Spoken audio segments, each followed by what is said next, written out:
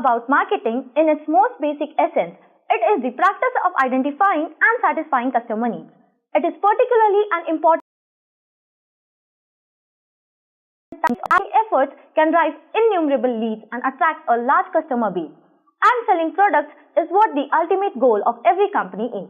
But these days, the way marketing is done has evolved a lot with the growth of technology, owing to the fact that how accessible the internet is today. The number of people spending most of their time on internet is increasing significantly.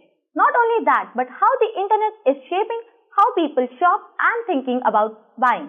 Meaning, offline marketing can't be your only strategy for driving sales because you need to meet audiences where they are already spending time, and that space is the internet. And the methodologies companies use to market their products in this space is what we coined as digital marketing. That being said, hello everyone. Welcome to today's extensive session on digital marketing by Intellipaat. With today's session, we are going to help you understand what digital marketing is all about and how you can become the next digital marketing professional. But before we begin with that, please make sure that you enable the subscribe button and bell icon so that you never miss an update from Intellipaat YouTube channel.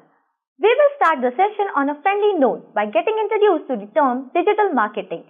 Then we'll run a clock in backward direction to compare the traditional model of marketing with the digital marketing model of new era. After that, we'll talk about digital marketing tools such as search engine optimization, social media marketing, influencing marketing, email marketing, affiliate marketing, etc.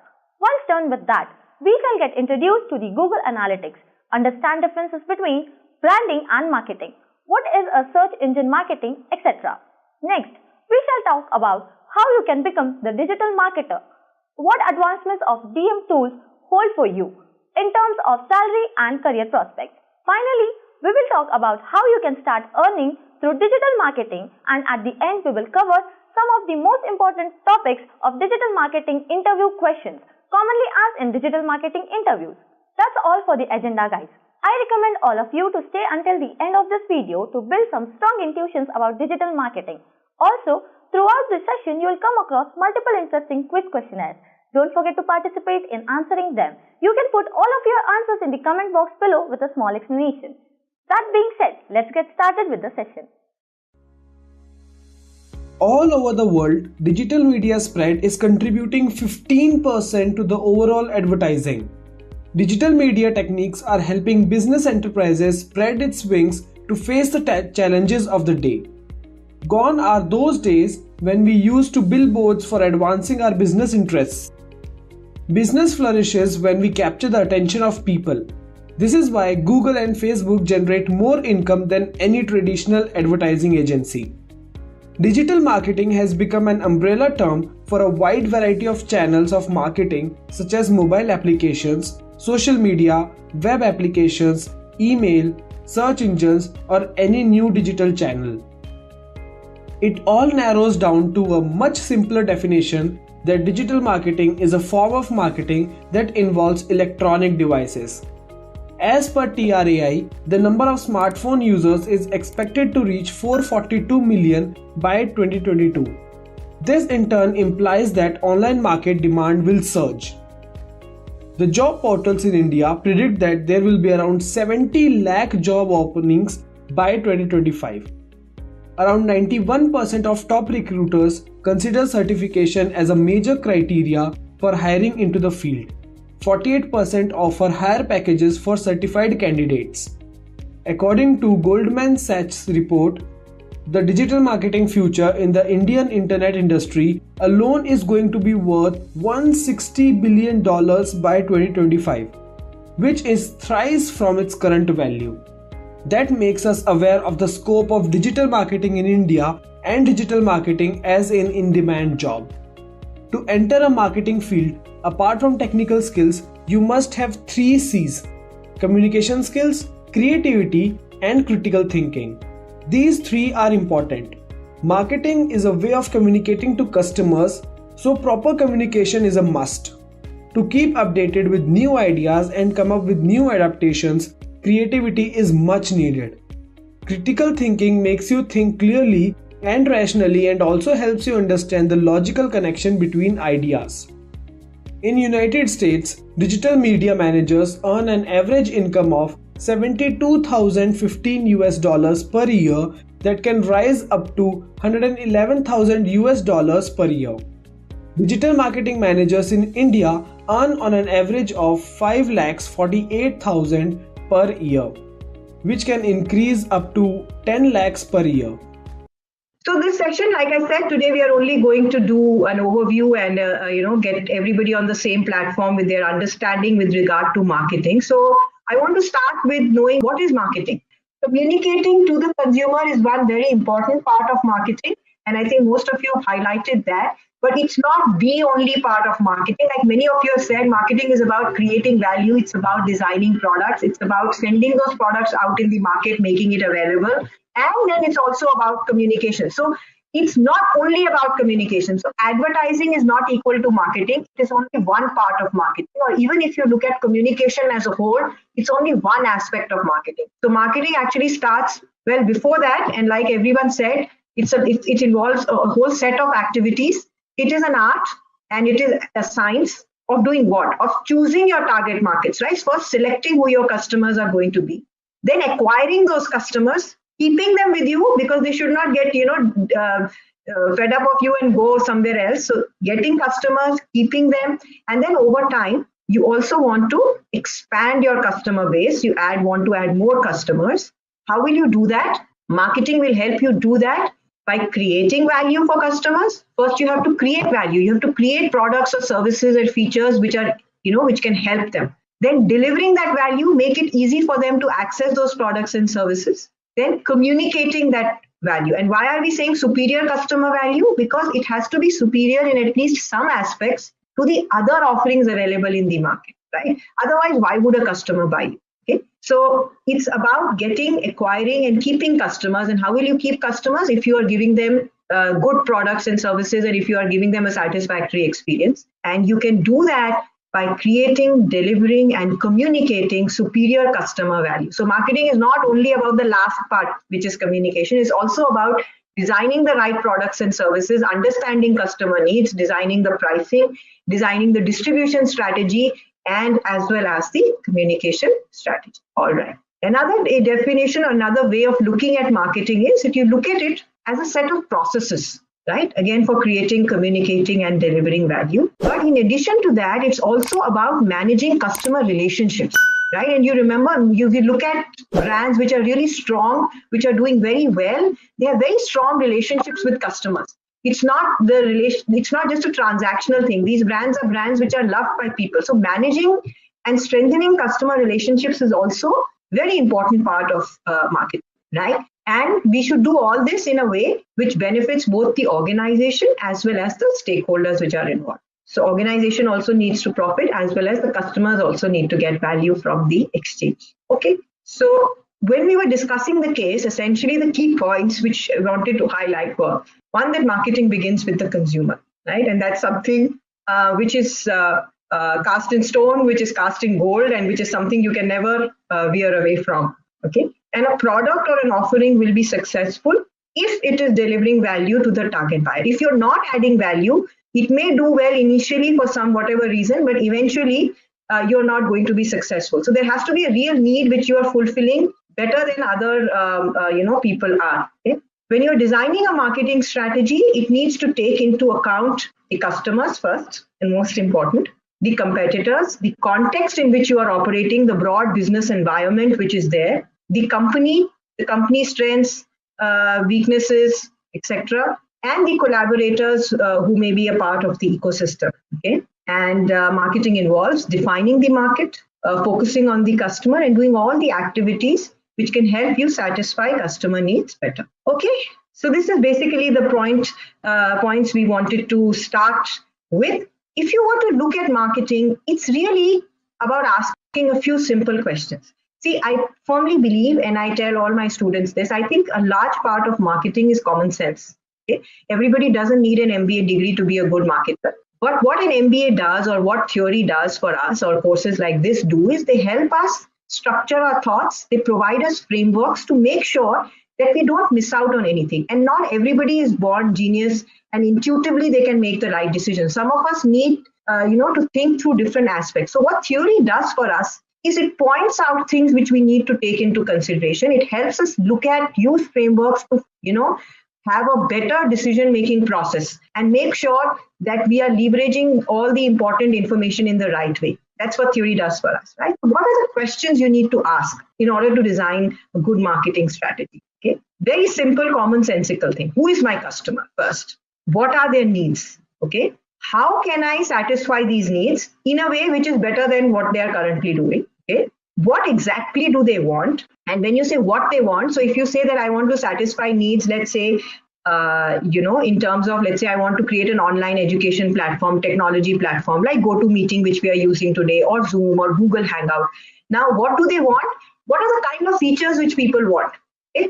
The ease of switching on camera or switching off camera, the ease of talking to people, etc. What are the kind of benefits they are looking at within this platform? Where and how would they like to access the offering? So this is where the distribution element comes in.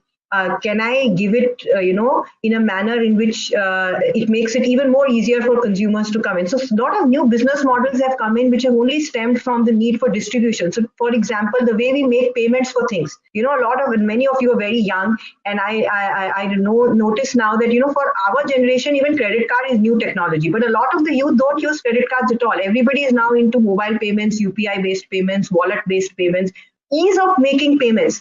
Touchless payments today is becoming the norm.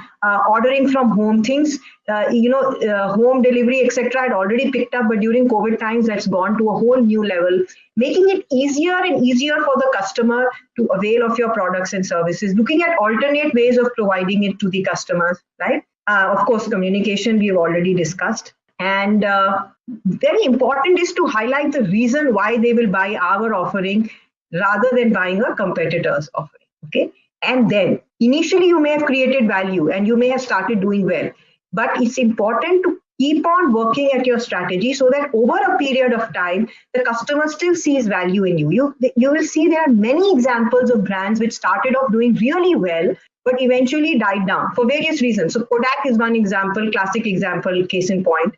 Let's have a quick quiz question, guys. And the question is, which of the following is the correct depiction of digital marketing? And your options are email marketing, social media marketing, web marketing, or all of the above. Please mention your answers in the comment section below. Nokia is another case in point. Very strong brands, very good value creation, very good relationship with customers, but eventually they died down because at some point, the value they were providing to customers did not really match the customer needs in the best possible way. There were other options which became better. They failed to forecast newer trends. They failed to adapt to newer technology or different reasons. In some way, they were not the best option for fulfilling customer needs, and eventually they died down. So not only creating value in the beginning, but continuing to provide value over the long term is also very important, right? Okay, so what can be marketed? So experiences, ideas, people, events, products and services, of course, all of these things can be marketed. Okay, basically, what you're doing is you're telling people how they are adding value to you, and you are telling them how they can avail of this, right? That's what we do. So, of course, marketing products, services can be any kind of services. It could be marketing of ideas, social concerns. So this is an ad for collecting donations towards deaf relief funds for the hearing impaired, right? So catching people's attention and motivating them to pay money. Okay, marketing ideas like Deepak said. So popularizing, making people believe that smoking is harmful. Easier said than done because a lot of people see the communication but don't really adopt the behavioral change. So I'm going to ask you a question now. Does marketing create needs or does marketing satisfy needs?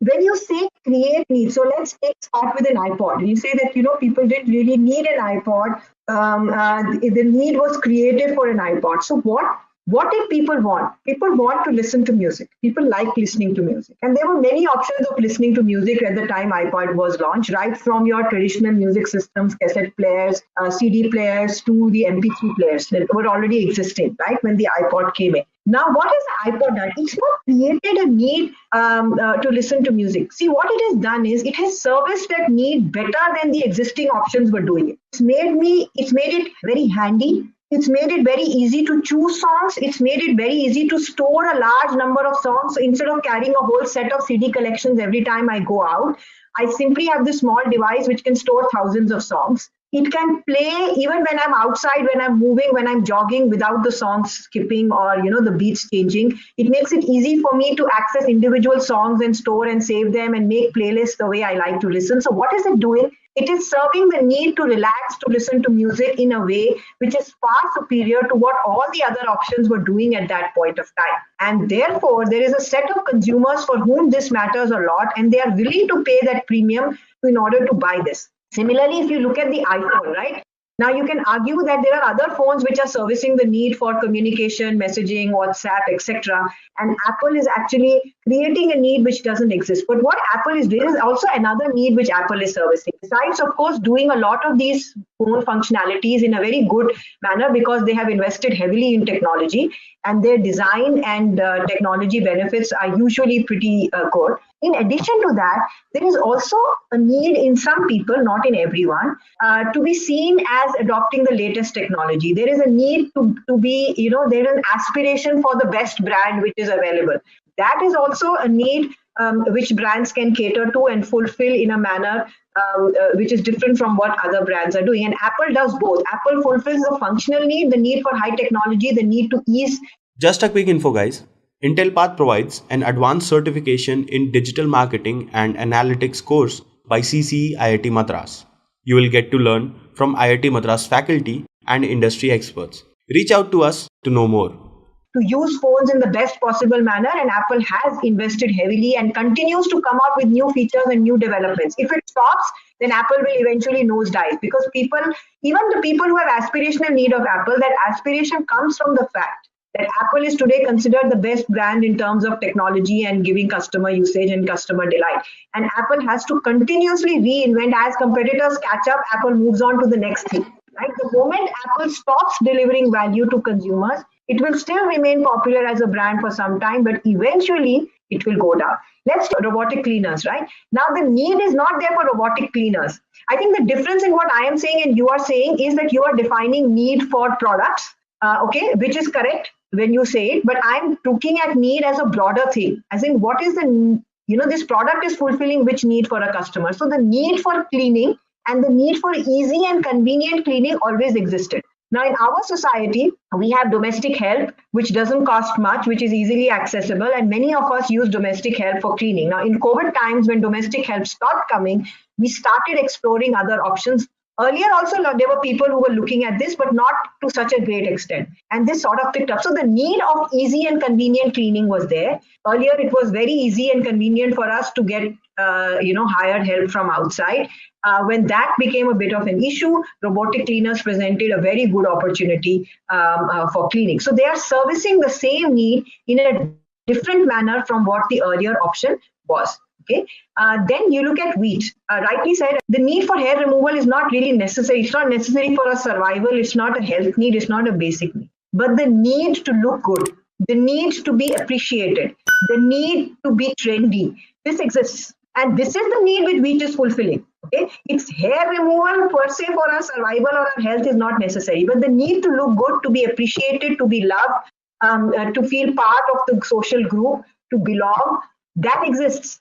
And that is the need, and the need to do it conveniently and easily is what wheat is doing. So it's giving you an instant solution, a painless solution as compared to what other options which were existing earlier. Okay? And similarly with Swiggy, the need to eat out, to have a change, to have variety existed. There were home delivery options of restaurants even earlier, but you had to call a specific restaurant and you could order only specific dishes. What Swiggy and Zomato have done is made it possible for us. There are still people who go out to eat. It's not that they've completely killed restaurants, but they've made me an option, and I can have a wider choice, and I can even order a very small dish and it will get delivered to me. The restaurant doesn't necessarily have to have a delivery option. If I'm going with Swiggy, they will do the delivery of anything, anytime, anywhere, which is a wider option which we have. When we have fans, we still buy air conditioners during summer. Why do you buy air conditioners? Because the fan is not sufficient to give you the kind of cooling you want.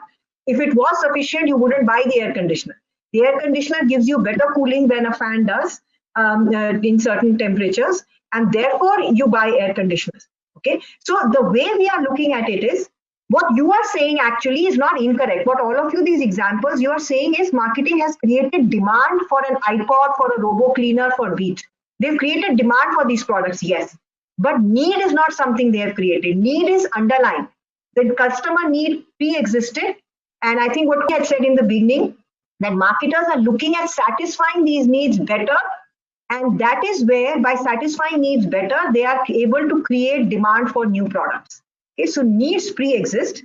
What marketers do is identify these needs. Some of the needs are very obvious, and some of these needs are latent needs which marketers may need to discover. But what they can do is create demand for specific products which they want to sell. Okay, like I said earlier, what you're saying is really creating demand for their products and not about creating needs. One second, I need to clear this of my highlighting thing. Yeah, okay. So in marketing terms or in theoretical definition terms, when we talk about needs, we talk about general need state, the need for safety, the need for security, the need for love, the need for social belonging, the need for to be perceived, the need for self-esteem maybe. Okay, these are all needs. When the need is directed towards a specific object, so let's say when you're thirsty, you need to quench your thirst. So the need is to quench thirst. I want a Coca-Cola, or I want a beer, or I want a Nimbu Pani or a lemonade. Now that is want. The need is to quench my thirst. Now what do I want to quench my thirst with?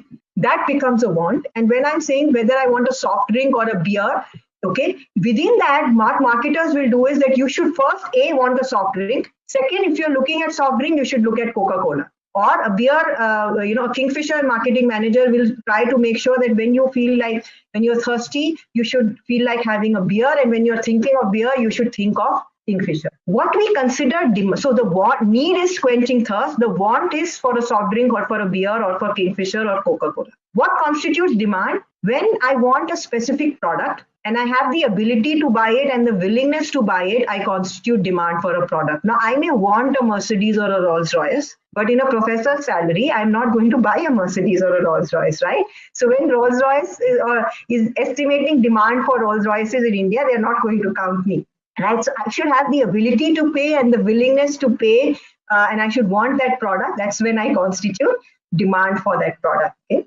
So needs pre-exist. Marketers need to identify the right needs to tap into, and the product or service they are offering should be designed to satisfy a particular need or want. What can marketers do? Marketers can create demand, and marketers can also influence the level, the timing, and the composition of demand. So the demand for the need for eating out is there. Now, how and when do I eat out? So what Swiggy and Zomato have done, my eating out does not have to be restricted to restaurant timings. It doesn't have to be restricted to specific places. It can be anytime, anywhere. Somebody gave the example of ACs, right? AC sales peak during certain seasons. By giving discounts, by doing promotions, I can incentivize people to buy AC even in the off season, right? So I can even out my demand for certain products through certain kind of marketing activity. Okay, so how has marketing as a concept evolved over a period of time, right? You started with the selling concept first, where the focus was only on selling. And somebody rightly pointed out earlier that marketing comes before selling, right? But initially the focus was on, in the era of industrialization, that you make mass-produced products, you make everything, and then you find a way to sell it to somebody. Okay, and the more you sell, the more profits you make. Gradually, that thinking changed. And this was the thinking during the time of Ford Motors, and Ford has this very famous quotation. We will make any color of car is good as long as it's black. Basically, what did he mean? That we are going to make a single color, we are going to mass produce, and whatever we produce, we will find a way to sell it. That thinking changed. Then it was said that you should not just produce and try and find a way of pushing it. Instead, you should first look at the customer, analyze what they need, design integrated marketing strategies to fulfill customer needs. And once you have found the best way to fulfill customer needs, you will automatically earn profits by satisfying customers. So satisfied, you will create consumer pull. Consumers will be attracted to your offering because it's so good and it meets their needs. And when customers are satisfied, you will continue to make profits.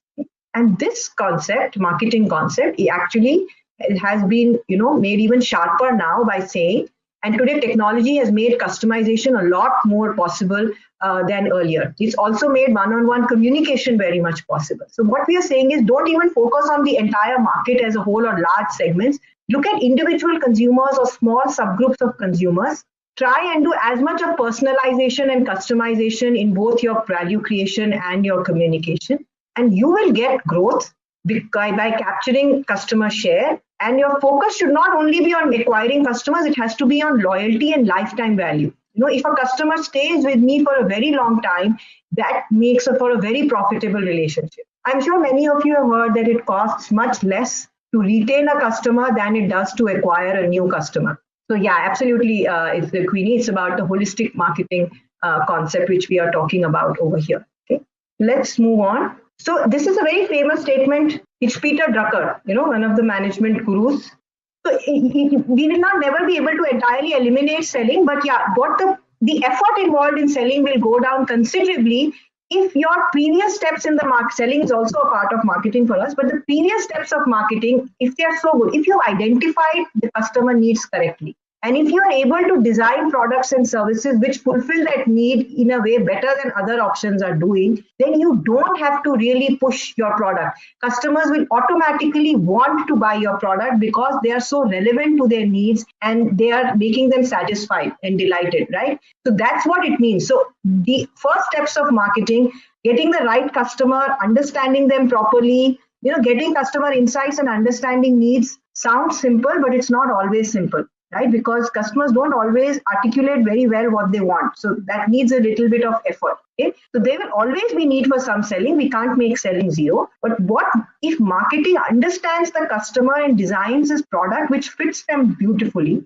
then the customer is willing to buy because the solution is perfect. What you need to do is make your product and service available and tell the customer, this is what I can do for you. And it will be easier to sell your product and service. Yeah, basically when you're looking at markets, when we say markets, we are talking of consumers or customers who buy us. So markets can be looked at from different sides. There are consumer markets. You and I are consumers. We buy a lot of consumer goods. Then there are business markets.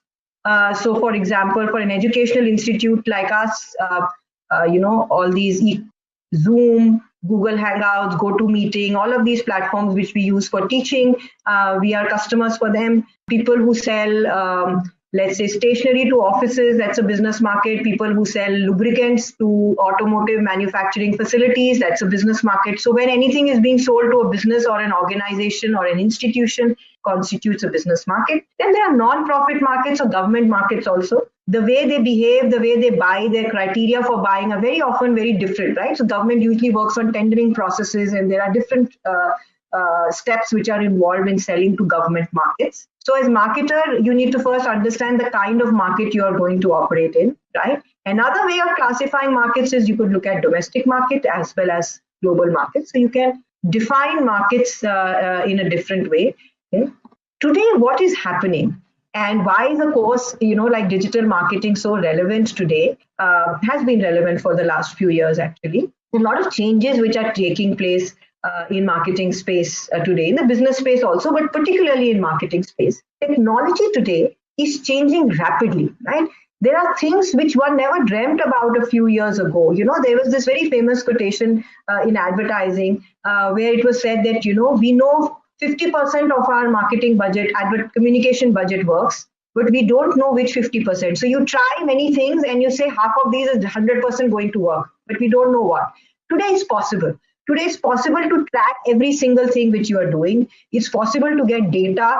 It's possible to get individual customer-wise data. It's possible to track customer behavior. It's possible to track how long they spend on which site, what kind of, shopping behavior patterns are limited. Whether it is online, of course, it's possible. Even offline, it's possible. Today, the stores, physical stores have got cameras and scanners and trackers which tell you the movement people take in the aisles of a shopping, of a shop, where they pause, how they pick up certain products and put into their basket. And online, of course, you can track everything which a customer is doing on your side or on different sites. Data is available, technology is available to analyze that data. Technology is also available to design products and services which were not there earlier. So all your Swiggy, Zomato, all of these things are based on technology. Then AI, IoT is making even rapid changes.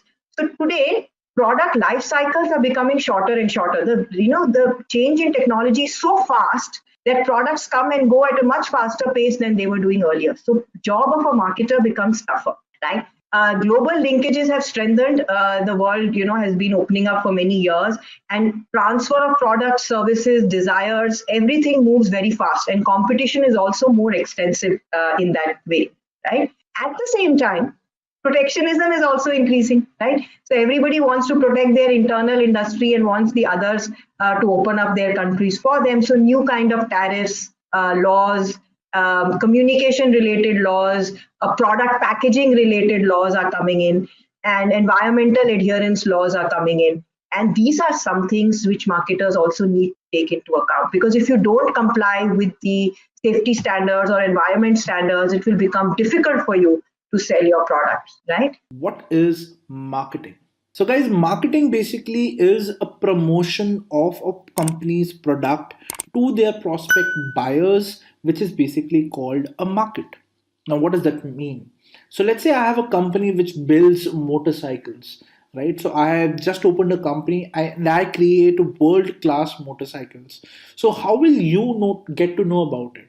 You will only get to know about it when I basically tell the world that I have a company and I create motorcycles, and these are the things which make my motorcycles different from the rest of the world or rest of the companies who create motorcycles or motorbikes as well, right? So this, in a way, when I tell to my customer that this is what my product is and this is a very exciting and new product and these are the features of this product, this is basically marketing, right? And any company which basically has been built till date, there is no sort of way that they would have not done marketing. Every company does marketing, and every day you encounter marketing, different ways of marketing of different companies, right? So if I were to give you an example, if you read newspapers, you will notice that newspapers also have advertisements.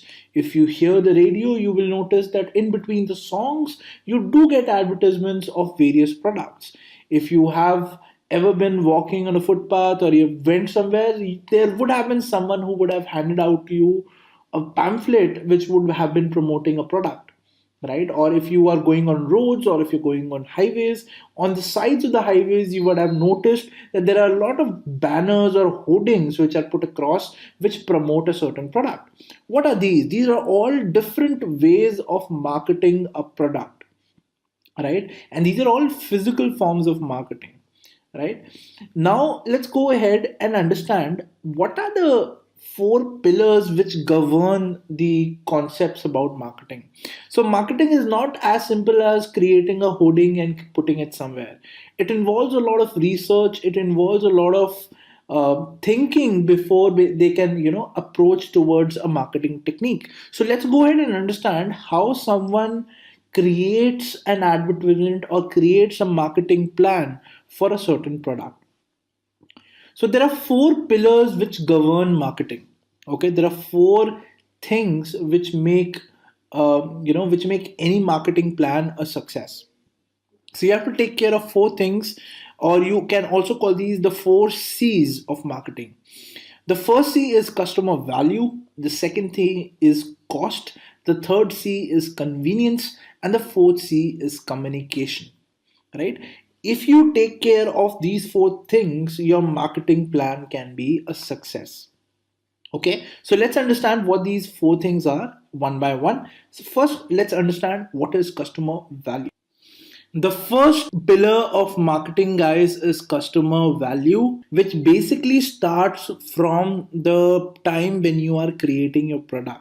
So, when you're creating the product, the first thing which should come in your mind is how will it add value to the customer who's going to buy it. Now, if you have thought about it when you're creating a product, even your marketing strategy will make use of that same thought which you involved while you were creating that product, that how this product is going to add value to your customer. So, whatever marketing campaign that you're creating, it should highlight that point which talks about what that value is, when that customer is buying a product, what is that value, or what is that addition which the customer is going to get, or what is that feature which the customer is going to get when he or she buys that product, right? So your marketing campaign should be able to basically put across the customer value of the product when it's basically portrayed. The second pillar of marketing is cost. So your marketing campaign will be governed across a cost, right? So any kind of marketing campaign that you run, it will involve some costs, be it organic marketing or inorganic marketing. So inorganic marketing basically means when you are basically making use of ads, such as when you put hoardings on the highways, it basically incurs some cost. The cost of printing, the cost of the hoarding which is there. So every day, if I were to talk about how hoardings work, the hoardings cost is basically devised on a per day manner. So every single day that the ad is up on the highway, on the hoarding, right? That per day cost has to be paid by the company which has put up their banner over there, right? So that's how hoardings work. And imagine how expensive it will be to put hoardings like that. That is, every day you have to pay the company who owns that particular hoarding about the campaign that you have posted over there, right? So marketing campaigns are not inexpensive, they're very expensive, right? And that's why cost is a factor that you have to take care while you are designing your marketing campaign, right? So let's say if you're a new company which is bootstrapped, which is not funded, in that case probably hoardings will not be a good idea to promote your product, right? Similarly, television ads are also very expensive, right? So you will have to think about what your budget is, and accordingly you will have to market your product. The third pillar which governs marketing is convenience. How convenient it is for the customer to use your product and at the same time see the marketing campaign of your product, right? So first of all, the convenience starts from the point when you're developing the product. So when you're developing the product, the product has to be very convenient and easy to use for the customer, right? And that same value adds to your marketing campaign as well. When you are basically putting out the marketing campaign, it is should be very convenient for the customer to see your marketing campaign. For example, um, earlier, most of the advertisements were on newspaper. Why were they on newspaper? Because most of the adult population used to read newspaper every morning, right? And every morning, if the first thing that you see is the newspaper, and when you're reading it, you see the ad, right? See how convenient it was, right? But when the times are now, with the times changing, people have started reading news probably on their mobile phones, and that's why you see that you even on the mobile phones, when you're reading news, you will see some kind of ad here or there on your screen, right? So it should be very convenient for the customer to see your ad. It should not be like you put an advertisement in a spot where it is very difficult for a customer to reach and to get that particular service and then see your advertisement. So the third pillar for marketing is that it should be very convenient for him or her to read about your ad, right? And the fourth thing is communication. So whatever your marketing strategy is, it should be very well communicated. Whatever your point, the features, whatever is your product, it should be clearly communicated to the customer via your marketing campaign. It should not be like your marketing campaign is at the end of your marketing campaign, your customer is confused with respect to what did you try to convey, right? So communication is also very important, and the medium for the communication is also very important, which again is highlighted in the convenience pillar that we discussed for marketing, right guys? So these are the four pillars of marketing that you have to take care of while you are designing your marketing plan or your campaign strategy. right? And there are a lot more things to consider as well with respect to each pillar. For example, how can you reduce your cost, or how can you effectively spend the money that has been allotted to you, right? How can you communicate to the maximum amount of people who are out there? How do you identify your prospect buyers? All these are things which we will understand as we move along. But whatever we are going to move, or whatever we are going to discuss, in the following slides, are going to be governed by these four pillars. So it is very important for you to understand these four pillars. So if it is clear now, let's go ahead and understand how marketing has basically evolutionized in the past years. Let's go ahead and understand that. All right, guys. So, if we talk about how marketing has evolutionized over the years, let's look at the timeline. So, in the year 1731, the first news or the first magazine was published, which had a very good audience, and it became very convenient for the people who wanted to promote their products to put their advertisements in this magazine. Why? Because a lot of people were reading this magazine, right? Then the second thing which became a milestone in marketing were posters. So posters became popular in 1839 for events which were probably happening in the city, and when they wanted to promote or tell the citizens of that city that, what, an event is happening over here, you must come and watch, right? So these were particularly circuses which used to happen, and circuses, as you know, they happen from cities to cities. So if you are in a city and you want people to know that there is a circus happening, you paste the posters of it on walls. You must have noticed also sometimes that there are a lot of circus posters on the walls, through which people get to know that there is a circus happening, and then they visit it, right? Then in 1922, the first radio advertisement was basically broadcasted, right, which changed how advertisements are basically perceived. Now, every time, the milestone is basically increasing over the years, you will notice the target audience is increasing, right? For example, when the magazine is basically read, it is read by, let's say, an X number of people. When you post posters on the wall, and every person who is passing by that wall sees that posters, so he's not buying the magazine in this case, he's just passing by and he's able to see that poster, so the target audience again increased. Then in the third option, you see the first radio ads were basically broadcasted. Now radios are also free, right? And radios are heard. So if there is one radio which is basically playing, four or five or people around it, all of them can hear what is being played on that radio, right? So again, the target audience increased in this case. Then came the first TV ads. So all the people who basically owned televisions. So each television can again be seen by a lot of people, right? So again, the target audience, it changed over here. And as you can see, this time they could see visual advertisements or motion advertisements in place. Why? Because it was on the television. And this happened in the year 1941. And now in this age when we are sitting, in 2004, social media basically took off, which basically means that you see Facebook, you see Twitter, you see Instagram today, and all of them, along with your favorite posts from the people that you follow, along with them you also see a lot of advertisements on these on these mediums. So advertisements or marketing has changed over time. So when it was first published in magazines, till the time that you could see it on your phone, it has become a lot more convenient.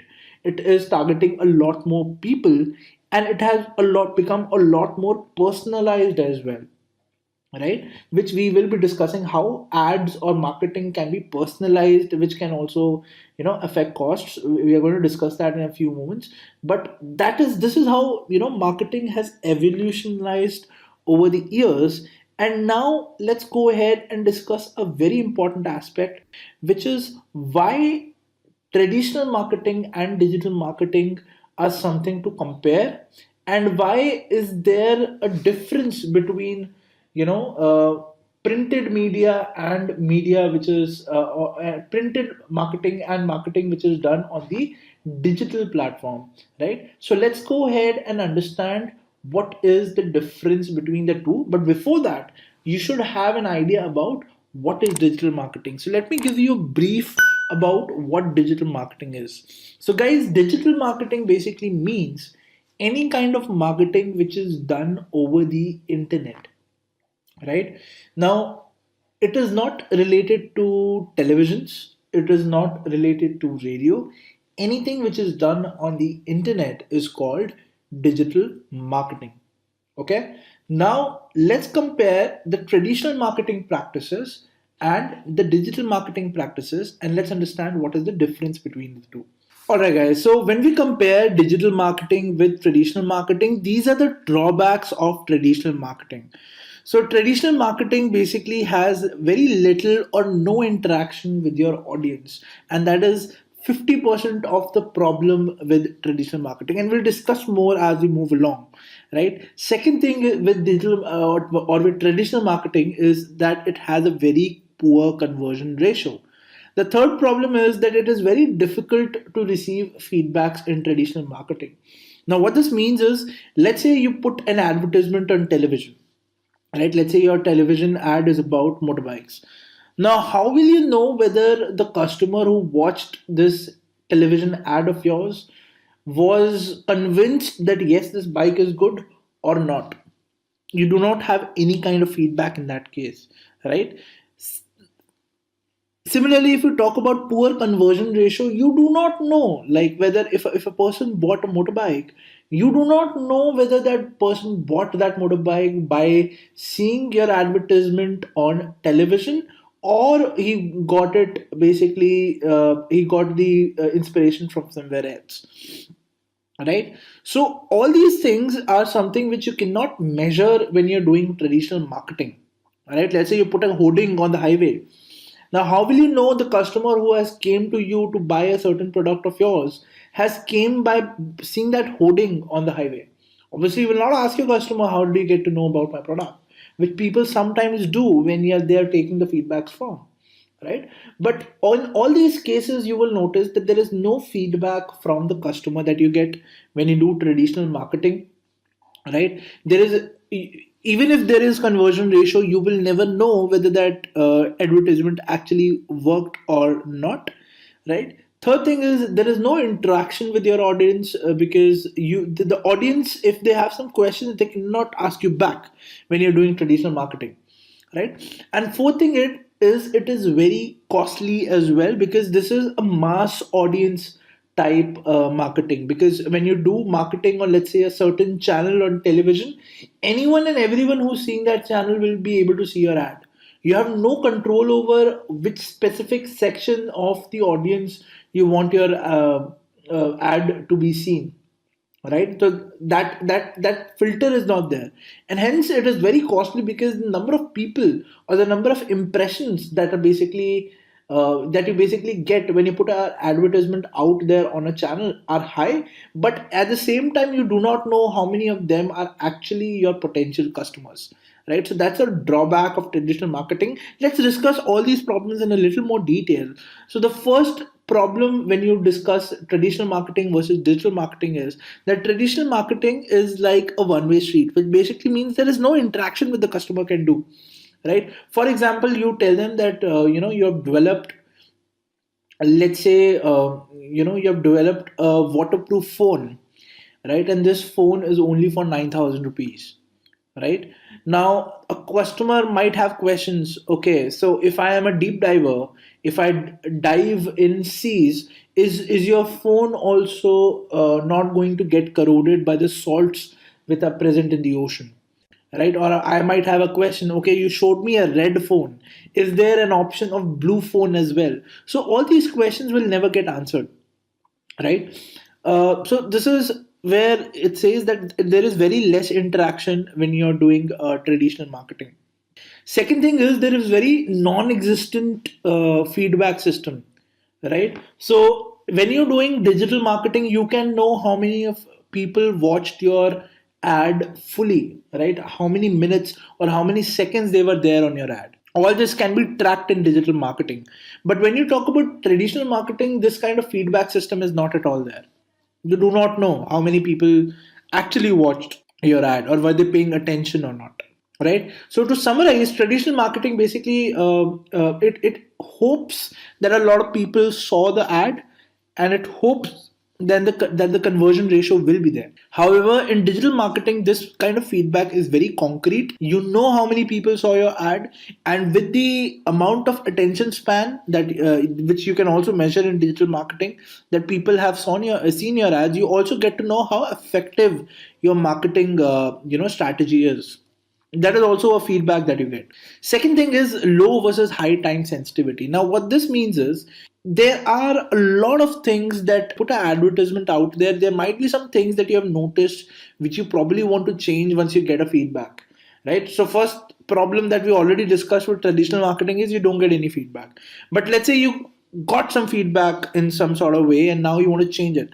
So when you want to do that with traditional marketing, it is a lot difficult because it is not in your hands. You will have to contact the company will change the advertisement. I mean, there's a whole thing that you have to follow, right? But when you talk about digital marketing, first of all, you will immediately get to know the feedback, whichever advertisement you are running. And if you want to change it and if you want to put it down, let's say you do not want to continue your marketing, you want to change it and then you want to continue. So if that is the kind of plan that you want to do, you can do that in digital marketing. But when you do that in traditional marketing, that is not actually allowed. Let's say you want to did a deal with a channel that you want to show your ad probably 20 times in a cricket match while it is happening. So if you noticed a problem in the first time, now it is not in your hands to tell that company to pull out your ads. It is very, I don't think that is possible at all, because once the deal is done, it's done. So the ad will be shown 20 times throughout the cricket match now, and you cannot do anything about it. But similarly, when you talk about digital marketing, everything is in your hands. After 1 minute, if you feel the advertisement is not working out, you can pull out the ad after 1 minute, right? Everything is in your hands. So time is of the essence. And when you talk about time sensitivity in traditional marketing, it was not there, while it is highly there in digital marketing. Third thing is high cost versus low cost. And this thing I think we have already discussed, that whenever you do a traditional kind of marketing, you're broadcasting your ad, right? If you're printed an ad on a newspaper, it has actually reached out to millions of people who read that newspaper. Now you cannot do anything about it, right? Now the problem over there is you do not know what kind of people read the newspaper, right? There could be age groups of 60 plus also who read the newspaper. There could be age groups of 30 plus also who read that newspaper. There might also be kids who read that newspaper. And obviously a product is not for everyone, right? If you have developed, let's say, a wallet is not useful for kids, for 10 or 12-year olds or a 15-year-old. That wallet will not be useful. But for a person who is probably earning, that wallet will be very useful. Or let's say if you are giving a bank's ad, right? Now a bank's ad will not be useful for a teenager or a kid, right? It will only be useful for people who are earning, or who are salaried, or own a business, right? So you need to know your audience when you do marketing. But when you do traditional marketing, that is seldom the case, because sometimes, or most of the times actually, you will not know your audience, because it's a broadcasted kind of a medium that you're dealing with. However, when you deal with digital marketing, you can concise on the target audience that you want to deal with. You can tell them this should only be shown to people who are between the age group of 10 to 15 years old. This should only be shown to people who probably have searched for buying a wallet on the internet. Only show ad of buying a wallet to those people. So these kind of nitty-gritties that you can play with, and along with this, you also can control to whom is your ad being shown, and hence you can control your costs as well. So with minimum cost of advertisement, you are basically targeting the right set of people who are actually interested in buying your product, right? So that's what digital marketing is known for, and that's why it is so powerful. And for the popularity of it is increasing as we talk about today. Third thing is low versus high customization. I think that I've already told you this, that once an advertisement has been locked, let's say it was published in the newspaper, now you cannot do anything about it, right? But in terms of digital marketing, you can change it whenever you want, and at the same time you have an option of doing a lot of customization. You can make it interactive as well. You can gamify your advertisements if it's being shown on a smartphone, right? You can you must have seen a lot of games which are embedded in ads, which you can play while that ad is being played, right? You can have video kind of advertisements if you want, but these kind of things are not available when you do traditional marketing. Let's say you have the budget of broadcasting your ad on a radio, right? But over there you do not have this option, right, to customize your ad in a way you want, because the only thing that can be heard to the the audience is the audio. That's it. They cannot interact with your ad, they cannot do anything.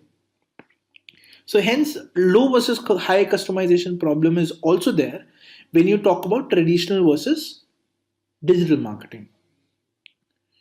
And price disclosure, I mean, this is not much relevant, but yes, price disclosure can also be a problem, because when you're doing a digital marketing campaign, you exactly know how much amount of money will be spent. You can also put a cap on how much money you want to spend. Let's say you do not want to spend more than 5,000 rupees. So you put a cap on 5,000 rupees, and now, as the moment the 5,000 rupees cap is reached, your ads will stop, right? But this kind of price disclosure cannot happen in traditional marketing. Let's say you tell the channel that, okay, based on your viewership, we will pay you at what time they're seeing, at a certain time, whatever amount of people are seeing the ads, accordingly we'll pay you, right? So in that case, there is no price disclosure which is happening. It is on the fly. It might be that a lot of people watch the particular channel, or it might be a less number of people are watching. So price disclosure is also a problem. Alright guys, so these were the differences between traditional and digital marketing. And now that we understand that digital marketing has so many benefits, let's dive a little more deeper in understanding digital marketing in a lot more detail, and hence now discuss the different types of digital marketing possibilities which are out there. Alright guys, so now let's go ahead and understand the different types of digital marketing techniques which are out there. So guys, these are the major digital marketing techniques which are prevalent these days. The first one is search engine optimization. Then you have something called as content marketing, social media marketing, pay-per-click, affiliate marketing, native advertisements, marketing automation, email marketing, online PR, and inbound marketing. So what are these exactly? Let's discuss one by one. So let's first talk about search engine optimization. So guys, search engine optimization is a technique wherein all of us, whenever we want to search for something, we know we go on Google or any other search engine, right? Now these search engines have criteria based on which they rank certain content. For example, let's say I search for what is digital marketing. Now the search engine will try and put on top the most relevant and the most read article on the top of the search engine. Now, how does it know that? For example, let's say you go to intellipaat.com, and let's say you go to some other website, let's say competitor.com. Now, let's say on intellipaat.com, you went and you spent around a minute. You clicked 3 or 4 things, and you checked out probably 3 or 4 more things. So these are all events which happen, which are recorded by the search engine, right? Similarly, let's say you went to competitor.com and you did the same things, but let's say you do not spend around a minute, you spent around 30 or 40 seconds, you did not click on much, and then you came out of that website. So this way, search engine basically keeps a record of how much time each person is spending on the website, and then it generally ranks the websites according to the time spent by the customers. And that's how search engine optimization basically works. So when, if you want your website to basically rank on a search engine, so you will have to make sure that your website is very engaging, it has the right content, and it is basically pointing to the correct keyword which the user is basically searching. So that's what search engine optimization. There are a lot of other things also to take care of, but that is exactly what you do when you're dealing with search engine optimization, and that's a digital marketing technique. Similarly, you have something called as content marketing, right? So search engine optimization is about making your page more relevant to the keyword being searched. Content marketing, on the other hand, is all about creating content around the product that you want to market. Right now, this content could be in terms of blogs, it could be papers, it could be infographics, videos, and publish it on various platforms, which basically is about, let's say somebody searches for a certain thing, and if your word video comes over there saying that, let's say you search for waterproof mobile phones, right? So let's say you made a video where you are explaining about a product, and you also included the keyword waterproof phones. So when somebody is searching for waterproof phones, that video will also come, and when somebody watches that video, not only he is understanding the features of a waterproof phone, what it is, but he's also understanding the product that you have to offer. Right, so that's in a gist what content marketing is all about. It's about creating engaging content which people consume, which not only imparts the knowledge which the customer is looking for, but at the same time, markets the product that you have at hand as well. That is what content marketing is. Then the third thing is social media marketing. Now, social media marketing is all about making use of social media apps such as Facebook, Twitter, Instagram, etc., to put your advertisement out there. Right now, it can be in terms of various things. It could be in terms of interactive quizzes that you put out there. It could be in terms of infographics that you put on your channel, which are interesting to know, and because of which people start following you. Right, so like for example, if you scroll on Instagram, you will see a lot of funny pages which keep on putting the content over there. Right now, in between the content, they also put some paid ads. Like for example, they would put some Netflix subscription available at a lower rate, swipe up to know more. Right, these kind of things you will have heard. So these are all social media marketing, right? Because they're using the social media platform to basically earn money. All right. Next thing is about pay per click. So pay per click is basically the main source of income for Google, right? So you would have noticed whenever you do a Google search, on top of the Google results, you see three or four ads which resemble the search results which are also there. They're also blue in color. They also have a green link. They also have black text below them. But in front of them, they have ad written, right? So people, when they search for something and when they click on the ad thinking it's a search result, on that one click Google earns some amount. Right now, what is the amount which is decided on the click is basically decided on what is the volume of the keyword which is being searched and how many people want to put their ad on that keyword. Right, so similar platforms such as Facebook ads, Twitter campaigns, these also work on the similar way, that whenever you have a post which people click on, the platform on which this ad is hosted, they basically charge you based on the number of clicks that your post has basically driven. So that's what pay per click basically means. Let's have a quick quiz question, guys. And the question is, dash doesn't falls under the category of digital marketing. And your options are TV, radio, billboard, or all of the above. Please mention your answers in the comment section below. Just a quick info, guys. Intellipaat provides an advanced certification in digital marketing and analytics course by CCE IIT Madras. You will get to learn from IIT Madras faculty and industry experts. Reach out to us to know more. Alright guys, so now let's go ahead and understand what is affiliate marketing. So guys, affiliate marketing is a marketing strategy wherein you do not promote your products, but there is a third party which promotes your product, and based on how well they market your product, how well they convert your leads, or how well they give you leads, you basically pay them the commission. Right, so this is what affiliate marketing is. So you're not doing anything, you're basically giving your work to a third party agency who will do the work, and if they give you leads, you pay them based on how good quality the leads are. Right, so this is what affiliate marketing is. Moving on, then we have something called as native advertising. Right, so what is native advertising? Native advertising basically refers to the fact that you would have seen a lot of blogs that you read online. They usually have some ads on the left and the right hand side.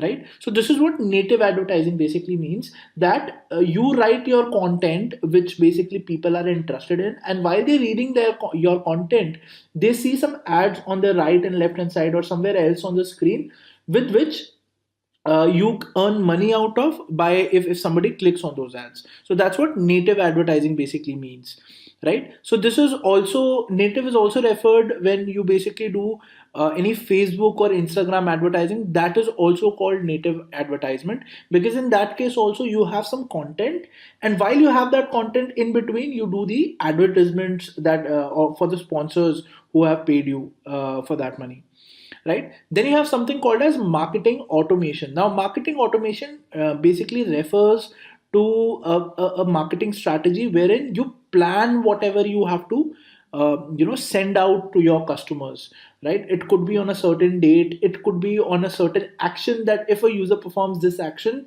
then this is the email which has to be sent to him, or this is a notification which has to be sent to him. So when you automate all these actions, in that case the workload for your marketing team becomes very less, because then they can basically plan out other things that they have to do in order to basically make your product a success, right? And marketing automation is a core of any marketing team which basically is working across the globe, because it is not possible to cater to each and every customer's action, right? And that's why you create email drips, you create notification drips. In the case when some user does a certain action, this is what has to be triggered, etc., right? Next, we will be discussing email marketing. So, email marketing basically refers to the marketing technique in which you just use email, right? Now, when you use email, there are a lot of things that you can do. Either you can promote your product, or you can send out newsletters, or you can send out infographics. So, when basically only email is involved in the marketing technique that you're working with, it's called email marketing. When you compare it with marketing automation that we just discussed, in market automation also email marketing plays a role, but apart from email marketing you can have a lot of other things as well, right? For example, there are a lot of apps that we see these days. So apps notification can also be automated with respect to what has to be sent when, right? Then you have something called as online PR. Now online PR is basically where you try to create brand awareness. For example, my company has been awarded the best 100 is among the best 100 startups in India, let's say for the year 2019 or 2020. So now what I can do is I can contact a PR agency which can publish an article for me in some good newspaper, right? So this is about me telling my achievements to a PR agency, which can then ask a newspaper to publish an article on it. So this is what online PR is. And you will see a lot of people, even celebrities, do online PR just to create a good brand image of themselves. Then you have something called as inbound marketing. Now, inbound marketing, guys, is all about you interacting with the user at every stage of his product journey. Now, what does this mean? Let's say there is a customer who is not, or let's say there's a person who has not become a customer yet. He's a lead. He has not bought your services yet, but he is going around all the free content that you have to offer. For example, your content marketing content, or he is looking at your product pages, etc., right? Now at each and every action that he is doing, or each and every touch point that he's touching on your website, you can decide how you want to interact with that user. For example, let's say he came to your product page, he saw it for some 2-3 minutes, and after that he left. So at this point, probably the customer is convinced that he wants to buy a product, but he is hesitating for some reason. So at this point, what you can do is you can trigger an email to him that we saw that you were looking at our product. Here's a 25% discount coupon for you if you feel the price is too high. Right? Similarly, there are many more techniques or many more ways in which you can lure a customer into buying your product. So this is what inbound marketing is, right? So guys, these were some of the digital marketing techniques that we are going to talk about when we move on the course, and how you can basically plan your strategy around them. When you are into digital marketing domain space. Now let's move on and talk about a very important tool, which is Google Analytics. Alright, guys. So Google Analytics is basically a dashboard through which you can monitor your website's performance. Right. So there are a lot of parameters which are offered by this dashboard, and you can use them to monitor different things about your website, through which you can also get to know about whether your website will rank or not, or how you can improve your website by looking at some certain metrics. Right. So let's go ahead and understand how Google Analytics basically looks like. So Google Analytics was basically created by a company called Urkin, which was later acquired by Google in the year 2005, and it is one of the most preferred analytical tool by companies throughout the world because it is offered by Google, and most of the Google searches on the internet basically happen on Google, right? So this is how Google Analytics tool looks like, and it basically gives you a lot of parameters or metrics to look at, right? For example, this basically tells you in which countries how much time did your website take to load, right? This is also an important metric when you are basically looking at whether your website will rank or not, as to how user friendly your website is, how much time is it taking to load on the user's website. And a very good thing or a very good parameter to talk about when you talk about a website is that websites are hosted on servers, right? And obviously when you are hosting servers, they will only be at one location. Now, obviously, there are ways in which you can have servers at multiple locations, and based on the request which is being originated, let's say a guy from US is trying to access your website. So, in the most ideal case, what should happen is a server in the US should be present, through which he should be, given his request. This will significantly reduce the load time of your website, right? And this is exactly what this metric is all about. So if you see you have two important countries where your business comes from, you will try to reduce the load time to the minimum in those two countries, right? But if you see the load time is more, you can take a call as to what has to be changed in your infrastructure in order to reduce this load time.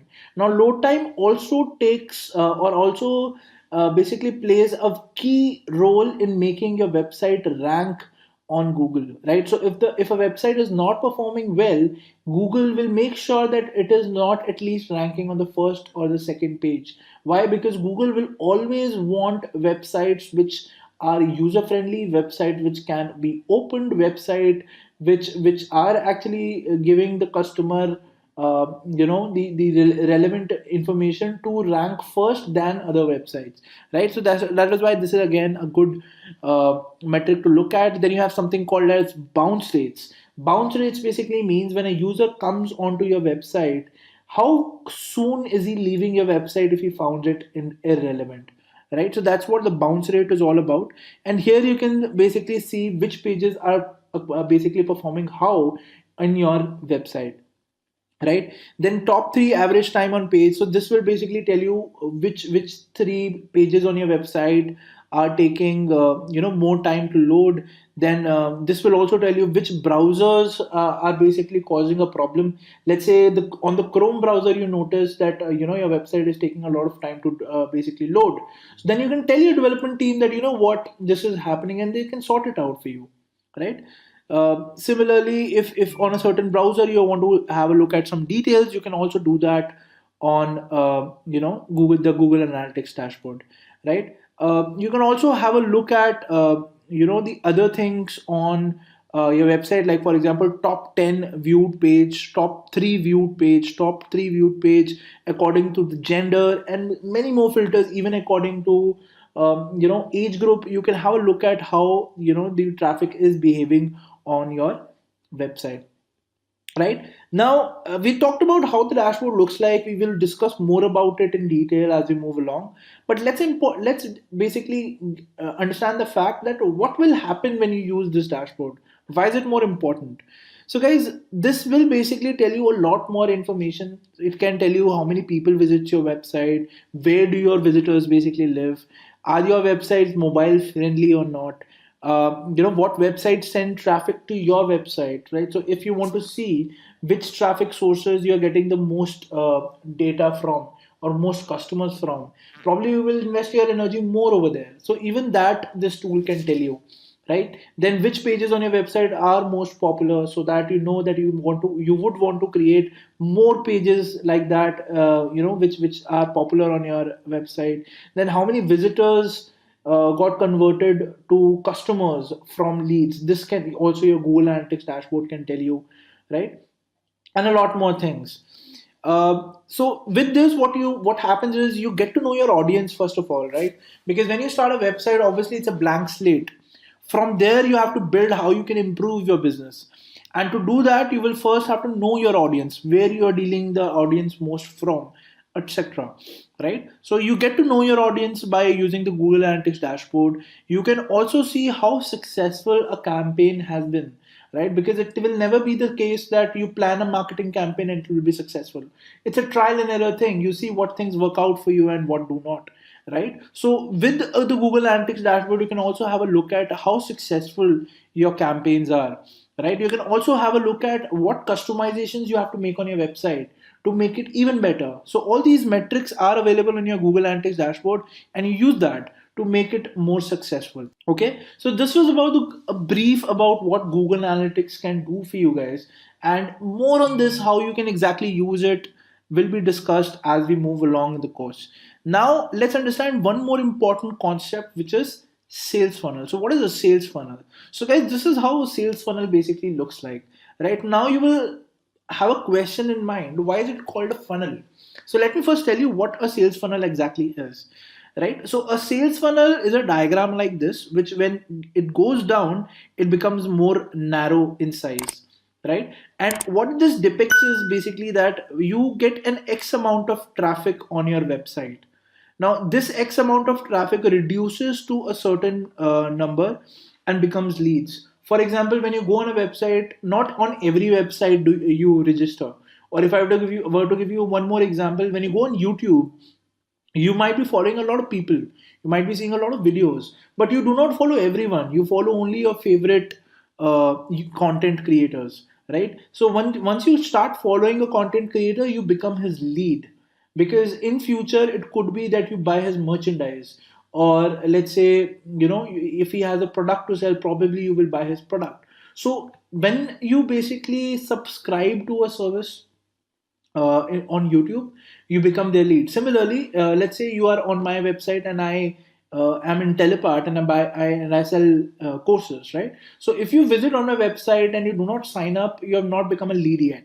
But the moment you sign up for something, let's say I have a blog and I say, if you want to read this blog, you will have to sign up.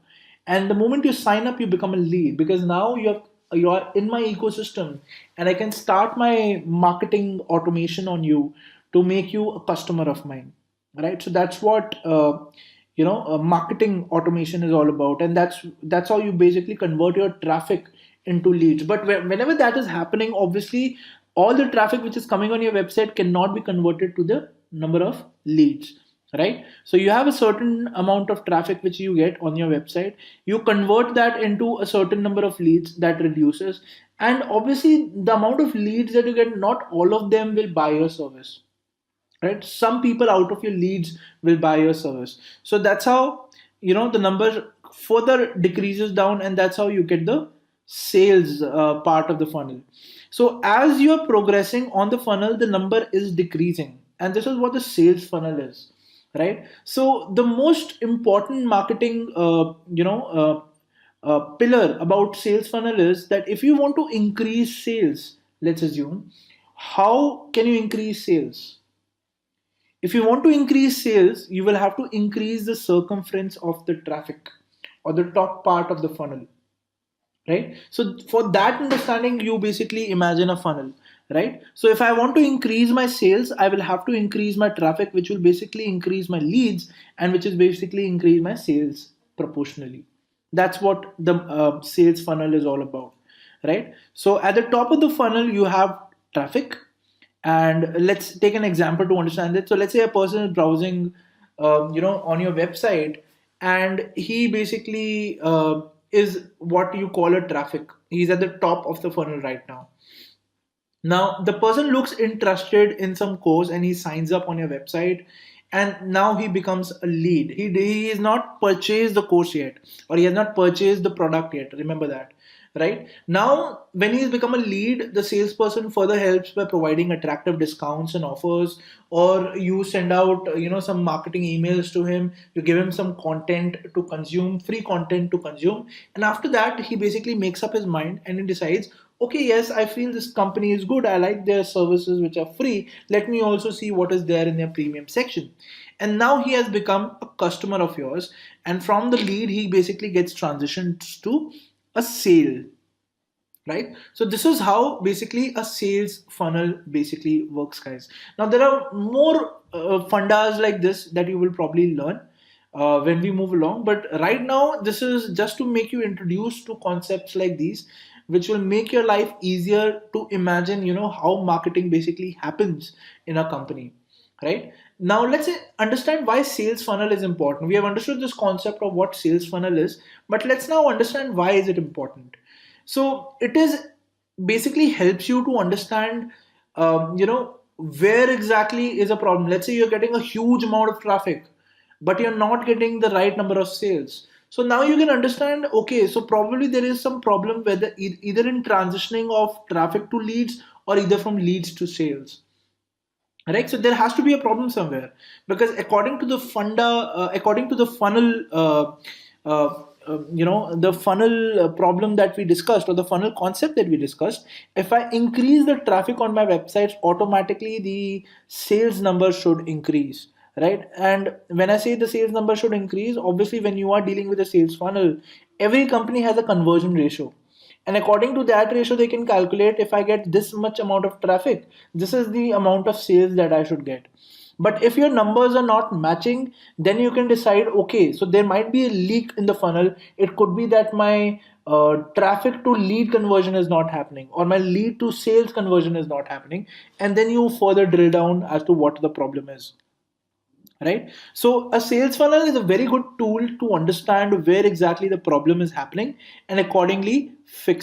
What is market research? All right, guys. So market research is basically the process of gathering all the required information about the consumers who are going to consume your product. Let's say you're opening a restaurant, and let's say you're opening a Chinese restaurant. So who are the people who like Chinese, and what exactly do they like in their Chinese food, right? If let's say you're opening a bike company, right? You basically manufacture bikes. So who are the people who basically uh, ride bikes, and what are the things that they want in their bike, right? Similarly, a lot of things can be attributed to what kind of product you are basically building.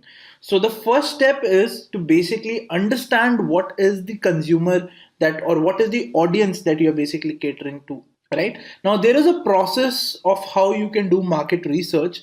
So the first thing that you need to understand about any product that you want to market is basically who is going to consume your product. That is, you will have to know about the audience who is basically going to use your product. Second thing is, where can you find your audience? Now, if you have to do marketing for your product, you basically have to choose the right platform to market that product, right? So you should know where you will find your audience so that you can plan your marketing over there. Third thing is, why should people buy from you and not from your competitors? Right? This will be a very important part in your market research. That there are many, let's say if you're manufacturing a bike, there are many competitors out there. So why will someone buy your bike and not someone else's? Is something that should be a part of your marketing plan and your product portfolio as well, right? So these are the three things that if you get an answer to, it will be called a successful market research, right? Now let's go ahead and understand what are the four most common market research techniques. Okay, so how can you gather all this information? So the first way that usually companies do is do surveys, right? So probably let's say you have a already existing customer, right? You give him a survey form that, can you tell us what do you think about the product that you are buying, right? Second thing that you can do is you can do interviews, right? So for example, you have a happy customer with your product, so you can do a one-on-one interview with him, and he will obviously not deny if he's happy with your product, and he can give you some valuable insights as to why he chose your product, right? Third thing is focus groups, right? So focus groups could be people who basically are probably part of a social media group, or people who you have chosen who are going to play a very important role in understanding your company's target market, right? Then the fourth thing that you need to understand is customer observation. So customer observation sessions are basically when you start observing your customers by by looking at reviews that people have posted online, or talking to a person who's using a product and asking him what exactly are you looking out for a product. Right now, let's say you're starting a new company, you nobody has bought your product, so you can talk to your competitors customers, and you can talk to them about what they like in the product that they have bought. Is there any problem that they are facing in the product that they have bought from their customers? Right, so in this way you will be able to understand a lot of problems and a lot of good things as well that people are already offering. So all the good things that your competitors offer, obviously you offer them, but all the bad things that they feel they are getting in when they are basically working in a competitor company, those also you have to basically take a hold of.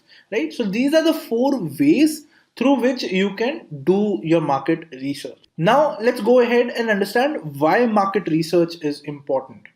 Right, so guys, market research basically helps you, first of all it helps you to understand your target audience, right? Because it is very important to know who are the people whom you're trying to sell your product. Only then you will know how to pitch your product. Right, second thing is you should know where you are basically promoting your product. Right, you should not go all out and promote it on all the mediums available on online or offline, or whatever medium there may be. You should not do that because obviously you have limited funds for your marketing. Right, so you will have to make use of them in the most efficient manner, and for doing that you should know which target mediums for marketing are going to give you the best results. Third thing is it also helps you to study the competition. Now, every business, when they're trying to build a product, they will think that this is best in the market. But only when you consume other competitors' product, you will know what is lacking in your product, or what is the customers looking out for when they are consuming someone else's product. Right, and the final thing, it also helps you to identify the key influencers. Let's say you're adding 10 features in your product, but let's say when you talk to a customer who's already using some of your competitors product, they don't care about all those things that you're already offering. They're all good to have things, but all the things that he actually cares about, probably you have not added it in your product. Right, so this also you need to identify and then decide how you can include it in your product. So in market research, it not only helps you in do marketing, but it also helps you in understanding how you can improve your already existing or a new product that you're trying to launch. Okay, so this is what market research is all about, and this is why you should do it. Next, let's understand how you can go ahead and find your target audience. Alright, guys, so now let's talk about how you can find your target audience. So, guys, for finding your target audience, the first thing that you need to understand is the customer. Right, so you will have to be able to ask yourself the right set of questions in order to identify your target audience. Right, so what kind of questions you will have to ask yourself? So, first of all, what kind of people are there? What kind of people are you actually targeting? Are they adults? Are they teenagers? Are they kids? So, first of all, you will have to understand that. Second thing that you will have to understand is what wants and needs do they have. Now, this will automatically come from the age group that you have decided as to what kind of people are there. Right, so for example, if you talk about adults, they will have different goals with respect to, let's say, buying a house, buying a car, etc. If you're talking about teenagers, they will have different goals in life. If you talk about kids, they will be lured to different kind of things.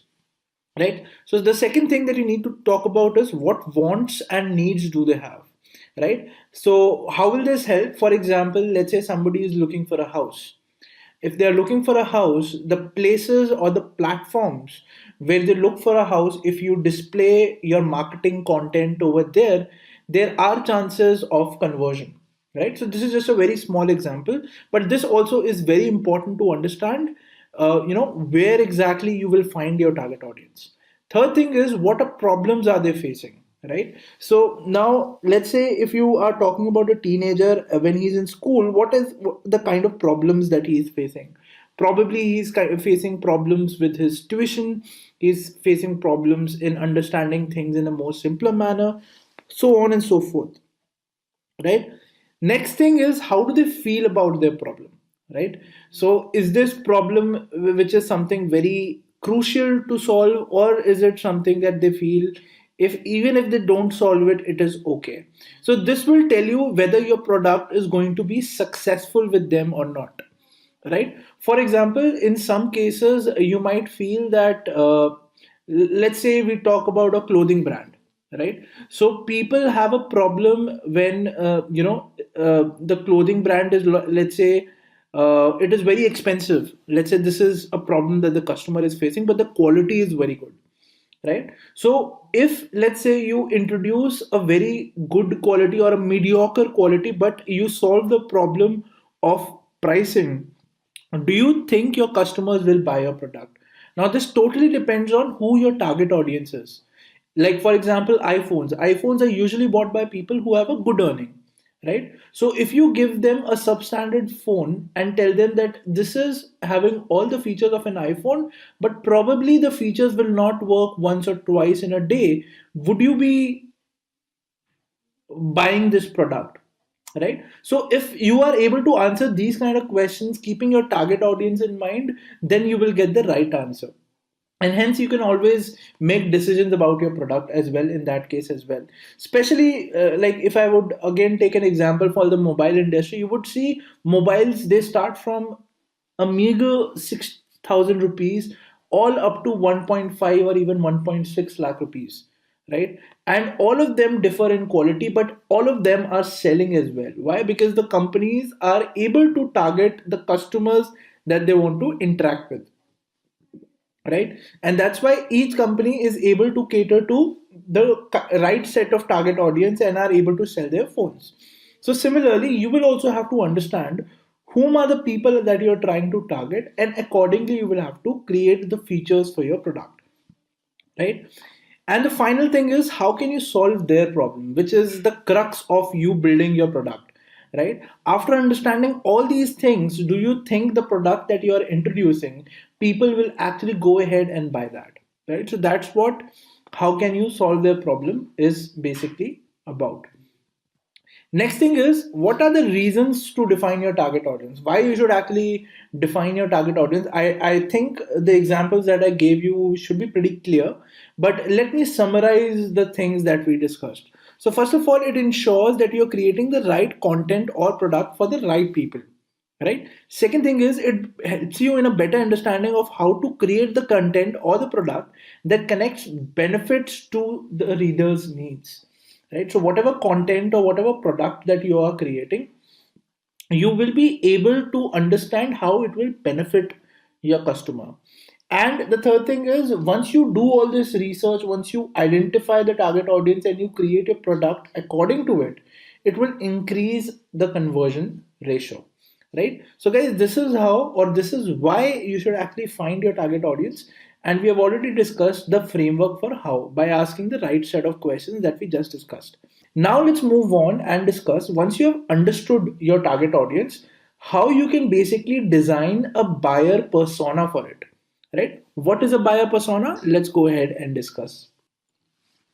Alright guys, so now let's understand how you can go ahead and create a buyer persona.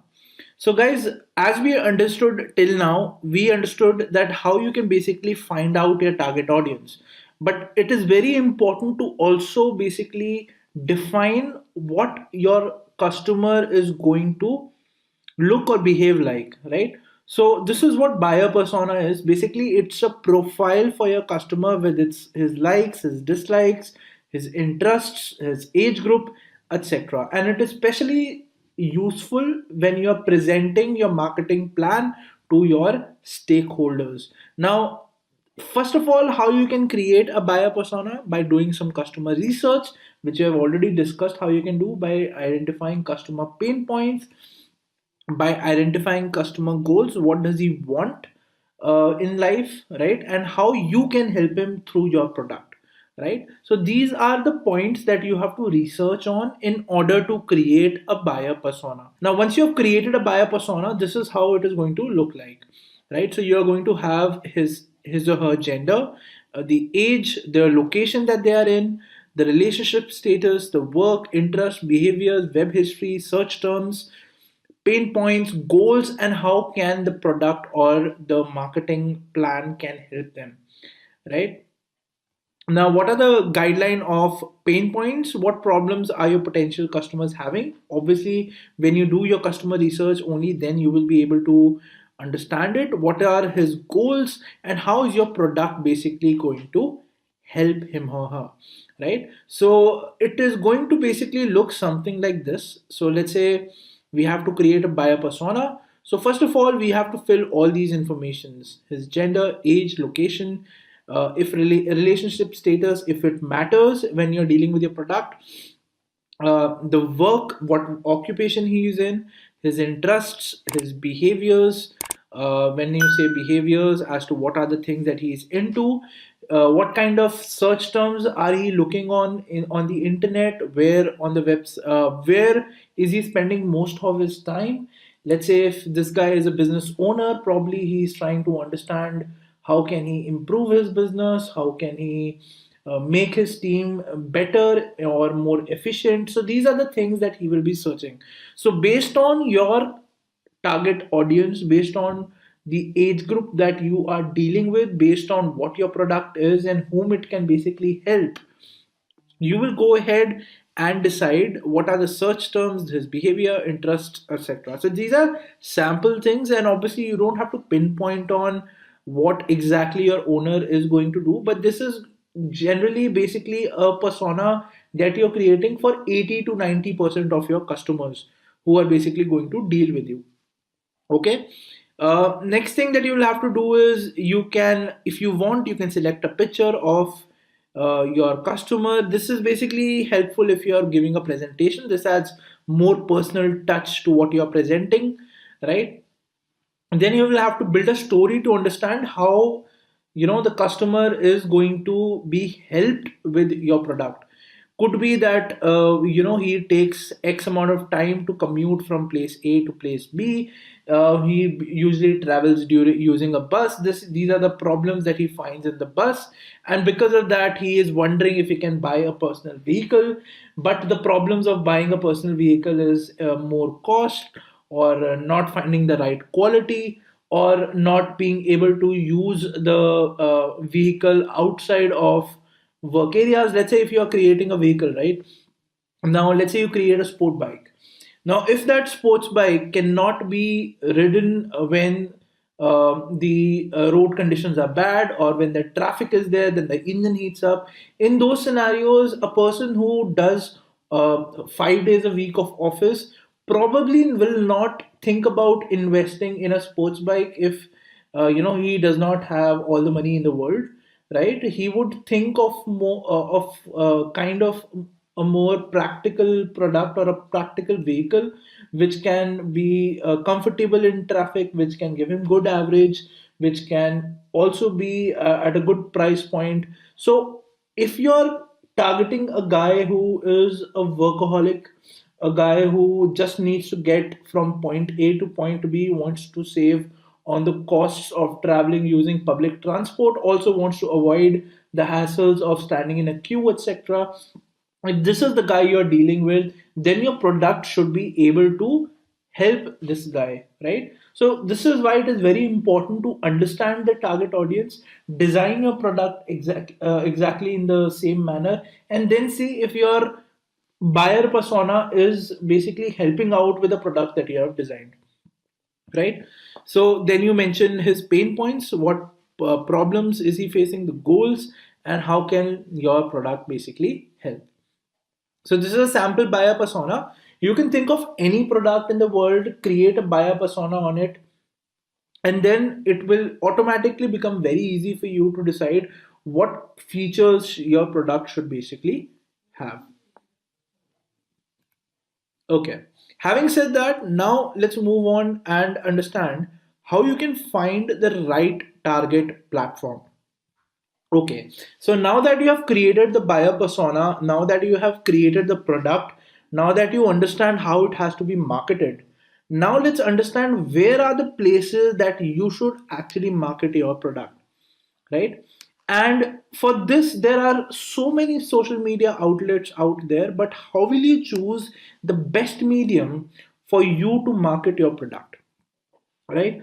Now, in order to have a edge over your competitors, what you can do is you can first do something that they are already doing, right? If you are starting up a business which relies on the business model of a lot of other competitors who are doing a similar thing, it becomes very easy for you to understand how you can basically come to their level and then go beyond that, right? So first we need to find out on which platform our ideal customers are there.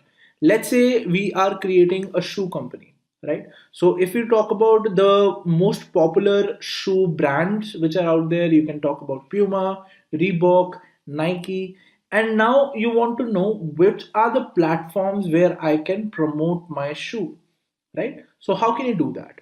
So well, it is very easy. All you have to do is, let's head over to a browser and let's search for something called a website called similarweb.com. What this website does is it tells you how is the traffic coming on to a certain website.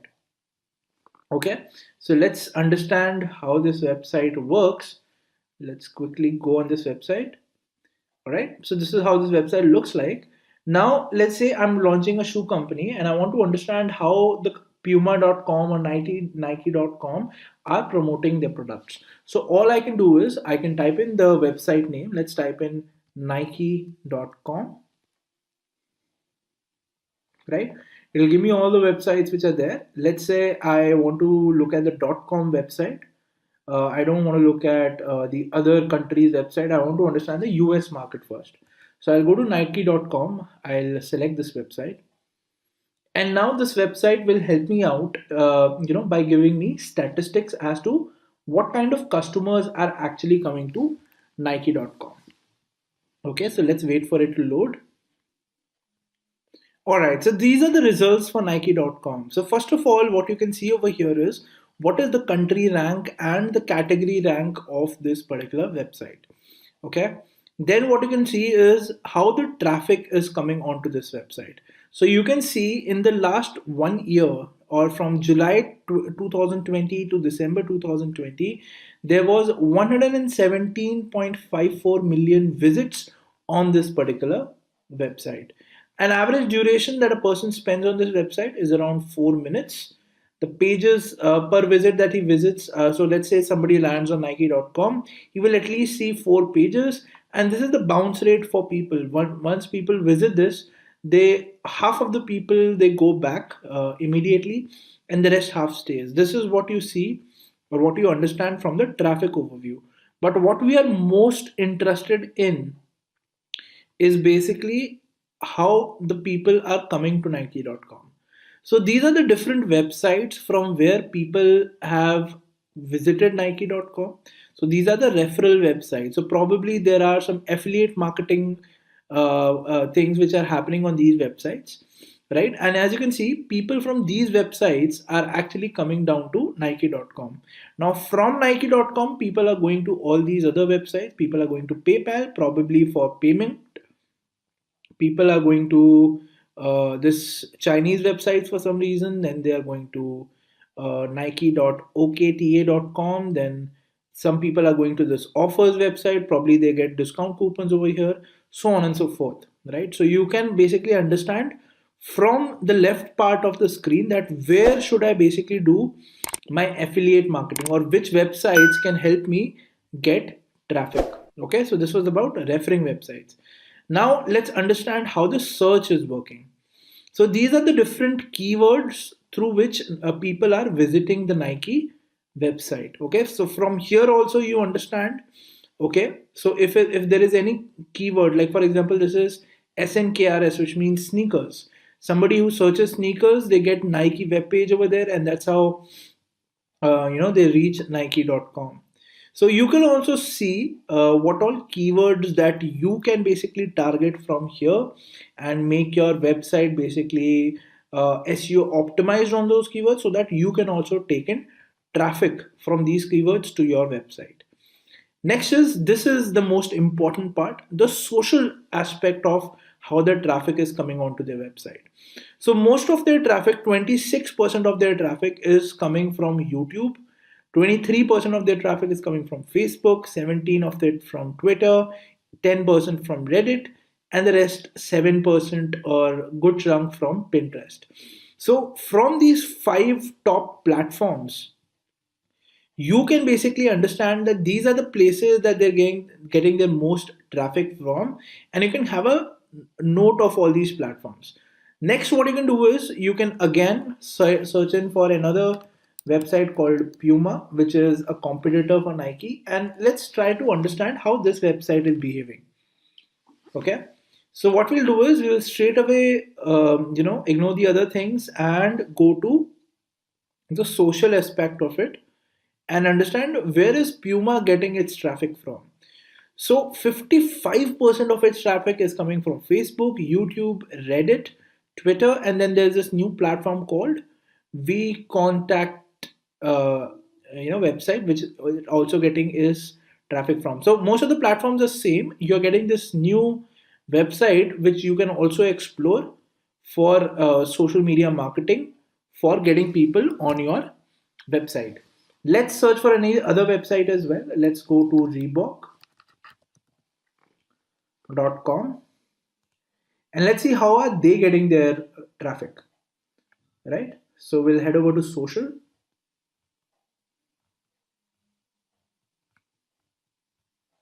Now they are also getting it from YouTube, Facebook, Reddit, Twitter, and then they have one more platform which is called Facebook Messenger. But understanding from this website, you can see that all these platforms have a major chunk of social media engagement which is coming from similar platforms, right? And by this, you understand that these websites have also done their digital marketing research.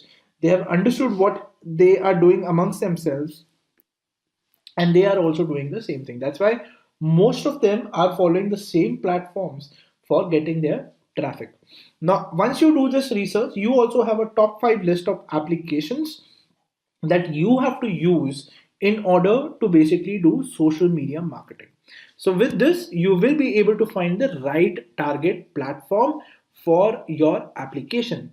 So what you see over here is where that website is getting its most traffic from, and similarly you will also have to make sure that your marketing strategy has those social media platforms in mind when you're doing the promotional marketing or content marketing for your product. All right, so this is how you can find the right target platform for your product. Next, guys, we will see how you can find your target competitors. So guys, the finding your target competitors is very important. Why it is important? Because it will help you to understand what they're already doing, which you can also do to give a boost to your business, right? And when it comes to direct competitors, when you're opening a company, obviously you have in mind the people who are already doing the same business as you, right?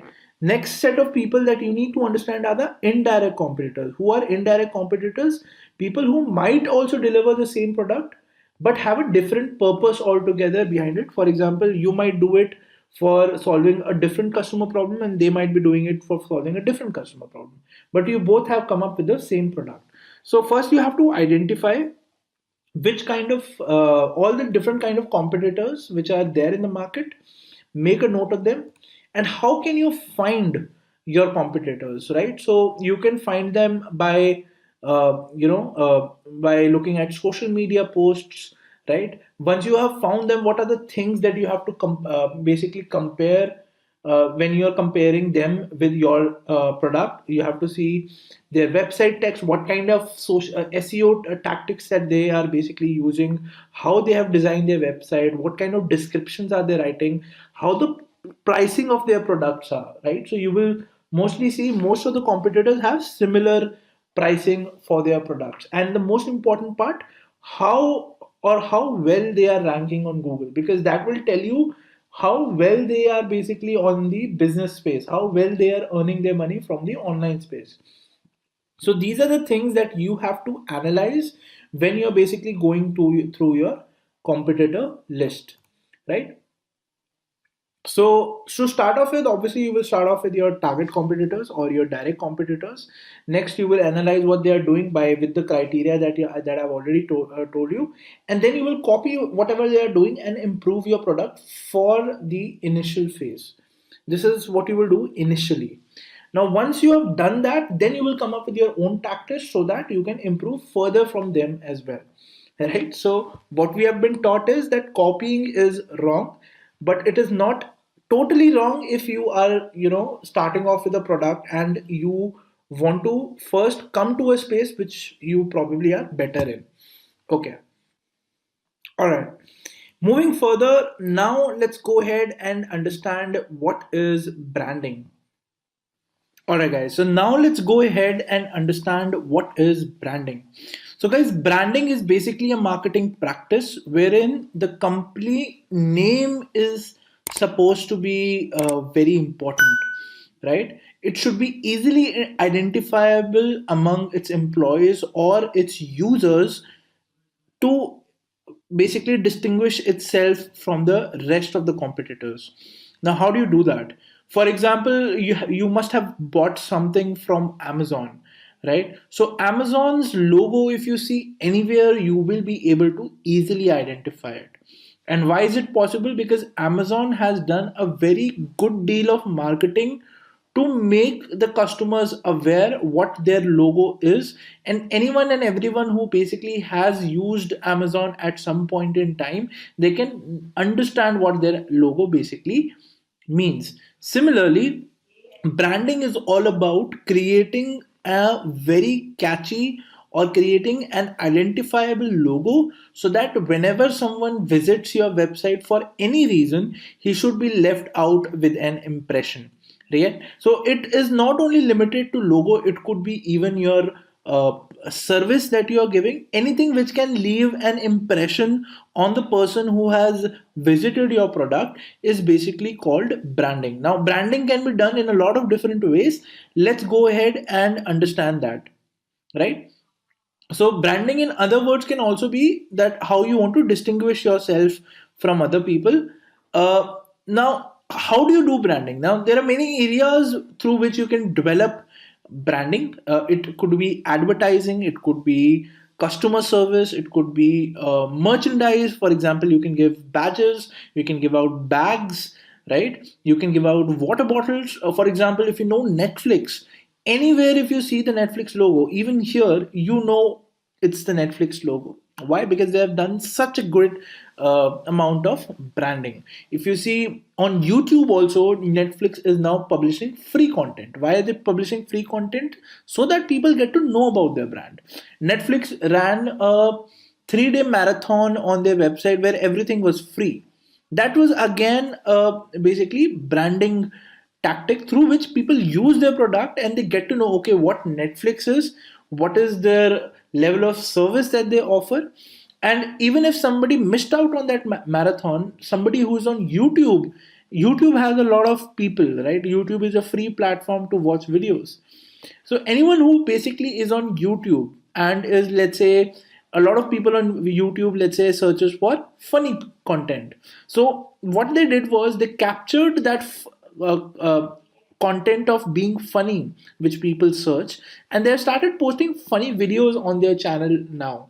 So with that, what they've done is they have captured all the audiences who are basically looking for funny content or comedy content or the comedy genre as per se, right? So all these things that I just talked about, that is promoting your brand through merchandise, promoting your brand through advertising, doing content marketing, providing good customer service, are all traits that attribute to branding through which you can basically even drive sales in the future, right?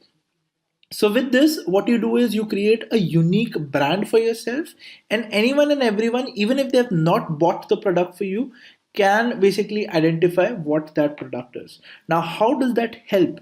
Let's go ahead and understand.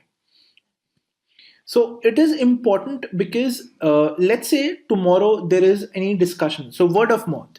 Anywhere, if there is a discussion when someone says, you know what, I want to buy a subscription which can give me a good amount of movies, and also where the quality of the video that I'm watching is nothing less than 4K. So people, even if they have not bought the service, probably they attended and the free marathons that they were running for you, free marathons which Netflix was running, or they have watched YouTube content. They will say, you know what, I have heard about this Netflix platform, seems very interesting. Why don't you check that out? So this is possible using branding, because what you've done is the customer did not buy anything from you, but you left an impression on him through which he was impressed. And even though he is not able to afford your product, he is spreading the word of mouth to others through which they get to know about your brand, right? Second thing is, it increases business value. How can it increase business value? Because when a lot of people know about a brand, and when you're trying to get investments for your company, because your brand is so popular, a lot of people will be willing to invest in your company, because they already know what your product is, they already know it is popular. And since they know it is popular, they know if they are going to invest in your business, your money is going to their money is basically going to multiply only, right? So that's why it also brings in good investments if you do a good branding strategy. If you have a good branding strategy, it also generates new customers. Why? Because when you have a very strong brand, it also generates trust. And what does that mean? For example, let's again take the example of Netflix, right? So if you have bought the Netflix subscription, and if you're paying the monthly subscription, why you're paying it? Because you know that you are getting a good amount of fresh content on Netflix. Every week they are putting out new series, or every week they're putting out new movies. Now when they're doing that, they're keeping the people engaged, right? And when they're keeping the people engaged, people are happy from that service, and hence they're ready to pay for that amount, right? So with this, when they also tell other people about it, you know what, I have this Netflix subscription and I'm loving it, because the amount of content which is there, I never get bored. It also creates new customers. Why? Because they already know a guy who's using that service. He referred that service to this new guy, and because of which he is basically also signing up on that service and starting to use it, right? So it also creates new customers.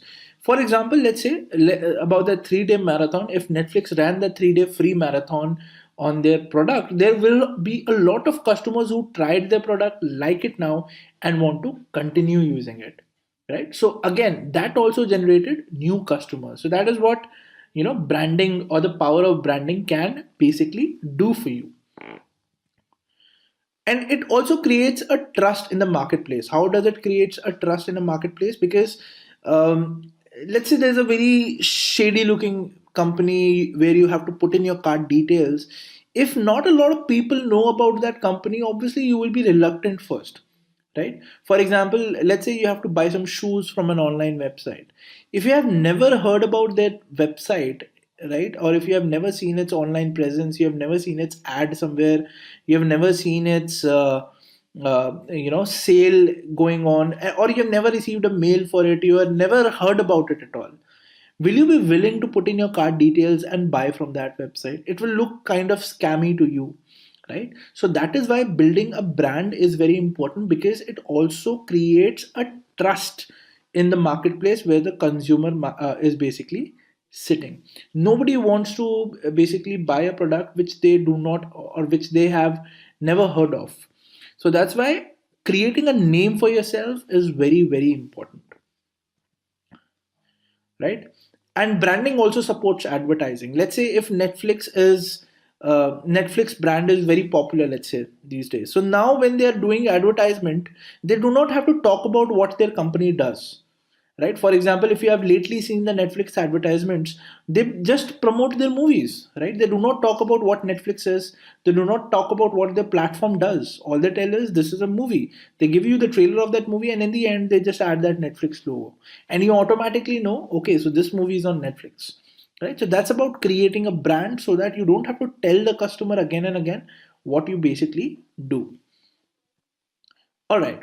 Now let's discuss another important aspect, that is the difference between branding and marketing.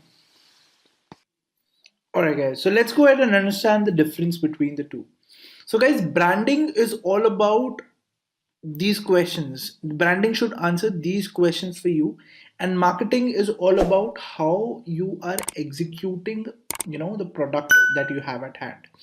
So let's go through these questions. So what feelings people have for you, right? When they hear your name, what is the impact that it has? So if you have given a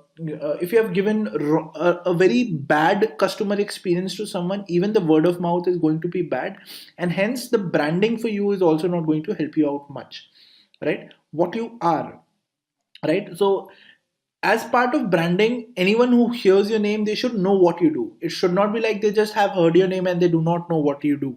So that's again something which is solved using branding, right? What makes you unique? So when somebody hears about you, they should also know what makes you unique, right? For example, if you have heard about YouTube, you should know what YouTube is. YouTube is a free video hosting platform, right? That's what YouTube is. So it should basically portray what it is, known for. What you want to achieve is again something which should be known from branding. If let's say you have a product which basically you say is miles apart from the other competitors which are there in the market, you should be able to push that out from the advertisement or the brand marketing that you're doing. Okay, what you look like, they should know how the company's logo looks like. They should be able to identify your advertisements from others advertisements, and they should also understand what you want to say. You often would have seen advertisements on television which by the end, by the time it ends, you never get to know what that advertisement was all about. So that's all failed advertisements. So that's how a bad execution of an advertisement has to be, right? Whenever an advertisement, whenever you are seeing, they should clearly identify, or they should be clearly be able to know what you are basically talking about. And that's again, a part of branding. However, when you talk about marketing, what is important is how you are communicating it. For example, on which platforms are you talking about it, right? So that's what makes marketing successful. How you are delivering it. Are you delivering it through videos? Are you delivering it through using blogs? Are you delivering it using by offering them free services? How are you delivering your marketing strategy? Third thing is, how are you unique, which is basically same thing as branding. But whenever you're doing marketing, that should also stand out. Why are you better than others? That should be a part of your marketing plan. How will you make money, right? So again, when you're doing marketing is good, but at the same time, it should also convey that how people can pay for your product. Okay, how will you grow your business? What is your vision? And how are you writing basically means how are you communicating your product through content media or through some other channels. These are the things which involve marketing. All right, so now thinking more from the branding perspective, I think for now you should have a clear idea about what branding is. Right, now let's talk about how branding, or what are the different stages of branding. So brandings are of two type, guys. One is internal branding and the other is external branding. Both of these brandings are very important. Let's understand them one by one. So when you talk about internal branding, guys, so first of all, if you have a company, even your employees should believe in that brand. So before telling it to the customers what your company is all about, the internal communication should also be very clear as to what the product is about, what is the vision of the product, what is the purpose of the product, what is the mission that you guys are working on, and what are the values of your product. Now, this will only be possible when the owner of the company, or when the founders of the company, or when the directors of the company, they tell this to their employees. Let's have a quick quiz question, guys. And the question is, how many types of pillars do we have in digital marketing? And your options are 1, 2, 3, or 4. Please mention your answers in the comment section below. Just a quick info, guys. Intellipaat provides an advanced certification in digital marketing and analytics course by CCE IIT Madras. You will get to learn from IIT Madras faculty and industry experts. Reach out to us to know more. So when you do that, it creates a self of belonging among the employees as well, and this automatically affects even the efficiency with which you are working in the company, right? So these four factors are very important. Second thing is you make them clear as to why this company that you're working for is different from the other companies which exist in the same space, right? Most often, if not commonly, you will notice that most of the shift of employees happens between competitors, right? So salary should not be the only differentiator that you have in your company. You should be telling them that why us delivering this product to our customers is better than your competitors. They should know that how the audience that you're dealing with is better than the other people who are doing the same thing, and what differentiates you from them so that they stick around with your company. That should be clearly communicated. So that's about brand positioning, how you can basically be popular among your own employees so that they don't badmouth you, right? Third thing is brand personality. So you should have a brand voice, or you should have a brand personality. For example, you will notice that if you have dealt with any customer executive of Amazon, that they're very humble when they talk. They will never be very rude. Never ever you will find any review of a customer support executive of Amazon where they mention they did not talk to them properly. However, when you're dealing with a new brand or when you're dealing with a new company, very often than not, you will have fluctuations in the customer service. Sometimes your customer experience will be very good. Sometimes the customer experience will not be that great. Sometimes the customer experience will be really bad, right? So it is very important to establish what your brand personality is, and all the employees in your company should talk in the same tone or in the same brand personality, right? So that this is what internal branding is. Moving forward, then comes external branding, which is again important for your business, right? And there are two things that we will be talking about over here. First is brand message. What is the message that you're trying to convey, right? So your brand should have a message. For example, you will see sometimes every brand has a very small logo, a very small line which comes with it, right? For example, appreciating excellence, towards excellence, or anything like that. So any big company you take with, right, they will always have a motto for their brand. So that's what the brand tagline is. Then they have a brand story. Brand story basically means how the brand came into existence. A lot of times this story also happens to be very important for people who try to relate to the brand. For example, if you talk about Apple is very good at these things. It's very good at what their marketing. You Everyone knows about what Apple is. Everyone knows about Steve Jobs. Everyone knows about, or if you haven't seen that YouTube commercial, go and see after this video. See how iPhone was introduced in the world. The first iPhone was introduced by Steve Jobs. See the way he introduced it. So that creates a brand story, right?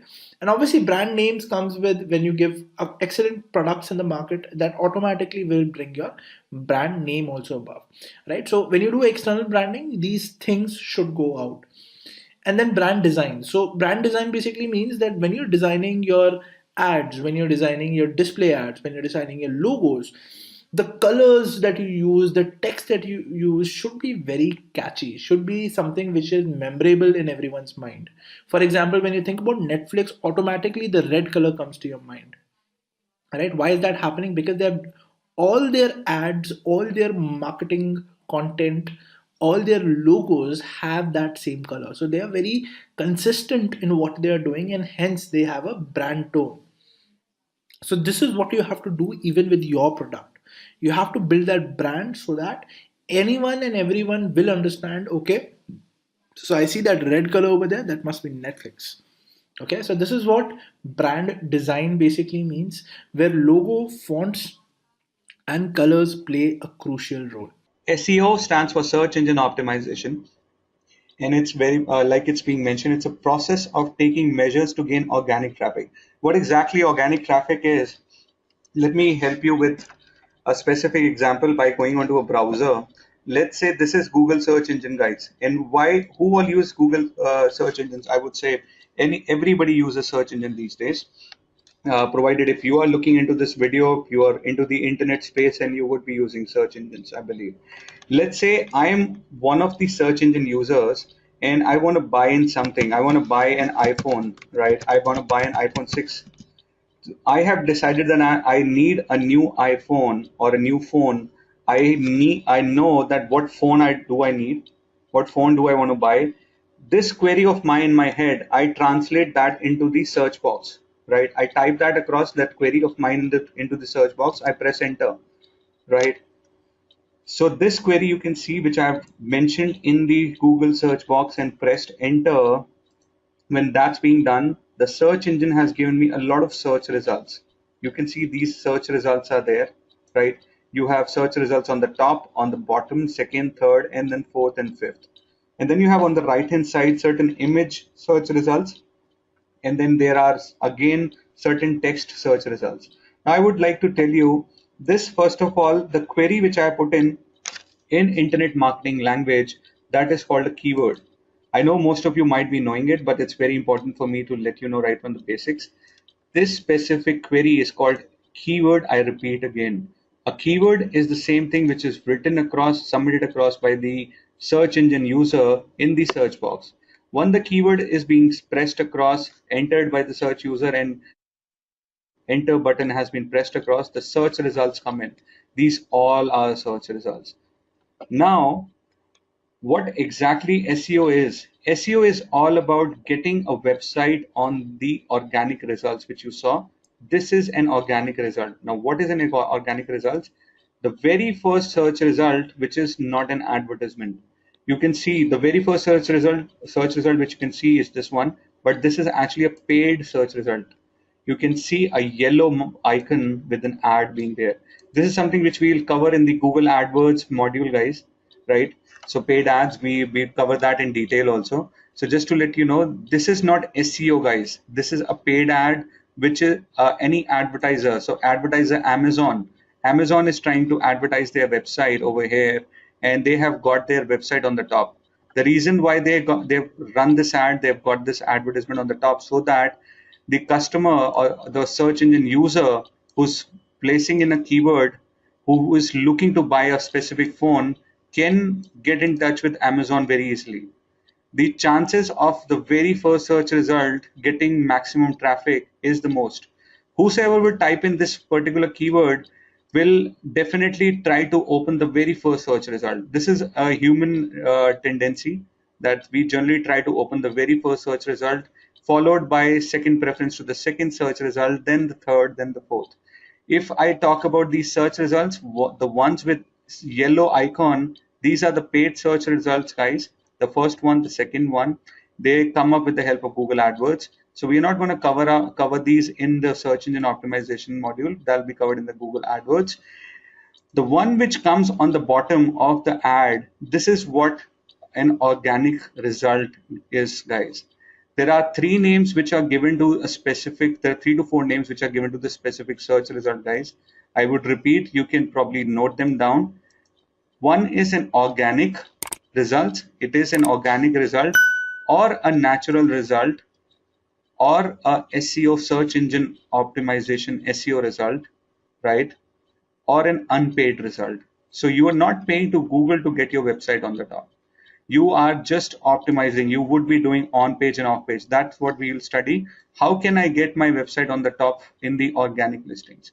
No matter how many people come, type in a keyword and click on my website 1,000 times or 2,000 times, I am not going to get charged.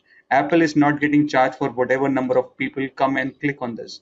But with Amazon being on the top, if 10 people type in a keyword and these 10 people get to see the Amazon ad and all these 10 people click on the Amazon ad, 10 clicks, on the basis of clicks, they would have to pay. Amazon would have to pay to Google for every click which happens on their advertisement.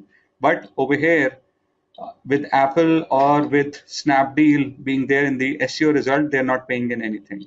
That's the difference between the organic listings and the paid listings. I repeat, these are the paid listings or the Google AdWords listing. And I repeat again, these are the organic, natural, or the unpaid or the SEO listings. So 4 names I've already given you, right? The search results which are there on the right hand side, that is basically a shopping ad, guys. A shopping ad, a Google shopping ad. This is also a paid advertisement. The difference between this top paid ad and this paid ad is that the shopping ad comes always with an image. The text ad, the text paid ad is just a simple text altogether, content, right? On an average, guys, maximum what you can see, maximum you would see top three results are paid, not more than that. Google has a strict policy that maximum three results on the top can be the paid ones. And on the right hand side, maximum eight results can be the shopping ads, not more than that. So maximum three on the top, maximum eight shopping ads. And even on the right hand side, if you would see, the paid ads are still there, the content, the text paid ads. There is a restriction for that also, maximum 8 paid ads on the right hand side. That is with one SERP. Now I would tell you what SERP is. So if you would see when the keyword was being typed across, this is one SERP, which is search engine result page, guys. This is one SERP, and then you have the second SERP. I'm clicking on that, right? You can see there are advertisement on the second SERP also, which is the second page, search engine result page. You have the Amazon, Apple, Flipkart, and then you have certain shopping ads again. If I go further, scroll further down, you would get to see that there is one, two, and then another third SERP, fourth, fifth, sixth, and so on and so forth. That's what an SERP is. And with every SERP, which is every search engine result page, SERP stands for search engine result page, maximum three top paid ads. I repeat, maximum three top paid ads are given across. So since the maximum is three, so it can be minimum zero also. At present, in this particular example, there are only just two on the top. And on the right hand side, you have maximum eight these product listing ads or the shopping ads. Shopping ads are also called PLA ads, which are product listing ads. On the right hand side, we have maximum eight paid results, eight paid ads. So eight paid ads, text ads on the right, and three on the top. Maximum 11 in a SERP. In every search engine result page, you can have maximum 8 plus 3, 11 search paid results. Search paid results, and maximum 10 unpaid or natural or organic. So you can see 1, 2, 3. I mean, you go so forth and so on. These are maximum 10 in the organic. We would study how can we get our website on the top for the unpaid listings, right? That's what overall search engine is. So search engine optimization, guys, I repeat again, it's an overall science, a process of getting your website on the top of the search results, right? So these are the search results for a specific keyword. You want your website to be on the top of these search results organically in the organic listings, not in the paid one. So that Apple has done it perfectly. Snapdeal has done it perfectly. Best Buy has done it perfectly. The higher you are, the better chances are that you're going to get maximum traffic, maximum relevant traffic, and ultimately traffic would result into sales, which is the end objective of every business. I hope you would agree that every business needs sales, revenue, and profits. Nothing more than that. I mean, definitely other things does get attached to it. I mean, customer experience, satisfaction, all these things are needed. But every business is there to earn money, and I hope everybody is over here to learn SEO to make money out of it, right? So that's the objective. I'll move back to my slide again. All right. So, like I said, SEO is the process of taking measures, which is taking all these corrective actions and measures to gain organic traffic from search engines. Your ranking and placement on a search engine website depends on user queries. So the user query which I had used in that particular example was buy iPhone 6. If my end customer is typing in buy iPhone 6 and I sell across iPhone 6, it's a perfect thing. I should get my website optimized for those specific queries which my end audience would type in while looking for a kind of product which I also sell, right?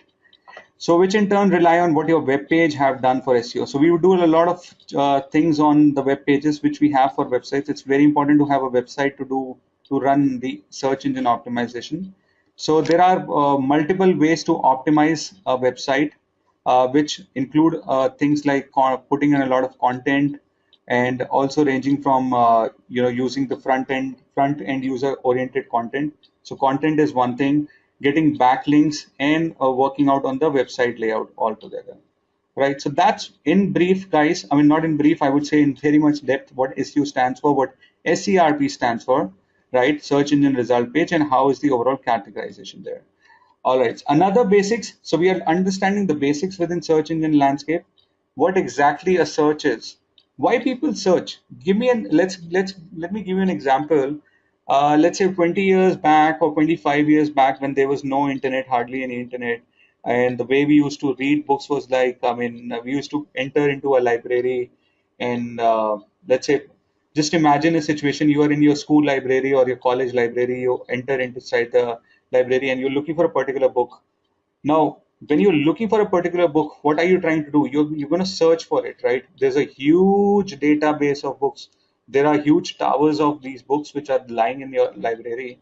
And out of those lakhs of books, or maybe thousands of books, you're just looking for one single book. How would you get to know that the book which you're looking at, where is that placed? Earlier, we used to ask our librarian that where can I get a such and such book with such and such author.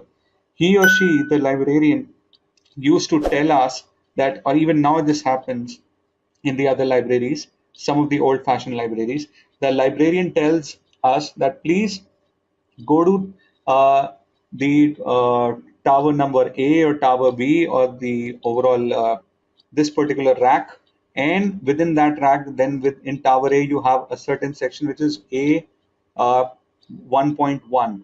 So the librarian was helping you do the search part very easily. So we always do a search to find a lot of information. We always keep on hunting for various information. Now today I decide that I want to go to a restaurant for a dinner or for breakfast, whatever the time of whatever time you are looking at this video. So let's say I decide to go for dinner in a very good fine dining Chinese restaurant. What would I do? These days, we always keep a check on search engines. We always ask search engines. I need to buy a phone. I need to buy a car. I need to go for with any sort of online shopping. I need to complete. I'm a college student. I need to complete my project. I'm a small kid. I want to watch cartoons, or I am again a school going kid who is looking to look for certain movies, or what all things. We always, every sort of individual is searching in something or the other. So on the internet, searching is just all about finding and stuff. We all know that, right? So but it's very much important for me to let you know, even if you know that. So somewhere in a location, in a collection of huge database documents or web pages, also in the internet space, there are huge web pages which are stored across by search engines. Search engine stores a hell lot of web pages, a lot of web pages which gets constructed on day-to-day basis. They are being taken into consideration. They're being read and saved by search engines in their database. So all these search engines have their huge data centers, guys. Now consider, imagine one more thing. I'll ask you to imagine one more thing. Imagine you are in a particular corporate office which is way too tall, as in when the it's a taller building, and it's a cold storage unit, and it has a huge, I mean, very tall towers also, and these tall towers are data centers of these search engines. You would find, I mean, there are plenty of data centers which Google owns in various countries. So they have a good number of data centers in the United States, some of them in India as well. So within their data centers, these cold storage units, which you have imagined just now, they've got heaps of web pages being stored.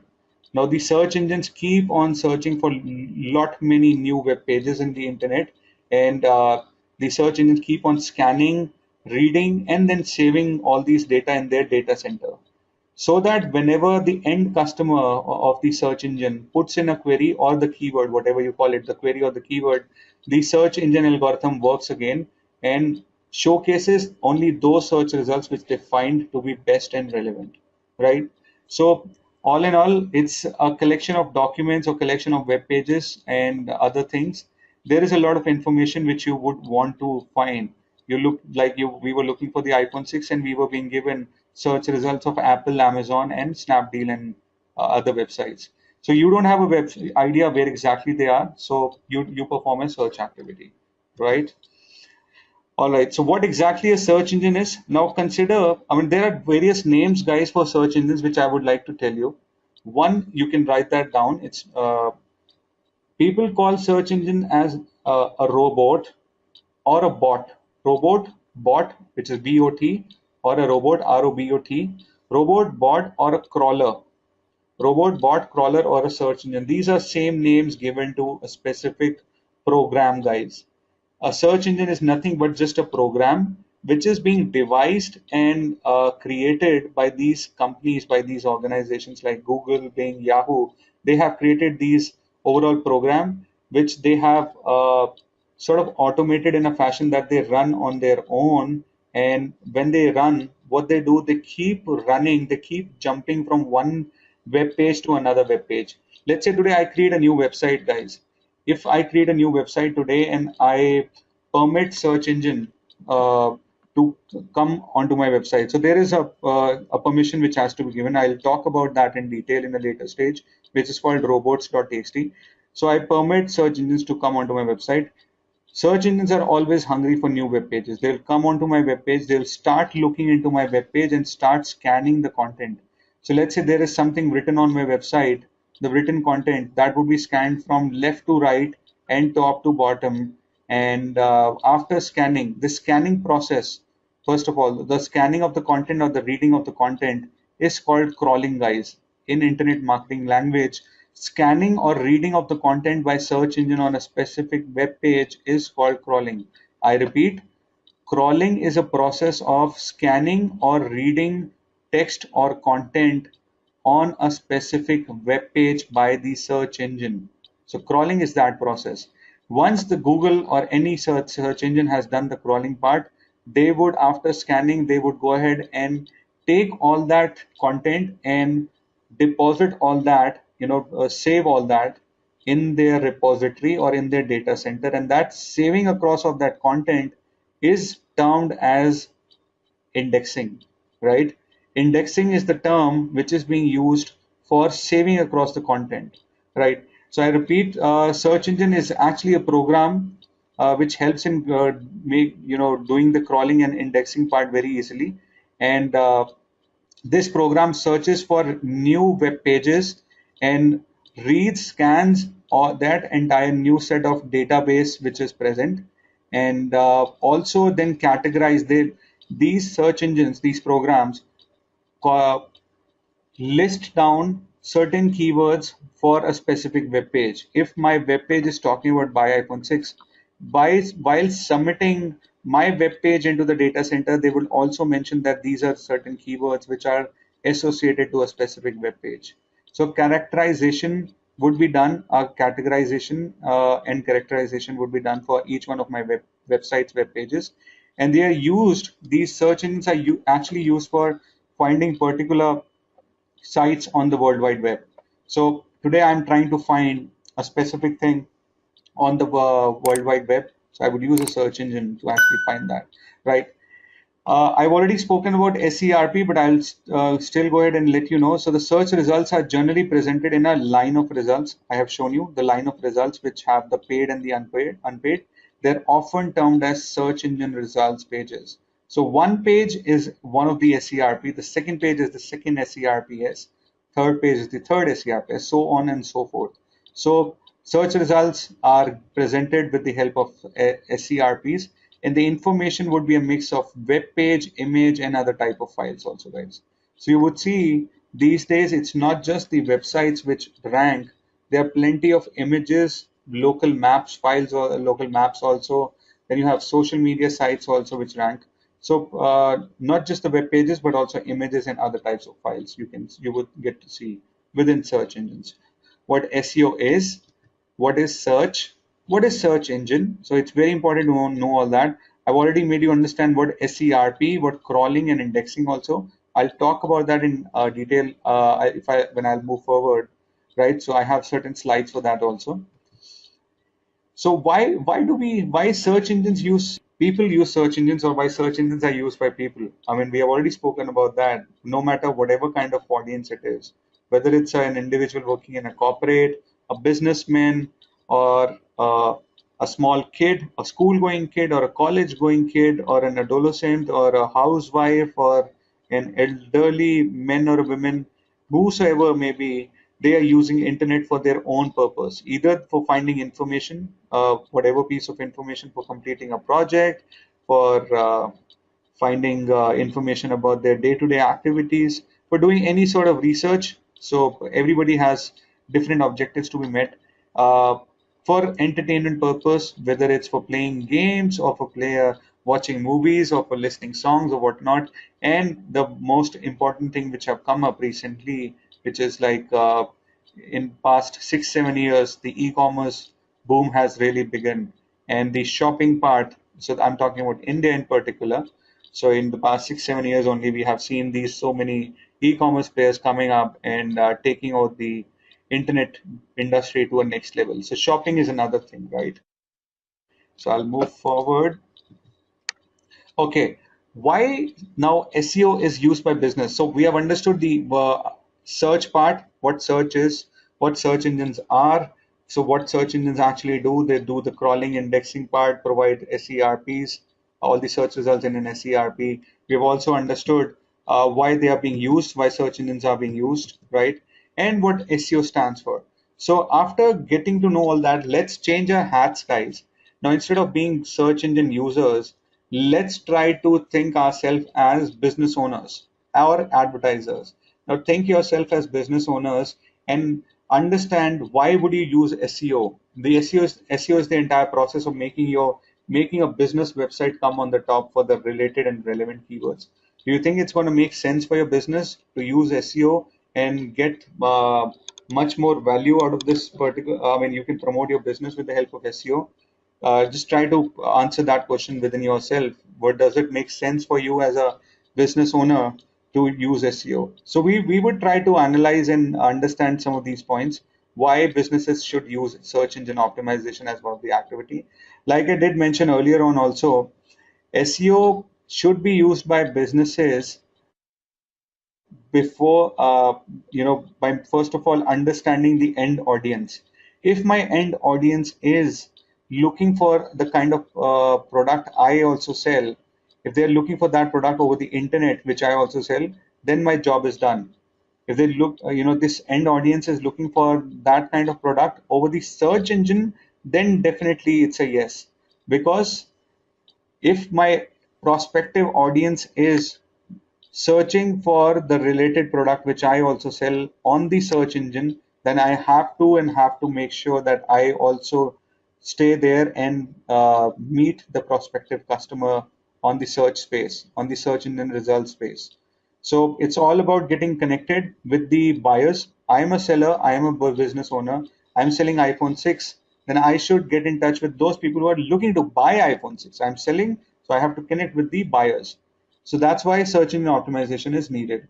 So the very first reason why it's being said that SEO is important for every sort of business or most of the business, that the very first reason is SEO makes your business more visible in the search engines. So if your end audience is present in search engines and you do search engine optimization, you're at least making sure on the very popular search engines like Google, Yahoo, Bing, you are being present, right? So Google, Yahoo, Bing, your product is being present on these search engines, and the end customer will, whenever they would type in related search queries on any of these search results, your business is going to be visible, present, and somehow or the other you would start getting inquiries, leads, and that will ultimately turn into a sale. If things go really well, the product is strong, your sales team is convincing, or whatnot. So for many people to find your site, it's SEO is very much important. It must be optimized and must be in tune with the algorithm. So I hope I have already spoken about algorithm. Algorithms are the way Google or any other search engine identifies which web page would be on the top and which web page would be on the second or the third or the fifth position. So without SEO, your site will be lost in a big jungle. You can try to visualize that. So let's say a world wide web is a big jungle. and you don't know the way out, right? So if you want to know the way out, SEO is the thing, because when you know the way out, it's very similar to meeting the end customer, right? So that's reason one why SEO is needed for your business. The reason two, SEO offers passive traffic. So what we say as a passive traffic? So PPC, in other hand, which is Google AdWords, offers it's a costly affair sometimes, but everything has its own pros and cons. But SEO is a bit cheaper affair. But PPC marketing, actually you have to pay to Google, and when someone clicks on your ad, they would the advertiser would be incurring certain amount of money. With SEO, it's all about making your website rank on the targeted keyword, right? And once your site is optimized, you don't have to pay the search engines at all. Even a single penny is not supposed to be paid. It is free, it is targeted, and you keep on reaping on benefits when it comes to SEO, right? As compared to PPC. So both have their own pros and cons. This is one of the positives which I can let you know SEO has over PPC. It's free. You don't have to pay to Google, right? Number 3 point, why SEO is needed for your business. I tell you again, don't forget that you are business owners and you're thinking like a business owner. So if you are business owners, I'm letting you know why SEO is important. So SEO helps you improve your site also. So if you have a website, which I mean, definitely you need a website for the SEO. If you have a website which needs change on ongoing basis, and you want to stay abreast with the other competitors also, and make sure that you are performing much better than your competitors, customers are liking your product more than your competitors.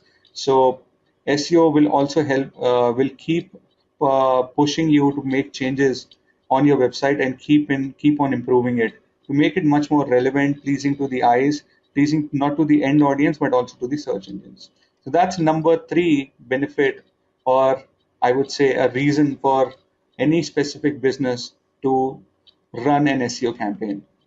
Flipkart.com. All right. So I enter flipkart.com. What you see, it got redirected automatically, right? It got redirected to the www version. So in the scenario one, when I pressed in www, I type in enter, and what's happening in both the scenarios, the end result is same, right? There is no canonicalization issue. Had it been something different, had it been like the website is opening as without www and the website is opening with www also, and it's not redirecting, had it not been redirecting and the end URL would have been different, then Google would have considered, guys, this website as a website with duplicate content. Two different websites would have been considered by Google. Would have considered this website, Flipkart, as running on two different URLs. Same content on two different URLs, Google will penalize the website. Now, they have done it very well. In case your website is uh, uh, opening up with two different URLs, which is with www and without www URL, it means it has a canonical issue. In that case, what will happen? The overall way to get that resolved is with the help of 301 redirect. You can see that this particular image does say that with www and without www. These are the two ways to open a website. If the end URL in both the scenarios is same, there is no canonicalization issue. If the end URL in both the scenarios is different, then it's a canonicalization issue, and canonicalization issue will treat your websites, both your websites running on two different URLs, and a copied content issue will be there, and Google will not give you preference over other websites. Your SEO campaign can get hurt. The way you can get this issue resolved is by doing a 301 redirect.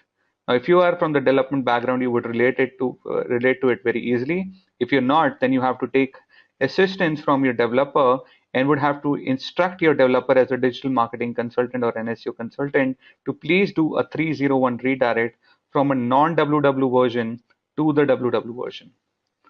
Either way you can do it. You can do it from non-www to the www or www version to the non-www version. But the end URL has to be same, right? That's what has to be done.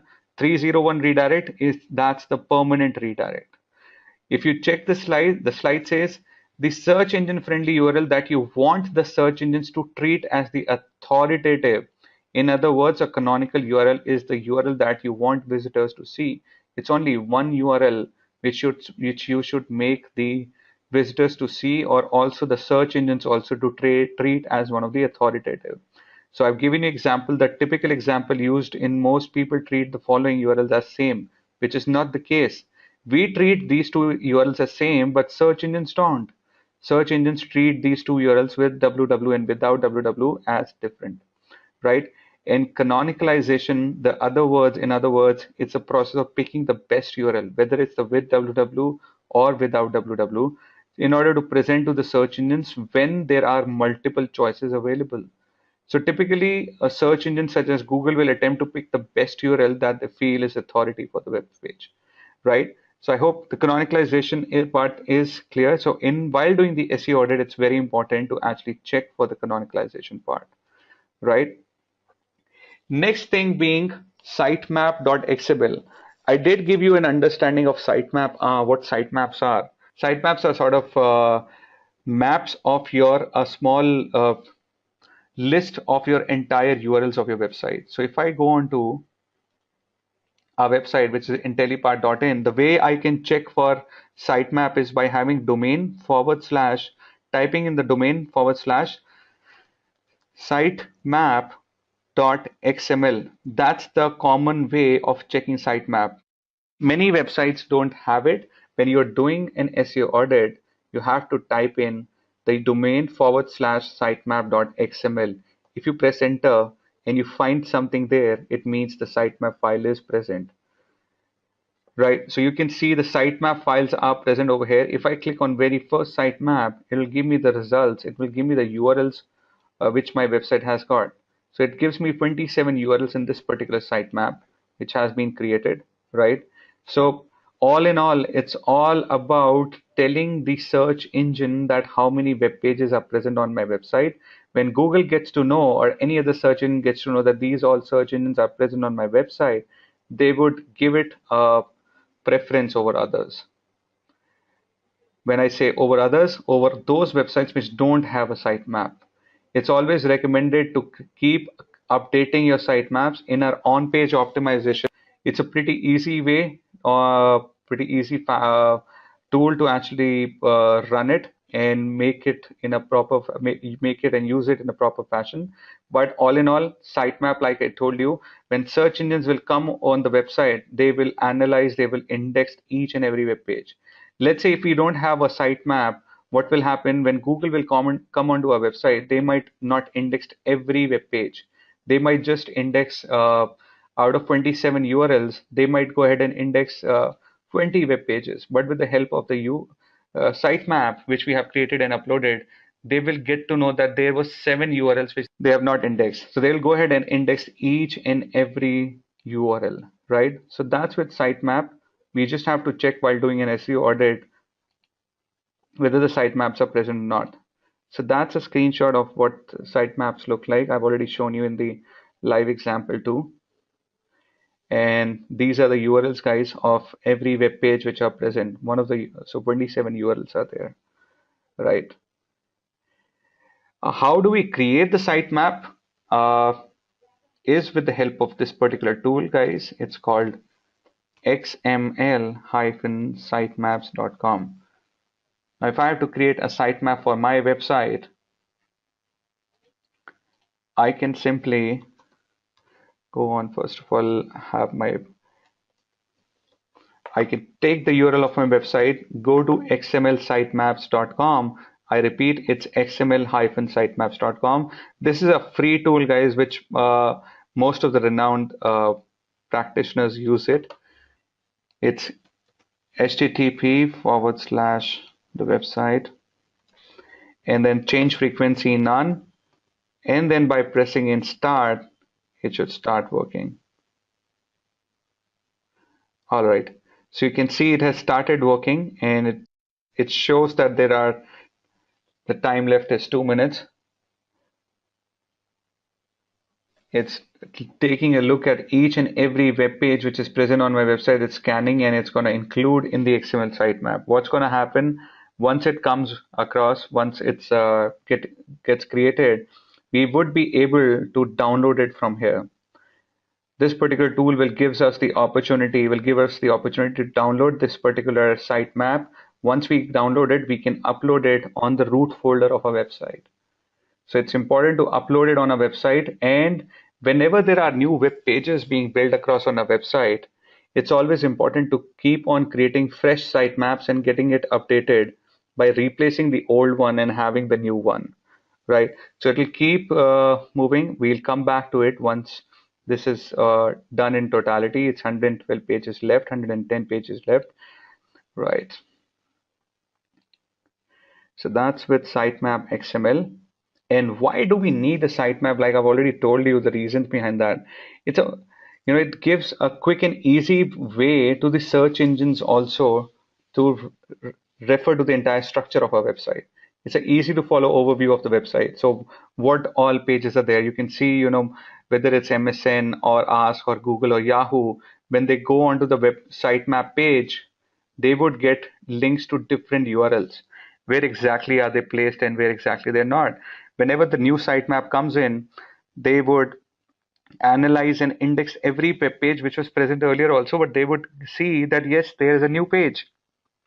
So updation of sitemap is very much needed whenever there are new pages. If you are looking at indexing your new web pages very instantly, sitemap is the best way to do it. Update your sitemap and get your new web pages indexed in an easy fashion, right? Next thing, the reason why sitemaps are important or they should be used is that it provides a pathway also to the search engines. It gives a particular way to be followed. It provides text links to every page of your site. It does help me to get to know what all are the text links of my website. It also not just helps the search engines, guys. It also helps the visitors to know how to get where they need to go. So if they want to go to a specific place, a specific web page, they can refer the sitemap and go directly there. Also, it utilizes the important keyword phrases. Sitemap helps in overall indexing from the keyword phrases also. When we'll do the keyword research part, you'll get to understand how it gets related. So there are certain keywords which get links to the overall URLs, right? And these URLs all are part of the sitemaps. Right. Next thing is robots.txt. I did give you an understanding of robots.txt is, what exactly it is, what is this file all about, and why one should actually create these files. Now, robots.txt, guys, is a file. It's not an HTML file. It's a notepad file. It helps you to put your site, to let search engine robots know which pages they should come and index and which pages they should not visit, crawl, or index.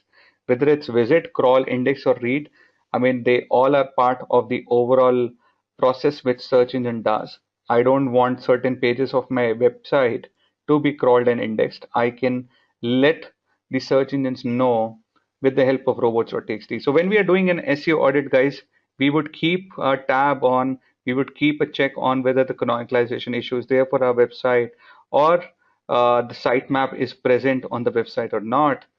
Plus, we'll check for the domain age. We'll also check for other information about our website with the help of these commands which we have spoken about. The commands, the who is, the domain age part, the canonicalization. So we just have to check whether it's there or not. And once we know that the sitemap is also present, we would also look at whether the robots.txt is present on our website or not. How do we check that? So the way we checked our sitemap, that was an easy way. We checked that with the help of the domain.com / with the sitemap.xml, right? We press that and we got to know whether the sitemaps are present or not. Similarly, if you have to check for the robots part, the robots file is domain.com / robots.txt, right? I go ahead and press enter. You can see that it's very much visible. It's very much present. Now, what exactly is this? We're going to take this in detail once we'll do on-page optimization, but I'll give you certain more inputs on how this is being created in a while. You can see it does say user agent, and there are certain things which is disallow, disallow, disallow, and disallow. So these are the pages, guys. These are certain sections of the website which are being not being indexed at all, right? So let me show you how this overall things work. All right. So this is the one of the command which really disallows every web page on the website.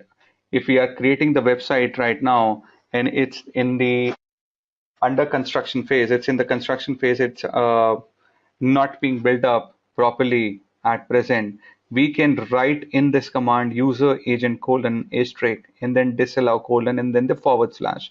It will disallow the entire site. Let me show you how this is being created. I would take a notepad file. All right. So why we have to take a notepad file, guys, and if I want to block every web page, I would type in user hyphen agent colon and then the asterisk sign, which is shift and 8. All right. And the next thing in the second command. So what happens, right? So this is user agent colon, right? So what happens? User agent means all the search engines, right? All the search engines are right up here. If I have to give a command to a specific search engine, I can type in their name also over here. So let's say if I have to do it for Googlebot, I can mention the name Googlebot. The name for the Google search engine is Googlebot, right? So usually people do it for all the search engines, and all the search engines are referred as an asterisk symbol, user hyphen agent, and then the asterisk symbol. All right. I press an enter and then I do it disallow colon and then the forward slash. This is used, guys, when we have to disallow all the web pages. All right, when we have to disallow all the web pages. This is scenario one, guys. Now, scenario two, I would delete all that and would start fresh and tell you in the scenario two, when I want all the web pages of my website to be indexed by the search engine, I would type in the same thing, user agent, and user agent means the search engines. So user agent colon the asterisk sign and then forward enter allow colon forward slash. That's what we have to do.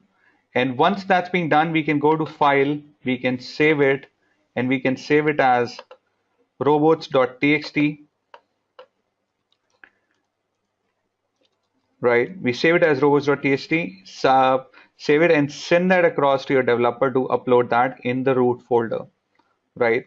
So if you're not from the development background, you're a digital marketer, you don't need to have all the technical skill sets, which is perfectly fine. You need to be a marketer and not to be a developer. So, but if you have that skill set, which is good.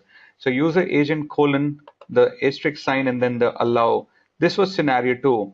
Now comes in scenario three, which is user where we want certain pages to be indexed and certain pages not to be indexed. I can do that by typing in user agent colon and then the asterisk sign followed by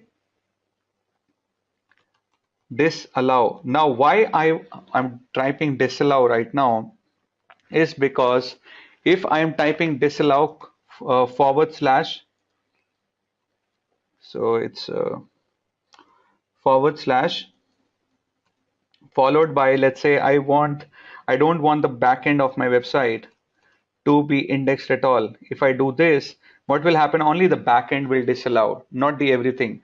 If I would have done it this way, which was scenario one, then all the web pages of my website would have been disallowed. But if I want only the backend of my website not to be indexed, I can mention that wp-admin and then the forward slash. What is happening now that every page of my website is getting indexed, but only the backend of my website is not getting indexed.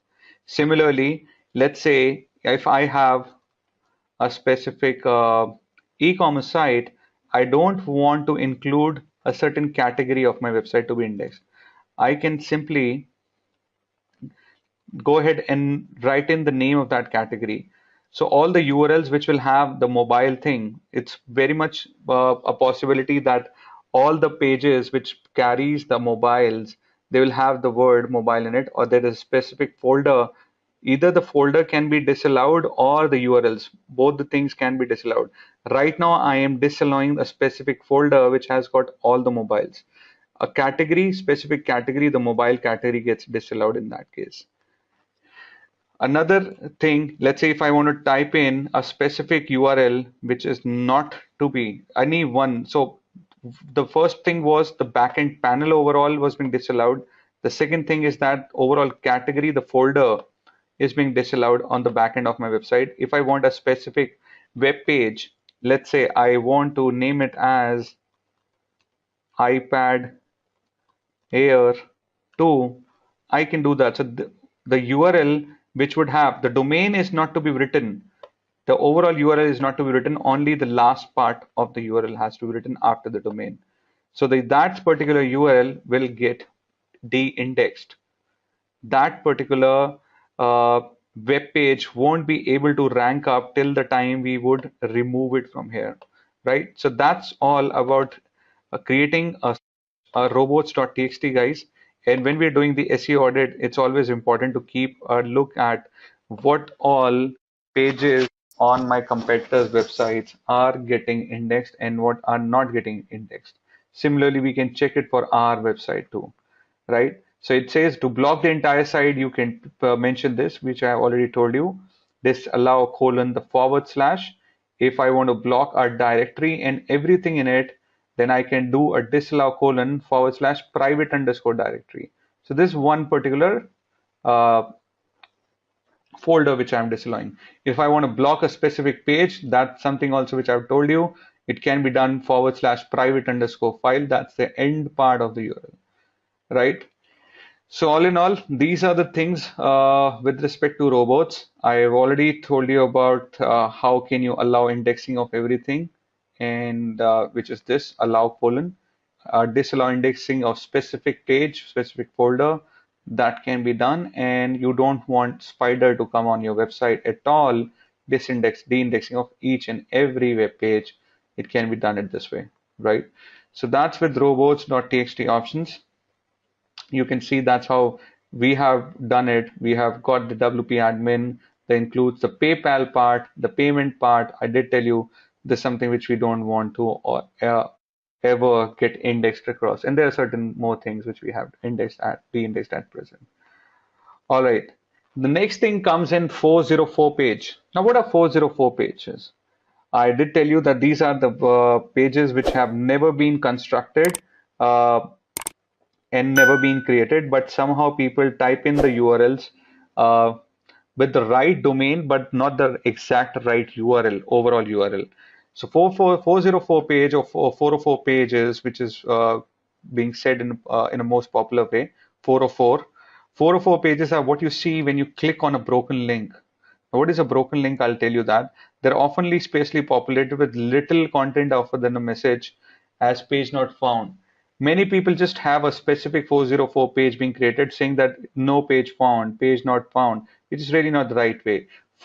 custom 404 pages needs to be designed in a proper fashion so that, and it needs to have the links or resources where the search engines can actually click and also go to different segments of the website. So let me do one way I would show you the 404 page of one of the website and tell you the way they have done it. So let's say this is the website snapdeal.com and I try to open a specific internal page, which is snapdeal.com forward slash products kids toys. All right, somehow I go ahead and type in wrong spelling. Instead of toys, I type in toy. All right, what has happened just now? The 404 page, this page has not present. It's not present with Snapdeal. They have got a very great custom 404. Do you see? It's not that they have got a blank page which says that page not found. They've got a very interactive page. They have got these categories, these options, a custom 404 page is designed that if I'm looking at furniture, home and kitchen, if I'm looking at women's footwear, I mean, I've got an option on a 404 page which is not present.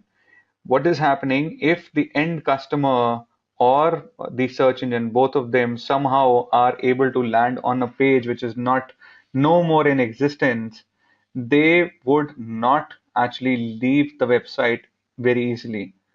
It's not going to be a lose of the customer, a loss of the customer, or loss of the search engines who's coming onto my website, right? So what's happening? The end customer will have a lot of options right up over here, and also over here by clicking on the header. So all the categories are there. Plus, also with the footers, with the footer options, there are plenty of links. The wrong way of having a 404 page is that by just having a plain text saying 4 page not found, but and not having any links. This is a good custom 404 page. Search engine will also come onto this page by somehow because of any broken link. The broken links makes them land to the 404 page, and they for the search engines will have access to so many other things. Search engines and end customers will not straight away leave your website, and you will be at a losing end by losing the search engine or by losing the end customer. Both of them can be uh, kept on your website with the help of a custom 404 page. That's what custom 404 page are really meant for, a good design. There's another way of handling this 404 page, guys, which also the Snapdeal's competitor Flipkart actually does it. Let me show you. I don't recommend that, but it's also something which many people do and it's not harmful. If I do flipkart.com / maybe anything, a page which is not present, the domain is right, but the page which is not present, I write flipkart.com / blah blah blah. You can see the 404 doesn't come, but they redirect it to the home page. So redirecting the end customer to the home page whenever there is a 404 is another way of dealing with the 404. It's up to you whichever way you want to do it, but I personally recommend the way Snapdeal has done it because it does gives a lot of options to the end customer and does tell them that the page which they have clicked on, they have I mean, that's no more there. That has been changed.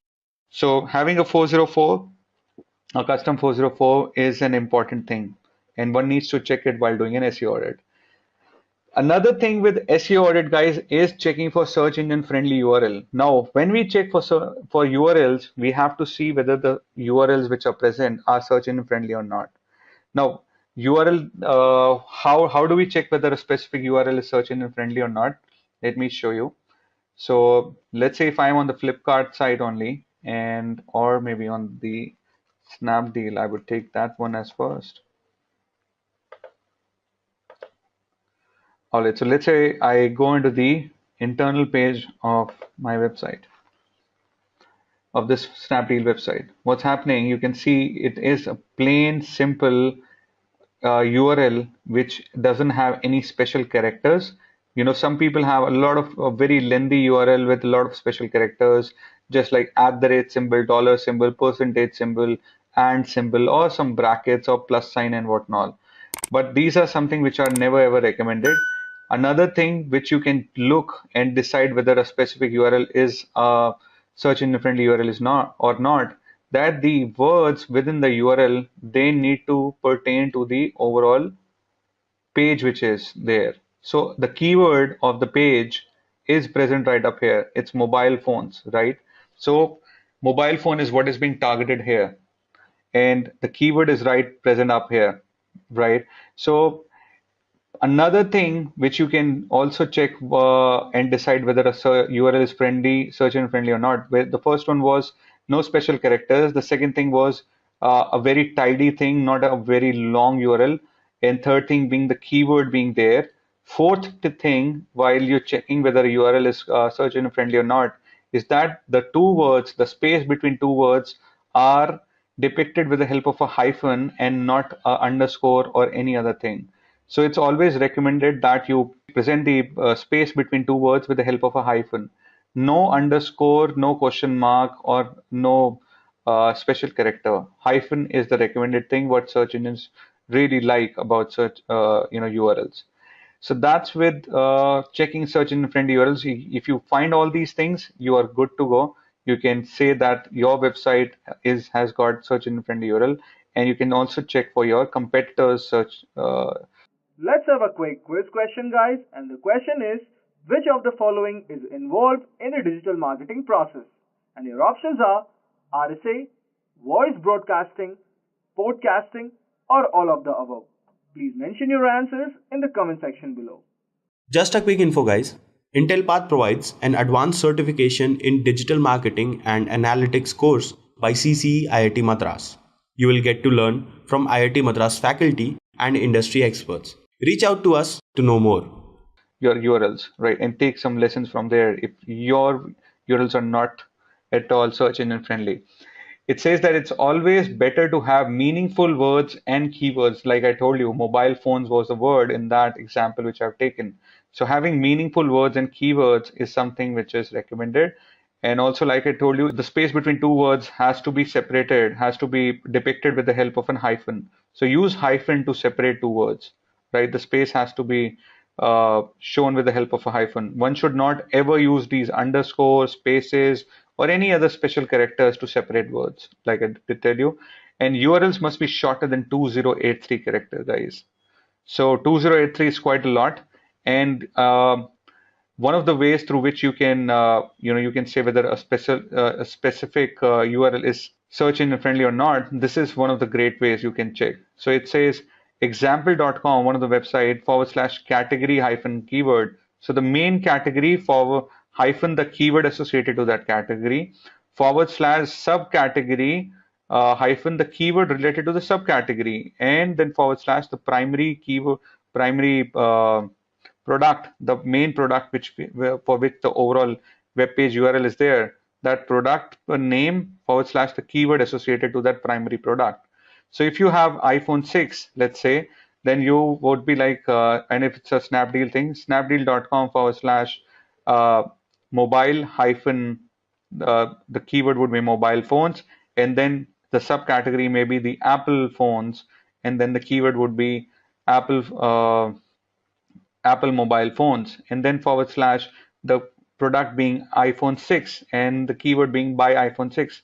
So in this way, the overall example, if it's like this, the URL is crisp and cleaner like this, which does have a folder path, a proper folder path with category followed by the subcategory and then followed by the main primary product and all the keywords for every specific main category, subcategory being mentioned, then it definitely means that the URL is search engine friendly. All right, so that's with the overall search engine friendliness of the URL, which you can see and check while performing an SEO audit.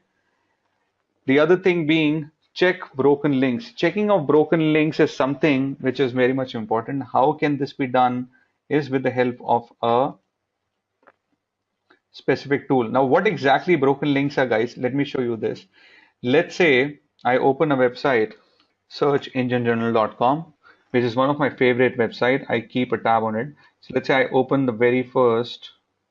All right, so I will open one of them. So one of the articles which I'm opening right now, what happens, you can see this is an hyperlink, right? They have created a hyperlink. If I click on this and open it in a new tab,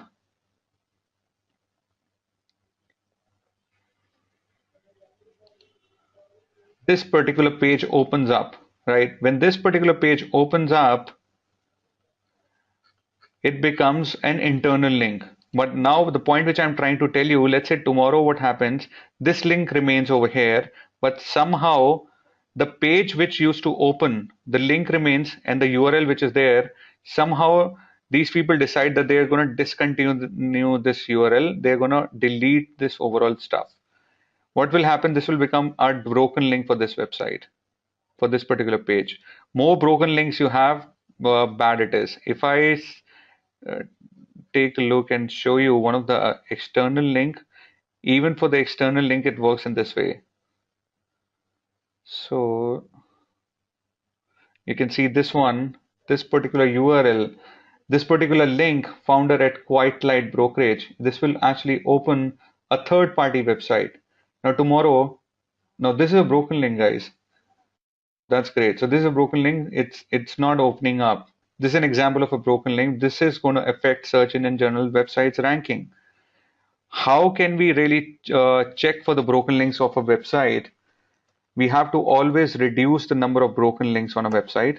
While doing an SEO audit, after checking the search engine friendliness URL search engine friendliness, we have to also check for the overall broken links on our website. So let's say if I do it for searchenginejournal.com, I just have to type in, it's brokenlinkcheck.com, guys. I would take brokenlinkcheck.com, would enter the URL over here.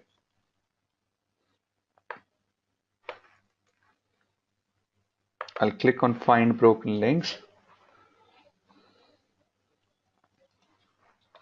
It's X3QJJ, and I go ahead and click on find broken links. It'll start first of all analyzing all the web pages and start giving me the broken links which are present.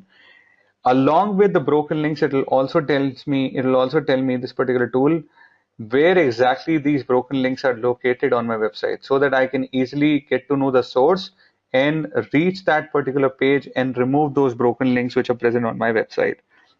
So it will take some time, guys. You can simply go ahead and check it yourself. Let me show you.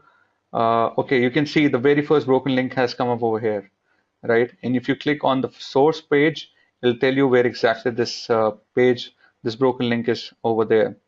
It's a 404 page which is opening up when this is being clicked across, right? And so that's with the broken link, guys. That's overall, it will keep on performing its activity. I hope most of you are clear on that part. So when someone clicks on a page, what broken links, why should we check them? So when someone clicks on a page and it doesn't lead to a working page, I did show you with the example, it's called broken link. It's very important to diagnose this. The broken links actually breaks the journey of the search engines also, and also the end customer. Hence, they can't really lead to much better crawling and indexing. So it does adversely affects the health of the websites and lowers the potential of the website to rank, right? That's all I have, guys, in this video. I'll just do a recap of what we have done just now. So we started with understanding the overall SEO audit part and what exactly it is. We also understood the reasons and benefits of doing an SEO audit, right? We understood that in detail. We understood some of the commands, the cache site the link command, related command, info command, define command. They're very important in terms of getting to know about our website and our competitors' website. Followed by who is stuff, whereas in we understood how can we get to know the domain age. It's very much important to know about the domain age. Then also about making sure that our website is not in the trap of canonicalization, right? So canonicalization of a particular domain happens when our website opens up with two different domains, right? So with www and without www version, right? XML sitemap, we also understood what exactly these are. These are the certain maps, and how should we go ahead and get them created. I did tell you about the tool XML sitemaps, and once that's get created, you can download and send it across your developer to upload it into the root folder. When you're doing an SEO audit, you can check whether the sitemap is present. How you do that? By entering domain.com/sitemap.xml. Similarly, you can also check for the robots.txt by typing in the domain.com/robots.txt, right? So we understood all that. We understood overall ways through which we can create the robots.txt file and get that uploaded across. All right. So these are certain ways through which we can, through commands in different scenarios. Robots was being followed by understanding of 404 page. How can we get the 404 pages working in favor of the overall SEO campaign? So a custom 404 page is something which is recommended, right? We also understood how can we really check whether the URLs of a website while doing an SEO audit, we can check 404, we can check the search engine friendliness of the URLs as well. So there are certain ways to check that, which is a human intervention is needed. And the last one, we understood what broken links are and there is an adverse effect with respect to broken links, and how can we check that. So these are the topics which we are going to cover in this overall module, guys. The third module, which is on-page optimization. What exactly is on-page optimization? We first going to cover that up. Then the second part being reasons and benefits of doing on-page. So until and unless we don't know what is the benefit of performing a specific activity, there is no point in going ahead and doing that. So the overall basics needs to be clear. What exactly are we trying to achieve with the specific activity? Then the all overall activities which are part of on-page optimizations are so forth and so on, starting with keyword analysis. Now, what is keyword analysis? In my first couple of videos, I've already told you what exactly the word keyword means. What is a keyword? It's a query which the end customer types in the Google search engine. Now, if I give you an example today that I'm an advertiser and I have got, for an hypothetical situation, I own a car garage and you guys are digital marketing consultants. Now, today I ask you, does it really make sense for me, as in the car garage owner, to spend on SEO? Then how would you get to know whether it is a great thing for the car garage owner as well? It would first need asking and asking the client. You as the digital marketers would really ask me, which is who's the client, that whether my end customer is actually present on the internet or not. So giving an example, if I am car garage owner and my audiences are those people who owns car and they want to get their car serviced, their car AC may be repaired or car wash kind of a thing, then the car wash services are basically bought by what kind of audience? And this audience which buy the car wash services, are they really present on the internet or not? If they are present on internet, then the second thing which we have to really look at is that within the internet, does the end audience really go on to search engines for finding in services like car wash? If the answer is yes, the search engines are used for car wash services, then it is a good exercise to go ahead. It is a good investment to go ahead with SEO campaigns. So investing in SEO campaigns only makes sense if the client's end customer is using search engines for finding products and services which the client is serving. Once that's being known, once that is decided, then only the keyword analysis part comes in. If I select in wrong keywords, if I am the digital marketer or I'm the advertiser, let's say I'm the advertiser and I get any digital marketer to work on my website and rank my website on certain keywords, let's say 5 keywords. If those 5 keywords really don't match to what my end customer also types in while looking for products and services of mine, then there is no benefit, because my website should be up for those specific keyword which the potential audience is going to type in. So we take that in detail. We'll be using certain tool which is called Google Keyword Planner tool. That would be used, and I would show you how can we get to know about lots and lots of keywords which are used by end audience to type across in the search bar. And we'll also check the competition of a particular keyword. When I say competition, it means how many websites are trying to rank themselves on the top for a specific keyword. Plus, we'll also analyze, while doing keyword analysis, how many searches have happened for a particular keyword in the last 1 month. So Google gives us certain statistics, Google gives us certain data to analyze, and this data is actually captured by Google themselves when people actually come onto their platform on their search engine and do a lot of research. Once that's being done, let's say if we have finalized 50 odd keywords for by doing keyword analysis, that these are 50 good keywords which are good and should be targeted and they are relevant, and my end audience actually types in that keyword while looking for my products and services.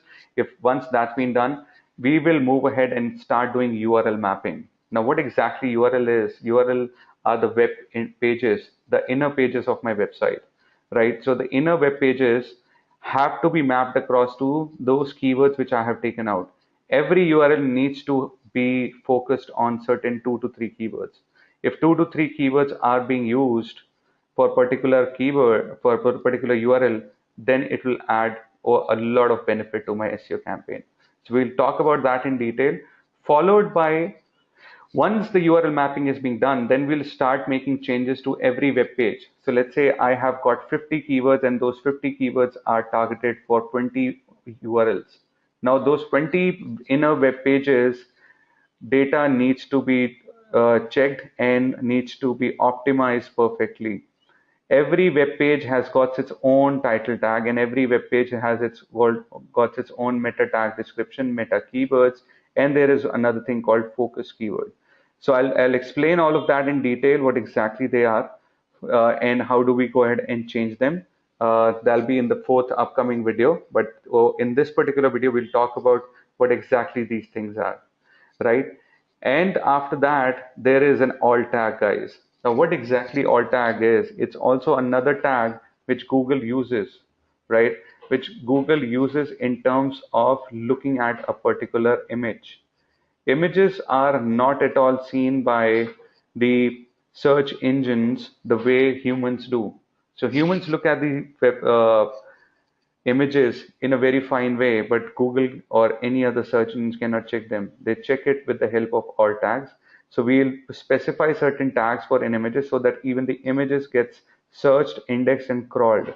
We've understood these things, the crawling part and the indexing part. So the crawling and indexing of images only happens with the help of alt tags. So whatever images are there on every web page, they needs to be optimized as well. So along with the title tag, meta tag description, meta keywords, and focus keyword, we'll have the alt tags being optimized too, followed by certain header tags, guys. So I'll show you how these header tags looks like in every web page. These things have to be implemented at the back end also. So when we have a specific website, we'll be making changes to the header tags, and within the header tags, it's very much important that the keywords come in there. The keywords which we are trying to which we have mapped while during the URL mapping and the URL mapping phase, every keyword needs to be mapped across and to particular URLs, and these keywords needs to be part of the header tags, alt tags, and all the other tags which we are talking about, right? Next thing which we'll talk about is anchor text. So there is a process of creating backlinks from our website and also internal links. So within our web pages, there are internal links and external links both. While creating internal and external links, there is a particular text which is used to hyperlink. That text is called anchor text. I'll show you in practical way how does it really look like. In short, the text which is hyperlinked is called anchor text. So this is the overall objective, guys. These are the overall things which we're going to talk about, right? The other one being the third last point is internal links creation. So it's very essential for the success of every SEO campaign that internal links are built. What exactly internal links are? It's like linking one of the web page to the second page or the third page or the fourth page or the fifth page. Every web page would have links to the other web pages of my website. If there is a good amount of internal linking being done and relevant internal linking being done, then it will add quite a lot of value to my overall SEO campaign. So we'll talk about that, and I'll also make you understand how this is being done practically in the fourth video, right? The second last point within on-page optimization is creating search engine friendly URLs. Now, what URLs are? These are the uniform resource locators, which are on the top. So I'll show you what exactly they are and how can we make them search engine friendly. Search engines have got certain parameters on the basis of which they see URLs as well. If those URLs are not designed and created, are not shaped up as per those parameters, then Google is not going to give much value to that. So, but if in case there is a lot of great stuff being done with the URLs, they have been shaped up by keeping the search engine friendliness in mind, then it will add a lot of value and the website will rank higher. All these things with the on-page optimization, once they are being done in perfect way, it will help the overall SEO campaign to perform better and make our website rank higher, right? And the last thing about on-page optimization is all about removing broken links. Now, what exactly broken links are? Broken links are like when we are giving a particular external link to one of my website, let's say any other website. From one of my website, I give a backlink. I give a link to any other third-party website. Now, tomorrow after, maybe tomorrow or day after, this particular third-party website tries to remove the backlink, tries to remove that URL from their website for which we were also giving a backlink. So once they remove that, it will become a broken link for us. I'll show you how it is being done. So it's just like, today I decide to give a backlink. Today I decide to give a vote to a particular website, which is Intellipaat from my website. From my website, it goes to the Intellipaat website. Tomorrow, Intellipaat just finds that this web page is not doing that great stuff, and they remove that URL, and then they come up with a new URL. So the old URL to which I was giving a backlink would become a broken link, because search engines, when they will come onto my website and check this particular URL or this particular link which has been created, search engine will land onto a 404, a broken page, because that page doesn't exist anymore, right? If the page doesn't exist anymore, it becomes a broken link for my website, and it is harmful for my SEO campaign. So I'll tell you how do you find broken links for a particular website, and how can you edit and delete and make right steps for your successful SEO campaign, for making your campaign successful. All right, so let's get to all these pointers step by step, and in a very layman language, I'll make you understand each one of them. All right. So the first thing is, what is on-page optimization? Like I told you, on-page optimization is all about making changes on the web page, right? So what does a web page comprises of? Let's say today I open a particular website, which is intellipaat.in. All right, so this is my website. Now what you can see, this is the URL of my website, right? This is called the URL, which is Uniform Resource Locator.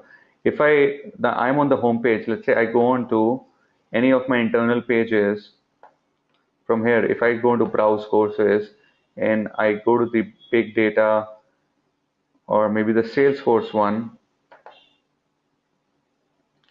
Now this is one of my internal web page, right? This is the internal web page URL, and within the internal web page URL, you can see, if I talk about on-page optimization, everything which is part of this page, whether it's this text, whether it's the image, whether it's this video, whether it's these tags, or the content underneath. These are the headers, guys. These are certain headings, the about heading, then certain text, then the learning heading, and then certain text. Playing around with all these things, there's another text which is a heading, recommended audience, and then you go further down. This is the paragraph content. Making changes to the content, making changes to the headings, making changes to further subheadings or the major headings or the images, all that becomes part of the on page. Besides that, there are certain tags which I told you. I'm going to show you. Every web page has its tag, guys. Right, so I'll talk about that. In brief, what exactly the on-page optimization is. In search engine optimization, on-page optimization refers to factors that have effect on your website or web page listing in the natural search results. I hope each one of you remember what natural search results are. So just to give you an example, again, if I go into google.com and type in something, when I type in something, there are various search results which come in. This is the first search result, the second one, the third one. But the first three ones are the paid ad ones, right? When I talk about the natural or the organic, where we are trying to get our website also with the help of SEO, this particular website is there on the top with the help of SEO. The top three ones are the paid ads. They're over there with the help of SEM activity. But the Snapdeal, Apple, Amazon, Flipkart, they all are there because they have done great amount of SEO on their website. So they definitely would have done good amount of SEO on page optimization. I'll show you by taking one of the example, let's say for Snapdeal, how they have done it perfectly and how they have shaped up things in the right effective fashion. Right. So that's the definition of on page, guys. Right? So you have the internal linking, selection of the keywords which we're going to do, Meta description tags, which we are also going to understand. The header tags, we'll also check that. Title tags, the content part, and the alt tags, which I've already briefed you on a bit. I'll make all these things clear to you as we'll move further. Now, why do we do on-page SEO? Why is it important to do the on-page SEO? So absolutely, for getting much better rankings, all of you would say that SEO is done in order to get much better organic rankings, and much better organic rankings would lead to good amount of relevant traffic coming onto my website, and traffic would ultimately convert or would actually lead to some more inquiries, and these inquiries would once would actually lead to end sale also, right? So this is all about on-page SEO, all about SEO, why we're doing it. But for on-page SEO, better search engine rankings achievement is definitely one of the objective. Also, on-page SEO leads to much better credibility. So search engines give good amount of credibility to those websites which have done a good amount of on-page SEO. So on-page with search engines, they look at various aspects while ranking a particular website. Now, in between all these various aspects, on-page SEO plays a vital role. Almost 50% of the SEO is dependent upon on-page search engine optimization. Once on-page search engine optimization is done perfectly, then the website would actually move up. Third important point, third reason why the on-page SEO is needed, it's beneficial, is that it also helps us to make our website set up perfectly. So no matter, let's say if we haven't really set up our website perfectly, but with SEO campaign, with SEO campaign, once on-page SEO would come into action, the website would shape up properly. The website would be looked at in much finer terms, in much perfect way from the search engine perspective and also from the end customer. If my website is not giving in that information which my end customer is looking in for, then there is no benefit of having that website, right? So website's purpose is to give in those information which the end customer is looking for. And SEO would actually help us to shape up our website in that way. All right. The fourth important point, the fourth important reasons for doing an on-page SEO, guys, along with search engine ranking being achieved, or the credibility part with search engines, or with setting up website properly, the fourth one is to content creation and optimization. There is a lot of content which goes into the website, right? So today, let's say if I have launched my website, and I launch my website and get something or the other being written for the end customer, but that's not sufficient. I have to always look at the content of my website from two perspectives, guys. One is the particular content on my website giving in the information which my end customer is looking for? Number one. One is for the end user. Number two is that is the content written on the web page really talking to the search engines? Are search engines able to understand what is this page all about? And if they're able to understand, then they will definitely make my web page rank higher for the targeted keyword. So let's say my targeted keyword is Salesforce architect training. If this keyword is being typed across in search engine, then Google or any other search engine will give certain benefits to me for doing things right. If I have selected, if I have got the URLs perfectly created right, if I've got the title tag correctly right, or if I've got the other alt tags and whatnot, which we are going to talk about. So if all those things are done perfectly, then the creation is being refined and also being optimized, right? So that's about what on-page optimization is and what are the benefits of doing on-page SEO, right? Now let's move on to the keyword analysis part, which is the number one activity before we move ahead with doing on-page optimization. So this is when the overall SEO campaign starts. After doing the SEO audit, which we have covered in the last video, after doing the SEO audit, we try to start with the on-page SEO. And on-page SEO always starts with a good keyword research. And when we have spoken about SEO audit, it's not just our website which has to be audited, but it also our competitors' website which needs to be audited. If I've audited my competitor's website, if I audited my particular website, I've got to know what is the overall difference between the two websites. Where is the gap? Is my website lacking something as compared to my other website, my competitor's website? I would get to know that gap, right? So once that gap is known, I would start doing optimization for my website. And with the overall optimization, on page is number one. And with on page, keyword analysis is the number one activity. Right. So with keyword analysis, guys, I have listed one of the tool which is called adwords.google.co.in/keyword planner. So we'll be taking that and I'll make you understand how this is being done. I'll take with the help of one of the examples. So as it says, keyword research is a practice used by search engine optimization professionals. So although search engine optimization professionals are using keyword research as one of their activity to find and research the actual search terms people are using on the search engines while conducting a search. Till the time I don't know those keywords which the end customers are using and typing in the search engines, then there is no benefit of doing SEO, because if we are assuming my audience would type in this, my audience would type in that, assumptions really lead to bad results. We have to be very sure of what people are typing in, what my end customers are typing in this Google search results. And Google Keyword Planner tool will actually help us with that. So SEO professionals research on the keywords part in order to achieve better rankings in search engine. So better ranking is needed also, plus better conversions are needed. So for that, keyword research is important. Let me first show you the keyword planner tool, guys. I'll just take that. So you'll have access to your presentation as well. Okay, let me open that. So this is the tool, guys. All right, so what I need is a username and password of my Google account to be punched in.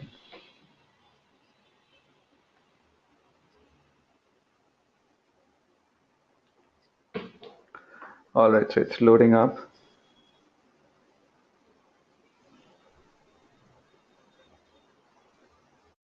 All right, so let's take an example of the similar web page which we have shown up here.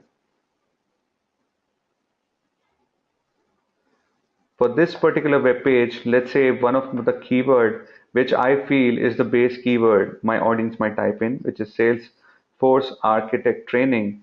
I'm going to use this base keyword over here in Google Planner tool. I first of all would click on, after going to that Google Keyword Planner tool URL, this is the first thing which you would get to see. You would need to click on search for new keywords using a phrase, website, or category, and then type in that keyword, base keyword which you have. Let's say you get to know about this base keyword from your end audience also. So your end audience tells you that you probably need to ask them, in a sort of a face-to-face or over the phone or over the email. You need to really ask them if they're using search engines to find out about products and services which you offer. Then you really need to ask them what sort of keyword do they type in. Do they type in this or that? Take that keyword, use that as one of the base keyword. You can even type in your product or service name also, whichever way. So this is one of the product or service, one of the service which we are providing. And then the landing page. So I would use the URL over here as the landing page. All right. The third thing comes in is a product category. So I would be looking for the product category, and which is going to be,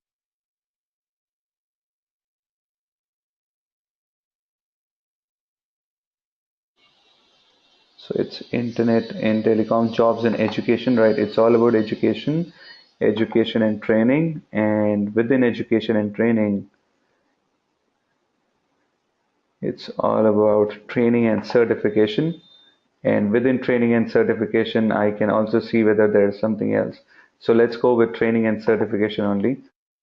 And that's the product category, training and certification. Now, do I want to do it for a particular region? Let's say I want to do it for India, or I also want to do it for United Kingdom. So as of now, let's say I want to just do it for India. I can go ahead and add that part. And once that being done, I go ahead and click on. So you can just ignore the other part because they're used for the SEM purpose. So this tool is majorly used for the SEM purpose for the Google AdWords paid tool. We're using it also for SEO because that's how you go ahead with your SEO campaign. Now you need to click on Get Ideas. It'll give you a lot of options of keywords which are used which are typed in by end customers and users of search engines. So scroll further down, and instead of grad group ideas, you can ignore that part and look at keyword ideas. So keyword ideas is something which really needs to be looked at.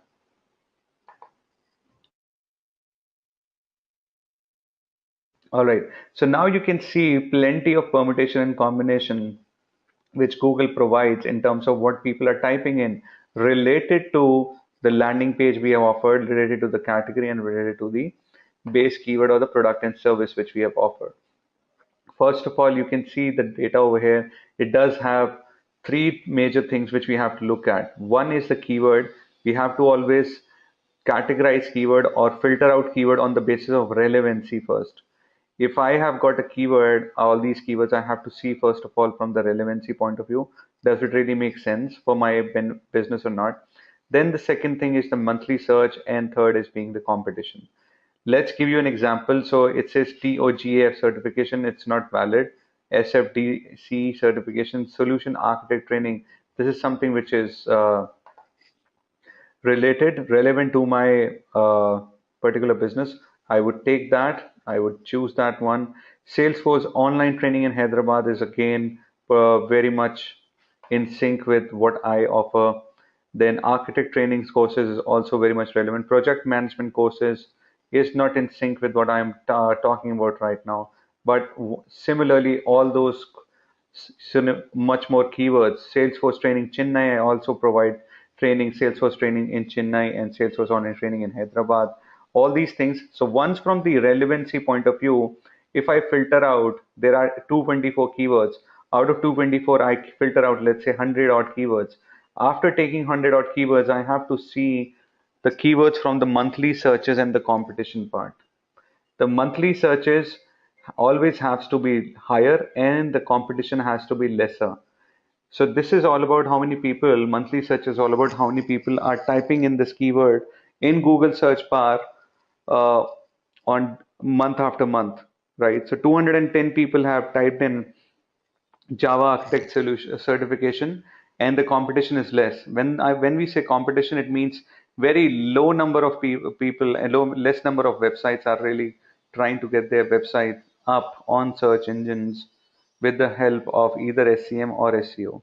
So less number of people are trying to get their website up for this particular keyword.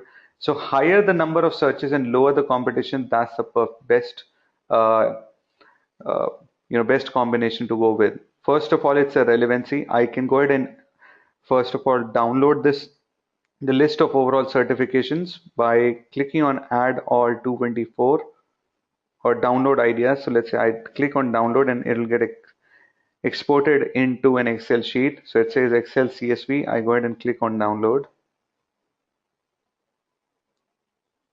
All right, somehow it did fail. Let me try once more. All right, so it says it's available right now. I would go ahead and click on save file.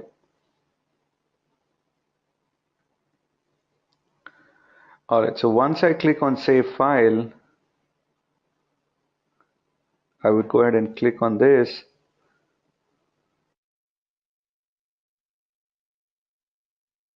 And these are the keywords. Here are the key overall list of keywords. We can start categorizing them on the basis of relevancy first. Once they have been diagnosed and checked in the relevancy part, let's say out of 100 odd keywords or 200 odd keywords, I've got 100 keywords which are relevant to it. The second thing is the competition, like I told you, and also the average monthly searches, right? So you have the average monthly searches. You have to look for those keywords after finding out the relevant ones. Within the relevant ones, you would have to see which keyword has more monthly searches and lesser competition.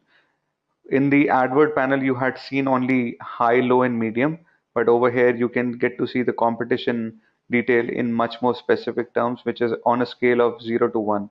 On a scale of 0 to 1, if you can see 0.92 for project management courses, this is pretty high competitive. So 0.92 out of 1, and this is 0.08, which is SFDC certification. This is on a very lower end. So we would try to find out bunch of those keywords which have higher monthly searches and relevant and have got lower competitions. So we'll sort of segment them in a descending order. Descending order in the sense more monthly searches, lesser competition, and relevant ones. So we'll get that bunch of keywords. I would show you how I have done it for one of my client. I have got them, and also show you the steps forward that. So majorly it's being said if your website is fairly new, then you should always try and look out for those keywords which are longer key phrases. Those longer key phrases are majorly the bottom funnel ones. What are these? The top of the funnel, middle funnel. So just to give you an example, let's say I type in a keyword, very generic one, iPhone. Okay. An iPhone is a very generic keyword. Even a small kid would type in to get to know what exactly an iPhone stands for. Or maybe somebody who doesn't have an iPhone also again wants to keep it look into the overall picture. So generic uh, word basically is the top of the funnel word. They are high traffic driven keywords, but they are not conversion related keywords. But let's say if you have got certain section of people coming into your website with the help of generic keywords, many would filter down and they would start typing in bit longer key phrases. Bit longer detailed search phrases would form part of mid funnel. This set of audiences, those audience which are trying to right now find out which particular product or service they should buy. Now, for an example, top of the funnel was about iPhone, and the middle funnel is all about buy iPhone.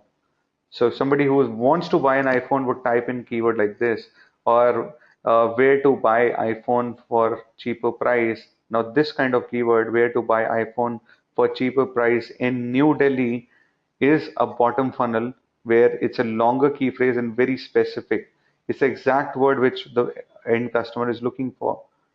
So maybe iPhone 6, buy iPhone 6 16 GB online. This is the bottom funnel because somebody who wants to buy that is typing in the word buy, is also typing in the overall product specification, whether it's 64 GB or 16 GB or whatnot.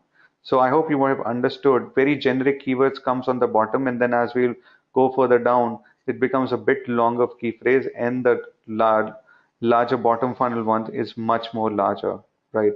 And the most conversion related keywords are the bottom funnel one, guys. The bottom funnel ones are those people, those who type in this bottom funnel one, they are ready to buy in instantly, right? So that's with keyword analysis. I'll show you a list of the keyword analysis of what being done for my client, 15 keywords which we have got from them. And this is some more information about keyword analysis. Like I did tell you, don't ever make assumptions. Always research, because assumptions would lead to a bad overall uh, campaign, right?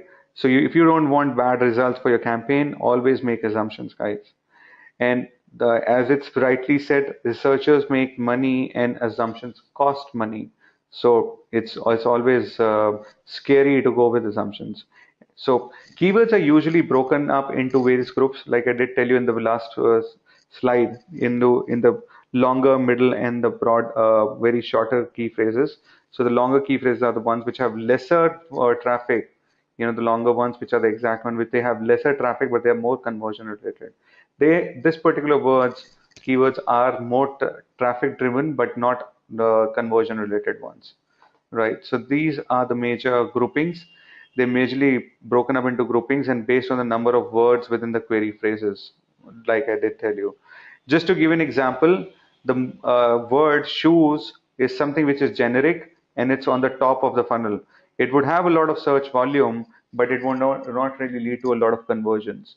And another keyword which is men's shoes is the in medium one, which would have certain conversion related audience also and just generic audience also. But somebody who's very much specific, who what exactly they want, they would type in keyword like men's leather shoes or buy men's leather shoes in black color.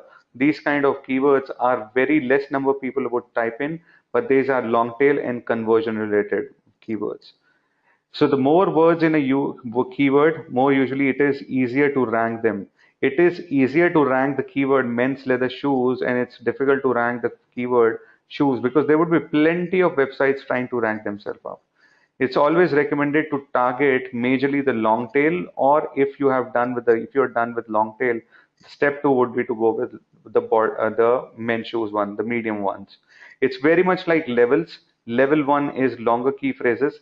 Longer key phrases are easy to rank, lesser competition, and also conversion related keywords. It would fetch you lower traffic, but lesser traffic would also let you at least give you good amount of conversions, right? So the more words in a keyword phrase, usually it is easier to rank them, and since usually there is less relative competition also, right? So that's with keyword analysis, guys.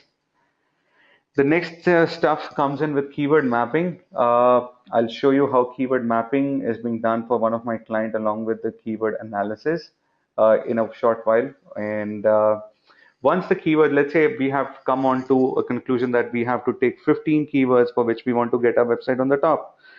I have funneled down keywords on the basis of relevancy, on the basis of the average monthly searches, and also on the basis of the competition. Keywords with lesser competition, higher average monthly searches, and relevancy, they form part of my overall bunch of keywords which I'm going to target. And after that, every keyword has to map with a specific URL. So you cannot rank only your homepage for all the 15 or the 1500 keywords which you're targeting. Whatever the number of keywords which you're targeting to get your website on the top, it's never ever there that the home page will rank for the keywords which you have decided. Your internal pages will also rank. You cannot put a lot of pressure on the home page. You have to really divide it, dissect it on the basis of the URLs, right? So the very first one, just a sec.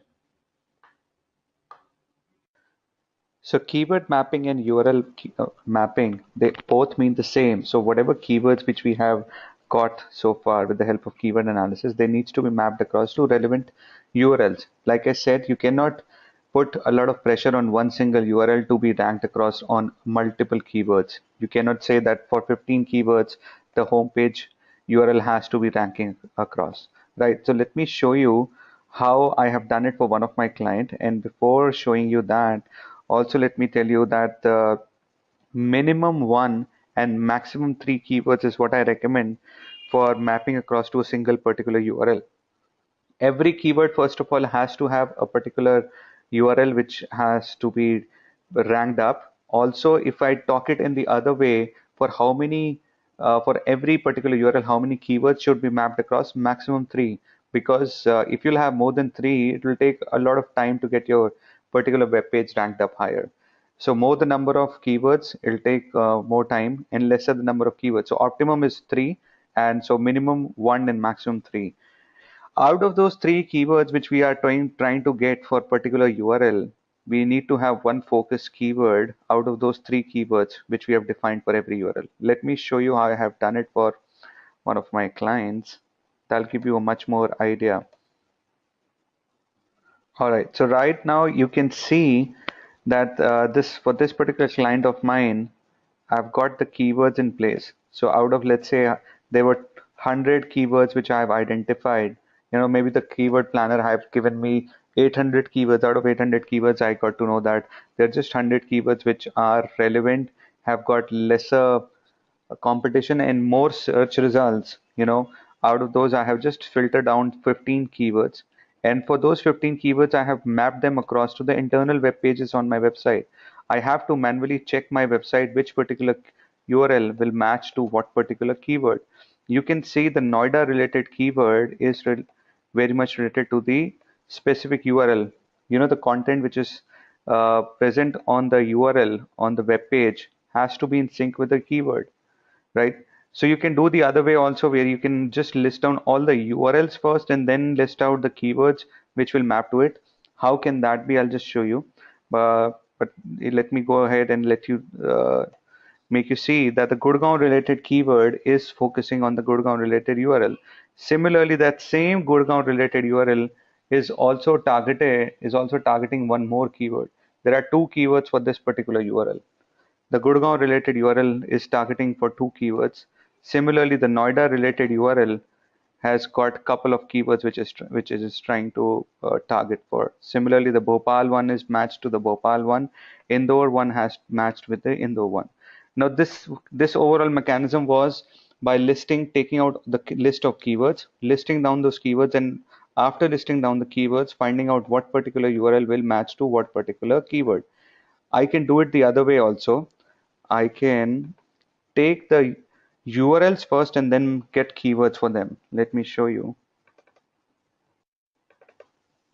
All right, so this is the Excel sheet which I generally use for doing the overall on-page optimization. All right. So you can see the home page URL being mentioned right up here. And for the home page, you can just ignore the title tag as of now. I'll show you what exactly that means. You can ignore the description part also, but just focus on the target keyword part.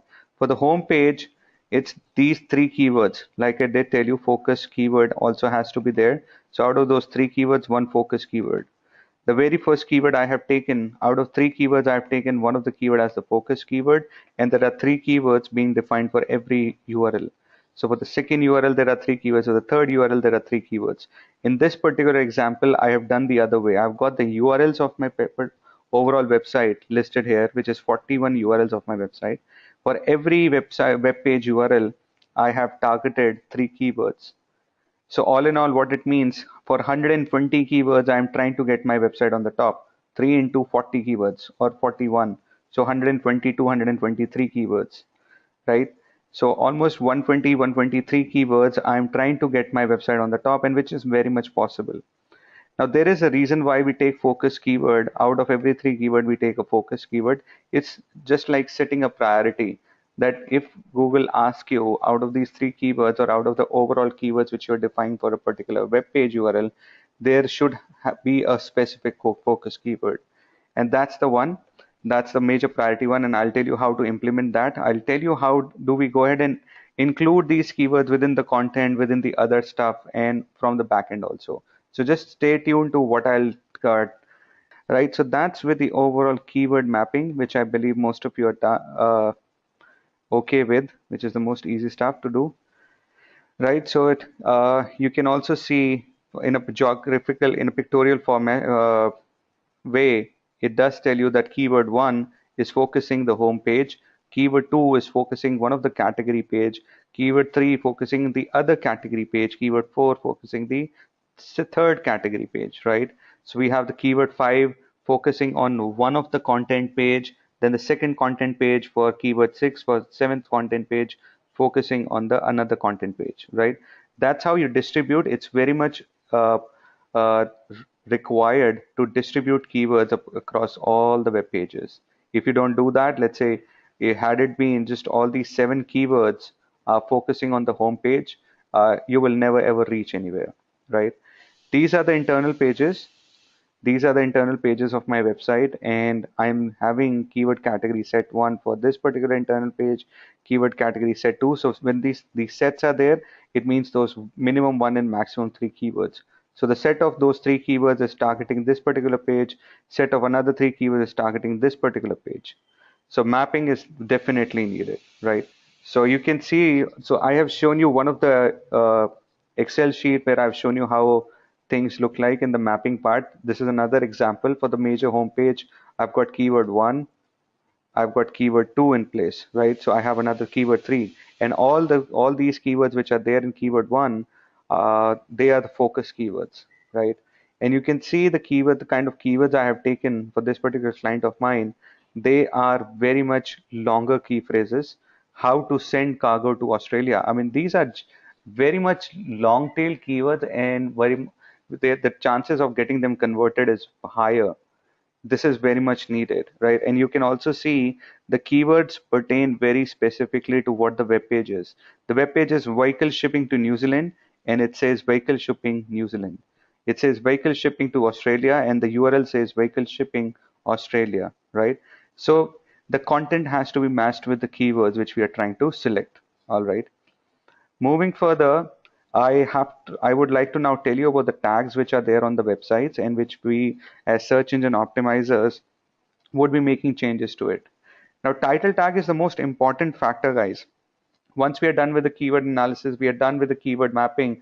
Now we have to change things on these respective URLs as per the keywords which we have chosen for them.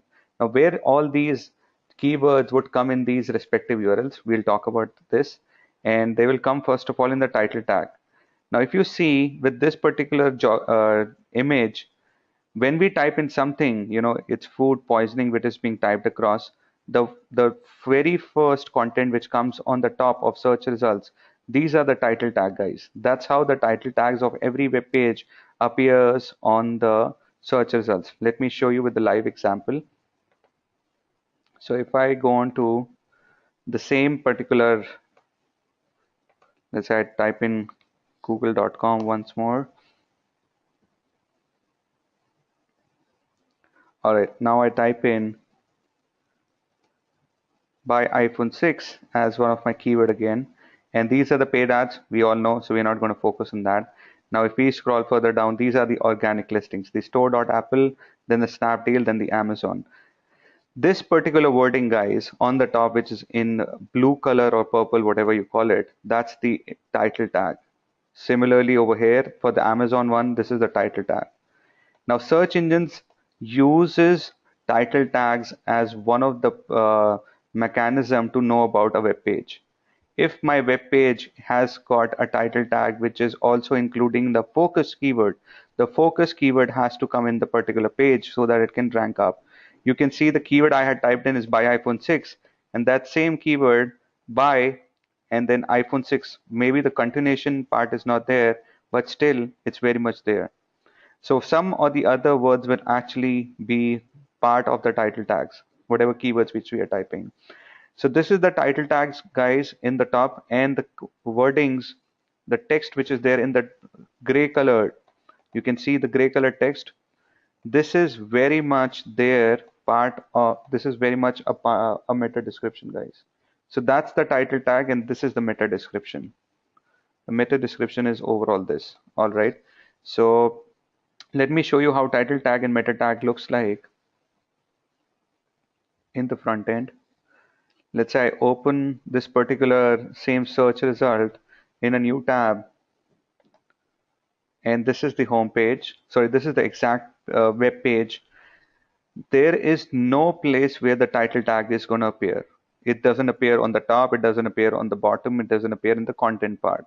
If I scroll further down, the title tag which was there, which said iPhone 6 16 GB by Apple iPhone 6, it's not presented over here, the same content. But if I take my cursor, guys, on the top, all right, now you can see that small rectangular, a pretty, a small rectangular thing which has the white background and black content. I'll show that again. It went, okay, I take my cursor again and you can see it says iPhone 6 16 GB colon buy Apple iPhone 6 16 GB online at low price in India colon snapdeal.com, right? That's the title tag, guys, which you can see on the front end of the web page. This is one. And when I talk about the meta description, which was over here, the meta description in the gray color text, this is something which is not visible over here. The meta description is not at all visible on the front end, no matter wherever I take my cursor. Now, how can I see it on the back end of my web page? I would first of all go to the source code of my web page. For this web page, if I have to check the source code, either I press Control U, guys, and then check it. So Control U is one way to check the source code, or you can do a right click by taking the cursor on a particular place which is not clickable. I would do a right click and then do View Page Source. Also, the short command is the shorter way to go over there is Control U. I click on this and the overall source code which forms up my web page comes up over here. This might look French to most of you. So you really don't need to get confused. If you don't get scared with so much of content, with so much of code being over here, you don't need to be a coder to do the on-page optimization. Let me show you how it looks like on the back end. On the back ends, the title tag and the meta description and the meta keywords, I'll show you all. So you can see the title part over here. Let me scroll down and then show you. All right. So if you can see the title tag starts, and this was the title tag, same text, which was which was over here also when I took this cursor. Same text is on the source code, the same text, and the same text, which is iPhone 616 GB colon, is also there on the front on the search result, iPhone 616 GB, right? So the title tag, guys, appears for every web page in the search results over here, and in the main page, you can see it by taking your cursor over here, and in the source code, you can check it where the title tag are starting and title tag ends. So the title tag ends like this, right? So that's with the title tag, and the meta description looks like this over here at the back end. Is that same gray color text, guys. That same gray color text. You can very much see the number of characters which are used in meta descriptions are more as compared to the number of characters which are there in the title tag. You would obviously see that there is a reason to it, because Google says with title tag minimum 55 characters and maximum 70 characters is what is needed. 55 to 70 characters, and with meta description what is prescribed is 150 to 160 characters, or maximum 160. Don't go beyond 160 characters. So you can see the meta description, which was over here in the gray color text, is the same text. It says iPhone 6 colon by iPhone 6 16 GB online.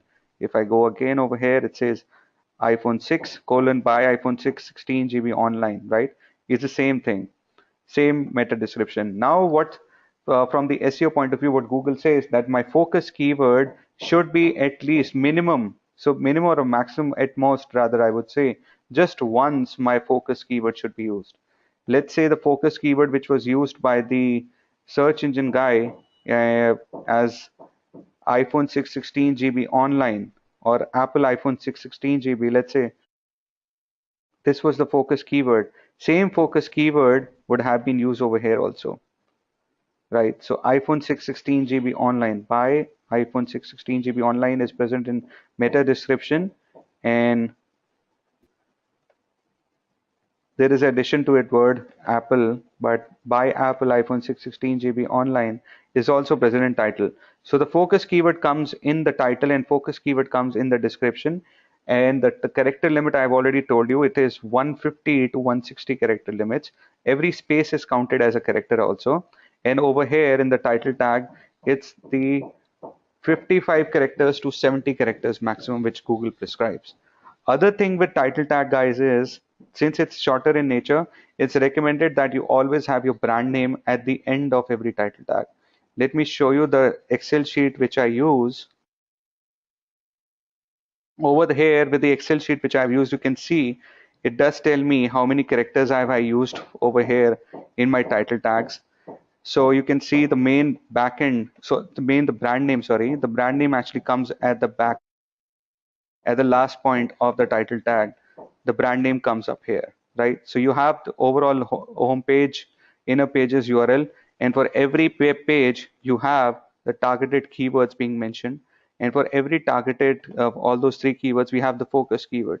This focus keyword is made part of the title tag and also the meta tag description. Now the content writing part for the title and the meta description, either the content writer does it or the SEO guy has to do it themselves, right? So no matter whosoever does it, but have to really make sure that it is relevant, it makes sense, it's right English. So the English sentence formation is also something which really needs to be looked at, right? So this is one of the great Excel sheet which I use. In case you guys want this, you can email me across for asking me for this particular Excel sheet. I can send that across to you, right? So you can see the brand name is there for each and every title tag being mentioned right up here. All right, so that's with meta description, the title tag, and with the meta keywords, like I told you. They are using plenty of keywords, but I prefer to have 3 keywords for every particular web page. 3 keywords for every particular web page has to be listed out here. All right, so that's with meta keyword, guys. Just a quick info, guys. Intellipaat provides an advanced certification in digital marketing and analytics course by CCE IIT Madras. You will get to learn from IIT Madras faculty and industry experts. Reach out to us to know more. All right, so like I told you, title tag length has to be kept between 60 to 70. So you can have it 55 also, but not lesser than that, not lesser than 55. And title tag is the most important factor in on page, since this is the very first thing which search engine crawls. Crawlers will get to know about a particular web page with the help of a title tag only, right? So that's about title tag. This is how the title tag looks like on the browser also. I've already shown you also the title tag, the way it looks like in Google Chrome and the way it looks like in Firefox is similar, not much difference. All right. So title tag for every web page, guys, another thing which I want to tell you has to be unique for every web page. You cannot have same title tag being used for multiple web pages. Don't ever try to have same content being there for all the web pages. Make sure that you are using unique content, different content for every title tag. And make sure that maximum only once the focus keyword is used in the title tag. So I did tell you, if you're using more than once, it's going to be called as a keyword stuffing. So in between a 60 or a 55 to 70 character thing, you're using same word multiple times, which is 2 times also, is going to be considered as a keyword stuffing. Just use it once. And title tag for every keyword should make, for every URL should make sense. And brand name has to be used at the end of every title tag, like I told you. Another thing, guys, the pipe symbol. There is this pipe symbol which has to be used between two words in a title. Now, how this pipe symbol comes in, if you're using a laptop, the button which is above enter, you need to press that along with shift. The button which is above enter, which is the forward slash thing, the forward slash button with shift and the forward slash button, the pipe symbol comes in. This pipe symbol, guys, has to be used whenever there are two words in a title and they are being separated, right? Make sure, another thing, guys, about title tag is that make sure focus keyword is there in title tag, and it is also present. The focus keyword also has to be present, has to be used in the meta description, the major content, and also the URL. I'll show you in the next video how they are being implemented also, and how do we get to know whether the focus keyword present over there in each and every location, whether it's title tag, meta description, meta keywords, URL, content, is adding on value to your SEO campaign. So more number of places my particular focus keyword is going to be present without stuffing being there. So mind you, the stuffing is not to be there, but it has to be present at all the places. Then Google or any other search engine will value it and will make my website rank higher, my main web page rank higher for that same focus keyword or for the other two meta keywords also, right? So it's also better when you're forming title tags. So let's say you say that I am not a good content writer, and how do I create content for the title tags? Then you can always try to learn from your competitors, but don't copy their content. Don't copy their title tag. Now you know how to actually check for the title tag in the source code. You can simply go into the web pages of your competitor's website and do a control U and check for the what kind of title tag have they prepared. You can get certain sense of that. All those competitors who are ranking on the higher position, even learnings can be derived from them also, right? So title tag has to be a solution, not to be a problem, right? So I hope it makes sense.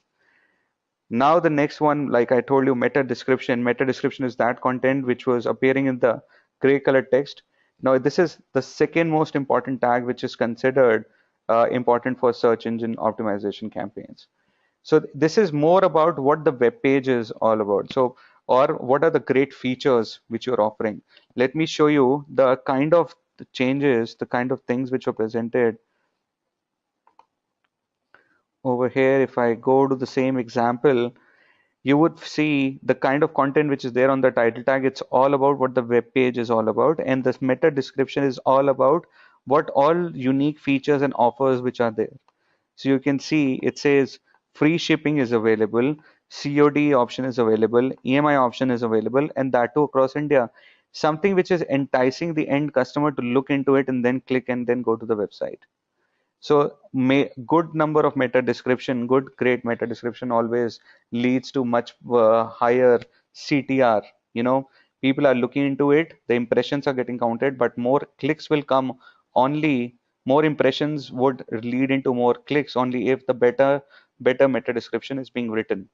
So If somebody is reading free shipping, COD, or EMI options also available, that will entice. So if you have something unique about your product and services, that should be formed part of the meta description. And with the title tag, it should be all about what the web page has to offer, right?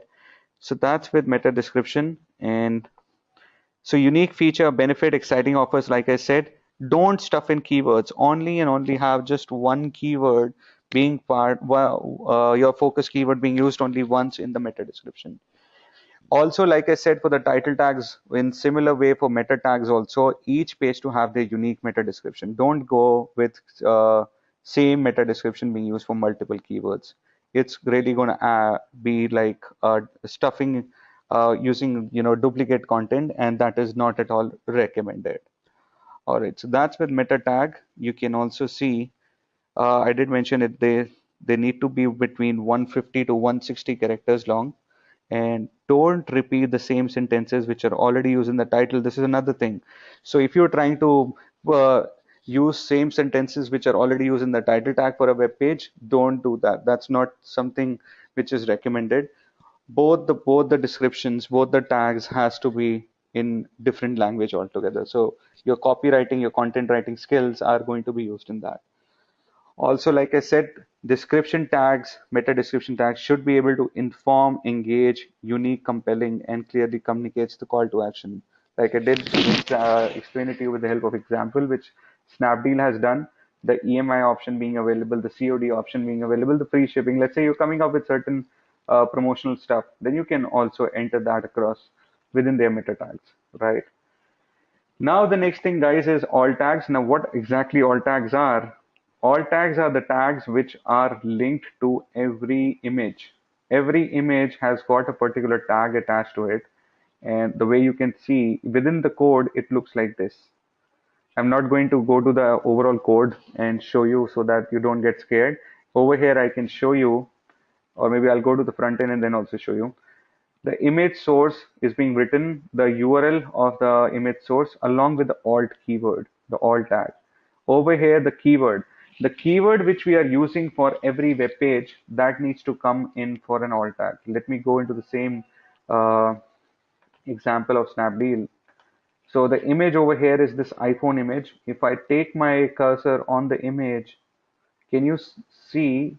Okay, right now it's actually not taking me to the alt tag, and they have removed that. All right, now you can see it says by iPhone 6 128 GB. This is the alt tag to the image. If I take my cursor to this, it says iPhone 6 plus 16 GB. You can see these are the keywords which are being put in for these images. And these are the alt tags. These are the alt tags which are coming in. It says iPhone 5s 16 GB gold. Now for the second, another one, it says iPhone 5s 16 GB gold, right? And the last one, it says, all right, so somehow the alt tag is not presented. It's not being built up for this one. But all of these are these ones, you have the alt tag. How do we implement that? We'll actually see that in the next video in a practical way. This is the most theoretical way how actually we can see the alt tags. There is no limit to the characters for the alt tag. All in all, it's the focus keyword which has to be used for the images so that the search engines can actually scroll, could actually crawl the images and on the basis of the alt tags which are there. So they need to be told about the images. Search engines also need to be told about the images used on the web, and alt tags is the syntax used in the HTML. Like I've already shown you that syntax. And search engines refers to alt tags to read and index the pages and consider to rank against relevant query, right? And also, alt tags are displayed on the site when you hover the images with your mouse. So I have shown you when you actually take the alt tag on the image, they are being displayed when you hover the image on over the mouse, right? So that's with alt tag, guys. This is the third most important tag. Now the next thing being meta keywords. Now what are meta keywords? Meta keywords are those three keywords only which we have already defined, which I've already shown you. How do they look like in the backend? Let me show you again. So for the Snapdeal thing, the meta keywords, right, are these. We have taken that. So this was one, this was two, this was three. They had more keywords, but What I recommend is to always have meta keywords which are 1 to 3 so that you can rank your web page very easily. All right, so that's with meta keywords. And use keyword phrases instead of single keywords. I've already spoken about that. So having longer key phrases, longer keywords is something which is most appropriate for the success of your SEO campaign.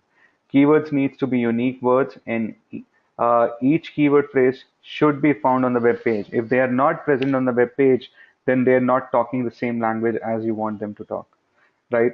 So it should not happen that the web page is all about iPhone 6, 16 GB, and the meta keyword is all about Samsung Galaxy, right? So that is something which shouldn't be done. And also use commas between keyword phrases and with no spaces. I did show you that. So having commas to separate them is something which is needed. And keyword length maximum should be 10 words. Not Don't go beyond 10 words. It would be way too much. All right, that's how you can see the meta keywords. I've shown you also the live example. That's how meta keywords. So meta keywords, alt tags, meta tag description, the title tag part. This is very important once you're done with the keyword mapping and the keyword analysis. So we started with knowing on page what exactly on page optimization is, guys. Then we went ahead and also understood the benefits of doing on page SEO, followed by doing keyword analysis, understanding what sort of keywords should be taken and what keyword accounts for what, and how can we change gears between the targeting of keywords. After keyword analysis comes in the URL mapping or the keyword mapping part, where we understood that for every particular web page, a specific keyword has to be defined. I made you help understand this with the help of certain examples.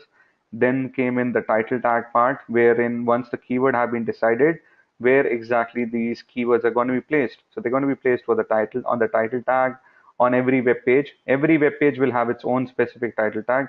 Every web page will have its own specific meta tag description. So we'll be using that. And every web page will have its own specific alt tags for the images which are displayed on the web page. So for whatever images, let's say even if there are 5 images or 1 image on the web page, every image does have its own alt tag, and alt tag needs to be the keyword driven tags, right? And meta keywords are those set of keyword sets which we are trying to target for the particular URL. All right. So once that's been defined, the next thing which comes in is unique content. As it's being said, content is the king for our website, right? It's only the content which makes a lot of difference to the overall SEO campaign. So if you are trying to please the search engines, if you're trying to rank your website on the top, make sure that the content is doing really well. The content has to be good, unique. It should not be copied from any source, and it should be creative.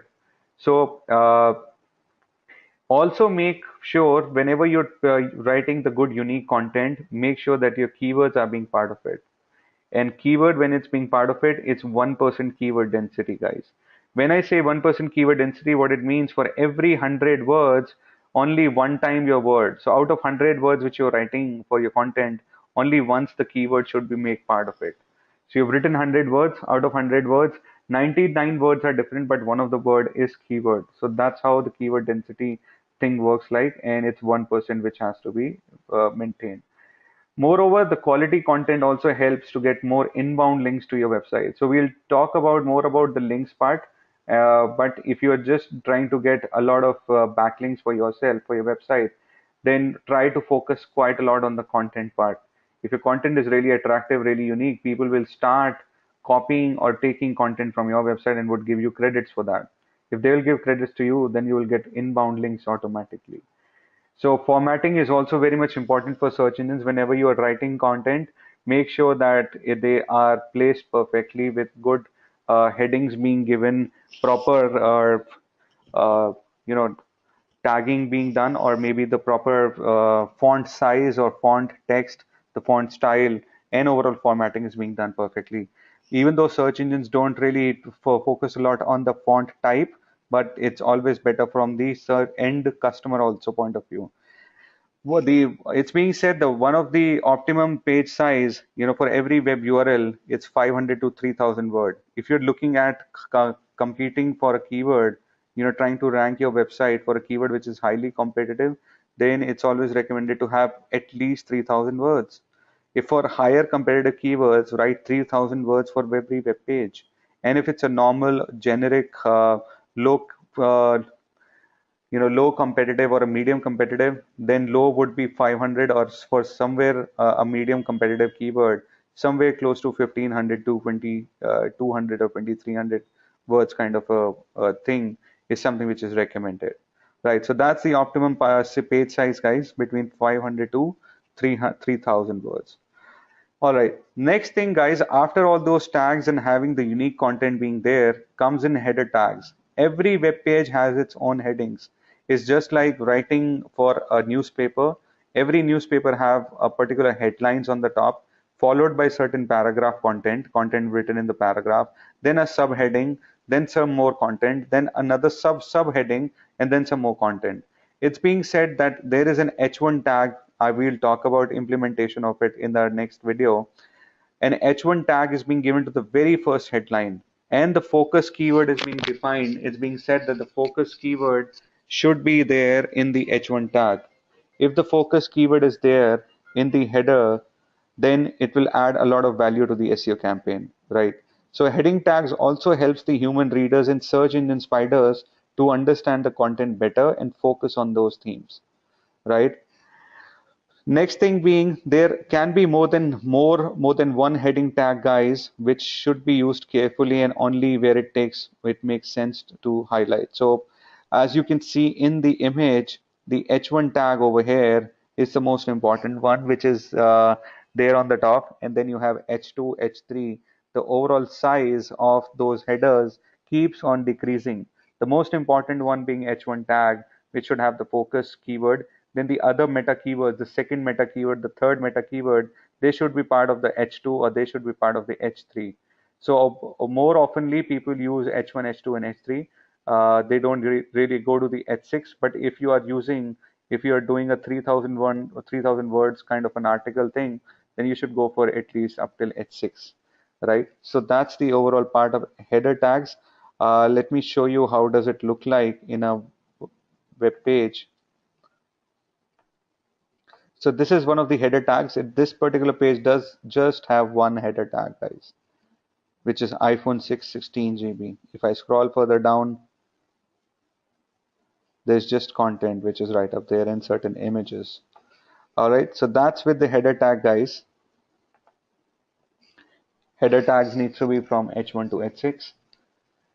You can also see over here, one of the web page, what they have done, they've got header tag candy shop as one of the headers, and then they have got other second keyword and the third keyword being part of the H2, which is chocolate candy, and then the H3 being milk chocolate, dark chocolate, or H3 being the red or the black Liborsi, right? So the H1 tag has to be thought really well, and there is a huge importance which lies on the overall on-page optimization.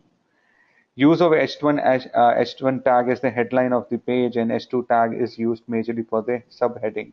Separating out, so majorly headers are used for SEO purpose also, for making the search engines know what particular word accounts for what particular weightage.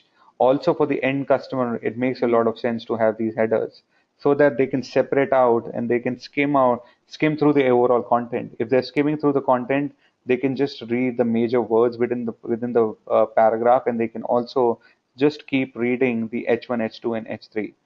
Do not use H4, H5, guys, if you don't have a lot of content for you for to be written across for a particular web page, because it would very much look like that you are doing a lot of stuffing intentionally, just trying to please the search engine. Till the time you don't have a lot of great content, don't go with H4, H5, and H6, right? All right. Now the next thing, guys, is called anchor text. Now, like I said, any text which is clickable, you can see this is the home page, guys. So sorry, this is the web page where this content which is written. You really need to check out this website. It's owned by Chicago dentist who cleaned my teeth with peanut butter flavored cleansing wash.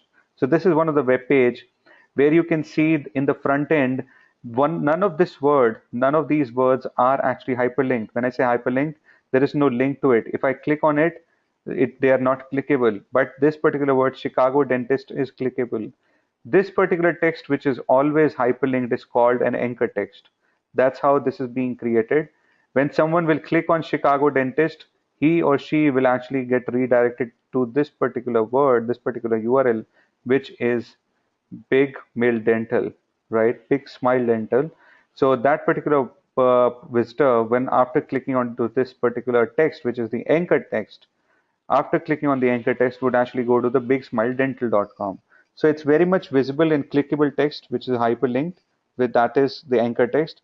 And this is very important to establish unique theme for each pages. For every page, they are very much needed, and it also helps to build relevance and helps in link building. So we'll be doing link building at a later stage. Let me show you how the anchor text also looks like in a live scenario.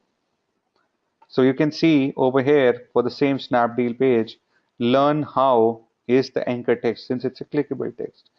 Click here for details is an anchor text since it's a clickable text. We'll understand how can we also create it for our website in the next video. If I scroll further up, there is no other particular text which is clickable. I hope most of you are clear. And this particular text, which is view other sellers, is also an anchor text, right? So that's with anchor text, guys. Now let's move on to the internal links creation. If I talk about internal links, it's almost like linking one of your web pages to the other web pages of your website. As you can see in the image also, you have the home page, then you have the category pages, category A, B, and C. If let's say you have certain content posted across on one of the post page, and the content which is there on this particular post has got 3 different internal links. One of the links actually makes the visitor go to the other post, or it makes them go to the other post of a different category or a different category altogether. So there are 3 internal links. Let me help you with the live example again. Let me show you that. So if I go on to, let's say, this website, searchenginejournal.com.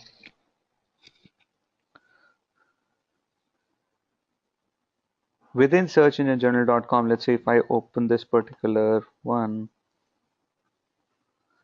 this particular article or the blog, when I scroll further down, you can see this particular huge text is the overall anchor text. When I click on the anchor text in a new tab, let's see what happens. If the new page which is opening up is of the same domain, which is Search Engine Journal, then it would be an internal link. But now after clicking on this, it's opening in a different, it's a different domain altogether. So it's not an internal link, guys, it's an external link because it's opening a different web page altogether. It's not the Search Engine Journal. Let me show you where is this internal link. So that is a backlinking which is being given by Search Engine Journal to brightcove.com. This is an off-page activity of brightcove.com. I scroll further down and let's say it says see all Search Engine Journal Marketing Think Tank webinars. If I click on this, and what happens, the new after clicking on this particular link, a new web page opens up, but this is the web page within the website only. The main domain remains same, but there is a different page. This is an internal linking. It's very much said that internal linking helps in overall success of a particular SEO campaign, right? You can see that this is the internal link, and also with the other one, which is see all Search Engine Marketing Nerds podcast. If I click on this, I am very much expecting the same domain, right? It's the same domain, but a different web page. Again, this is an internal link. The end visitor goes to a different web page, and that different web page is of a same domain. If it's of the same domain, it's internal linking. If it's of a different domain, which was the part of this, the blog brightcove.com, then that is an external link. So coming back to the internal links part, Internal link is a link to another page of your website from one of the other page of your website only. I hope you are clear on that. You have understood that. It also, the benefits of having internal links is that the SEO campaign works properly because search engines really like having internal links. The crawler will actually keep on jumping from one page to another with the help of hyperlinks. Overall, this process helps in building authority of pages. The overall authority of in your home page, category page, internal pages builds up. And also, they are very much within your control. It's not that tomorrow, if you are giving a external link to someone and tomorrow that particular web page gets deleted, then it's not in your control, right? These all internal links are in your control because they are all part of your website only, right? It's very much like internal links are very much like voting for yourself. I am voting from one post, I'm giving votes to another three posts of my website. Also make sure whenever you're trying to do an internal linking procedure, have right words being used within the anchor text so that it also makes the search engine understand that the new page which is going to open up, also the search engine and also the end customer, they should get to know that whatever web page they're going to open up, it is going to be somewhere related to this particular word they have, which they have used in the anchor text. So the usage of anchor text, the particular deciding upon the anchor text while doing the internal linking is also important. The anchor text has to match with the new web page which will open after clicking onto it. If it's going to open the podcast page, my anchor text should actually say about watch all other podcast. Or if it's all about the webinars, the anchor text should say that it's all about click on this to get to know about other webinars of our website or of our brand, right? So that's about internal linking. This is very much important and how you can actually create that. Practically, again, we'll cover that, the practical stuff in our next video. So stay tuned for that. So after anchor text, header tags comes in the internal links part. And the other part of which is of search engine optimization, on-page optimization is creating search engine friendly URL. Now, URL can be created with various ways. You have the right of deciding on how the particular URL is going to look like, except for the domain. So you cannot change anything about the domain, guys. So let's say with this particular URL, you cannot change anything about the domain, which is Search Engine Journal. You can just only make changes to the part which is underneath that. Always and always try to make sure the words which you are making part of it, of this overall search engine URL, of this URL, for making it search engine friendly, you have to make it part of, you have to make the keywords part of it. So the keyword for this particular page would have been marketing nerds podcast. If you remember the focus keyword which we have taken, the focus keyword has to come and be part of the URL, right? So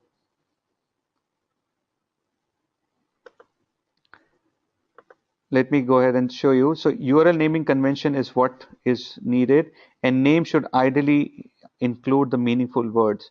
Also, if there are two words where there's a space between two words, they need to have a hyphen. In between two words, always try to use a hyphen to separate them. One should not ever use underscore, spaces, at the rate symbol, or the exclamation mark or a hashtag or whatnot. These always try to make the search engine friendly, search engine URL unfriendly. So for having friendly URLs, hyphens is something which is more friendly for the search engines. Plus another third point which has to be kept in mind while creating search engines URL, these URLs for making them search engine friendly is to have them shorter than 2083 characters. If you are going beyond that, it's going to take good amount of effort to rank them up. 2083 is, which is also pretty huge. Also, again, just as an example, what a good search engine URL looks like, it's like this. You have a domain which is example.com / the main category hyphen the keyword of that main category / so let's say this is for one of the one of the product page of your particular e-commerce website. So how do we reach to that particular product page is having the domain.com / category hyphen the keyword associated to it / the subcategory hyphen the keyword associated to that subcategory, then / the product name, which is the primary product, hyphen the keyword associated to that product page, right? So that's all about the friendly, how to get the search engine friendly URL, guys, right? We'll see how do we create them, but from the theoretical perspective, I hope you are clear on the internal links, the search engine friendly URLs part, you are clear on the anchor text part and the header tags, title tag, meta tag, alt tag. We'll see how do we implement all that in the next video. All right, so the last point about on-page optimization, guys, is removing broken links. How do we remove broken links and what exactly they are, first of all? So let's say when someone clicks on a particular page and it doesn't lead to a working page is called broken links. Giving you the same example, which we have already uh, understood before. So let's say this was one of the URL, all right, one of the anchor text. If I click on this particular, it will take me to another page of my website. Let's say tomorrow somehow this web page is not working, doesn't work. It will create a non-performing, a non-functionable page will open up, and this particular link will become a dead link or a broken link. It's always said that keep a tab on or keep a check on the broken links and remove them as and when that happens. So let's say if it was a third party website, like in the previous example, this was a third party website. When somebody had clicked on the blog home part, one of the links on the search engine general, when somebody clicked on it on that URL and this particular web page opened up, then let's say tomorrow they discontinue this, Brightcove discontinued this, then only what will happen, this Brightcove will actually have got nothing to lose. Only the search engine general people will have broken links on their website. How do you get to know how many web broken links are there? Because Brightcove will never let search engine journal that we have removed the URL. There is a particular tool to get to know on various on day-to-day basis. You can check, and that's called brokenlinkcheck.com. You can simply enter your website into this and do a run and then get to know about it, about the broken links. All right, so I type in,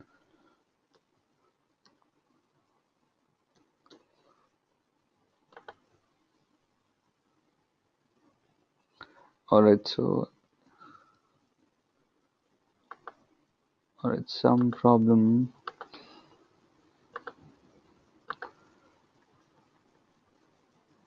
Oh, okay, just a second. All right, so it's 2DGQ3. I type in the captcha and try to look for the broken links. All right, so now it's actually diagnosing. It's going to check for the overall. So if you need to, okay, this particular website has got plenty of keywords. That's why it's asking that if you need to scan more than 3,000 pages, check subfolders. So I have to type in the subfolders separately.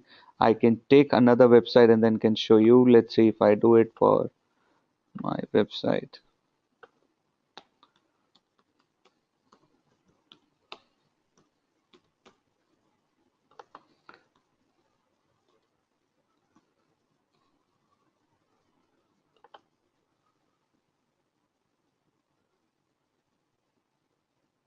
All right, so it has started working, guys.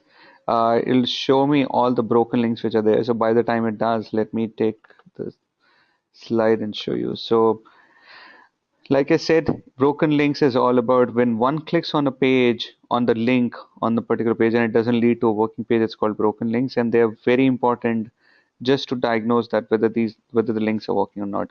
Broken links, actually, what happens with broken links? They breaks the journey. You can read that out. They breaks the journey of the search engine spiders, and hence they can't travel to all the web pages of your website, which is really not a good thing, right? So if there are plenty of broken links on your website, it will always break the journey of the search engines, and search engines will not like it. Search engines won't be able to crawl and index the other pages. It adversely affects the health of the website and lowers the potential of a website to rank on the organic results. So like I've given you brokenlinkcheck.com. That's the tool from which you can check the overall source. And once you get to know about broken links and their source, you can simply go ahead and remove them, right? So this would be a few of the outcomes that we are going to learn, but we will be learning in a very in-depth idea right from understanding the customer behavior, how it goes, and what should be your strategy building or your strategy thinking point of view before you even start off. Because let me just try and explain you this. PPC, it is basically a tool, so it is not very difficult to use the tools. You have to just follow the instructions, and the platform is also made in such a way that it is very easy to use.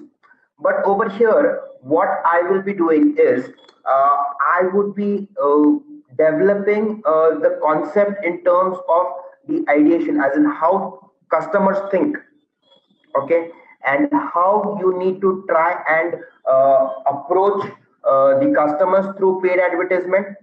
What is the company objective, how much you should be spending, how we calculate the bidding concept, how we go about planning the entire thing. Okay, so the most important thing is building, coming up with a framework rather than just following the instructions of the platform and putting in the stuff that anybody and everybody can do. Okay, but we have come over here to learn a bit further more about what PPC has got in store and how you can drive business. Basically, the objective over here of PPC is to be able to drive business through this platform. Okay, and how smartly you can do this to achieve it. Okay, so using internet, so what is online marketing? So if you could see, just to give you a brief idea about online marketing is a combination of lot of channels. Okay, so it would be paid advertisement, it would be organic, it would be social media, email marketing, affiliate marketing. So all these things coming together and trying to start promoting your brand or your services so that the businesses could benefit, the customers could benefit, and Google, which is providing you the platform to promote your business, even it in return should benefit.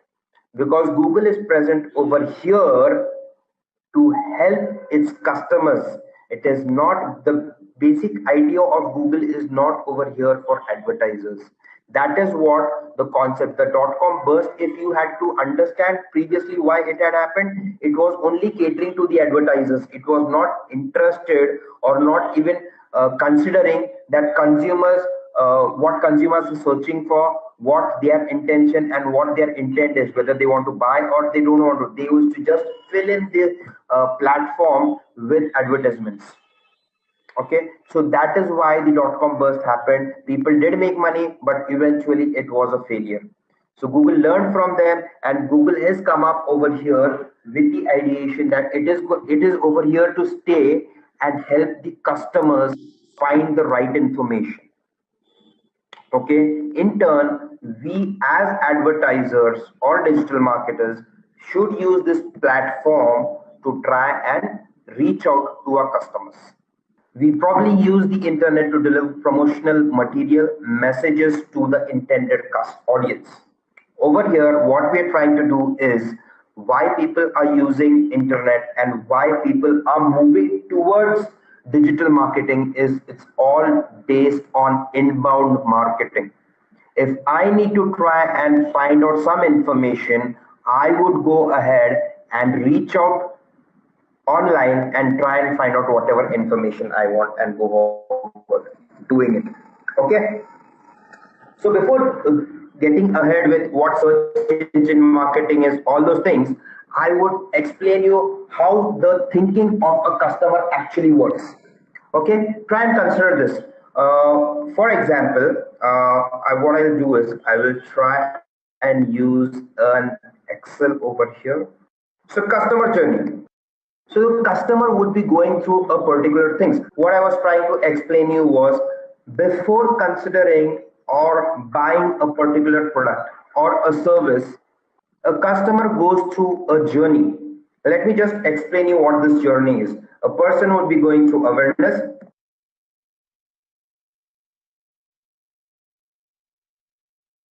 consideration, comparison.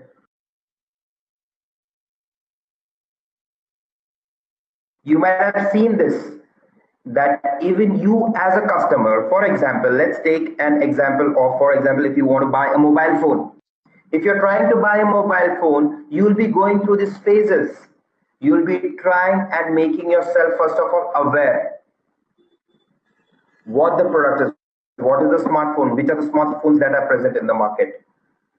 Once is you will try and start getting aware about each of the product or services when you have a need for it. Okay, so you will try and collect more and more information. You'll go online. Okay, so it's a part of inbound marketing.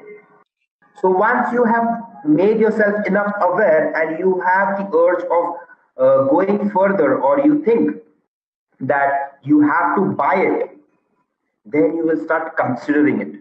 Okay, so probably I will consider 2 or 3 brands of the all the brands that are present in the market.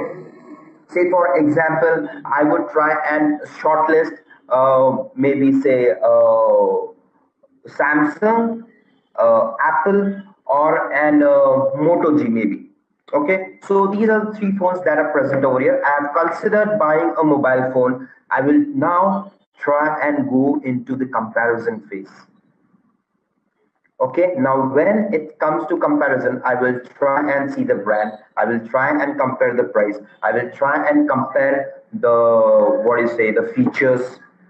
Now I have become a serious customer. I have become a very interested customer.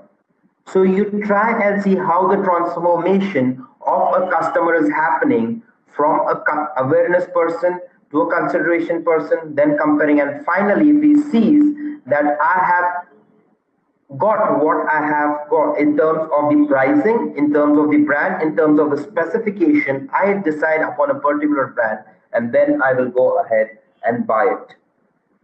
Okay, so why is it that I'm trying to showcase you this journey? Is it related to PPC? So this is basically related to each and every channel of digital marketing. And why I'm trying to stress upon the customer journey over here is PPC is more of a performance based channel. You are not going to just spend your money over here only because you want to promote your business. You have to be a smart digital marketer so that you are very choosy and you are very specific in terms of achieving what is your objective and then going ahead. I am not going to spend loads, lakhs of money only to create awareness through paid advertisement. Right? I am trying to go and bid for those words which are maybe intent oriented, buying intent oriented. So in this case, I will just try and target those words which are maybe comparison based, like maybe prices, maybe discounts, or some buying keywords like offers on mobile phone. Okay, so these would be some of the keywords that I need to try and bid for. Now for awareness, there would be other channels. Let me just go ahead and show it to you. So this is how it happens. If I was supposed to show it to you live, let's say for example, I go on Google. I go on Google and try and search maybe, what will I search? Let's say, okay, fine. When I try and search mobile phones, the ones with, even these are the shopping ads. I will show it to you when we are doing the practical aspect of it. But these would be the shopping ads. These are paid as well. And the ones which come in the text, with an ad mark over here, these are the advertisements. Previously, Google, recently, I guess last year, Google has changed its interface. Previously, we used to have right hand side as well, used for paid advertisement. But they have changed it to this. You get only the top results over here and the down results. Maybe let me try and put in personal ones.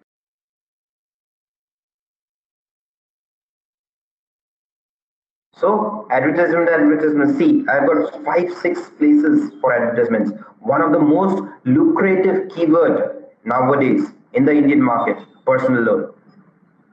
Okay, so you'll be asking, how is it that only Bang Bazaar is tried and ranked up over here? We will be over the course of time discussing how this happens. Okay, and as I told you, Google has changed its interface. It shows advertisement only on the top and only at the bottom. Okay, so this is what I wanted to show. So you would say intent based would be morely towards paid advertisement, awareness and consideration. I will try and target it through something called as organic ones. Okay, the top ones would be the paid advertisement, the bottom ones would be the organic ones. Let me just show it to you. Okay, these are all paid ones. The ones with which they don't compete with any advertisement is called as organic. So organic, I'm going to create more awareness. I'm going to give out more information over there. For just to give out information, I'm not going to consider paid advertisement. For paid advertisement, I'm going to consider people who have shown an intent towards buying. So search engine SEO is what I was trying to tell you is it's all about creating awareness. Not to mention that it cannot be a sales oriented thing. You can always try that. I would be wrong if I say that if you want to try selling through SEO, you cannot do it. You can definitely do it. But if you're trying and spending money, you try and get the serious customers. Let me just tell you something. Uh, if you're walking into mall, okay, there's a fantastic mall over there, and if you're walking into mall, you're looking for a pair of jeans. Now, when you're looking for a pair of jeans, there are a lot of shops lined up in a mall. Now, you're not going to go into each and every shop. You might go to a shop that is very appealing to you, and the shopkeeper is also not going to engage with you unless and until you enter the shop, right? So this is where they are trying to get the offline experience into online. Only serious customers will click, who have an intention of buying, onto the advertisement, and then they will enter the landing page, and then they will leave the details or maybe buy the product. So just to give you some examples of display advertisement. So let me just tell you, these are the examples of display advertisements and the banner ads. Okay, so the types of online advertising that we could be looking at is search based, that is the text which I showed you, display based, which you're probably asking me. Let's say let's look at, try and find something in Google. Maybe say best quotes. Best quotes is what I'm trying to find out. 100 quotes for online training quotes.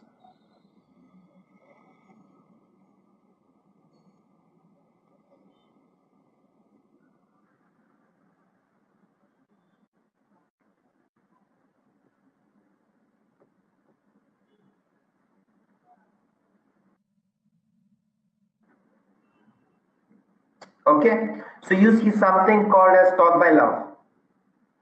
Yeah, so stock by love is a display advertisement or a banner, you could say, which is present on this property. Okay, and then you have something called as the video ads.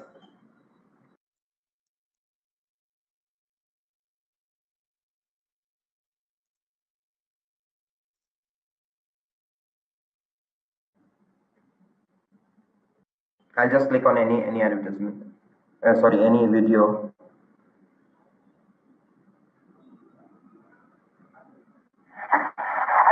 Yeah. So this is a form of video ads. So you can do all these advertisements through pay-per-click. Okay. And there is one more, the best one of them all, which interests all the advertisers, is remarketing. Now let me just explain you what's the concept of remarketing. Say for example, I hope you might have used Make My Trip or maybe Amazon in your past. What you do is you just go onto the website, and then you pick up some things, maybe a pair of jeans or a pair of shoes or something, and you selected them. Maybe you didn't take any action over there, you didn't buy them, or maybe even you didn't put them into the cart, but you showed interest. The intent is over there. This intent is captured by the advertiser or the brand, maybe for example Amazon or Make My Trip. They capture it, and next time when you go online, they are going to show it to you. I'm just showing you this example. The stock by love is what you're seeing. It is kind of an remarketing. Now, when doing this, I landed up onto their website, stock by love. So they dropped in that cookie, that code onto my browser, and now it is following me on whichever website I'm going. You're trying to understand. Now you will ask me, why do people do this? Why remarketing? Now remarketing is very important because it improves the conversion ratio. Okay, a person who showed interest, maybe due to some work or due to some issues, he's moved out of before buying in the product. Okay, so it is the responsibility of the brand, of the digital marketer, to again showcase him that, hey, what happened? You were interested in this, and but you didn't go ahead and buy it. Did you forget it or something else? Okay, so you're trying to understand. It's all about conversion. Okay, so remarketing is helping you to convert. Okay. So search ads, this is how it will be looking at. I showed you. Okay. Some of the search engines: Google, Bing, Yahoo. Previously, Yahoo was not a search engine; it was more of a directory kind of thing. But now they have changed into a search engine. Okay, focus on the keyword data. That is where you're searching it from. Okay, then you have the SEO, SEM, and the SEO. That is what I've showed you, the difference between the paid one and the organic, how it differs. Okay, then you have display advertisements. I've showed you an example of display advertisements as well. Then you have the video advertisements. You might have seen a banner that is running over there, or directly a video which is running just before you start seeing the actual content. Okay. Then there is this retargeting. You go to shopper's visit, okay, or the visit and is tagged, okay. Shopper leaves the site and starts browsing. Then what happens is, since the shopper is tagged using remarketing, the shopper is shown the ad on the first website. Okay, shopper clicks on the ads and the redirected to the first website. So why do people search, and why do people believe Google? Okay, so what happens over here is, search is the top source for any purchase decision. Now let's try and understand this. Okay, this is a certain concept that is come up with the online thing. It is very simple. Whenever you go, sorry, for example, let's see, you are say, let's take an example of the mobile thing as well. You are trying to search mobile. Okay, you are interested in buying a new mobile phone, so you will try and search the mobile phone. The first thing what you are going to do is, you are going to first go into Google and type in a model. Why? One thing, because you trust Google. The other thing is, you don't want to believe anybody and everybody who is going to say, Ari, this phone is fantastic. Why don't you buy this phone? This got this features. Yeah, okay, fine, I'll do that. Let me first make myself aware of what are the things, and then I'll come back to you. Okay. So first you do your research, okay? You search the entire Google thing, what people say. You might be reading some stuff, you might be looking at the stores, all those things that you do over there, okay? Once the information is there on the internet with search, okay? So you get what you are trying to search over. Now, what happens? Try and understand this concept. What happens? Consideration, awareness, consideration, comparison, and buying is what I was trying to tell you. Now, what happens over here is just try and understand this.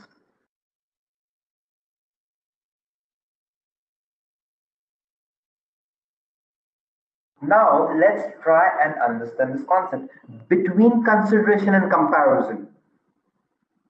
Between consideration and comparison, there is something called as the zero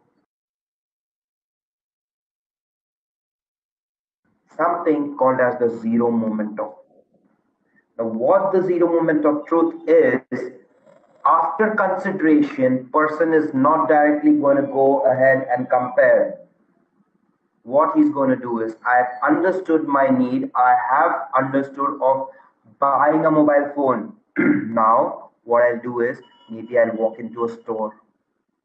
Maybe I'll try and ask a friend of mine. I'll ask my father, I'll ask my brother, or maybe a colleague in my office who is a geek kind of a person who has decent knowledge about it. So maybe what I'm trying to say over here is your journey of online buying might stop over here. Just try and understand this. This is the zero moment of truth. Once you have started considering, you've got enough information, you know, I want to buy an Apple, Samsung or an Apple, I'll stop over here. Now, because I've become serious, I'm not going to put all my hard-earned money into somewhere. I am going to do a thorough research. I will go on to various searches. That is what we do, right? What I'll do into wherever I go, I will go into Reliance Digital Store and then say, what's the cost of this mobile? He might say 20,000 rupees. Wait on, hold on a minute. I'll just check it online, is what you'll be seeing, right? That is how the consumer behavior is changing. So when he compares the cost over there and the cost in the store, then he would say, okay, fine, let me try and make a judgment whether buying online or buying offline is beneficial for me. It could be anything. It could be the service part, it could be the price part, it could be the person who's attending him, whatever. So you as a digital marketer should try. So now do you understand why I'm trying to say not to target awareness and consideration, but try and target comparison and buying phase onwards. Here the customer journey stops. If he comes back to you again, he is a very interested person and you can't let him go. He will buy. I'm not saying he will buy from you. He will definitely buy, but maybe from you, maybe online or offline, but he will definitely buy. Okay? So that is what you need to try and understand.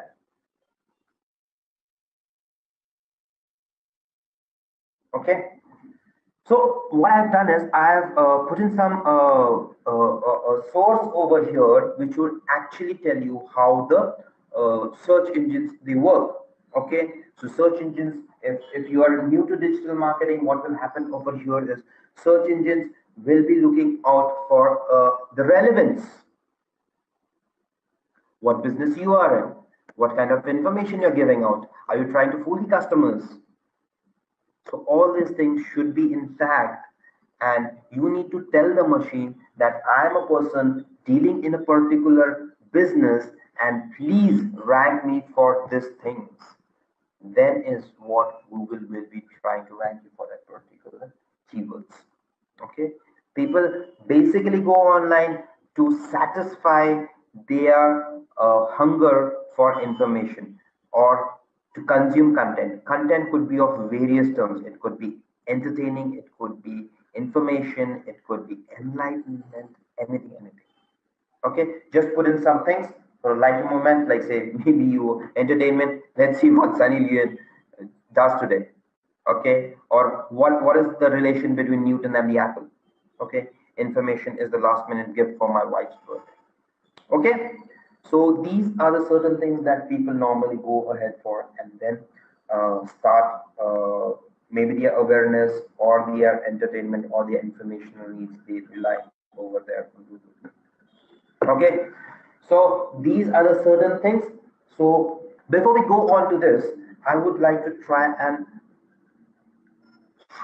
Let's have a quick quiz question, guys. And the question is, which of the following is not required by the search engines? And your options are poor user experience, keyword stuffing, buying links, or all of the above. Please mention your answers in the comment section below. Just a quick info, guys. Intellipaat provides an advanced certification in digital marketing and analytics course by CCE IIT Madras. You will get to learn from IIT Madras faculty and industry experts. Reach out to us to know more. throw some light on certain things. Let's say when considering Google AdWords, there are certain things that will come into picture. CPM, CPC, so CPC, yeah, CPC, and then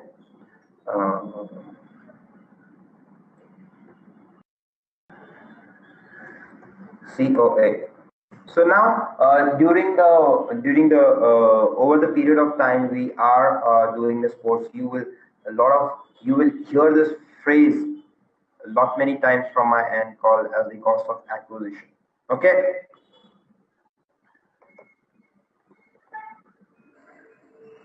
So what I am telling you is Google AdWords works in certain fashion. Okay. So if you are doing any advertisement, if you are doing any display advertisements, you could try and look at cost per impression. CPM is cost per impression. So over here, see over here, the cost, the stop by love, it's an impression.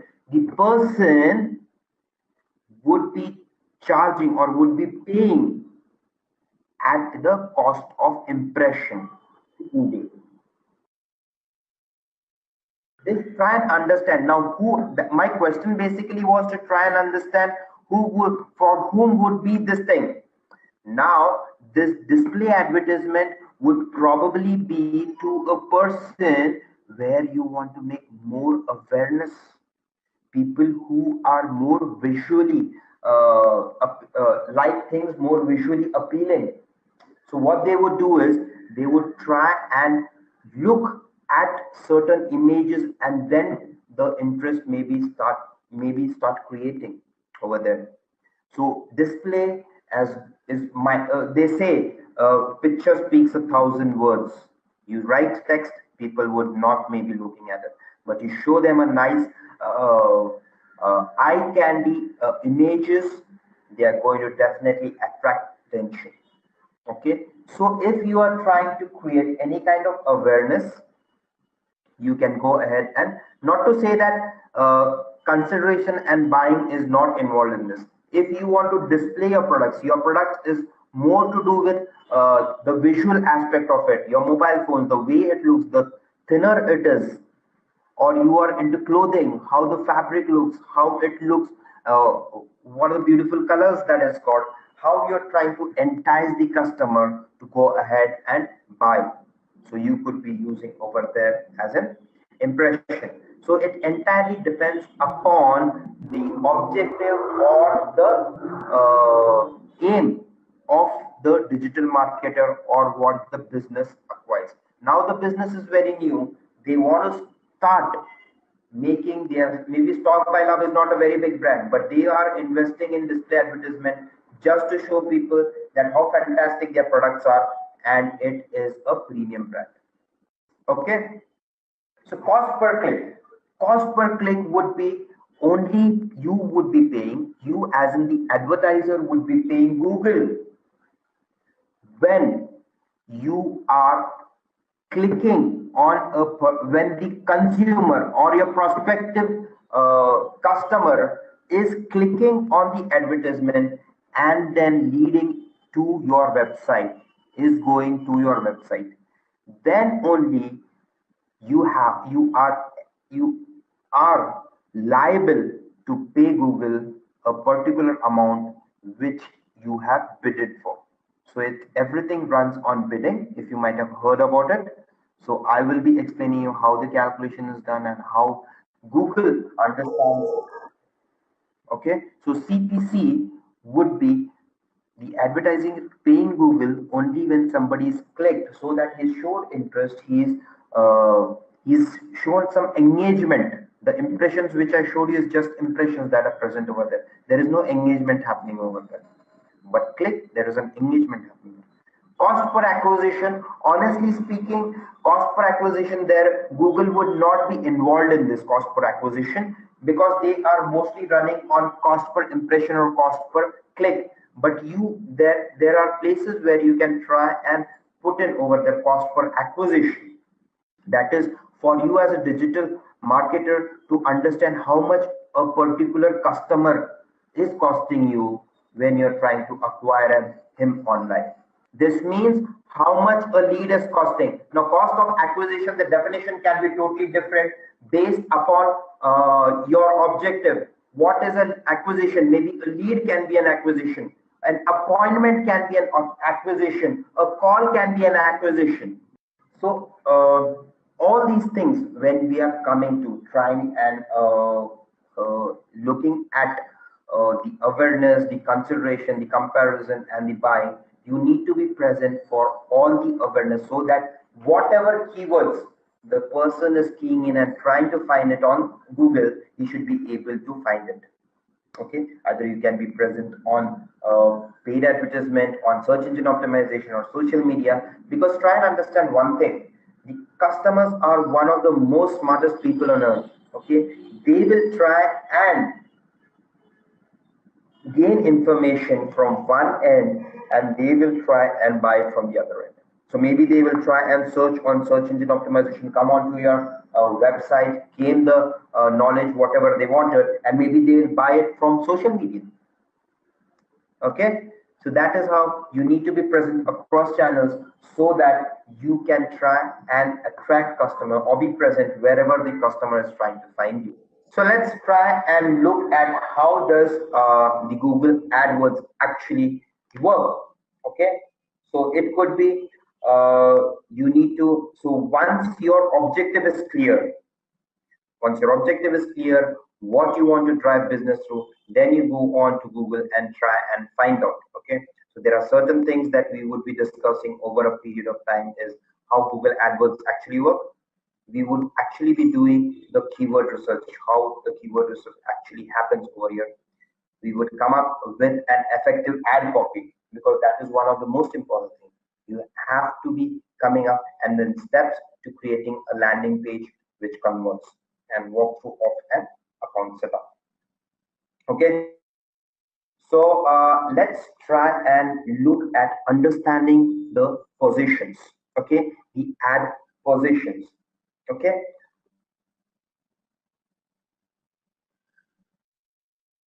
so this is a part of how Google AdWords actually work. Let me try and showcase you something.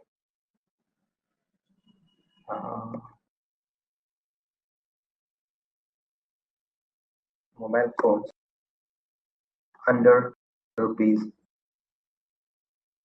So this is my keyword saying that mobile phones under rupees 10,000, because I am a very interested customer. I have gone ahead and written a very long tail keyword. We'll come to that part as well if you're not aware of it. This is only mobile phones is a short and a very exact keyword. I have written a longer tail keyword expressing my exact objective of my search. My exact objective is over here to try and find out which are the mobile phones that are below 10,000 rupees. Okay, so you could see there's an ad over here present, and then if you could probably go down there, there's nothing over the top. Fair enough. So these are certain things, these are certain things. Okay, So over here, what we will try and see is how is Google trying to give you the various ranking, the ad positions. Okay, so you would be saying that I'm sure you might be knowing that there is a bidding process in place when it comes to uh, when it comes to uh, placing your ads in Google AdWords, right? You would say, I am a person. Okay, let's try and consider three people. That is A, B, and C. Let me just write it onto an Excel so that it makes more sense. So people, advertisers. This will be A, oh sorry, A, then there is B, and then there is C. Now let's try and understand. A is a person who is a novice, just entered. He is a intermediate level and advanced. So novice is got, try and understand the situation. A novice is very rich.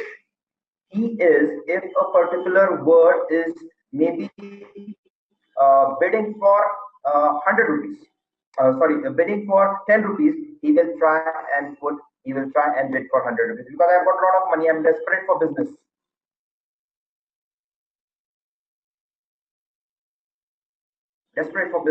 I'm going to put in 100 rupees. The next person is, but what he is not looking at is he is coming up with a ad copy. Not very good.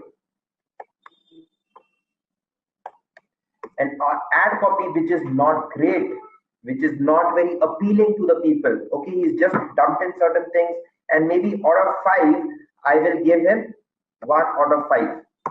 Rank him, sorry. I just give him 1.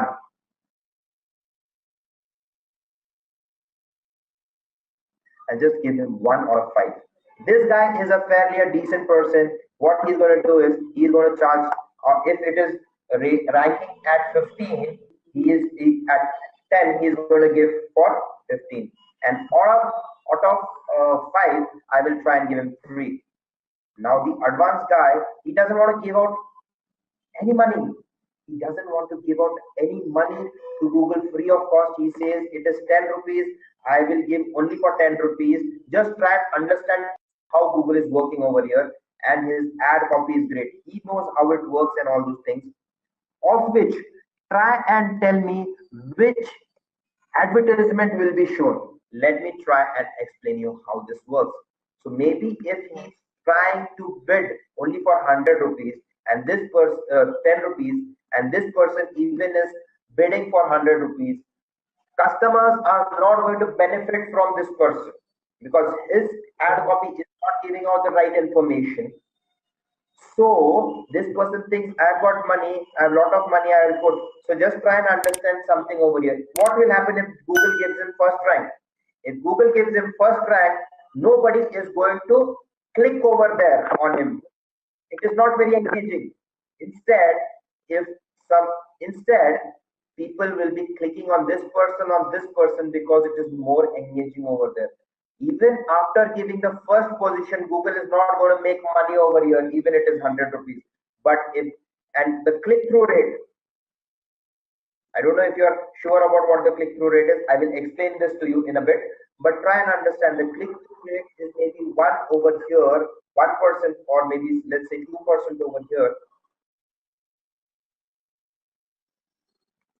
Okay, and the click-through rate is maybe like say 10% over here, and the click-through rate is maybe 20% over here.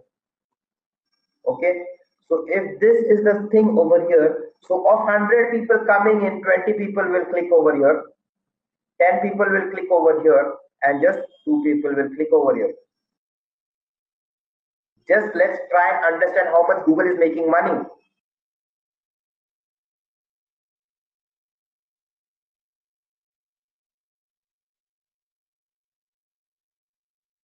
Okay, so it is equal to 100 into 2.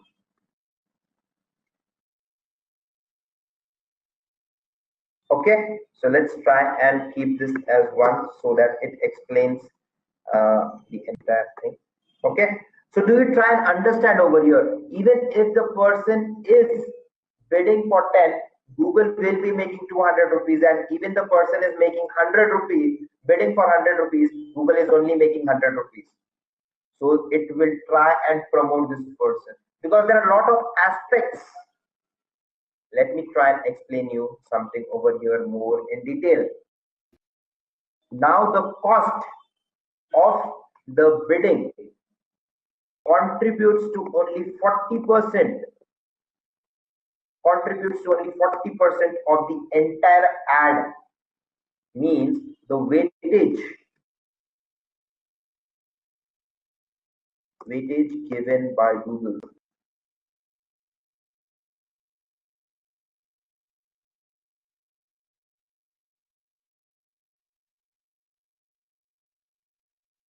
%40 to the cost, and the rest 60%, you'll ask me what?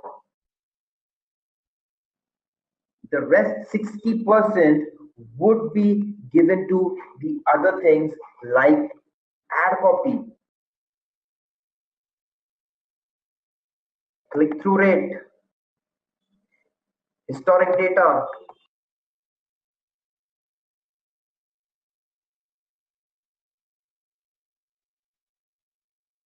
Okay, so all these things, relevance.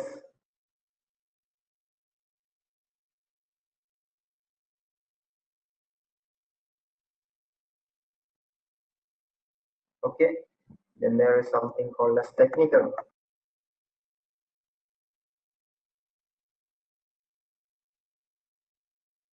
All these things would be considered. So major part is going to all these things: the click-through rate, the ad copy, the history, how technically well the landing page is being done, the relevance of the ad. What will happen? Just try and imagine. I put personal loan at 0%. I put personal loan at 0%, and then somebody is clicking over there on the personal loan, and then he says that I will be giving you loan for 15%. Immediately, the person is going to close the landing page and come out of it. The bounce rate is going to increase. The engagement is going to, the bounce rate will increase. The engagement is going to decrease. Google is going to run into losses. It will not showcase this kind of advertisement. So the ad position is determined by a formula called as ad rank. Okay, or it's also called as the quality score. Okay, everything depends upon the quality score. Over here, you can rank higher without spending more money, as long as you are relevant, or at least you make the search engine think that you are relevant.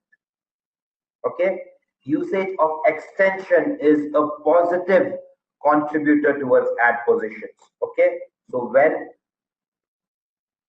I was telling this, I was also giving, like, say, extension. Is there any extension? Now you'll ask me, what is extension? Extension could be anything, maybe a call extension, okay, or appointment extension. All those extension would be contributing, yes, that this person is helping out my customer, is finding out the right information and making his life simple. So why not I also help him? And then Google is going to give a higher ranking to the person. Okay, using the extension is a positive contributor towards ad positioning. So two ads, one with extension and one without. The one with extension will rank higher. Okay,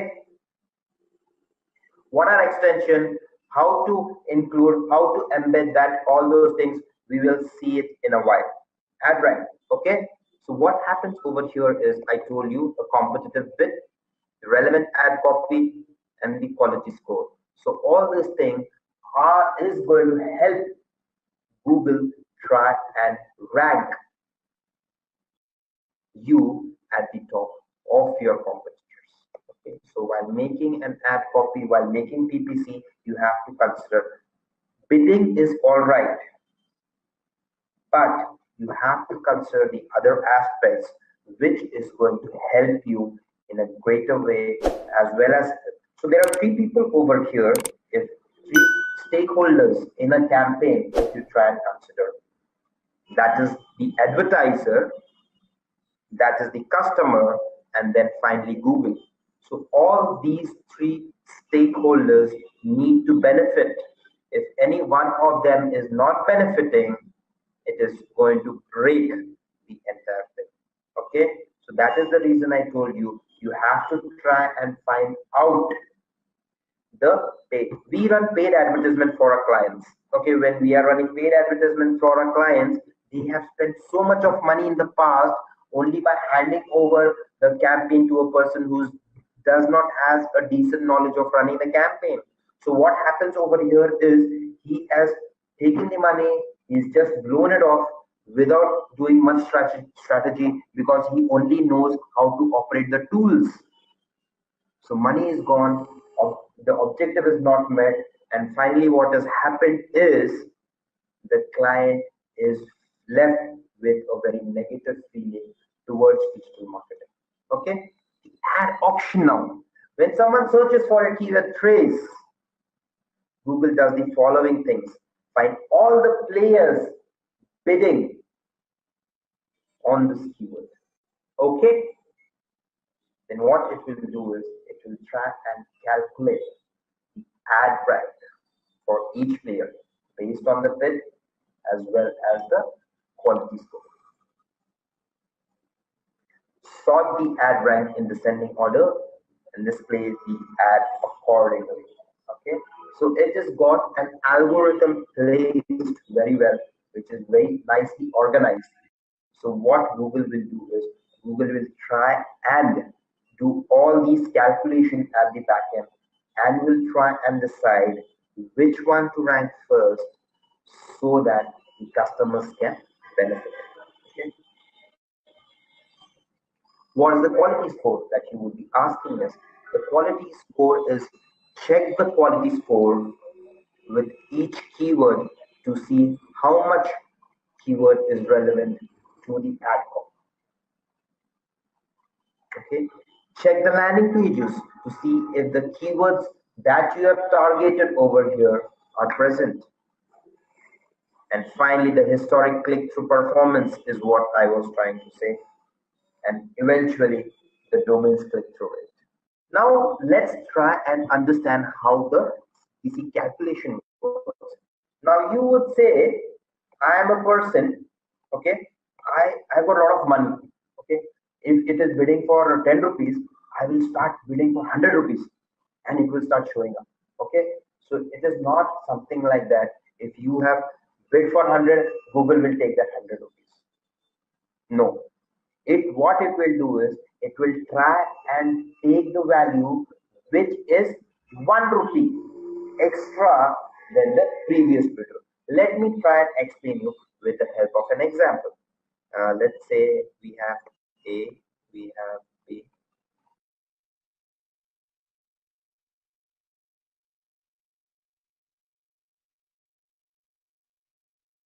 So we have this person A who is bid for maybe say 25 rupees for a particular keyword. Then I have this person who is bid for 22 rupees. Then I have this person who is bid for 25 rupees. Then I have this person who is bid for 30 rupees. I have this person who is bid for. Now try and understand one thing. Why does the bidding happen? So why does Google not showcase all of the advertisements? See, so you will say Google will make more money then. I will try and showcase everybody. That is not possible, right? Now the bidding happens based on a competition, the demand and supply aspect of it. Okay, the demand over the supply is very less. I've got a very few advertisements, maybe 5 to 6 maximum. If there's a lot of competition, okay, then Google needs to make some money. So what it will do is it will try and give more advertisers to it. But if it is the normal demand and supply, if you say you come from a management background or a business background, you might be knowing If the demand is high and the supply is low, the cost goes up.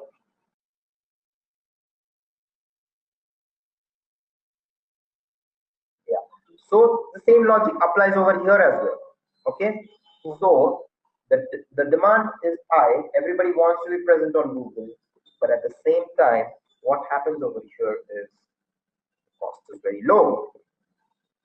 So let's see how does the calculation happen. So what we say is the bid is, for example, say 21 rupees. The bid. Okay. So I will show you where it shows the bidding. Now you will say that how do I know that where the bidding is and all those things. Let me just quickly show it to you so that you also understand.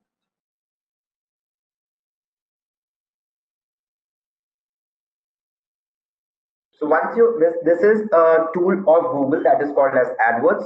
When we are working with it, I will showcase to you. Just try and understand this.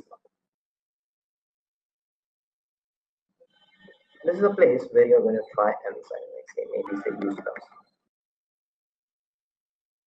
Just for an example, I'm just trying to showcase you how it looks like. We'll be doing it in detail when we are doing it that way. Okay. So over here, this is the suggested bid. For use card, this is the suggested bid. Okay. So it shows you everything. These are the suggested bids over here. Okay. So you can segregate it by location, by negative, all those things we are going to look at it. So there's a lot of things that we can do. So that is, for example, let's try and say that 20 rupees is not within the bid amount. So for example, if this was 28 rupees, okay, and this person is bid for 20 rupees, so it is not going to come up. What will happen is this person is knocked off. This person is knocked off. The next amount, okay, if this was 21 rupees, this person is knocked off. He's not eligible for it. Okay, so this person, who is the next person? So 22 fellow is the one next person. So how much is he eligible? He's eligible for not 22 rupees, but 1 rupee extra than the previous bidder. Means 1 rupee, he will have to pay 21 rupees. What will happen? Who's the next fellow now? He is the next fellow. So what is this? So he will be charged 23 rupees. This is the next fellow. How much will he charge? He'll be charged 26 rupees. How much will this will be charged? 31. So this is how smartly Google has tried and made their algorithm so that even if you bid for 100 rupees, it is not going to take 100 rupees. It is going to take only 31. Log into your Google account or just go ahead and search Google. Okay, and then search Google AdWords and try and find out any keyword that you want to search for. For example, it will showcase over here what are the monthly searches, average monthly searches over here. It is from 10,000 to 1 lakh. Okay, so it's a fairly a decent amount of searches that is happening over here. The competition level is medium. So try and find out for a keyword that you desire. So when you click on this download option, it is going to download all the keyword ideas that it has generated for your business. So it's generated some 500 odd keywords. So your objective over here is, as a digital marketer is to try and segregate all the keywords that you think are based on comparison and buying oriented. Okay, I'm not over here to do any kind of awareness. Okay, so this you might find a bit of crude data over here. Why? Because I've just not put any location. You can try and put in location only, maybe India. So it will give you the phrases that people are normally using to search, and then enter. You can download this. So what I will try and do is, rather than I would say keyword intent. Okay, so keyword intent, this is too generic. It is not going to help me in any ways. Second and pause. So cheap cars, intent oriented. So compare pre-owned cars. Pre-owned is anyways I'm coming used vehicles. Best used cars comparison. Certified used cars under buy. So this is the way I'm not going to do it for the entire thing.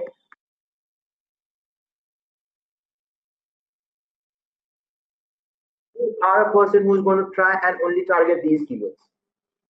Yes, I will only target the person who's looking out for buy, who's looking at the end stage of buying, only intended oriented. Because what happens is this person is gone everywhere. He's gone online, he's gone offline, and now he's coming over here just to buy. Okay, so I am now over here. What I'm doing is I'm optimizing my strategy over here.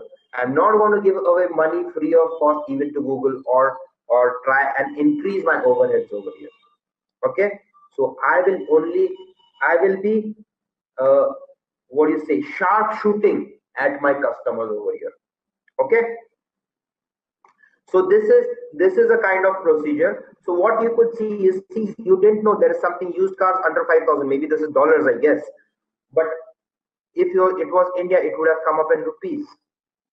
Okay, so certified pre-owned cars, again a comparison kind of a thing. Buy, he's definitely going to buy, so he will definitely come ahead. He's going to leave details with you on your landing page, and then you get a very interested or a qualified customer is what you can look at. Let me try and showcase you how this activity will actually look like, and why is it that I'm trying to tell you you need to be very specific about choosing up the keywords. Now there's something I will be doing a case study with you based on this, but just to give you an idea, how the entire campaigning in digital marketing works. I'm sure you might have heard about this word sales funnel. Okay.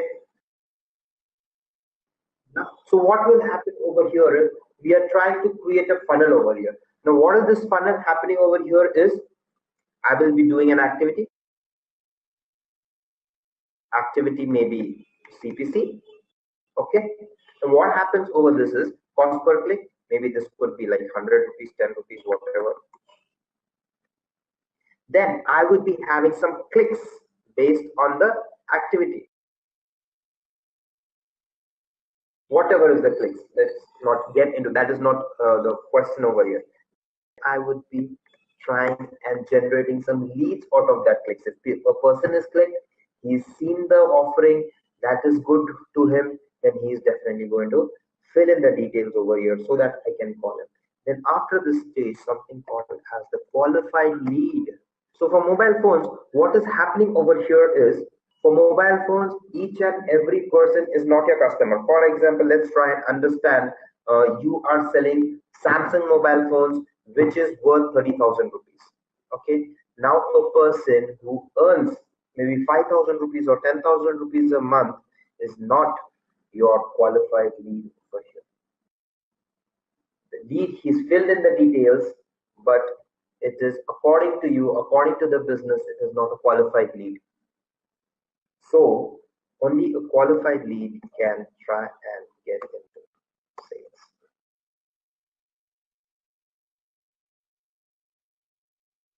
Okay, so this is what it's called sales. Okay, so this funnel, each of this will have a ratio. When we are done with all the campaigns and everything, when you have to optimize it, this is what we'll be doing basis a case study, wherein I'm going to show you how you actually have to plan the campaign, how you know which strings to pull, which strings to leave, where to be stringent, where you have to be lenient. All those things will be discussed when we are trying to create. Once you try and master this thing, then you can run any campaign and you will be definitely on top of the game for this. Okay, So have you understood this thing? Activity could be anything. That could be impression, that could be clicks, that could be mailers, that could be uh, anything that is an activity. And then you, out of that activity, you're generating some action. That action is clicks, and from that click will be generating leads, and then from leads, everybody is not going to be a buyer. You get qualified leads, and out of qualified leads, certain people will buy from you and certain people will not buy from you. That you cannot control. That is going to convert, say, and you have to try and understand how to try and maximize the conversion for qualified leads to sales. You cannot leave the person, because he's come here, he's shown the interest, he's walked that mile, and if you leave him, then there is a gap over there in the business process. Okay, so all these things will be covered when we are doing the, what do you call it, the case study for the conversion rate optimization. So we have something called as the match phrases, match types. AdWords uses different match types. There's the broad phrase and something that is called the exact phrase, and there's something called as the phrase. So let me just try and explain you what is this. So try and look over here. So when I'm trying to type in mobile phones over here, now each and every advertisement, if there is something over here called as mobile phones, and if I've bid for that particular amount, it will definitely show. Okay, so mobile phones under 10,000, mobile phones under 5,000, mobile phones under 50,000, mobile phones online, mobile phones in India, mobile phones 4G, mobile phones under 20,000, mobile phones direct. Okay, now if a person searches for anything, mobile phones should come over there. Before it, anything can come. Before this keyword, anything can come. Before mobile, after mobile phones, anything can come. In between mobile phones, anything can come. So this is broad-faced. Okay, so this is a broad-based keyword research. Okay, so this is what will be happening over here. That just mobile and phones, whichever position they are in, if they are there, your advertisement will show. So what happens over here is, over here, try and understand the objective again over here. Over here, Google will make a lot of money if it is a broad base, because it will show up for whenever somebody is searching for mobile. At the same time, you are going to lose a lot of money, because what is the point if somebody is searching for mobile phone 4G, which you are not trying to target, or mobile phones direct, or mobile phones online, or mobile phones in India? You are not trying to target all those things, and all these keywords, 15,000. Your basic mobile phone is for 20,000 rupees. Your range starts from 20,000 rupees. So all these keywords are going to be waste for you, but your advertisement will be sure. Your quality score will go down. Your impressions and everything, click through rate, everything goes for a toss over here. Okay, you are wasting unnecessarily money trying and reaching out to people who is not your target audience. So broad phase is, this is how it will be. This is something broad based. Okay, then you'll be having something called as the phrasing. So you would probably put it in. This words should be coming together. Okay, it can come, phone and mobiles can be first, and the next it is okay, the sequence can change over here, but these two words should be coming together, and it in front of it, and anything after this keyword is okay, but this should come together. Then we have something called as the exact. The exact is something, it is displayed in such way. Okay, it is called as. Now only with mobile phones, only it will show for mobile phones that are coming together, and it is searched only for mobile phones, then only your, what do you say, your advertisement will be shown. Did you understand this? What I wanted to also put in over here is add on over here is the broad phrase is not going to really help you, but the phrase or the exact phrase is what is desired by a digital marketer or a business. The cost for exact phrases will be high. Okay, mobile phones. I am very specific about mobile phones. Mobile phones should come together. Nothing before, nothing after. Exact mobile phone together, as the way it is. It should be represented in the it should show in the advertisement. Then only my ad should show up over there. Okay, that is how we have done it. Okay, great. So that was it about the exact phrase and the broad phrase, the phrasal, and the exact phrase. Okay, so these are the various types. So you need to know. Okay, so you need to know which ones to use. So you say this is buying based and this is C. This would be a reach based. If you want to reach more people, then use a broad. If you want to do more of sharp targeting, then you go for exact. Okay, so what we'll be looking at is the keyword to ad copy relation. Okay, so keywords and ad copies are grouped together in ad groups. Okay, ad copy should be crafted for keywords. Always experiment with alternate ad copies in one ad group. What this is, let me try and show. You saw this keywords over here. You see something called as the ad group ideas over here. So what are these ad groups? These ad groups are some things which are going to have your keywords. See, all these are your keywords in those ad groups. Okay. So what you are supposed to do is you are supposed to group up your keywords into an ad group so that it becomes more relevant to Google, and Google is trying to understand, okay, fine, this person is trying to achieve this objective through these ad groups. Okay, so ad groups will what will ad groups contain? Ad groups will contain the keywords that you're trying to target. Okay, so this was something about the ad groups. Let's try and show you the structure of what the ad groups will be having. Okay, so this is the what do you say the structure of the ad group. This will be your account. These will be the campaigns. Okay, so account one per advertiser. Okay, that is your email, password, and the billing info. Now, how many campaigns can one account handle? One account can handle 25 campaigns. Okay, so 25 campaigns per account, bidding and budgeting, location and language networks and devices. All those things are included within the campaign. So 25 per account is allowed. How many ad groups? So I'm sure you have understood the concept of ad group. So how many ad groups can you have?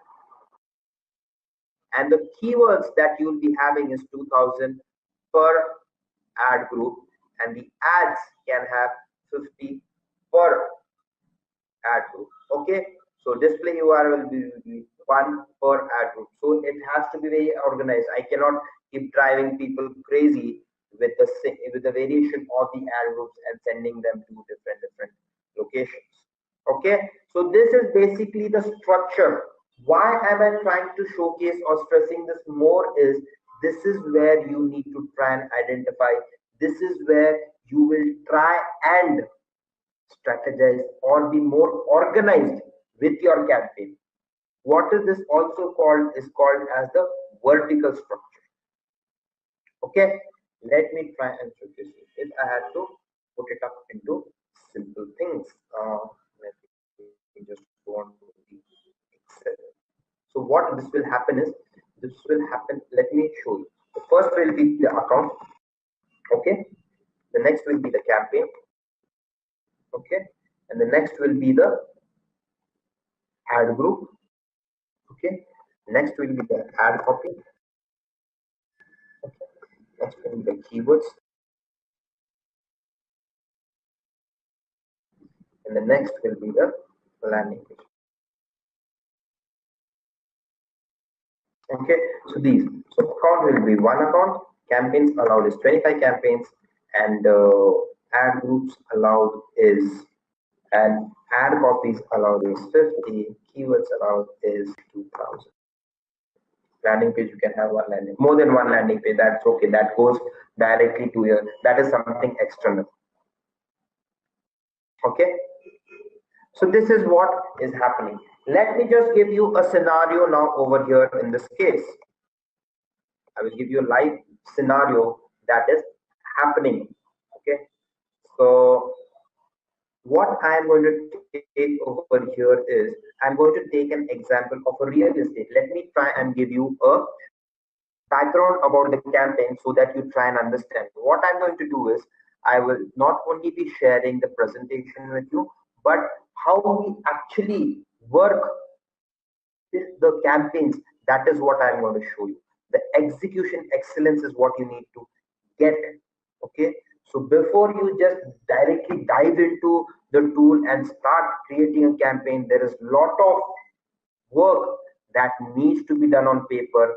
Then you go ahead and take the campaign live. Okay, so let me just give you a brief about this client of mine. What this client wanted is, this client is into real estate, okay, and he is trying to sell flats, that is 2 BHK, 3 BHK, and 4 BHK, and he is into the premium segment. Each flat starts at the cost of 1 crore. Okay, now what was the objective given to us was, the objective given to us was definitely to drive sales, but they had also given us, I don't know which location you are from. I will be giving you the example of my own location since I am from Pune. Okay, so if you, okay, so this property is known or present somewhere called as, the location is called as Kalyani Nagar. Just keep this in mind. If it's confusing, just leave it. Just name any location that, from your place. That is okay. So Kalyani Nagar is the location of the flat. What is the next thing? The next thing that the person told is, definitely you have to promote people who are looking out for a flat in Kalyani Nagar, but also I want you to try and target the locations surrounding this area. For example, there is another location called as Viman Nagar. Just try and understand. Viman Nagar is probably maybe 5 kilometers away from this place called as Kalyani Nagar. But I can tell properties near Kalyani Nagar because this is just 5 kilometers away, or maybe just 3 kilometers away from this another place. And this place is also probably quite famous. So my, what is it I'm trying to do is, I'm trying to increase my scope as well as trying and keeping the keywords intact. Kalyani Nagar should come in my keywords, but I want to try and target people who are around this place as well. Okay, so around this place would be places like Viman Nagar, places like Koregaon Park, places like something called as Magarpatta. So you don't have to remember the names, just try and understand the objective. The objective over here is to try and find out people finding property in and around this place. I will only not target people who are only specifically looking out for that place, in and around that place. That is very important for me. Otherwise, what will happen? My scope reduces over here greatly. So I will not decrease my scope over here. I will increase my scope.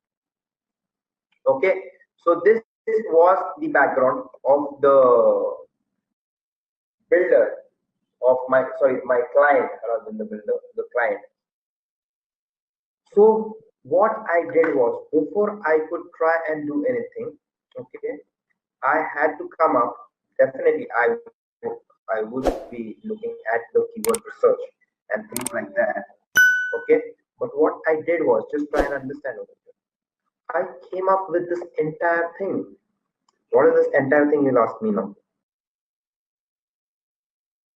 I have before even going on to the Google tool, that is Google AdWords, I have very well and very organized my campaign onto Excel, so that it is very much clear for me how I will go ahead and target my campaign so that I get the maximum output from there.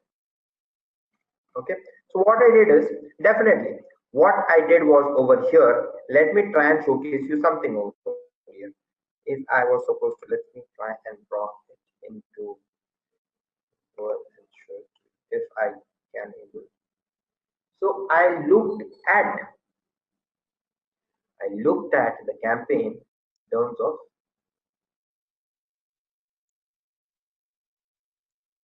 in terms of graph.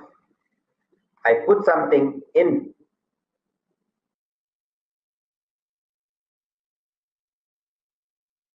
I put something in y-axis and I put something in the x-axis. Now the x-axis and the y-axis, they should not be changing as in they need to be constant as far as the property is constant. What is constant? The location is going to be constant. Okay, location on y-axis. Okay, and then I will be having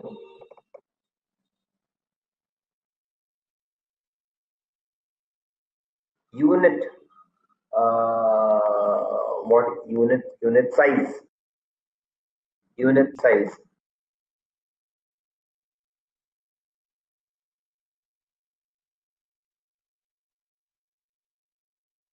So this could be somewhere I have to try and identify which are the variables that is not going to change.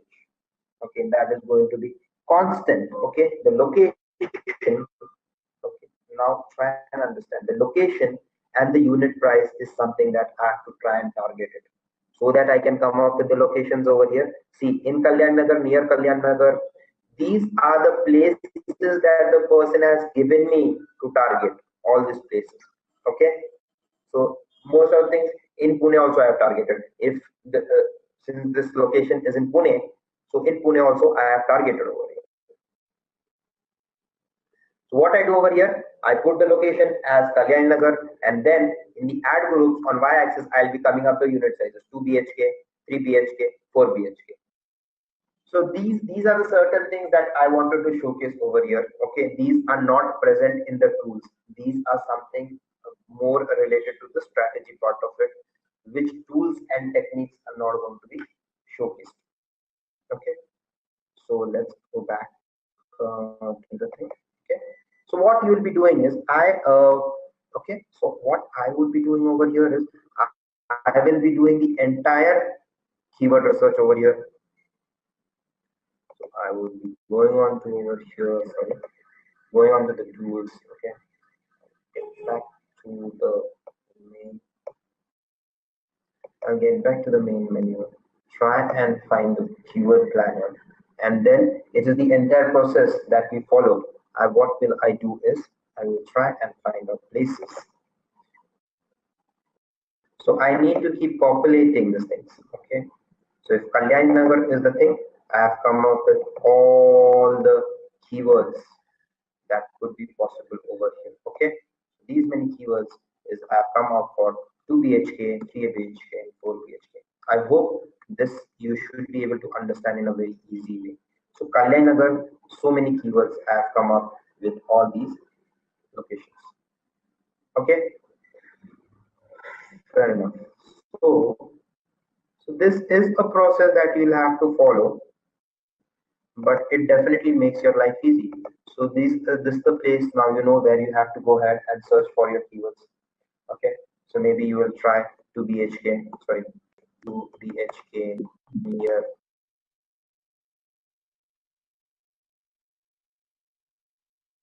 Just a quick info, guys. Intellipaat provides an advanced certification in digital marketing and analytics course by CCE IIT Madras. You will get to learn from IIT Madras faculty and industry experts. Reach out to us to know more. Then location targeting should be very Pune, Maharashtra.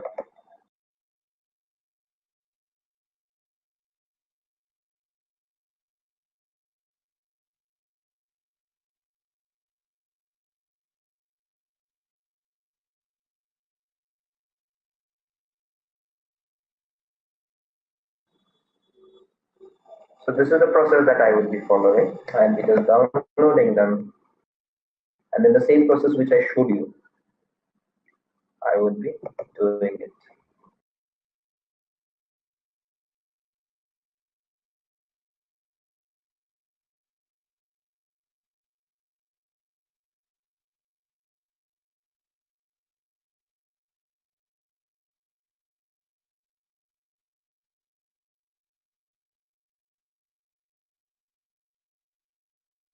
So the same process is what you will be following.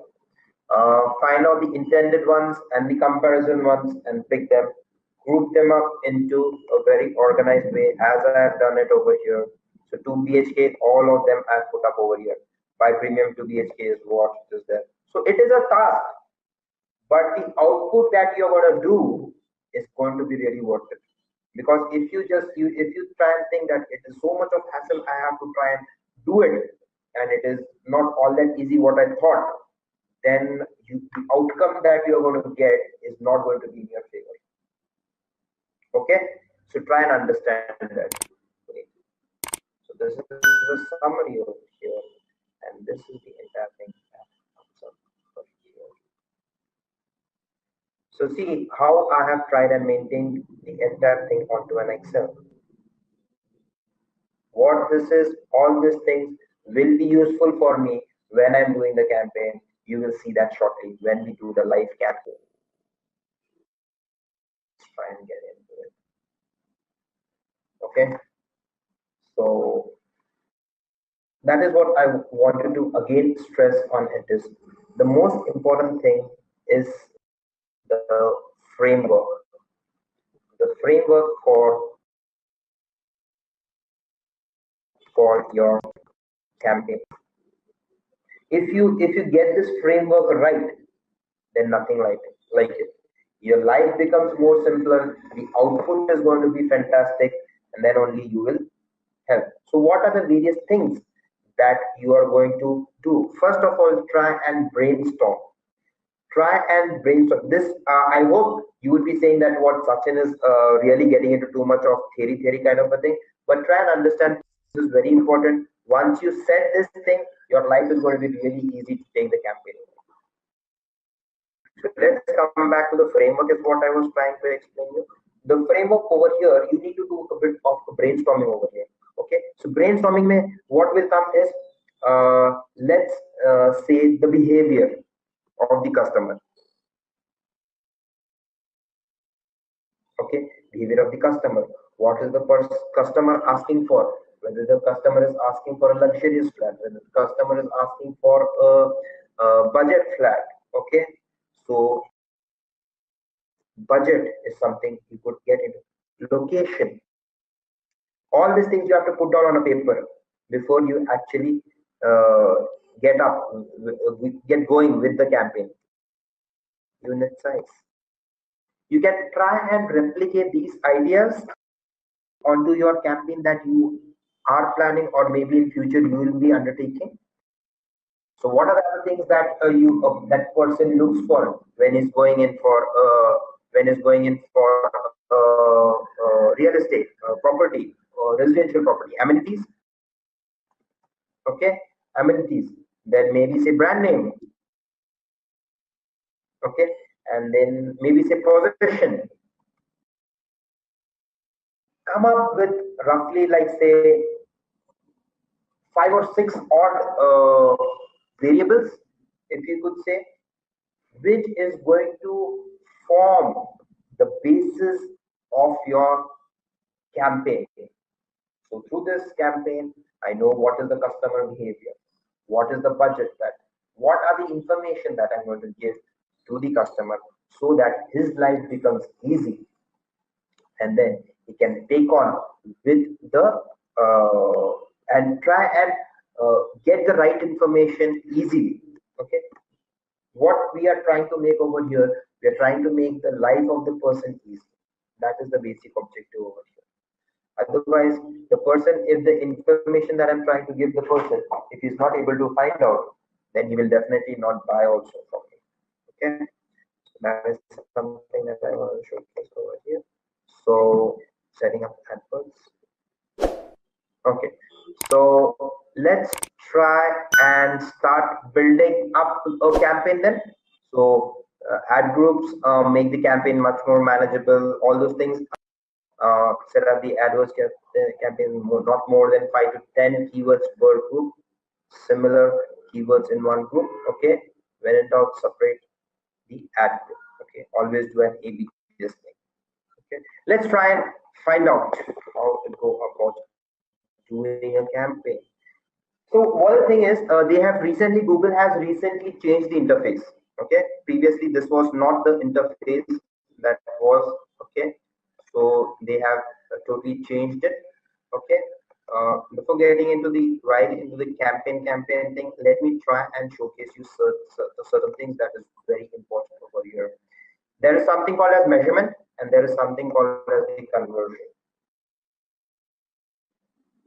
Okay, so this could be the conversions that is happening over here. So what is it that you want to try the conversion over here? There are various things that it is showcasing over here. The website tracks sales and other actions on your website. Okay, that is a conversion that is going to ensure that this is what is happening from your campaign. So many people are coming onto your website. Why I want to showcase measurement is this is one of the most important things. Unless until you know what is to be measured and what it is to be done, you cannot go ahead with it. Okay, so track sales and other actions on your website. Track app installs and in-app actions. Okay, how many apps are happening? What are the interactions with the apps that people are doing? All those things. Okay, phone calls, track calls from your ads or your website. You can do that. And finally, import conversion from another system. Now you would be asking, what is this import conversion from another system? Now affiliate is, there will be some people in the market who will help me. For example, if I'm into personal loans, okay, I want to reach out to the masses, okay, digitally. So what I'll be doing is I'll be trying and finding out people who blog nicely, or maybe there is a lot of traffic onto their website, and I will tell them, hey guys, can you please promote my product onto your website since you are having a lot of traffic? Okay, sorry. So what I'll be doing is I'll be giving him a particular code, and then I will be seeing, is there any conversion happening from that guy as well? Okay, so this is the thing. So if I try and create the website conversion action over here, okay, so you can put in each and everything over here. Okay, so let's try and quickly look at each and every aspect of it so that we can understand. Conversion name would be, maybe I am working for this real estate, so let me say that the guy's name is prop buying residence. Okay, is what I want to try and target. Set the category. What is the category? See how nicely and how in a very nice way he's saying Is it some purchase or sale? Is it the sign up? Is it the lead or view to the key page? That is all. So maybe I will say lead, value. Select how to track the value of each conversion. Use the same value for each conversion. Use different values for each conversion. Don't use, so if I say use a different value, what is the value of it? Use a different value for the conversion. So what it is, maybe if I'm trying and looking over here in terms of Indian rupees, it's gone. There you go. In terms of Indian rupees, how is it? Or you directly say that don't use a value. So what it is, the value is basically we are trying to say, or we are trying to see the conversion. If I'm spending, if to earn a business of 100 rupees, it is basically the cost of acquisition. If to earn 100 rupees, how much is it that I'm spending? Am I spending 5 rupees? Am I spending 20 rupees? Or am I spending 200 rupees to earn 100 rupees? So that is what it is going to give me the conversion value of this. Okay, count, select how many conversions to count per click or interaction. So each there is a repeat person, you want to consider it as a new, or you want to consider only the person who's repeated as only the one time. Okay, so the what the system will do is, if the person has come once and if he goes ahead and then comes after another time, so he will be considered as one. So each time the person is coming, he will not be considered as a new conversion. Okay, the conversion window, see what is the conversion window over here, 30 days. Select how long to track conversion after an ad click or other interaction. So for example, this entirely see you, this is a serious aspect of it and you need to try and understand it. Which business you are in? Are you a person who is into e-commerce? Are you a person into real estate? So depend, there are certain factors that will actually be considered. Maybe the order, the average order value, AOV. The average order value need to be considered. If the average order value is maybe like a jeans or something which is 2000 rupees or 3000 rupees, you can keep it just, I'm not going to think so much. I will maybe within a week, within a day or two, I will see. If I like the jeans, I will buy it. If not, I'll just leave it. But if I'm a person who's into any financial products, maybe say insurance, maybe say personal loan, or maybe say real estate, the average order value is very high. So I will maybe put 90 days. Because it is not going to happen that I saw a flat today and tomorrow I'm going to buy it. No, I will see the flat, I will arrange, I will speak with a lot of people. So it is more what you say, a lengthier process than buying a jeans. View through conversion. Select how long to track view through conversions after an impression is made. Maybe 1 day, maybe 2 days. This depends upon the days. Okay. So if a person has come, he's seen your ad, he's clicked on the display ad, after how many days he's come back. Maybe after 3 days he comes back. It's okay. If he doesn't come back after 3 days, what's the action that I need to come? Maybe this campaign is not really working to me. In conversions, you say yes. Into these conversions in your conversion columns. If you use smart bidding, your bid strategy will optimize for these conversions. We are digital marketers. We need to know our business very well. I don't need Google to come ahead and pitch in for my business and say, hey, I think this should be the price for your business and something like this. There is an option called as smart bidding, which we will soon be seeing. I am smart enough than Google, I think, because I know my business. I know my objective very well. I am not going to give my business into Google's hand. because Google doesn't know nothing about what does it know about conversion about my business. If 100 people are coming onto my business, maybe 2 people convert, 3 people convert. So if there is a need, I will go ahead and make the bidding high. You please don't do any kind of smart bidding for me. So I will try and remove that. Okay, don't include that. Then there are certain attributions. This is quite interesting for you. Okay, let's see that. There is something called as the last click. There's something called as the first click, which happens very often. Let's try and understand what this happens is the last click. Now what happens over here is all the businesses nowadays, depends upon your objective though, but nowadays what happens is they give lot of value to the last click. Last click means the last click before buying your product. The person who comes through a particular advertisement or comes through a particular link and then buys it, that is, and then after that click, he's definitely gone ahead and bought your product. That is considered as the last click. The first click would be considered as the person who comes and first clicks over there, and then he's not bought it from you. Maybe he's not bought it, but he's gone ahead and found a lot of information. He's left the lead and all those things over there, but he's not bought it. He will be the first person. Maybe after a week he might come again to you, or maybe he's bought it from somewhere else. But this person is considered. Or if, for example, try and understand this. Affiliate is what I explained you.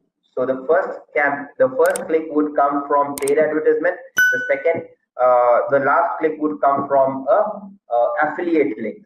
Okay, so it is your objective to give the value to the first click or to give the value to the last click. Okay, the person who comes from paid advertisement is important, or the person who's come from affiliate marketing is important for you. Linear, you are going distribute the credit for the conversion equally. For example, a person comes from paid advertisement, and then there is a person who comes from affiliate marketing. There's a person who comes from social media marketing. There's a person who comes from email marketing. You give each weightages to this person. Now try and understand. You will say, why do I have to give weightages to each of these persons? Try and understand. Over here, each of these channels or each of these affiliates are working in terms of exposing your brand to your target audience. So if you are trying to give him credit, give him the value, he will in turn give value to you.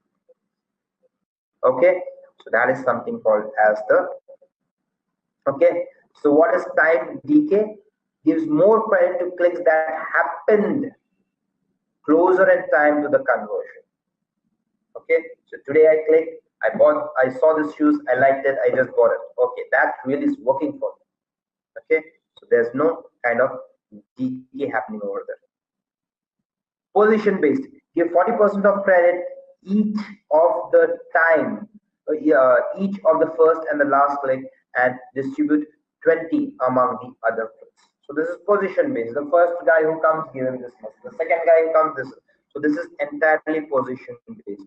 So all these are not really used in the industry. The first and the last click is what is actually, because this is the first guy who is introduced your brand to the customer. This is the last guy who's helped you do the sale for your business. Okay, so I will try and do that. Then what you do is create and continue. Okay, so what you get over here is you would be getting this code over here.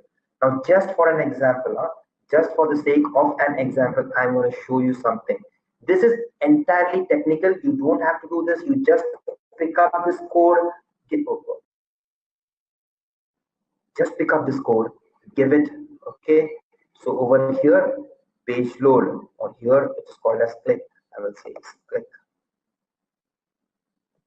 Okay, So this code is happening over here. I'll just pick up this code over here. I'll say Control C. Let's try and go maybe say I have searched on personal. Just try and understand. If it is not working for you, that's absolutely fair enough. So what I'm going to showcase over here is this is your landing page. For example, if this is your landing page, all the details over here.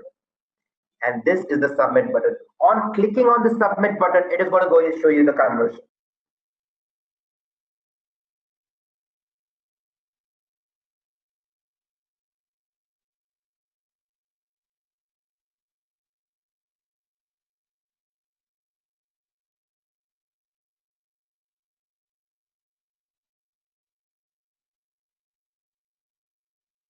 Just after the codes is what you have to put in the thing. If I don't expect that you do it, because you are not, you would not, you as a digital marketer, your objective is only to promote this. I'm only telling you so that what happens is when I was also, when I was working as well, this what happens is these don't understand the third party people. When I'm telling you, please put the code over here, put it on submit button or put it on thank you pages, they don't understand it. People who are there working with your colleagues, okay, maybe your colleagues or maybe a person on some other website, people don't understand where to put it. So that is the only reason I'm telling you, just copy that conversion code and put it on the submit button. When a person clicks on it, it will get fired and you'll get the report. Otherwise what will happen is this person comes in, he's submitted, he's done that. I'm not going to get any idea about what this person has done and whatever is happening over there. Okay, so see over here where there's different things. So I don't know what's your background like, but if you have a background, you can actually look at the JavaScript that is over there. So these are certain things that you have to keep in mind, because what happens is tomorrow people go, they try and claim that I am a digital marketer, but they don't understand the basics of it, which is a very pain area. Okay. So you as we normally what we try and do is we tell all our students that you are not digital marketers. You have to try and understand that you all are business owners.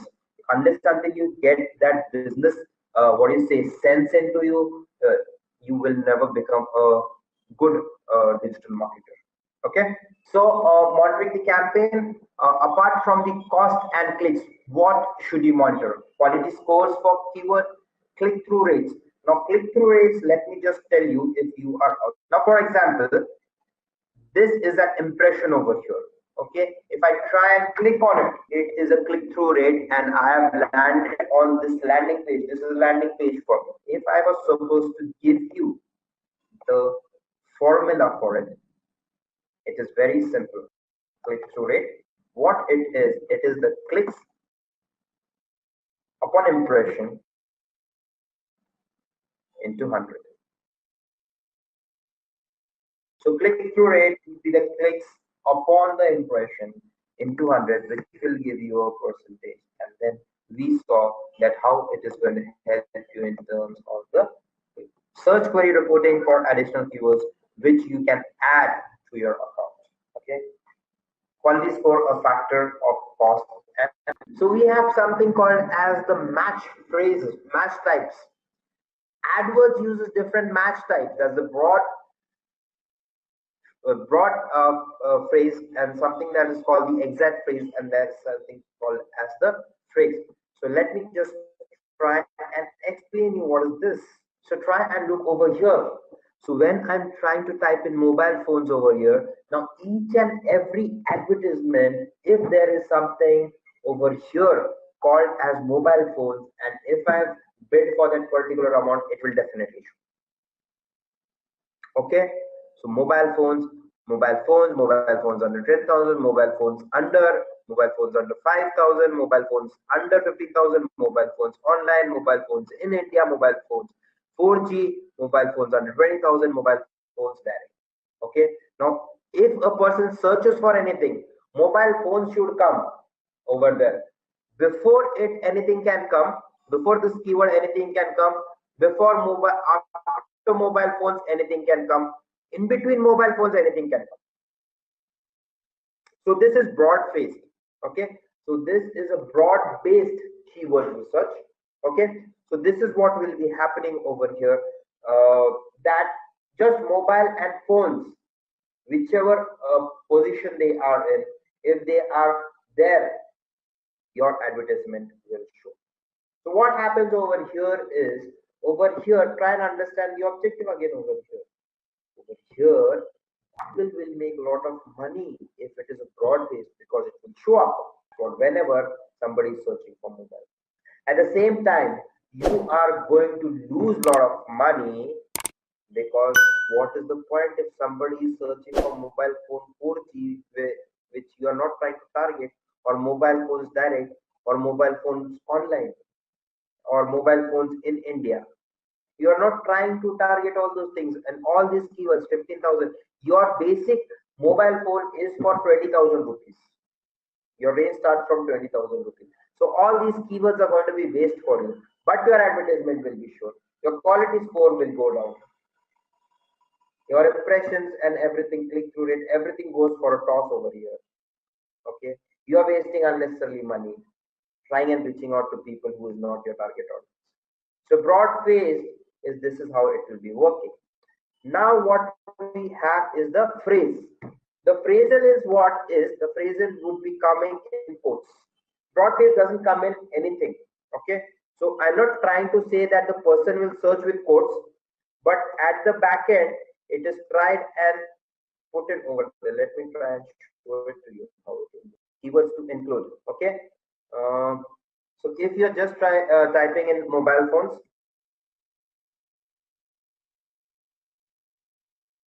this is something broad based. Okay, then you'll be having something called as the phrasing. So you would probably put it in. This words should be coming together.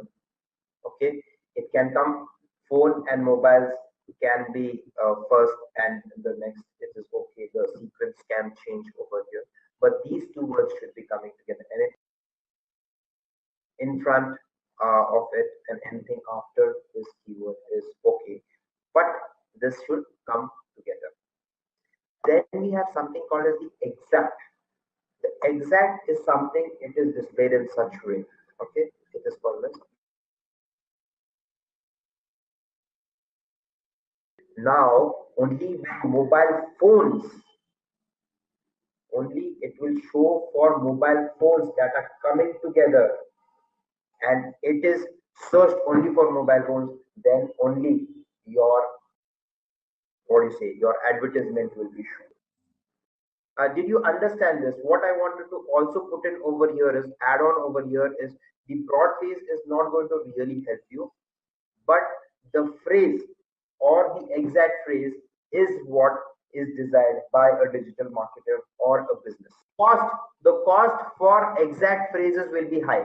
Okay, mobile phones, I am very specific about mobile phones. Mobile phones should come together, nothing before, nothing after, exact mobile phone together, as the way it is. It should be represented in the it should show in the advertisement, then only my ad should show up over there. Okay, that is how we have done it. Okay, great. So that was it about the exact phrase and the broad phrase, the phrasal, and the exact phrase. Okay, so these are the various types, so you need to know. Okay, so you need to know which ones to use. So you say this is buying based and this is C. This would be a reach based. If you want to reach more people, then use a broad. If you want to do more of sharp targeting, then you go for exact. Okay, so what we'll be looking at is the keyword to ad copy relation. Okay, so keywords and ad copies are grouped together in ad groups. Okay, ad copy should be crafted for keywords. Always experiment with alternate ad copies in one ad group. What this is, let me try and show. You saw this keywords over here. You see something called as the ad group ideas over here. So what are these ad groups? These ad groups are some things which are going to have your keywords. Ad groups will what will ad groups contain? Ad groups will contain the keywords that you're trying to target. Okay, so this was something about the ad groups. Let's try and show you the structure of what the ad groups will be having. Okay, so this is the what do you say the structure of the ad group. This will be your account. These will be the campaigns. Okay, so account one per advertiser. Okay, that is your email, password, and the billing info. Now, how many campaigns can one account handle? One account can handle 25 campaigns. Okay, so 25 campaigns per account, bidding and budgeting, location and language and percentages. All those things are included within the campaign. So 25 per account is allowed. How many ad groups? So I'm sure you have understood the concept of ad group.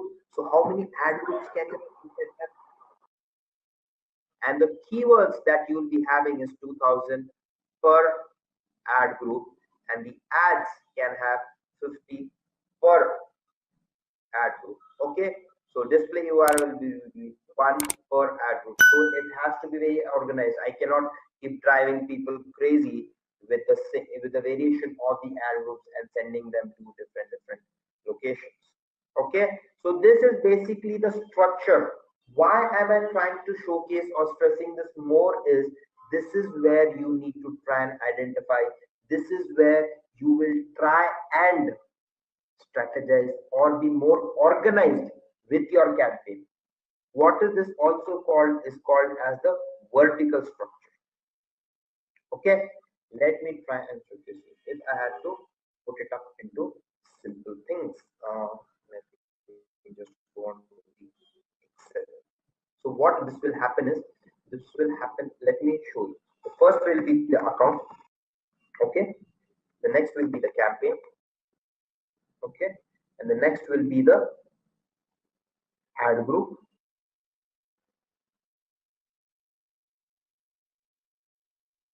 Okay, next will be the ad copy. Okay, next will be the keywords, and the next will be the landing page.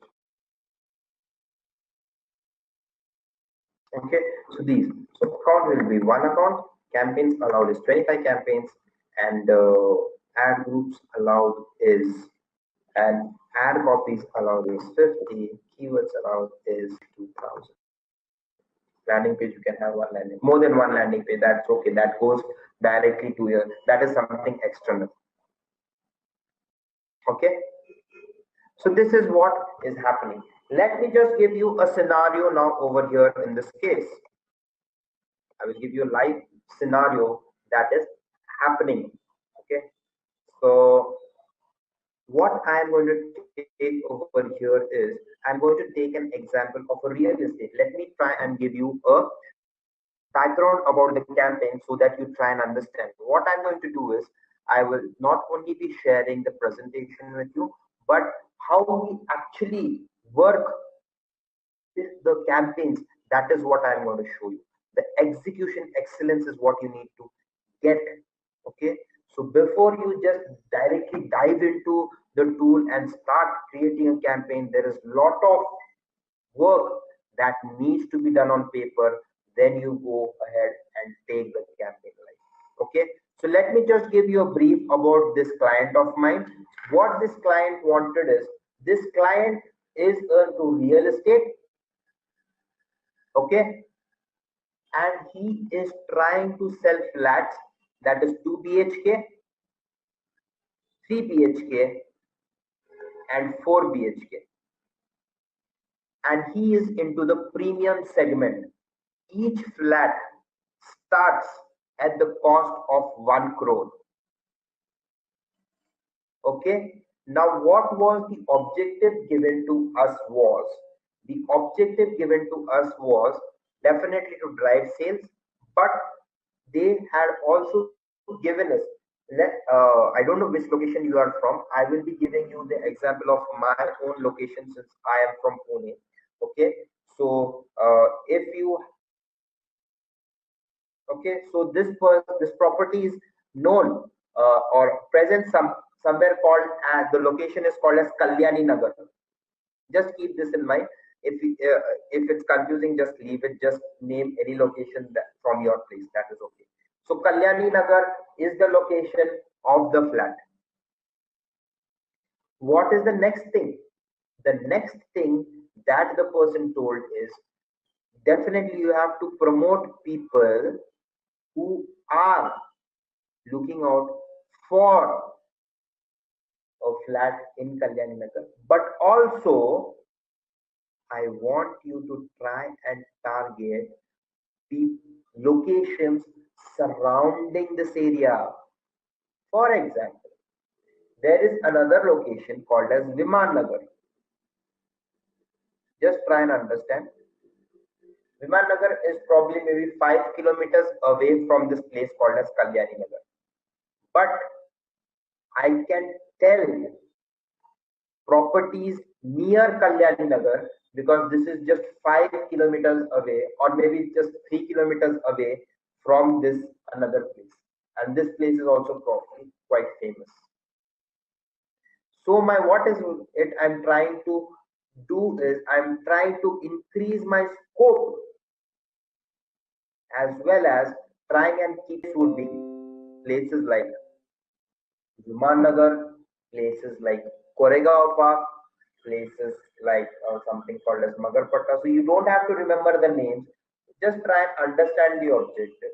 The objective over here is to try and find out people finding property in and around this place. I will only not target people who are only specifically looking out for that place, in and around that place. That is very important for me. Otherwise, what will happen? My scope reduces over here. Great. So I will not decrease my scope over here. I will increase my scope. Okay. So this was the background of the builder of my client rather than the builder, the client. So what I did was, before I could try and do anything, okay, I had to come up. Definitely, I would be looking at the keyword research and things like that. Okay, but what I did was just try and understand over here. I came up with this entire thing. What is this entire thing? You'll ask me now. I have before even going on to the Google tool, that is Google AdWords, I have very well and very organized my campaign onto Excel so that it is very much clear for me how I will go ahead and target my campaign so that I get the maximum output from there. Okay, so what I did is, definitely what I did was over here, let me try and showcase you something over here. If I was supposed to, let me try and draw it into Word and show it if I can able. So I looked at the campaign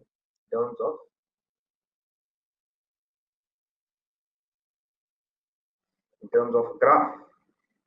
I put something in.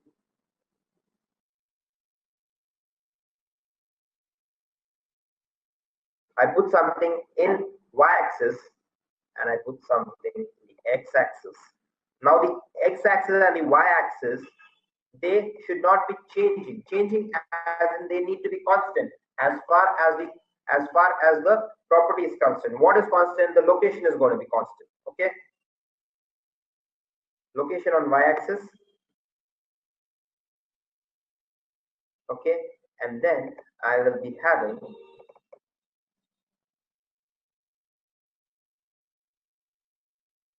unit, what unit size, unit size.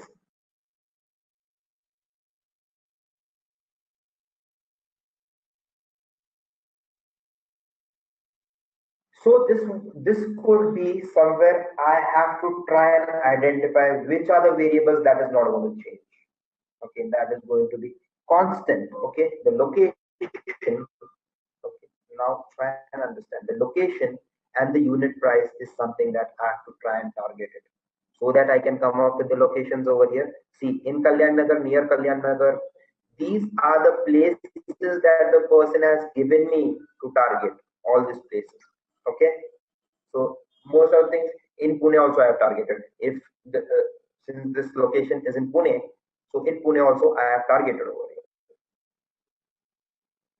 So what I do over here, I put the location as Kalyan Nagar, and then in the ad groups on y-axis, I'll be coming up the unit sizes: 2 BHK, 3 BHK, 4 BHK. So these are the certain things that I wanted to showcase over here. Okay, these are not present in the tools. These are something more related to the strategy part of it, which tools and techniques are not going to be showcased. Okay, so let's go back to the thing. Okay, so what you will be doing is okay, so what I would be doing over here is I will be doing the entire keyword research over here. So I will be going on to over here, sorry, going on to the tools. Okay, get back to the main, again back to the main menu. Try and find the keyword planner, and then it is the entire process that we follow. What will I do is I will try and find out places. So I need to keep populating these things. Okay, so if Kalyan Nagar is the thing, I have come up with all the keywords that could be possible over here. Okay, these many keywords is I have come up for 2 BHK, 3 BHK, 4 BHK. I hope this you should be able to understand in a very easy way. So Kalyan Nagar, so many keywords I have come up with all these locations. Okay, fair enough. So, so this is a process that you'll have to follow, but it definitely makes your life easy. So this is the place now you know where you have to go ahead and search for your keywords. Okay, so maybe you will try 2 BHK, sorry, 2 BHK near.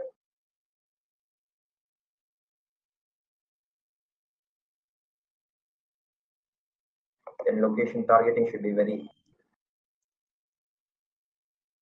Pune, Maharashtra.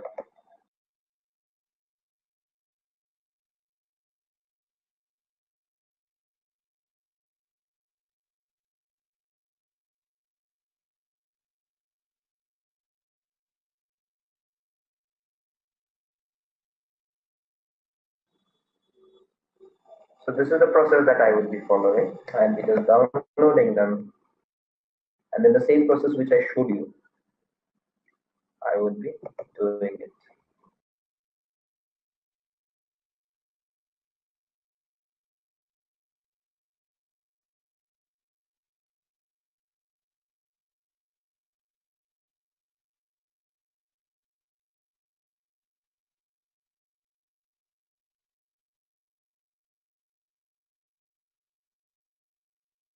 So the same process is what you will be following. Find out the intended ones and the comparison ones and pick them, group them up into a very organized way as I have done it over here. So 2 BHK, all of them I've put up over here. By premium 2 BHK is what is there. So it is a task, but the output that you're going to do is going to be really worth it. Because if you try and think that it is so much of hassle, I have to try and do it, and it is not all that easy what I thought, then the outcome that you're going to get is not going to be in your favor. Okay, so try and understand that. Okay. So this is the summary over here, and this is the entire thing that comes up over here. So see how I have tried and maintained the entire thing onto an Excel. What this is, all these things will be useful for me when I'm doing the campaign. You will see that shortly when we do the live campaign. Let's try and get into it. Okay. So that is what I wanted to again stress on it is the most important thing is the framework. The framework for your campaign. If you get this framework right, then nothing like it. Your life becomes more simpler, the output is going to be fantastic, and then only you will help. So what are the various things that you are going to do? First of all, try and brainstorm. Try and brainstorm. This, I hope you would be saying that what Sachin is really getting into too much of theory kind of a thing. But try and understand this is very important. Once you set this thing, your life is going to be really easy to take the campaign. So let's come back to the framework is what I was trying to explain you. The framework over here, you need to do a bit of brainstorming over here. Okay, so brainstorming may what will come is let's say the behavior of the customer. Okay, behavior of the customer.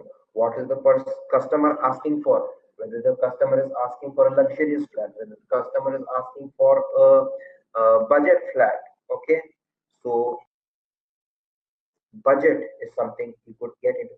Location, all these things you have to put down on a paper before you actually uh, get up, get going with the campaign. Unit size, you can try and replicate these ideas onto your campaign that you are planning or maybe in future you will be undertaking. So what are the other things that that person looks for when he's going in for real estate property or residential property? Amenities. Okay, amenities. Then maybe say brand name. Okay, and then maybe say possession. Come up with roughly like say 5 or 6 odd variables, if you could say, which is going to form the basis of your campaign. So through this campaign, I know what is the customer behavior, what is the budget that, what are the information that I'm going to give to the customer so that his life becomes easy and then he can take on with the and try and get the right information easily. Okay, what we are trying to make over here, we are trying to make the life of the person easy. That is the basic objective over here. Otherwise, the person, if the information that I'm trying to give the person, if he's not able to find out, then he will definitely not buy also from me. Okay, that is something that I want to showcase over here. So setting up adverts. Okay, so let's try and start building up a campaign then. So ad groups make the campaign much more manageable. All those things. Set up the AdWords campaign not more than 5 to 10 keywords per group. Similar keywords in one group. Okay, when in doubt, separate the ad group. Okay, always do an A/B testing. Okay, let's try and find out how to go about doing a campaign. So one thing is Google has recently changed the interface. Okay, previously this was not the interface that was. Okay, so they have totally changed it. Okay, before getting into the campaign thing, let me try and showcase you certain things that is very important over here. There is something called as measurement and there is something called as the conversion. Okay, so this could be the conversions that is happening over here. So what is it that you want to try the conversion over here? There are various things that it is showcasing over here. The website tracks sales and other actions on your website. Okay, that is the conversion that is going to ensure that this is what is happening from your campaign. So many people are coming onto your website. Why I want to showcase measurement is this is one of the most important things. Unless until you know what is to be measured and what it is to be done, you cannot go ahead with it. Okay. So track sales and other actions on your website. Track app installs and in-app actions. Okay, how many apps are happening? What are the interactions with the apps that people are doing? All those things. Okay, phone calls, track calls from your ads or your website. You can do that. And finally, import conversion from another system. Now you would be asking, what is this import conversion from another system? Now affiliate is, there will be some people in the market who will help me. For example, if I'm into personal loans, okay, I want to reach out to the masses, okay, digitally. So what I'll be doing is I'll be trying and finding out people who blog nicely, or maybe there is a lot of traffic onto their website, and I will tell them, hey guys, can you please promote my product onto your website since you are having a lot of traffic. Okay, sorry. So what I'll be doing is I'll be giving him a particular code, and then I will be seeing is there any conversion happening from that guy as well. Okay, so this is the thing. So if I try and create the website, conversion action over here. Okay, so you can put in each and everything over here. Okay, so let's try and quickly look at each and every aspect of it so that we can understand. Conversion name would be, maybe I am working for this real estate, so let me say that the guy's name is Propine F residence. Okay, is what I want to try and target. Set the category. What is the category? See how nicely and how in a very nice way he's saying. Is it some purchase or sale? Is it the sign up? Is it the lead or view to the key page? That is all. So maybe I will say lead, value. Select how to track the value of each conversion. Use the same value. There you go. In terms of Indian rupees, how is it? Or you directly say that don't use a value. So what it is, the value is basically we are trying to say, or we are trying to see the conversion. If I'm spending, if to earn a business of 100 rupees, it is basically the cost of acquisition. If to earn 100 rupees, how much is it that I'm spending? Am I spending 5 rupees? Am I spending 20 rupees? Or am I spending 200 rupees to earn 100 rupees? So that is what it is going to give me, the conversion value of this. Okay, count, select how many conversions to count per click or interaction. So each, there is a repeat person, you want to consider it as a new, or you want to consider only the person who's repeated as only the one time. Okay, so the what the system will do is, if the person has come once and if he goes ahead and then comes after another time, so he will be considered as one. So each time the person is coming, he will not be considered as a new conversion. Okay, the conversion window, see what is the conversion window over here, 30 days. Select how long to track conversion after an ad click or other interaction. So for example, this entirely, see you, this is a serious aspect of it, and you need to try and understand it. Which business you are in? Are you a person who is into e-commerce? Are you a person into real estate? So depend, there are certain factors that will actually be considered.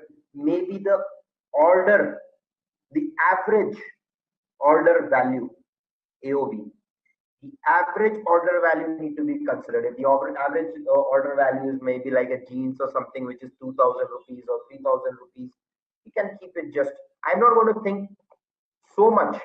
I will maybe within a week, within a day or two, I will see. If I like the jeans, I will buy it. If not, I'll just leave it.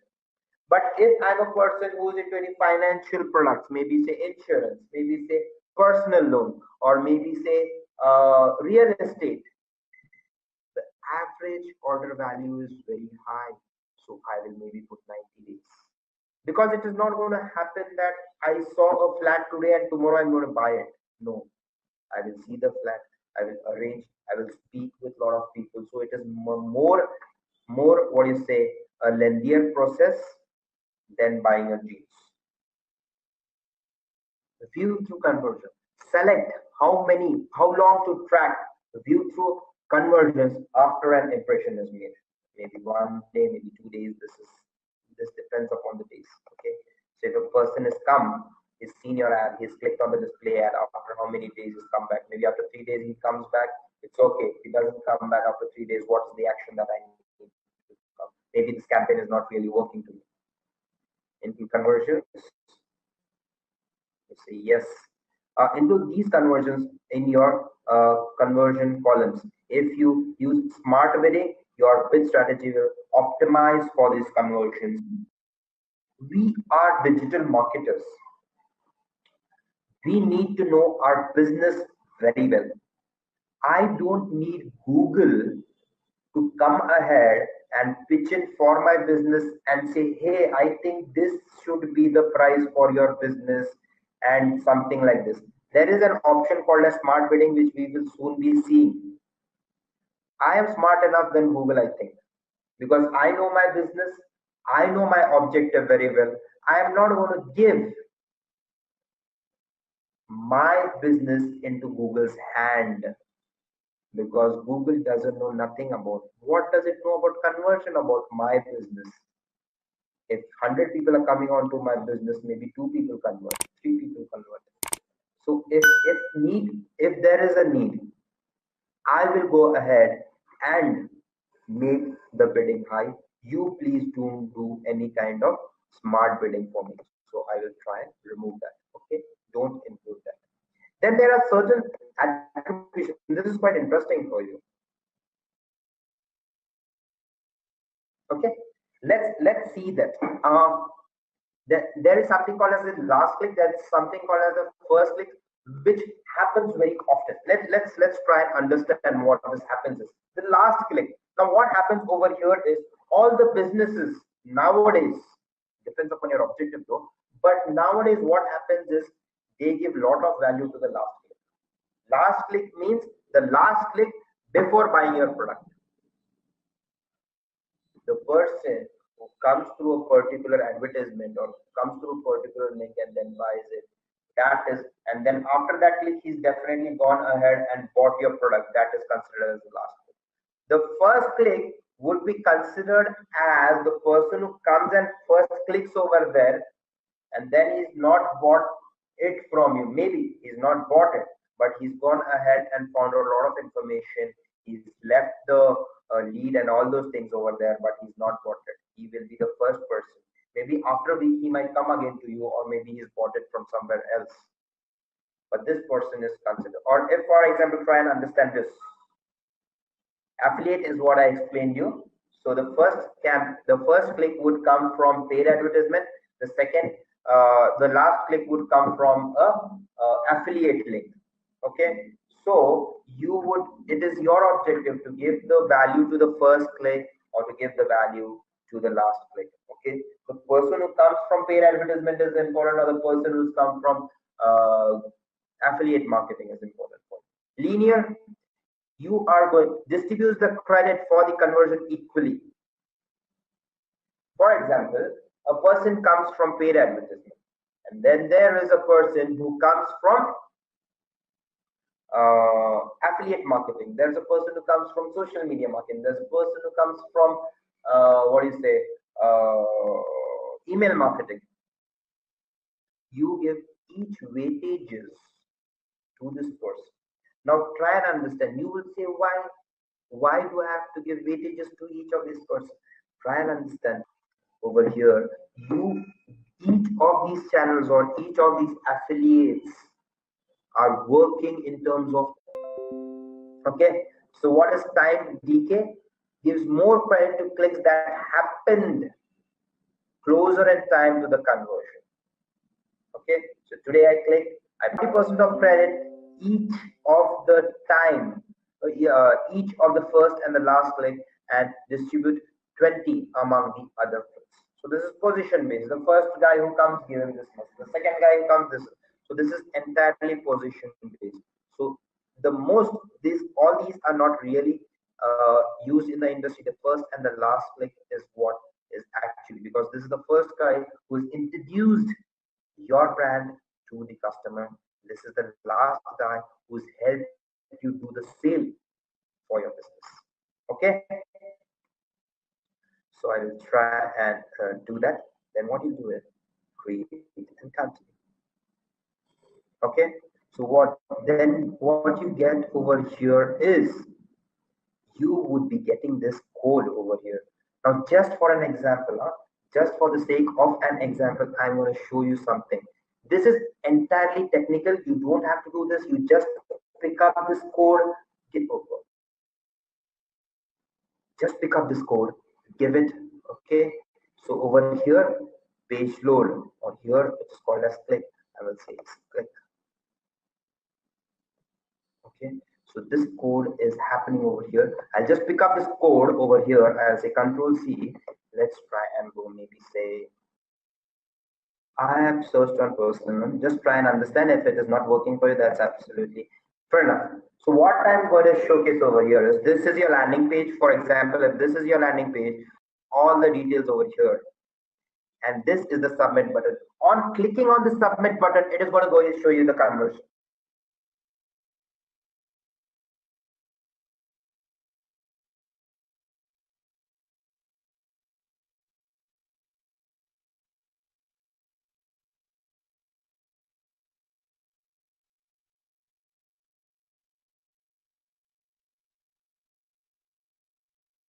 Just after the codes is what you have to put in the thing. If I don't expect that you do it, because you are not, you would not, you as a digital marketer, your objective is only to promote this. I'm only telling you so that what happens is, when I was working as well, this what happens is, these don't understand, the third party people. When I'm telling you, please put the code over here, put it on submit button, or put it on thank you pages, they don't understand it. People who are there working with your colleagues, okay, maybe your colleagues, or maybe a person on some other website, people don't understand where to put it. So that is the only reason I'm telling you, just copy that conversion code and put it on the submit button. When a person clicks on it, it will get fired and you'll get the report. Otherwise, what will happen is, this person comes in, he's submitted, he's done that. I'm not going to get any idea about what this person has done and whatever is happening over there. Okay, so see over here where there's different things. So I don't know what's your background like, but if you have a background, you can actually look at the JavaScript that is over here. Let's have a quick quiz question, guys. And the question is, FFA stands for. And your options are free for all links, free for Alexa, free for alternative links, or free of all search engines. Please mention your answers in the comment section below. Just a quick info, guys. Intellipaat provides an advanced certification in digital marketing and analytics course by CCE IIT Madras. You will get to learn from IIT Madras faculty and industry experts. Reach out to us to know more. So these are certain things that you have to keep in mind, because what happens is, tomorrow people go, they try and claim that I am a digital marketer, but they don't understand the basics of it, which is a very pain area. Okay, so you as we normally, what we try and do is, we tell all our students that you are not digital marketers. You have to try and understand that you all are business owners. Unless until you get that business, what do you say, sense into you, you will never become a good digital marketer. Okay, so monitoring the campaign, apart from the cost and clicks, what should you monitor? Quality scores for keyword, click-through rates. Now, click-through rates, let me just tell you, if you are now, for example, this is an impression over here.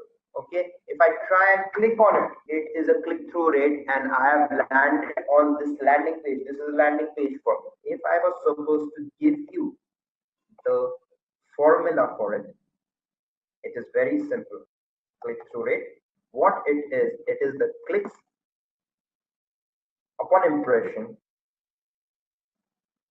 into 100.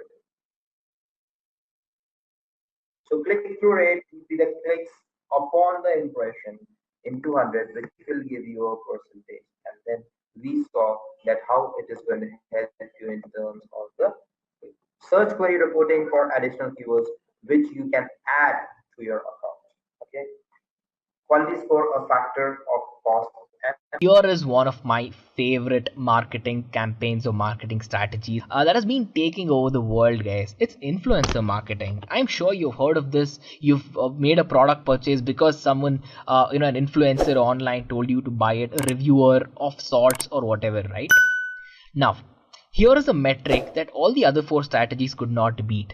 95% of expert professional marketers say that they had huge benefits whenever they made use of influencer marketing campaign.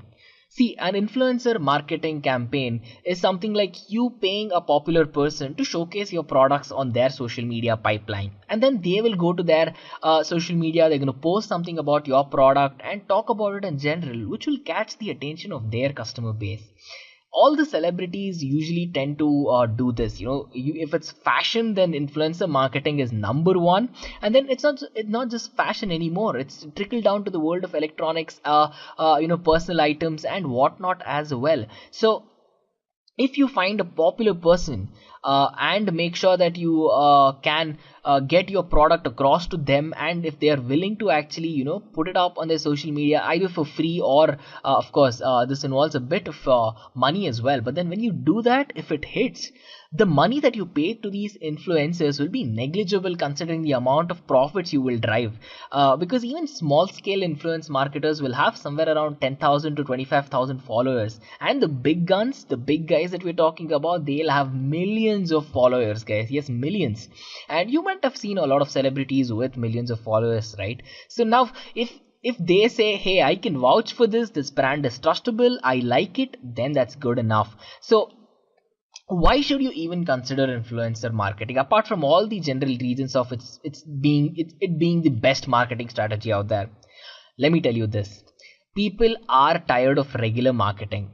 This is me being very honest with you guys as a marketer, guys, because people are immune to traditional marketing when you think about it. For example, just think about your own situation. How many times have you seen an advertisement and you're like, you know what, I'm not interested, it's an advertisement?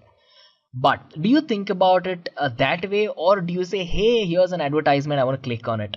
Yes, right. You're coming on to the train of thought that I am in right now. So to move people away even from modern marketing methodologies, influencer marketing is something that's gaining a lot of traction and taking its place. So it's very important. Customer engagement, of course. If you have an influencer who posted something about your brand and you've got 3,000 comments on that social media handle, then you have 3,000 people who are very interested into it. And most of the time, it's thousands of comments, hundreds of comments that I've always seen on whenever someone promoting a product as well. And it's pretty easy to implement. All you have to do is have a good product, have a good service, or have a good brand name in general. And then it's either free or paid, where you pay a person, an influencer, to be very precise, and that person is going to take it from there. That person is going to put their honest review, unbiased review about your product and tell their customer base about it, right? So it's not, you are not putting a lot of time and effort into this marketing campaign, but then it is still driving a lot of sales. So that's one thing. And then the last thing we have to talk about is word of mouth, because even though we are in the world of digital marketing right now, sometimes a traditional word of mouth where one person talks about your product to another person is something that's gonna hit, right? So if you impressed, you know what? Let me just step back and tell you this amazing quote that I read a couple of years ago. If you do a good job, a person will tell it to, let's say, 10 other customers. But if you do a bad job, that same person can tell it to 100 different customers as well. So think about that. If you do good, it's going to go to 10 people. If you do bad, then it's going to go to 100 different people and they'll know about it. So it's very vital, that you build this trust rating, be a good, be a good provider, and make sure to use your marketing skills for your brands very well, guys. So that is very important. Now, if you talk about the popular social media out there, again, I do not have to stress on any of these. You would know these already. Think about this. There are 40% of daily US Instagram users that have bought something because an influencer recommended it. Think they might either need the product, not need the product. Is it their immediate requirement? Is it a necessary? All of that will take a backstage when their favorite people come online and say, hey, you know what? I checked this out. It's beautiful. I think you should check it out as well. And they'll be like, huh, you know what? I'm going to check it out. That's how it happens. And if you are talking about numbers, 40% is very attractive. If you're thinking about 4 out of 10 people, then of course, if 4 out of 10 people buy something off of you, then that's gonna start impacting your business, right? Now think about the billions of active users on Instagram, not millions, billions. Now think about 40% of that number, correct? Even though it sounds like it's all too far-fetched, if you do your campaign right, you can start a huge inflow of cash with this, guys. Instagram, you have to keep it very catchy. Facebook is where community engagement means a lot. If there are groups for your brand, or let's say if there are discussion groups where people are talking about your brand, you can understand the sentiment from it. You can understand either are they talking good about your brand, bad, are they suggesting something, or are they are they talking about your brand in general, or are they comparing it? With this, you'll get a lot of insight. They'll even talk about your competitors and tell how they're doing something better, through which of course you can learn and implement that as well. So you're not paying people to tell you a lot on Facebook. I mean, of course, if you're talking about the influencer marketing thing, you will be paying people. Now I'm talking a little bit about social media marketing.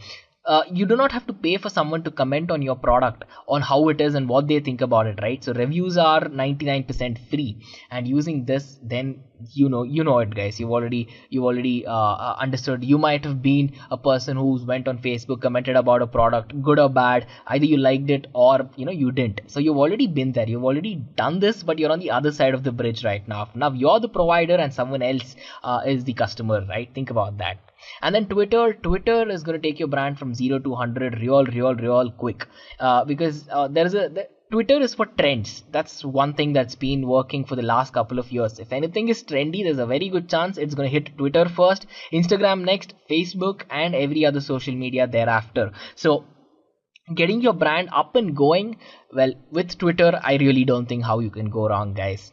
Now, what are some of the very important factors that you have to put in to understand a good, successful social influencer campaign as well?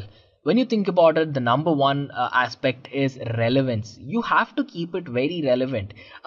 You can be a fashion brand. You can be a person who's selling all custom designed clothes and whatnot. But then if you approach an electronics reviewer and pay that person to influence their audience based on this, it will not work, right? Because his audience are watching his or her channel because they want electronic items. So if that person has started promoting clothes, then there's a good chance it might not hit. So relevance is very important. And then outreach is a very important factor, because you might be paying an influencer a lot of money, but then if that is not working out for you, you should pull out of that campaign. You can be paying a huge sum of money, and of course you'll be driving a lot of profits if it's working well. But then if you are paying a lot of money and if it's not driving it, then it means that the user base of your influencers might not be in line, or in the same frequency as what you're providing. So that's very important, and you have to think about this. And resonance is all about you understanding what's going on with people regarding your brand. Are they genuinely happy? Are they spreading good about your brand? Are they talking bad things about your brand? And everything you can check out in the comment section of any social media where you have influencers work for you as well. This is one of the biggest things, understanding your audience directly. There's a direct link between the provider and the person whose requirement is set. And in the world of digital marketing, I don't think nothing has added more value than this, guys. Let's talk about what is email marketing. When emails are used as a medium to deliver a message with advertisement or marketing content, it's called email marketing. This is done with the essential target to generate revenue. So the underlying statement is to generate revenue from. That is the essential target of email marketing. Here are some examples. You can look at the example. by pausing it. So we can see the Flipkart's promotional emails, right? This is sort of an email that you can get on your email account if you open it with the graphics and everything, right? We're also getting some offers. Amazon's promotional emails, is this email marketing? If so, why? Let's talk about why. And Coupon Dunia and Blogger Information Portal regular emails, is this email marketing as well? If so, why? Right? Let's talk about it. Transactional emails as well. It is not email marketing. It is a transactional email which is normally sent using a different solution. It is mainly used for guidance, right? So the problems with email marketing, let's talk about that. What email would you prefer? Which email would you prefer? Right. So let's look at both of these, right? And I want you to decide which particular email would you decide, which particular email you would prefer. So let's talk about an HTML email, which is the first option. An HTML email, like in the example, helps with creatively displaying your products. However, a normal user is used to receiving and reading simple black and white emails. When looking at this, a user immediately understands that this is a marketing mailer. So basically, if you send these many graphics to the customer, what will happen is if the customer is basically skeptical of the whole marketing scheme and the campaigns that are being run for products, he might instantly not actually see what is there for the offer or what product is being offered, right? So there's a chance they might not continue reading it. With this particular email, you get an advantage. Essentially, black and white text emails are considered more personal since a majority of the mails you read or respond are in black and white, such as in your corporate culture as well. So the problems with email marketing. HTML emails hint that they are marketing emails with the graphics and everything. Instantly, the customers know there's a marketing team behind it who have created these graphics and created the ad. People don't like to be marketed to. That's a very general consensus. If people are browsing their emails, they want only important stuff to appear, right? They don't want to have spam. Since emails are more personal forms of communication, people respond to emails that look like it was personally meant for them. So black and white text emails perform comparatively much better here statistically as well. So let's look at an example. Which email would you read? Focus on the sender's name, right? So let's look at the example number two. Let's look at example number three, right? So I think you get the idea by now. So example one, the person who's receiving the email by default checks who's the sender of the email. A robotic email address such as sales@companyname.com essentially says that there's no person who's directly sending them that email. It's automated. So they automatically ignore it if they're not interested in anything. They wouldn't even consider it, right? There's also do not reply, which is a general sort of thing. Do not reply should only be used for verification purposes, for purposes which is essentially not requiring anybody to advertise, right? You're doing it to confirm an order or something, then in that case you're free to use do not reply. Example number two, a robotic email address gives the picture of a marketing irrelevant mail being sent. And example number three, people most often open mails that have a personal email address included in them, and they would read the content of that email just to see if it's something relevant for them. Making email marketing efficient, right? So your email marketing campaign will be effective if your email list is effective. It's very important to carefully source your list of email addresses and segment and categorize them to make your email personalization a lot more efficient, right? You absolutely do not want to send an email to a person who does not have anything to do with that product, right? Because in that case, your precision rate will go down, your click rate will go down, and worst of all, you could be reported for spam, and that is not a good thing. Segmenting your email lists is a very important measure to ensure that your campaign performs the best. A segmented email list can offer email campaign a 14.31% higher open rate than a non-segmented list, right? So segment your email list according to the interests, right? So a segmented email list can offer your email campaign a CTR of 101%, which is much more than a non-segmented list. So a list can be broken down into the following: new customers, which means new customers, right? Nothing big about it. With every customer who has just signed up for the next 30 days, they are part of the new customers mailing list, right? Add to cart customers, you can create a separate list of all the users who have added products to their carts, haven't bought them, right? Non-active users, people who have bought things in the past and haven't used their account ever since, or people who haven't used their account specifically at all. So you can create even two more sections, right? You can create non-active users who were once active And you can create non-active users in general who haven't used their accounts ever, right? So that is one way of doing it. And then there's category specific. You can create a list keeping specific categories in mind. For example, you can make a list of users who have shopped electronics for an above X amount in the last 3 months. You can provide them with an update with what's new in the electronics section, right? And maybe invite them for a demo, invite them for a special preview, right? Invite them for a live stream that your company might be doing for a product, right? So among all of these, the non-active users who have never been active, that is the only section of people that you need to separate out. So there's no point in essentially sending emails to them, if you know what I mean. Like if you're sending emails to them, you're essentially wasting resources, right? Whatever email service you have subscribed to, you don't send emails to people who are not going to be active, right? Who have never been active. If you're not calling back customers, it's no use to do that. So segmentation is effective because you're only sending highly relevant content to your mail subscribers. People getting content that looks like a brochure will not like it if they are not into marketing. Giving context helps them make the content more relevant to the reader according to their needs, right? That ensures a better open rate and a conversion rate. Somebody's interested in food and you're sending them emails with something that is not about food or not something that is relevant to them, they will not open the email, might report it for spam. While if somebody is interested in food, if you offer them food discounts or tell them to get their takeaway from this particular food joint, then they are more likely to click on that email and open the link within it. So what is an email list? A collection of email addresses, as is apparent, may or may not have a theme, helps distinguish itself from another list. How to build an email list? By purchasing an email database from affiliate agencies, from referrals, from social channels. Lead magnets using opt-in monster, example 1. Example 2. Here we can see example 3. So this is an integration essentially on your website. You can look at it right now. So if you enter your email and your name, you can basically download this toolkit, and via those means you can essentially collect the email of the person, and you also know what sort of products the person is interested in if the person has opened the toolkit website. Lead magnets using opt-in monster, example 4, right? So these are some industry benchmark metrics that you can look over, right? We can see that it has been arranged in random sort of order. So agriculture and food services, the open rate of emails is 26%.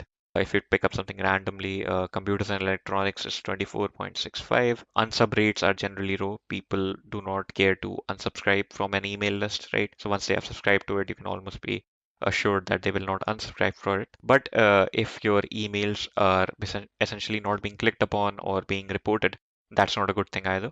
So you can look at all of these statistics. When is email marketing spam? First, let's understand what is spam. Any email that the receiver considers unsolicited and irrelevant is called a spam mail. For example, you've randomly received an email from a resort in Goa. The mail tells you about their amenities, the benefits, the pricing, and the possibility of a discount if you use their services in the next 30 days. So there's going to be two situations after that. You have no intention to travel to Goa in the next 90 days, and nor were you thinking about it. In this case, the above email is spam. Situation number 2, you were actually planning of that and you're planning your itinerary. You were looking out for a place to stay. In this case, the mail may be considered not spam. You didn't ask for the mail, but it's relevant to you, right? So businesses worry about their emails landing in the promotional or spam folder. Now, if you've used Gmail, you might know that there's a promotions folder in your mails in which emails are automatically sent, and there's a spam folder which is not even visible on the front screen. You have to click on spam specifically to look at what spam is. Spam folders are often cleared as well after a particular amount of time. So a promotional folder has a read rate of only 19%. That means that among every 100 emails, only 19 emails will be read in the promotional folder. The read rates are much lower for the spam folder because obviously a lot of people don't even know that a spam folder exists, so your email could remain there for eternity or get deleted after a certain while. Tips to avoid landing in the promotions folder. Let's talk about this. So we can look at the subject line for an example. The subject line is the first content of your message that a user looks at before deciding to open your email. So make sure that is good. Avoid using the following keywords: discount, free, off, buy it now, exclamation marks, because that screams spam, right? It's a blatant attempt at marketing. So Other words include free trial, guarantee, limited time offer, limited time only, free money, make money fast, right? Gmail filters will immediately flag an email as promotions or spam if it contains this list of spam words. Now, this list is basically hyperlinked. You can look at the list when you're looking through the PPT, right? So let's talk about mail content now. The mail content with spam words included could also result in the mail going to the promotions folder. HTML content, mails that contain HTML content or graphic content can be sent to the promotions folder, right? So this is usually because the HTML backdrop of an email indicates that there's a marketing team behind it and it's not a personalized email. Number of links. If the email has multiple links in them, then it will be considered as a promotional mail. The best practice is to include only one link in your email. This link can redirect the user to a landing page of your choice. Now, this landing page could be entirely dependent on what the company thinks of the customer and what product the company is targeting towards the customer. You can include one more link in your email, but in the signature part. So that means that where you're essentially signing off with your name and everything, you can send in another email over there. You can send in another link over there. So here's an example. We have one link and we see this email as a personalized sort of email. You can pause it and look at it. All right. So paid email marketing tool or free email marketing tool. So let's talk about this. Free email marketing tools used a shared server. This leads to a higher probability of the mail getting delivered in the promotions folder. Mid to large size businesses use a paid email marketing solution to avoid this so that their marketing emails do not land up in the promotions folder. So how to check if your email domain is blacklisted? So when your mail servers report spams, check the feature in Gmail. You can check it repeatedly for a particular domain or a mail server IP. Multiple real-time blacklists or RBL are maintained to keep track of such spamming domains. When a mail is received by a mail server, the mail server checks against these RBL. If the domain is reported as a spamming domain, then the mail is marked as spam and sent to the spam box, right? You can use the MXT toolbox to check whether your domain has been sent to the RBL or not. Find out which RBL is blacklisting the domain. If you're sending so many mails, this is the process, by the way, to basically continue a process if you have been blacklisted, right? If you're sending so many mails, use a different domain, stop for some time. If you're not sending so many mails, identify the errand script and stop it.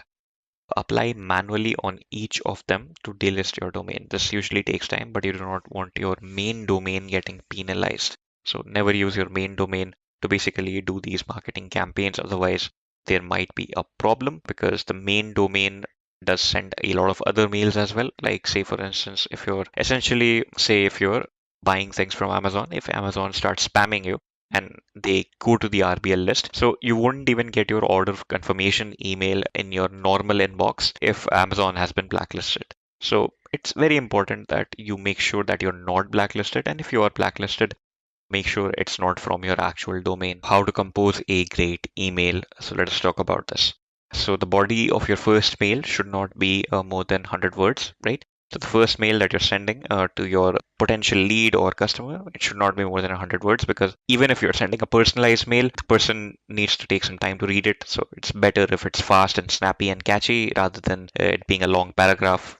And in that case, the person may not read it the entire way and your offer may be missed, right? So there are two sort of email marketing campaigns that can be run. So the first is B2C, which is business to customer, right? So all your promotional mailers should have a word limit of 100 in that particular case. And in B2B, your first mail should be within 100 words, right? So because B2B is a larger sort of business arrangement, the second and the third email can be longer because then they have actually officially subscribed to your mail list and they have officially subscribed to your product maybe, and they might be looking for slightly longer details, but make sure it's not very long as well because everybody at a business also needs time is valuable for them, so make sure it's not very long. So below is the tool to measure the number of words in your subject line. So that's a pretty basic word counter for your email. You can paste your email inside that box that is there on the website and you see the number of words that are there in your email. So it should be roughly around 100 words or less. Crafting an effective subject line. So personalize the subject line. You can add your first name or the company name, the name of the product that you're trying to market. Add a number. This makes it easy for your audience to understand the immediate value that they will receive upon opening the mail. Add curiosity, so that the subject line is something that, okay, this invokes my curiosity, right? So get 50% discount this way, or if you don't want to use the blacklisted sort of keywords that could land you in the promotions page, you can just write something creative, right? Something like a vacuum cleaner. What does this vacuum cleaner do for $5 or something?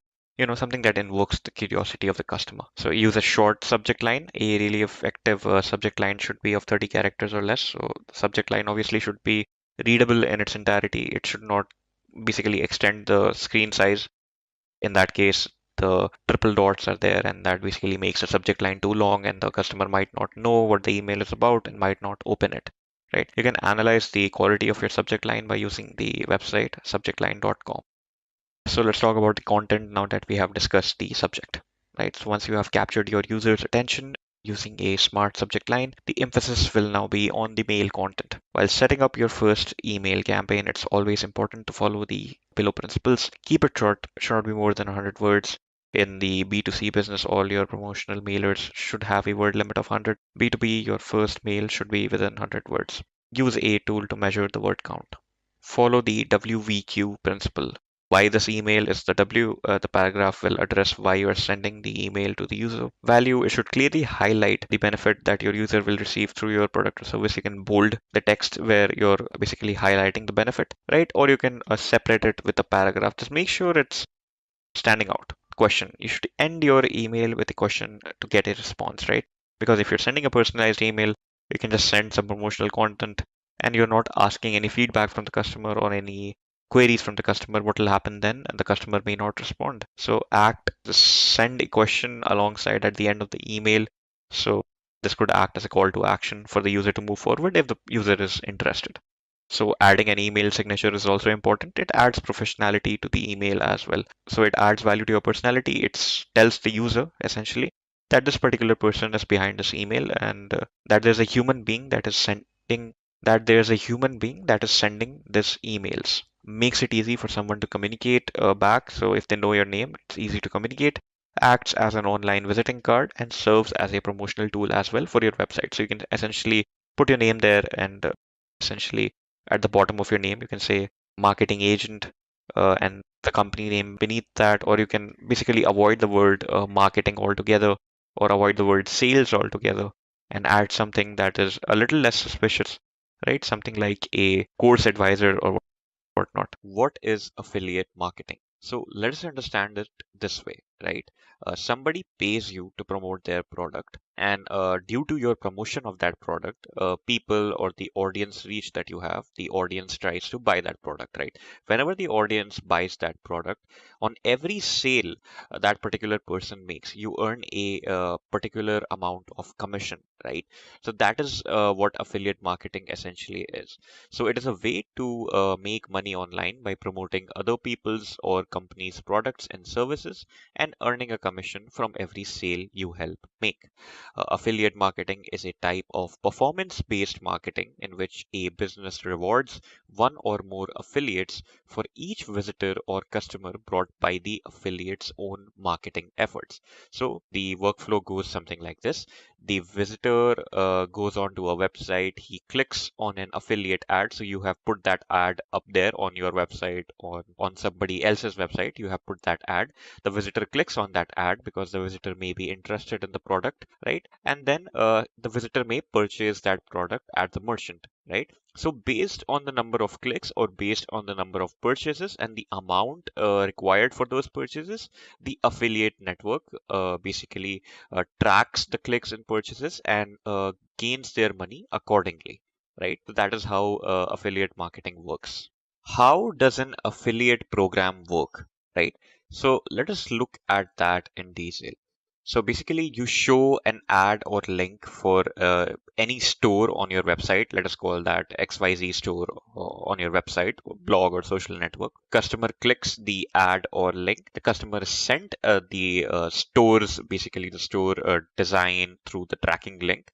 The customer makes a purchase on that store. The affiliate network records the purchase and the details of that transaction, maybe even the amount of that transaction. The purchase is confirmed by the store as a valid sale. The transaction, the commission that you're basically entitled to, you're credited that amount, and that is how the affiliate program works, right?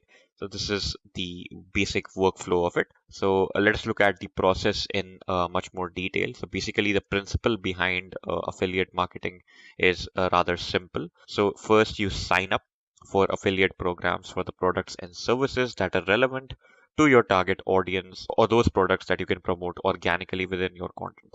So if you have a platform already set up, right, and you have a following, essentially, basically say you have a blog that people follow, right? You already have an audience, right? So you can sign up for one of these affiliate programs if you think that the company that you're providing the affiliate program for provides a product that your audience may be interested in, right? So once accepted to the affiliate program, you'll get a special trackable link that you'll have to use whenever you mention the product or service. That way, they'll be able to track any sales and clicks made via your website, emails, social media, etc. Whichever platform you choose to promote your product links.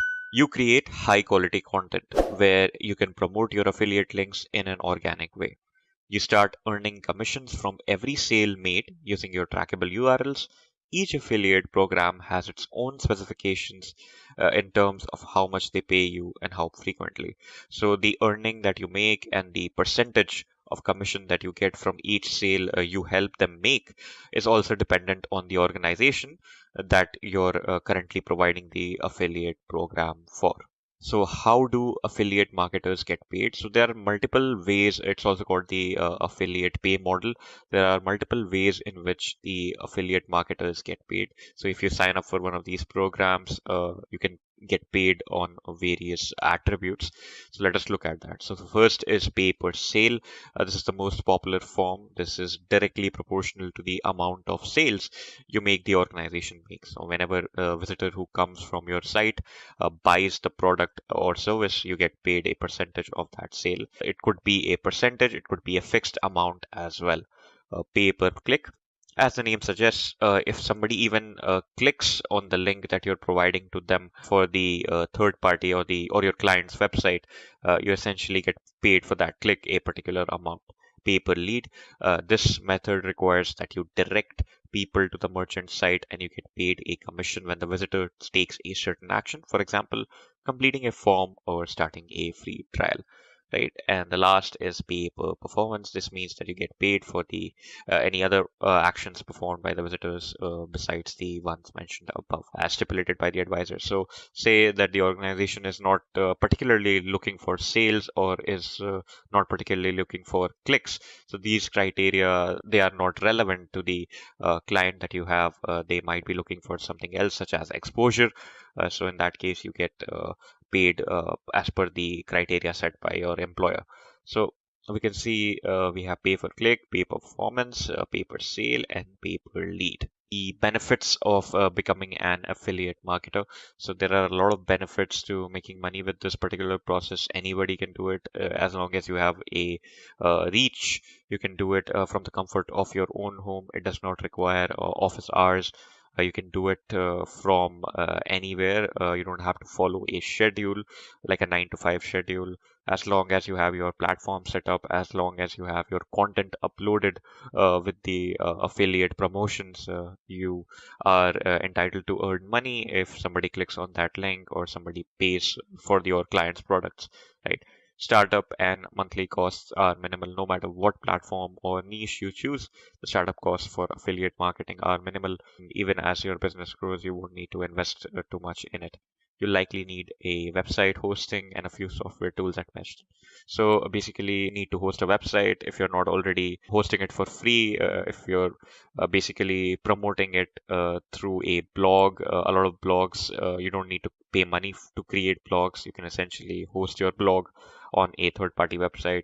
So you don't even need to pay money for that as long as your blog is popular and it's passive income. So it doesn't mean that you don't exactly have to pay attention to what you're doing. You have to look at the statistics. You have to look at the content that you're pushing out. If the content is good, then only people would be like, okay, the content is good. So the link that this person is sending me, the link that this person is telling me to click on, that may be a good recommendation as well, right? So you have to put effort in your blog or whatever content you're posting.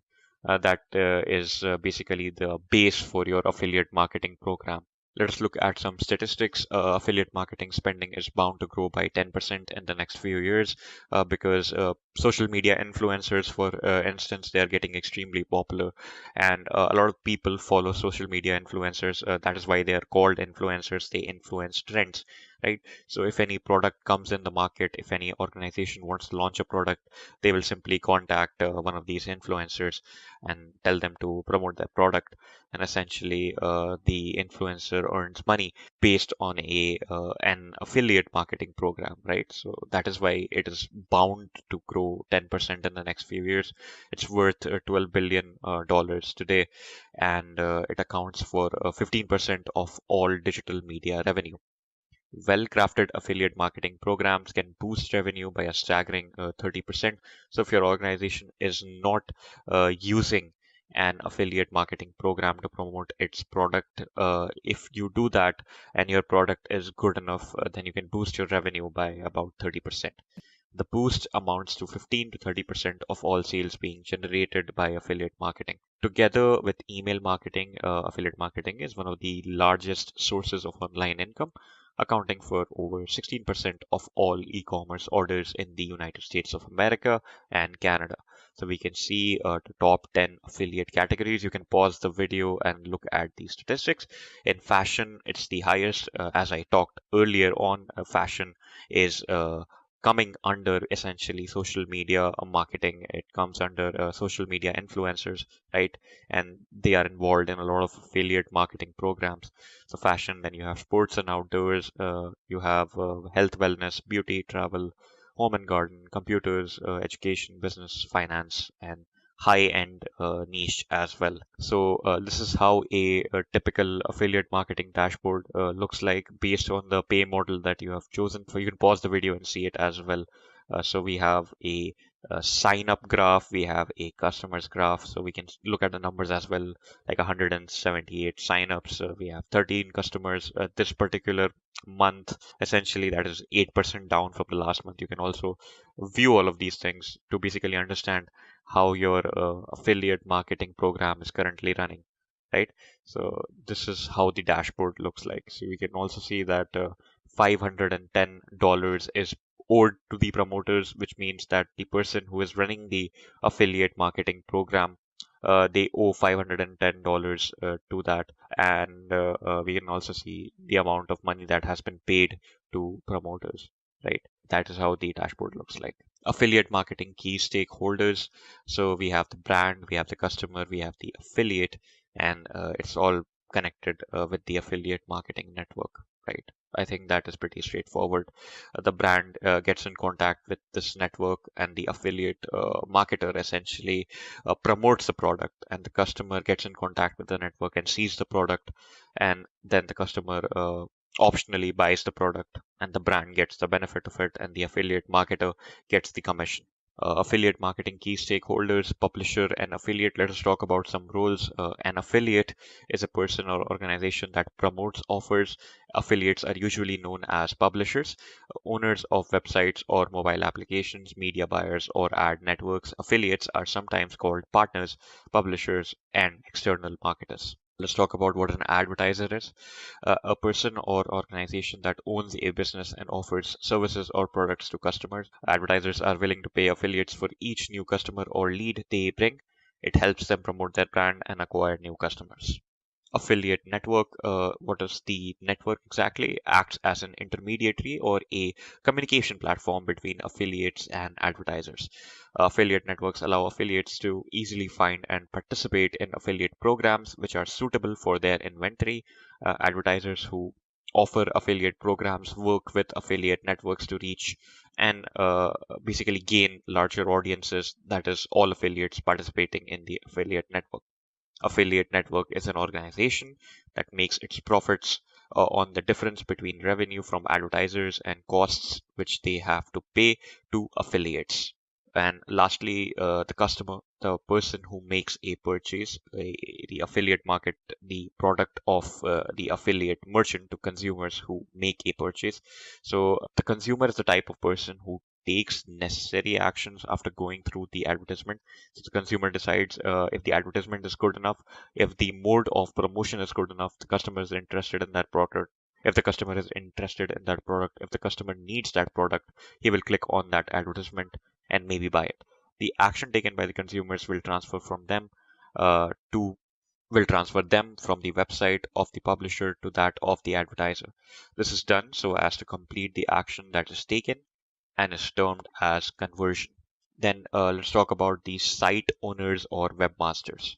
The marketers who are the owner of their own websites and also those who like to build their own sites come in this category of affiliate marketers. There are a large number of webmasters that are available, and the number keeps increasing. They are signed up for different affiliate programs like CJ or ShareSale. Advertisers can contact them via the affiliate program or via the contact details for using sites to promote their services. Site owners with high authority sites drive relevant users to merchant site, and in exchange of deals, they get their share of profits. This is pretty straightforward as well. Types of affiliate marketing channels websites: PPC or SEO affiliates. Such affiliates adeptly use PPC skills to send consumers to advertisers' site using AdWords. AdWords is a service, SEO or social media advertising. SEO is search engine optimization. That basically means that you optimize the content of your ad or your blog in such a way that it comes in a ranking way in a search engine. So whenever somebody searches for that keyword, that result pops up at the top. They use their own capital so that they can optimize the search engine, social media advertising, and many other paid advertising models so that the return on investment can be generated for affiliate offers and also for themselves. Knowing right PPC skills is must for such types of affiliate marketing, as affiliates will be paying for every click while they receive payments when the leads make the purchase. SEO and PPC types of affiliate marketing should be practiced by experts who can try different things to connect and convert leads. Let's talk about the content sites. Different types of content sites like blogs, portals, websites are preferably used as one of the most popular types of affiliate marketing. These kinds of people or affiliates are the best choice when it comes to post or write, when it comes to posting or writing any kind of information about the company. Content sites are used for writing reviews about any new service or products of merchants. All you have to do is send the samples of the product and ask the affiliates to write a review, which will basically help the news of your product or the positive review of your product spread out in a better way. Site owners monetize their site users by sending them to the page of advertisers. All the reviews and the writing of the bloggers tend to rank higher in the search engines. Emails or newsletters. Uh, in such types of affiliate marketing where emails or newsletters are involved, publishers have databases of user emails. So basically, they have a mailing list that they can use for sending out specific offers or newsletters related to the products and services of the merchants.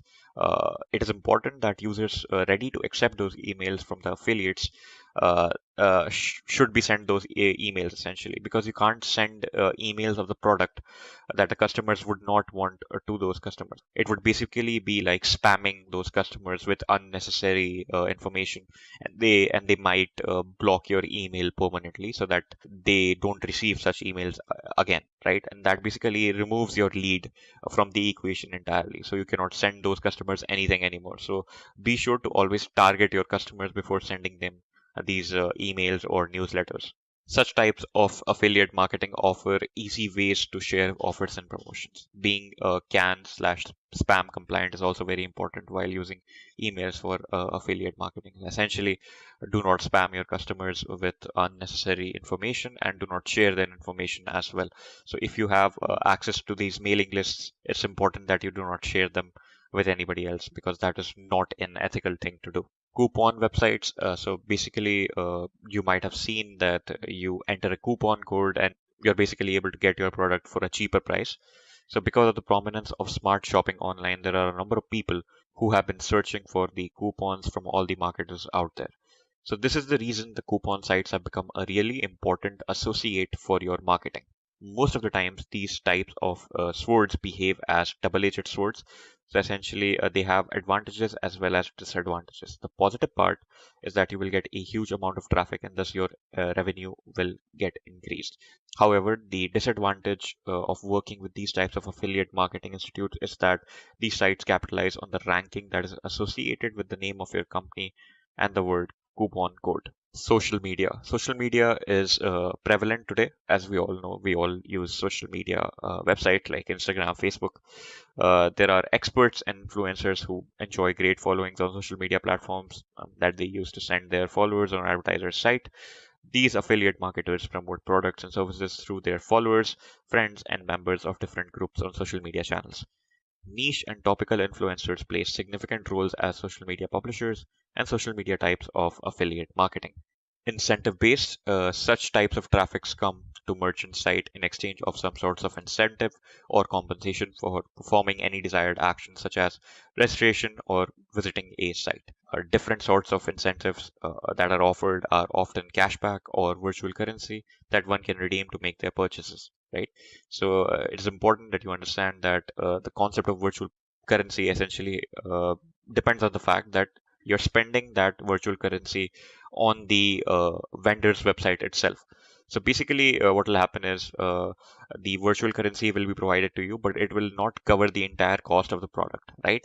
So you'll essentially use that virtual currency to get a discount, but you're still paying the vendor something. So it's a sort of an intelligent way of essentially attracting customers because they think they're getting a discount through this virtual currency, but at the end of the day, due to that virtual currency, they're bound to buy product from your website itself. So this lets affiliate merchants enjoy boosted traffic of relevant audiences.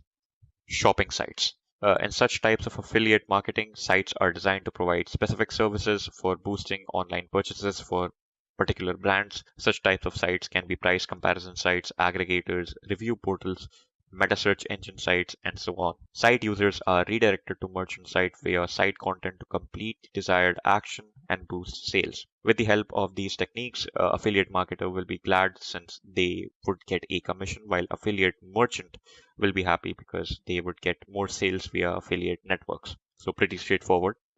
Let's have a quick quiz question, guys. And the question is, which of the following is the correct depiction of optimization strategy? And your options are orange hat techniques, great hat techniques, shady hat technique, or blue hat technique. Please mention your answers in the comment section below. Just a quick info, guys. Intellipaat provides an advanced certification in digital marketing and analytics course by CCE IIT Madras. You will get to learn from IIT Madras faculty and industry experts. Reach out to us to know more. How to become a successful affiliate marketer.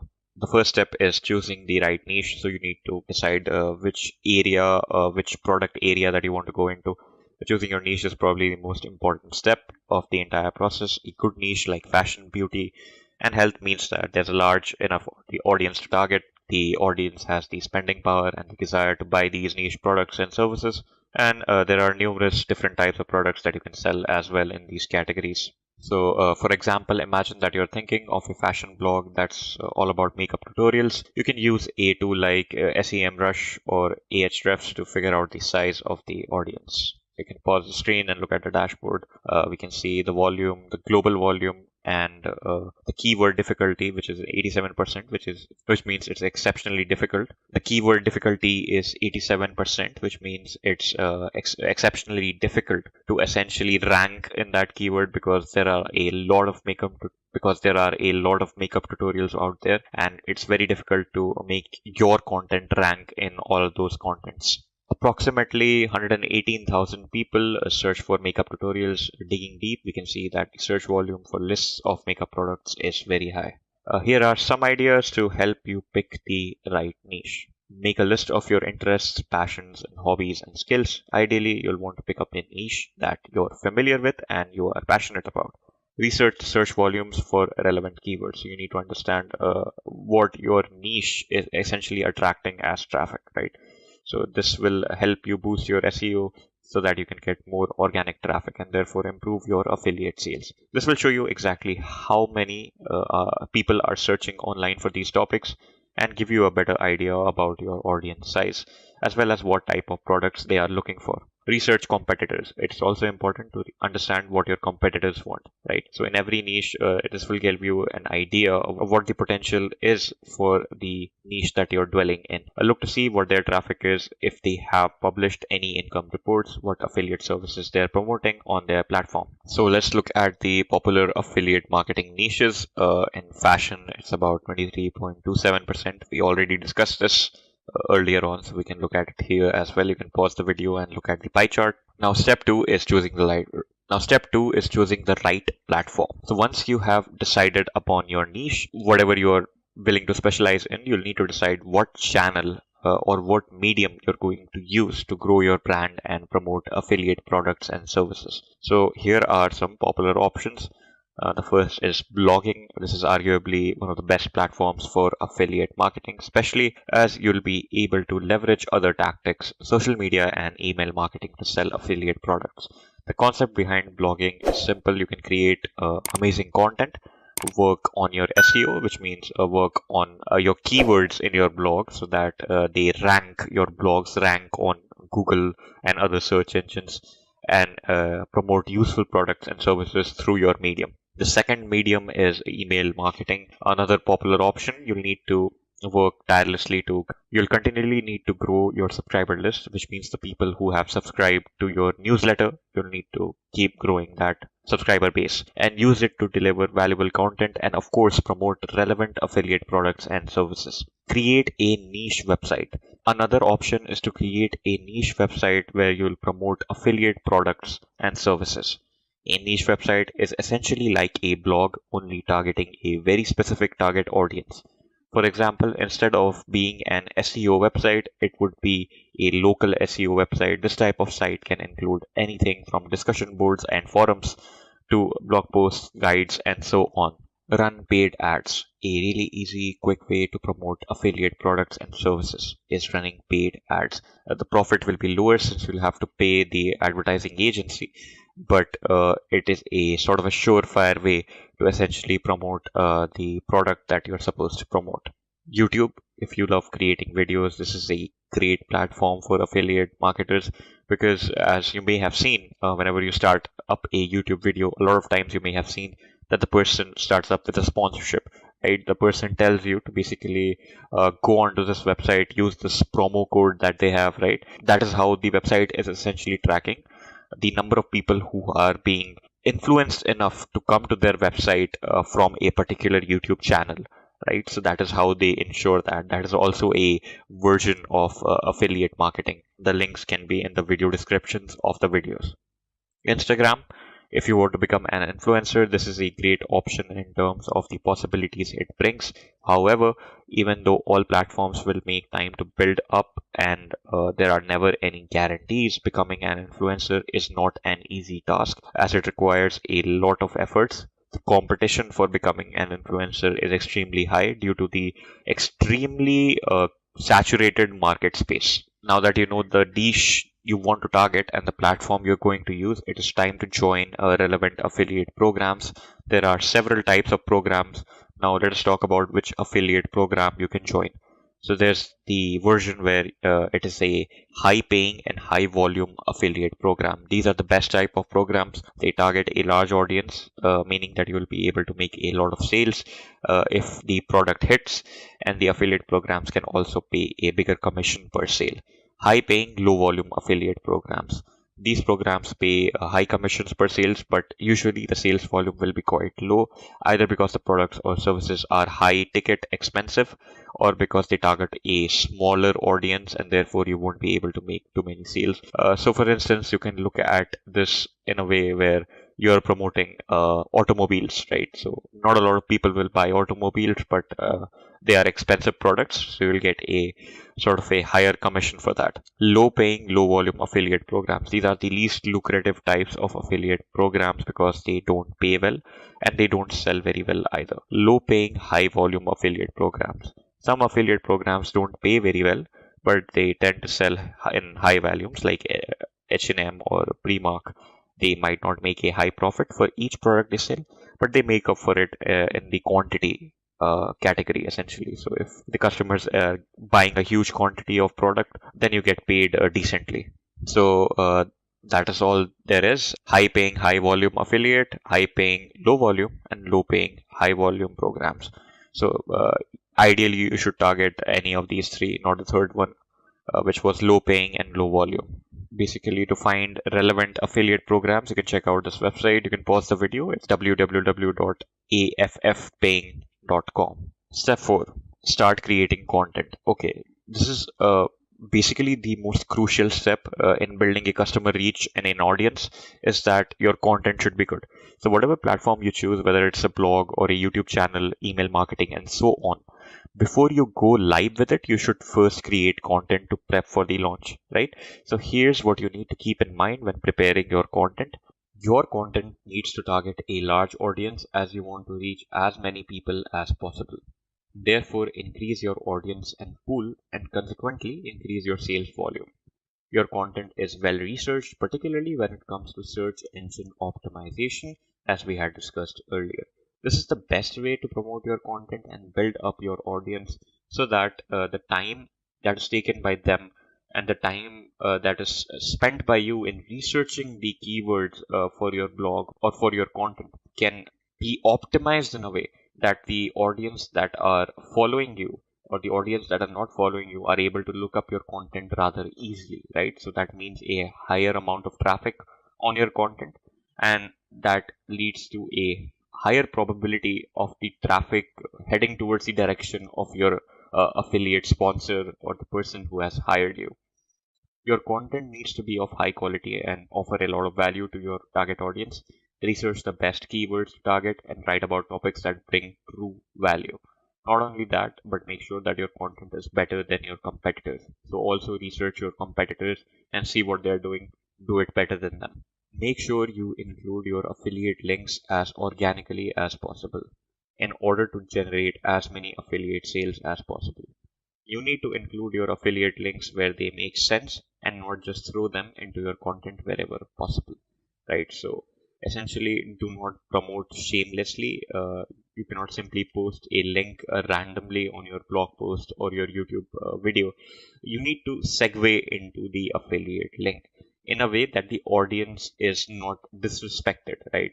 They are not basically driven under the assumption that you're shamelessly promoting a product. So make sure you use the links very wisely, because you cannot keep them everywhere in your blog. So whenever you use it, make sure that the audience is most likely to click on it. Step 5, drive traffic and subscribers. In order to start making sales and making money from your affiliate marketing, you first need to get people to your content, whether you're building a blog or a YouTube channel or any other platform. For bloggers, this means that you'll need to research high volume keywords and target that towards your audience. Essentially, write those keywords into your blog so that they come up on search results. Use the focus keyword throughout your blog posts. Include it in your headline, SEO title, meta description, etc. Focus on quality. Google is smarter than ever, so it looks for high quality content only.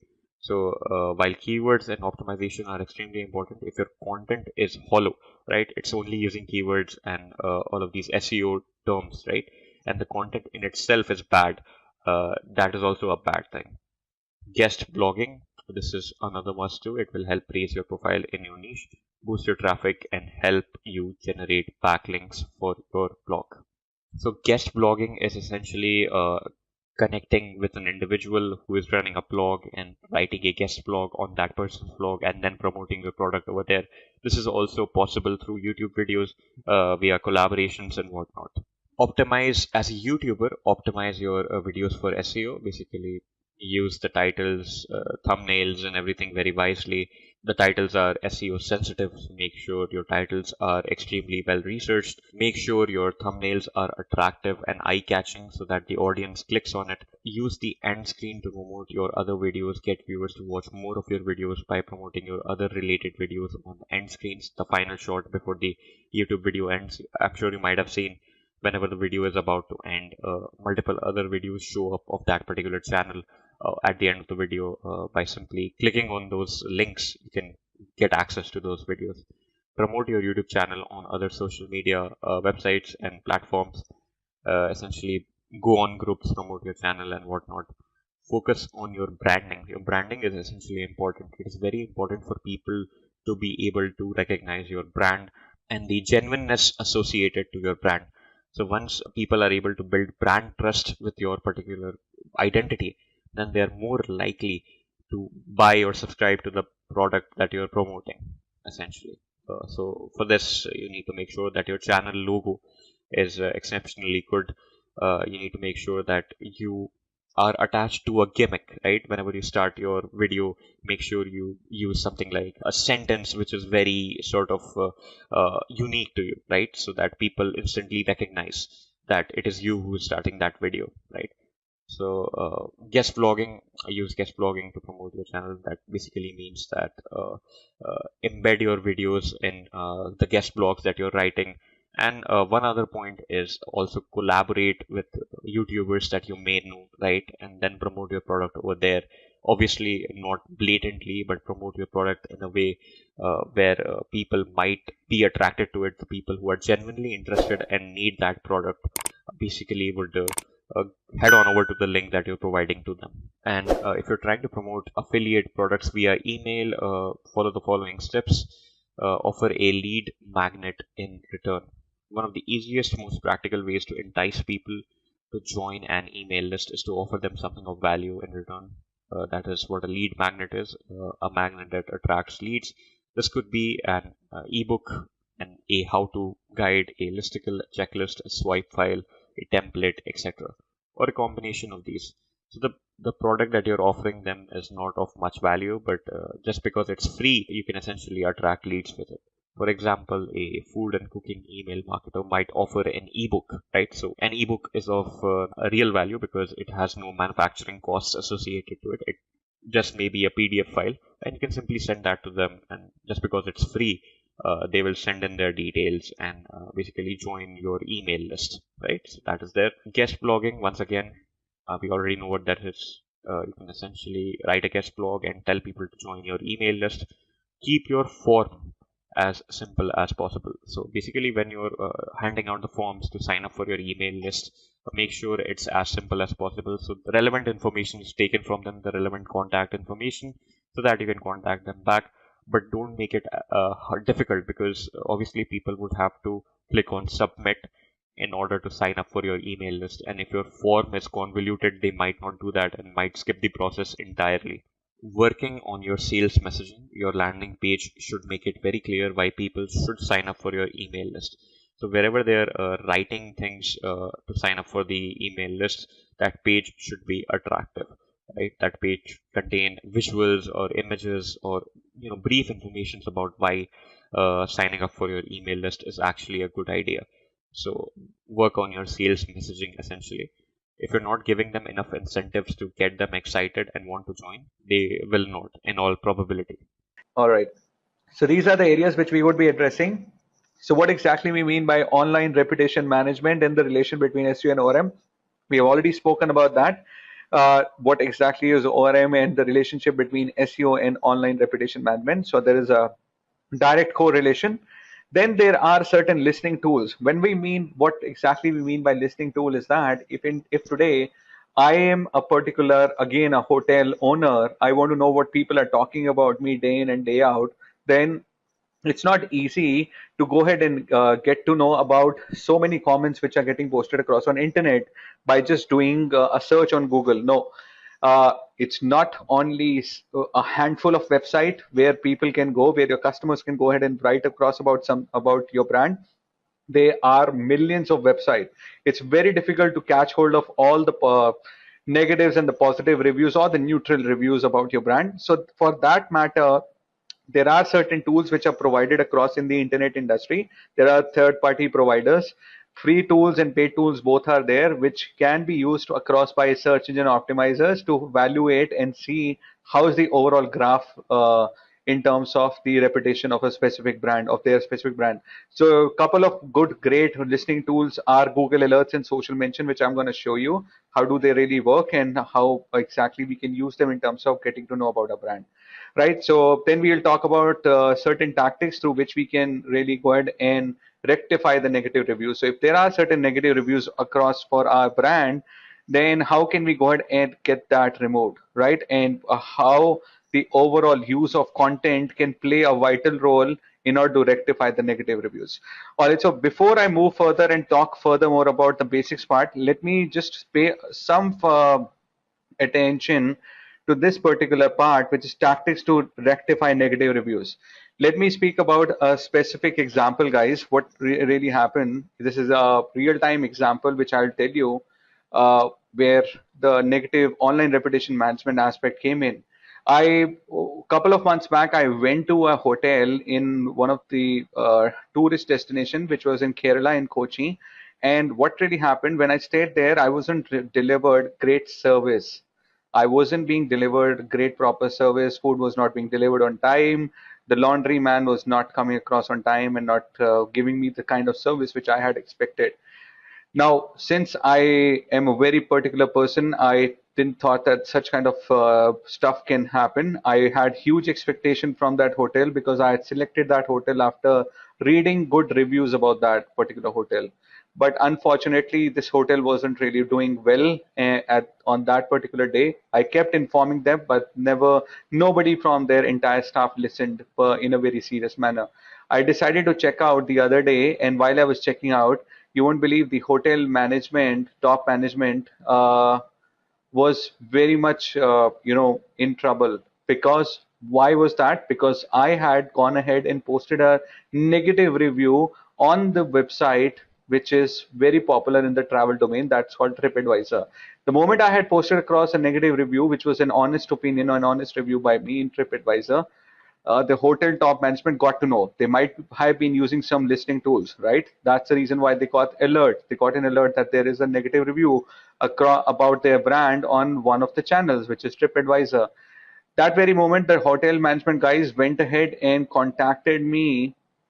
They contacted the reception guys, the people who were there at the reception, and asked whether this particular guest, which was me, still there in the hotel or not. And the reception guys told that yes, absolutely, he's here and he's checking out.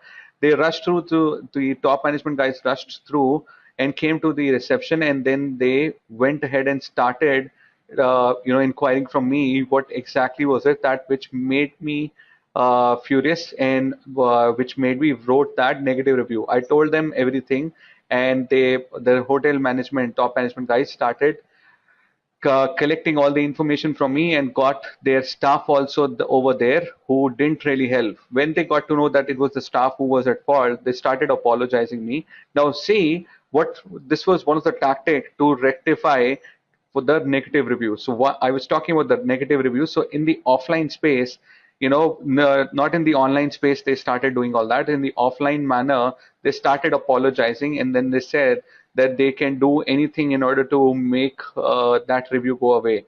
But I wasn't really happy. I was still not happy with their apologies, and then I decided that I will let that negative review be there across on that particular site. When I decided that, then the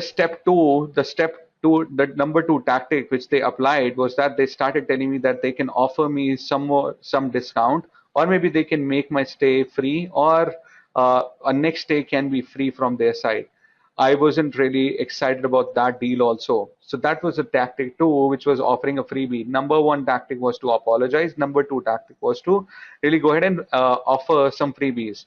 When I decided that I would let that negative review being there, number three, tactic which they applied was to they went ahead to TripAdvisor and they replied back to that negative review which I had posted across.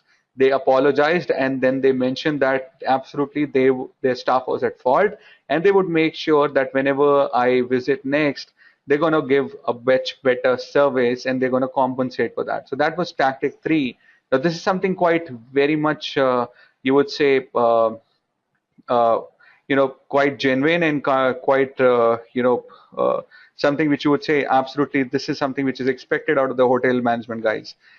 Now, once this happened, all of a sudden, they thought of another tactic. So after three tactic, which is replying back to the replying back to that particular negative review on the same online space, number four thing which they did was to actually started encouraging their new customers. They started giving them 5% or 10% discount if new customers who are coming across to their hotel post across a great review about them or their honest opinion. They were very much particular about what new customers are going to type in, right? So because they knew that if they will have this negative review there for long, and it would, and if that negative review will highlight across, will get a lot much popularity, then their business can be in trouble. So for that, for overshadowing that negative, one single negative review, they started collecting a lot of positive reviews from real customers. So that was tactic 4, and which is a great tactic, right?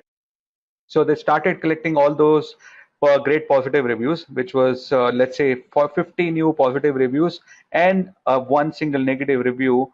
So it hardly made a difference to whosoever was reading that reviews, because they were not, the whosoever started reading those reviews was not majorly looking at the negative review, because more number of positive reviews and just a smaller fraction of negative didn't really made a lot of dent into their entire business, right? So these are 4-5 tactics, guys, to rectify the negative reviews. You cannot do anything more. Another thing, guys, what they did, what they realized, this negative review started, it started ranking higher on one of the major keywords, major keywords like trip to, reviews of, let's say if I'll go on to Google and then type that across. So let's say if somebody had typed across a keyword like reviews of hotels in Kochi, you would believe for that particular hotel, that negative review, despite of getting overshadowed by 50 positive, that negative review started coming onto the top. Now this become a pain for that particular hotel, guys, because this kind of keyword would have been typed across by a website by an audience who's a potential audience, right? All those people who are actually the potential audience were not really impressed with that negative review ranking across on the top, and they decided that they won't go with that hotel. They rather started going on to lodging, into another hotels. This really went the business of that hotel go down, and it was impacting. Now where does the SEO team came in and got this entire fought with this entire thing? The SEO team, which was working within the hotel entire staff, they did a very great technique in order to rectify that negative reviews. They created 20 to 50 new blogs and microsites. When I say microsites, mini websites. And what they did, they smartly went ahead and created a lot of content on these 40, 50 new blogs and websites. And the content which was presented across on these particular website and blogs was related to this keyword. They started doing on-page and off-page optimization for these small little website. It's a pretty time-consuming task and also a pretty long task. But what really it helped them with that with this particular keyword, those 50 websites, all of those 50 websites, they started ranking higher, and that particular negative review started getting deranked. That was a great fifth tactic to go ahead and uh, get that negative review not impact your particular business. So what happened? The first 40, 50 overall search results were of the new websites, which were getting optimized very rigorously with a lot of great on-page and off-page being done across. With a lot of great on-page and off-page being done across for that particular keyword of those small little blogs and websites, that negative review started ranking down. So this is a great way of actually managing across your overall reputation. All right. So I'll talk about further more stuff, guys. Let's get started with these slides, which I have to showcase you across. So what is online reputation management, or what is reputation management? We've already spoken about that.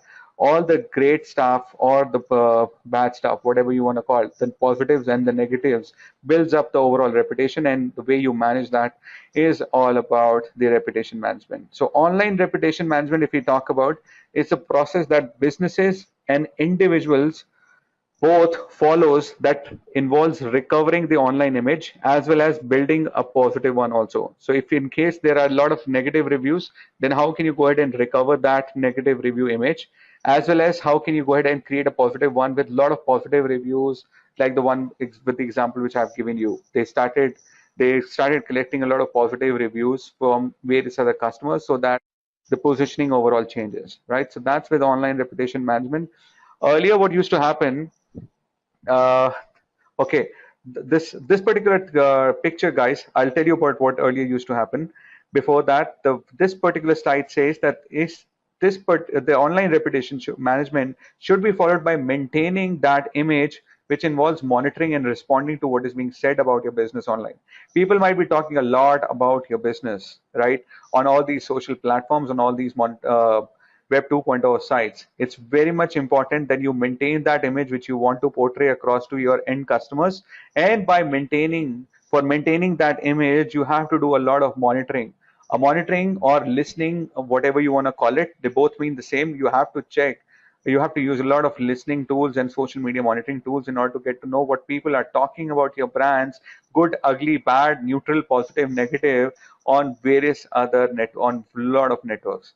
Once you get to know about that, then you go ahead and segregate them into positive, negatives, neutral, and then start responding back. In case you don't respond back to any, even a positive review, it gives a bad impact that your brand, your particular business is not careful about what customers really feel like. If customers are really trying to go ahead and appreciate something about your business, then you should go ahead and uh, acknowledge that. Acknowledging that, responding to that is something very much important. So are your customers praising or complaining about your business? It's very important to find out. You need to do a lot of social media monitoring stuff. We'll talk about that, which are tools help us in doing that. So before the internet, so I was telling you what used to happen earlier, right? Before the internet, people used to talk about a lot of negatives and positives about products and services whenever they used to connect, whenever they used to meet and greet each other at various different places, whether it's an event happening or a party or a social gathering or a workshop or a seminar, or maybe at a workplace or at a entertainment space, whatever it may be. So people used to gather and then they used to share across their overall opinions. Now, when the internet thing came in, where in the early years of internet, it included a lot of message boards and chat rooms. They were not Web 2.0 websites initially. That they were not websites like blogs and forums and question and answer websites and social media sites. It was majorly the message boards and chat rooms where people were talking a lot about how do they feel about specific brand, about a specific product and service, right? The entire journey went ahead, and then after that people started creating online demand for businesses, right? So things like creating, doing public relations, maintaining relations with the overall public, also doing search engine optimization, website design, online monitoring, market research. If you talk about all of that, this all is being encompassed into online reputation management. So after the internet, after the initial years of internet, when Web 2.0 thing came in, plenty of digital marketing activities started happening with respect to social media campaigns, online advertising campaigns, paid media marketing campaigns, social media monitoring, websites getting designed and getting optimized, and also online PR happening. All that became part of online reputation management. So, right, people started. It was only us who started using internet a lot much, and the rise of digital marketing came in, and within digital marketing, the rise of online reputation management came in. So online marketing is a reversed marketing, right? You would agree to that. If this is so, if I today promote across my brand through internet, that is online marketing. But if I don't do it myself and my customers do it for me, if my customers start saying something great about me, about my product, about my, let's say, training, then it becomes a good overall platform for me. it becomes a user generated content, a word of mouth starts happening for me. And it is a fact that if I talk something great about myself today, people will not believe a lot about that. If somebody else talks good about me, then there would be the trust factor will actually scale up high. A customer listens to a customers rather than customers listening to a salesperson, right? A salesperson will never ever say something bad about his brand or its product or its service. But if you talk to a customer and you are a customer yourself, then absolutely that overall bond is going to be something very different. A customer always goes ahead and listens to a customer and believes the customer only. So that's what the overall word of mouth thing comes in, and the user generated content plays in a very important role. That's why I said that online marketing is a reversed marketing where consumer promotes the product and services through reviews rather than the company. All right. So like I said, 78, like I said, I'm repeating that thing over here again in this particular site. 78% of people trust the recommendations of the other consumers, whereas only 14% of people trust the advertisement. So trusting the advertisement is something very difficult. People have that notion that whosoever will promote across their brand, they will definitely talk something great about it, right? But if other people are talking something great about your product, absolutely it will the trust factor would improve absolutely for sure. So this is as per the Nielsen Trust in Advertising report, guys, as per that research. So, and they don't care about your ads, they care what friends think, right? So customers are always looking after what their friend says, what their colleague says, what people across about them say. They don't care about what your ads say, right? So ads are just for the information purpose. So key tactics, involvement. So customer buy from people they know, right? They want to know you, so be open, be genuine, be trustworthy, right? Build in a community where people, where customers, your potential audience can interact. They can be prompt, they can be caring. Help members to support each other. So building in a community where customers can come over, interact with each other, and you go ahead and help them as well. And you should have that attitude of giving assistance to each and every member so that they get full support. Also build your influence. If you are an influencer within the entire community which you have built across, and you provide useful informations, ratings and reviews, then absolutely things will work and word of mouth will work in proper fashion for you. The online reputation management will happen in the right direction. So positive reviews by customers can counter the negative criticisms, which I've already told you that in the same example which we have taken with the hotel example, right? Similarly, do encourage your clients to talk positive. So what did that entire hotel did? The example which I've taken, they started giving 5% discount, 10% discount to all those new customers who were coming in, if they go ahead and write in a review for that particular hotel on TripAdvisor or any other websites which they were looking after, right?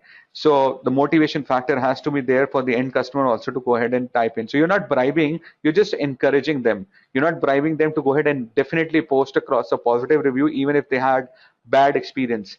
You are encouraging them just to go ahead and take that opportunity, get that 5% or 10% discount only if they go ahead and post across their own honest opinion.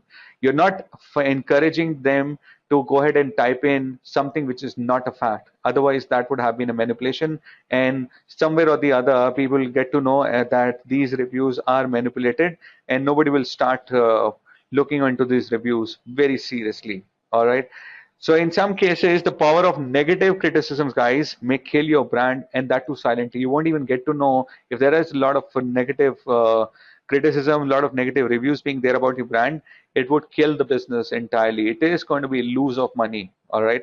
So interact with people, appreciate their competition. Like I mentioned, get them a particular community being built up and make them interact with each other, support them, help them, influence them, provide them a lot of great inputs, a lot of useful information so that they can go ahead and engage in that specific group. So this particular slide tells the same example, which is the difference in the old media and the new media. Earlier, it was only the television, newspapers, and also static websites which were giving information, with the help of advertisements. And every old customers were just connected in a very small fraction. So if I mean, they used to just interact whenever they used to meet across at various different places.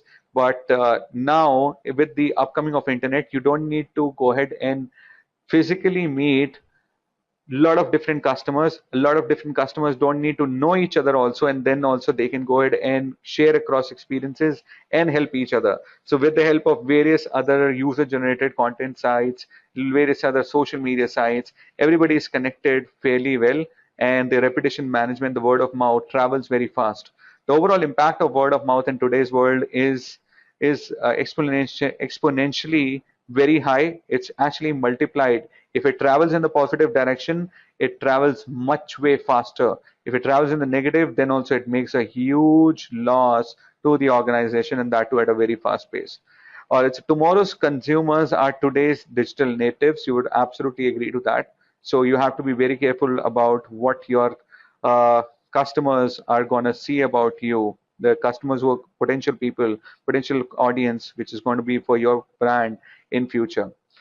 So 95% companies also use LinkedIn to find out and attract employees. So what people are talking about your particular organization on LinkedIn is very much essential, because if there are a lot of negative reviews about your particular brand on LinkedIn or various similar other websites, then very less employees would be interested to go ahead and join in your organization, right? So why and what exactly people are saying about you? How would you identify that? So we'll come on to the listening tools in a while. So increasingly, a product's quality and what a brand stands for is determined by Google. I hope everybody would agree to that. Today, what Google is depicting across is forming up the entire brand image, right? So product quality, what a brand stands for, everything is getting determined by Google only, because word of mouth is getting built across by a lot of websites which are ranking across on Google search engine or any other search engine, right? So if somebody types across a specific keyword about a particular brand on Google, what all negative and positive comments come across, that is forming the entire image and giving a perception about the quality of that brand. Similarly over here, so it's just easier now. This was an example, guys, of a particular brand called Comcast. A technician was actually sleeping on the couch when he came in to actually fix in something. So this particular thing actually went viral when somebody used to type in a particular keyword called Comcast or Comcast technician sleeping.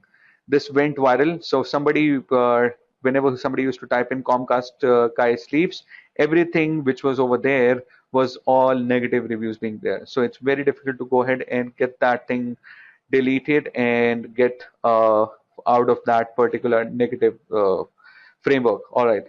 So next thing, guys, is to actually create a digital plan if you want to go ahead and maintain your overall online reputation. For building up your online reputation management of your brand, you need to have a digital plan in place. Very first thing is to identify who is your audience, where exactly is your audience, what is the age group, what is the overall geographic location, what are their likes, dislikes, and so on. So pick up the 5 top audience groups. There may be only one, there can be only one also, but pick up at least five, maximum 5. Then just ask yourself, what do you really want to tell them, this entire set of audience, whether it's male, female, this age group or the other age group, this kind of profession they are into, this that kind of income level, so forth and so on. What do you want them to actually know about your particular brand? So pick up 5 top messages you want to go ahead and tell them. Then you decide on how am I going to tell them, whether you're going to tell them through a newspaper or through an online channel. If through an online channel, which are online channels are you talking about? Are you going to tell them through an event, through a press release or whatnot? So that's step number 3 when devising a specific digital plan. Step number 4, what exactly you're going to ask is what content I'm going to create. So the overall message which you're going to pass across and through what medium you're going to pass across, on the basis of that, you would actually gel well both the things and then decide on what content are you going to be creating. So it's going to be very informal or in a formal fashion, or what sort of information in an educative mode or whatnot, right? So the another step is to identify how often are you going to post. Are you going to be very aggressive on that, very on day-to-day basis, on daily basis, or on hourly basis? Are you going to post across that content? You have to be careful what your end audience is going to like. You don't have to be very pushy so that they feel that they are getting spammed across. So you have to take a balance of all of that. That has to be an overall, that this or overall decision comes in after understanding your audience behavior and overall psychology of your audience. Right. So next thing is to ask yourself which all social media sites does your audience use, and similarly, those sites would be used across by you for passing across the content and the message which you have got created and to be showcased across to your end audience, right? So which all social media sites would you be using? Then comes in to the question is to decide which tools would I be using to measure my success. Am I doing well in terms of my online reputation management and my digital plan? So what are those 5 major tools which you would be deciding upon? So there are various tools which gives you a lot of insights, like Facebook Insight is one of them, Google Analytics, Google Alerts, Sprout Social, social mentions, what people are talking about your brand on blogs, comments, or how many number of fans, likes, visitors, the number of engagement, the kind of engagement which is happening, and other tool like Simply Measured, so forth and so on. So you can go ahead and use these tools in order to find out the impact and measure the overall plan which you have created and implemented. Now, your reputation management strategy looks something like this. So you go ahead and first of all listen and monitor what people are talking about your brand. And then you go ahead and after listening to all that, you categorize and then you start responding to all the positive and negatives. Once you start responding to all the positive and negatives, then the overall engagement thing happens. And within the entire framework, within that entire reputation management activity, you go ahead and measure on different intervals, which is the most important thing. Right, so that's the overall management strategy. Now, if you look at into different 4 quadrants, first is to listen out what people say, then is to actually go ahead and talk to people like they are people only. No, don't go ahead and talk to them as if they are your prospects. They are you're going to go ahead and sell them something. So go ahead and talk to them as people only. And then go ahead and engage those people and build up relationship as if you're also amongst them. Then the last part is to actually go ahead and measure where and what is being said. Have the overall tone and manner of what people were talking about your brand has changed in the direction which you wanted or not, right? So there are various tools, guys, social media monitoring tools. I'm just going to name them and I'm going to show you Google Alerts and Social Mention, the topmost tools, which I'm quite a fan of. So develop a listening process and some of the great tools for checking out what people are talking about you. Google Alerts, Social Mention, alerts.com, Yotify, all these are great tools. Then you have Technority, which is a search engine and a monitoring tool both, which does a lot of, which is actually a search engine for bloggers, guys. Whatever you search across on Technority, every single search results are picked up from various other blogs, right? Similarly, you have Twitter, which is a micro blogging site. You can use the search bar of Twitter in order to find out what people are talking about your particular brand, or you can use a Twitter handle which is being used quite a lot for your brand, and then get to see what is happening, what kind of conversations are happening across your brand. Another tools like blog lines, social mention, I'm going to share across with you. So these all are great other tools. Friend feed helps you to find out, it's a social media networking site. Wiki alarm, as you can see, this is a great tool, guys, which gives you a specific intimation if somebody has written something about your brand on Wikipedia. It gives you an intimation, it gives you sends across a notification in your inbox saying that somebody has written across something about your brand on Wikipedia.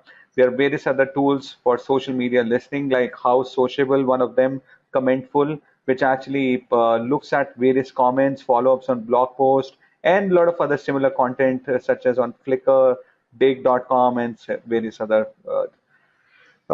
platforms. So another great thing is to first of all you need to establish an engagement policies which defines how will you respond back to the positive and negative things said about you and your brand. Then you need to determine who will respond, when they'll respond, how they'll respond. So all the 5 W's and 1 H.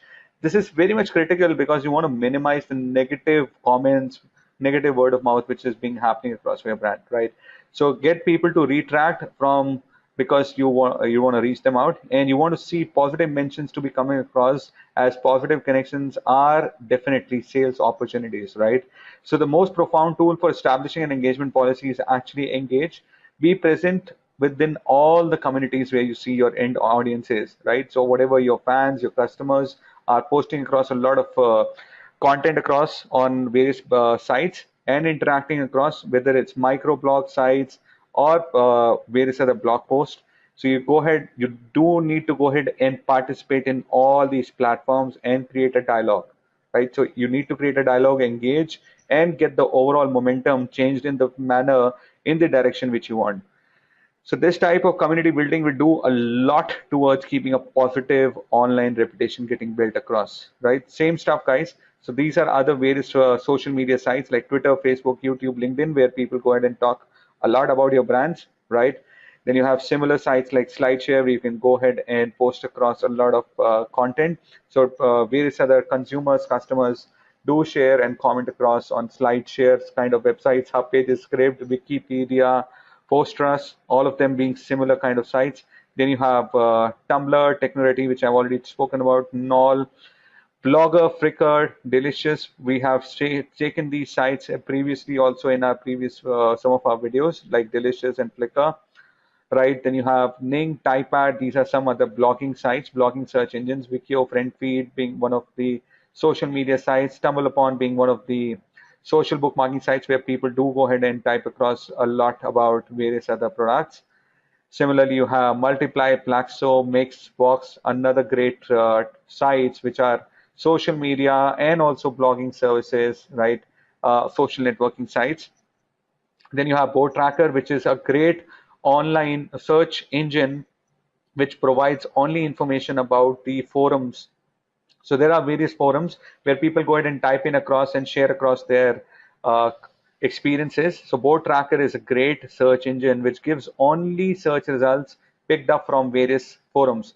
It doesn't pick up any thread, any specific content which is from any website outside a forum, right? So Vimeo is another great video sharing site. Then you have Vidler, another online video sharing site. Friendster being one of the great social networking. Then you have Google Book Search, Slide Bloom, Bright, Kite, Jaiku, Plug, so forth and so on. Academy, again, a great social networking site for business people.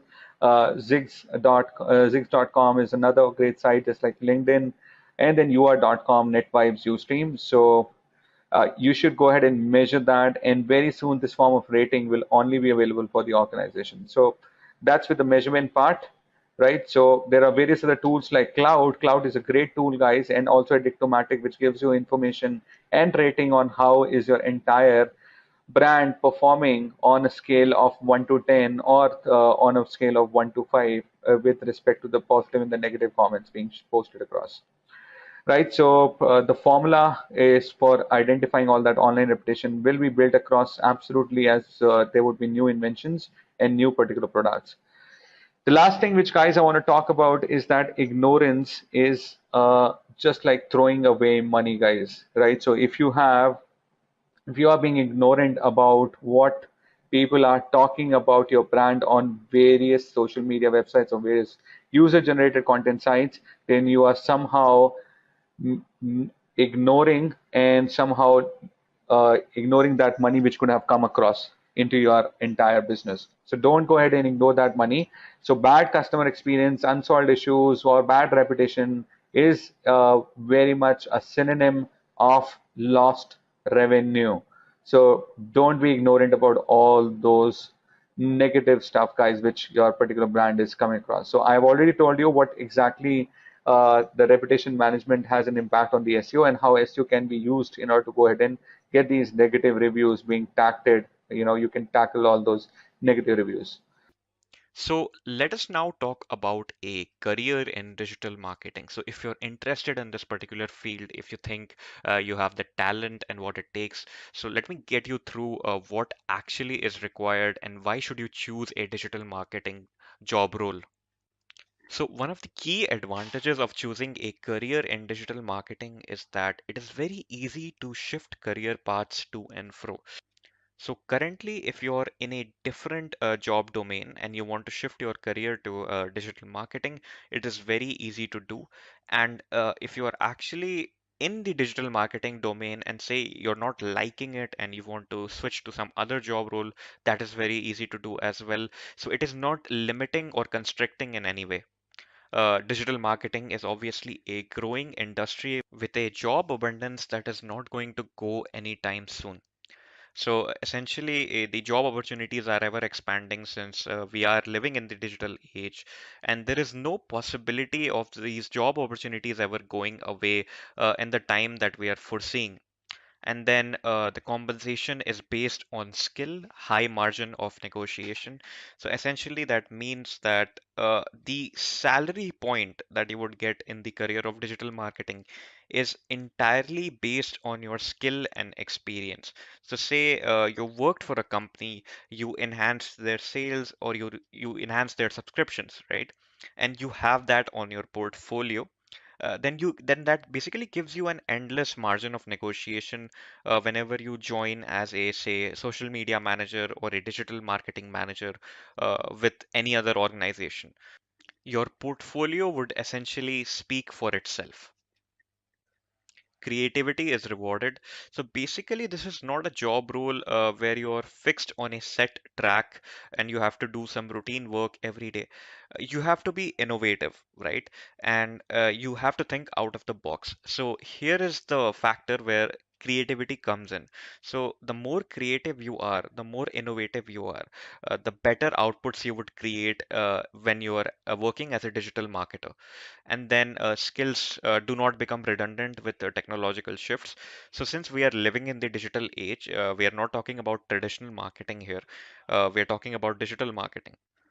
No matter how much the technology changes or shifts, your job will not become redundant and your skills will not become redundant. If you were working in the technical domain, you might be working on a particular version of a technology today, which might become redundant tomorrow or which might be replaced by another technology tomorrow, right? In digital marketing, that is not the case. The platform may change, the social media websites may change, but the core of the job role and the skills, the core skills that are required to be proficient in this job role, they will not change. So, how do you start your career in digital marketing if you're interested? So, firstly, there are a lot of ways. One of the optional ways is learning web development. When you learn web development, which is a very sought after skill to acquire, you essentially open a lot of opportunities for yourself. Web development in itself is quite a good job. When you combine it with your expertise in digital marketing and advertisement, you can go places with it. And then obviously the core fundamental principles of marketing with marketing management and copywriting, abundant reading and social media awareness to remain up to date with trends and technology.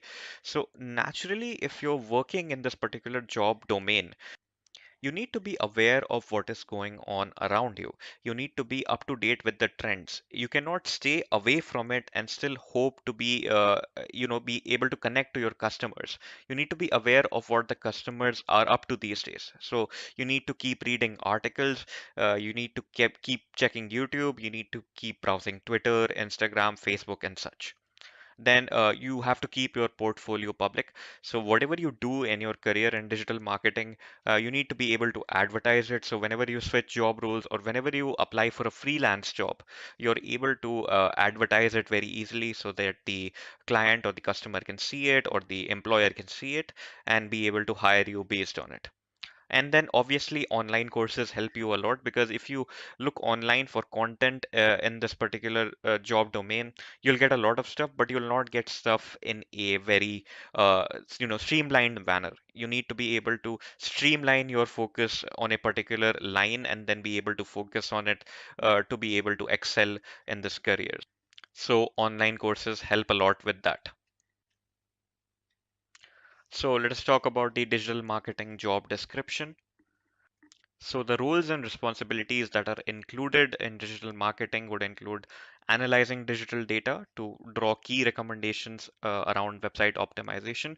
So you would look at the website data and understand what the customers would want and optimize the website according to it, or tell the people who are supposed to optimize the website they should do that, and conduct social media audits to ensure best practices are ensured.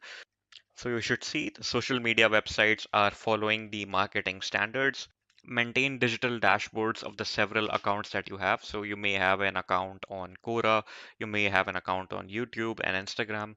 So you should be able to coordinate all of that by keeping a common dashboard.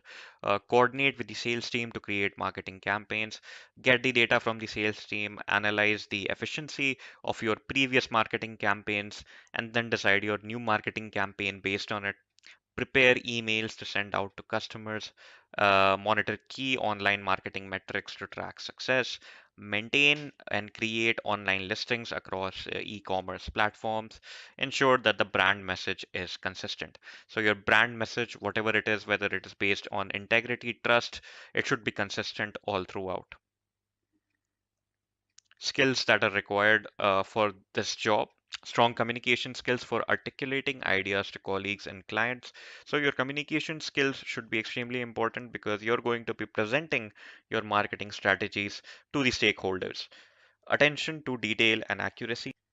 So essentially, whatever message you're trying to send and the accuracy, you should ensure that the message should not have any typos in it, and if the message is clear.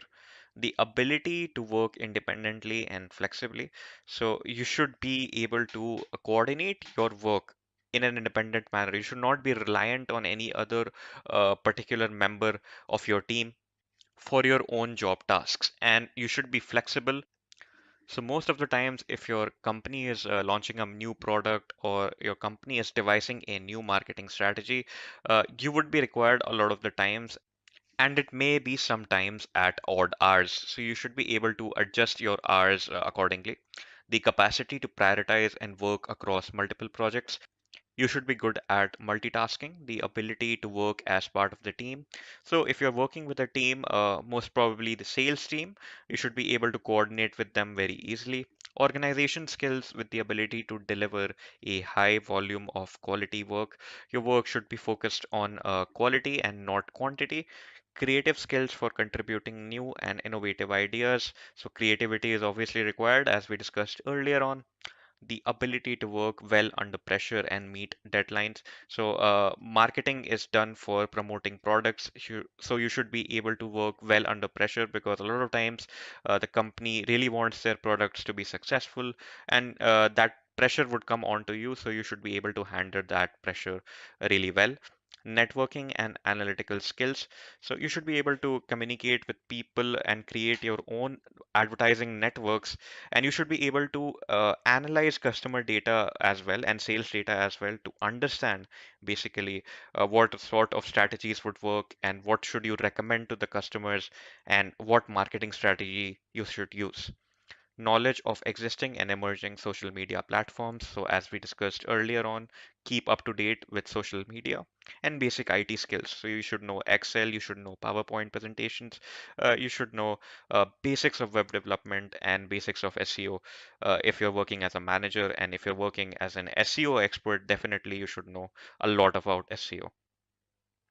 So, with that out of the way, let us get to the salary of a digital marketing expert. So, if you are a digital marketing manager, the average in the United States would fetch you about 77,000 US dollars.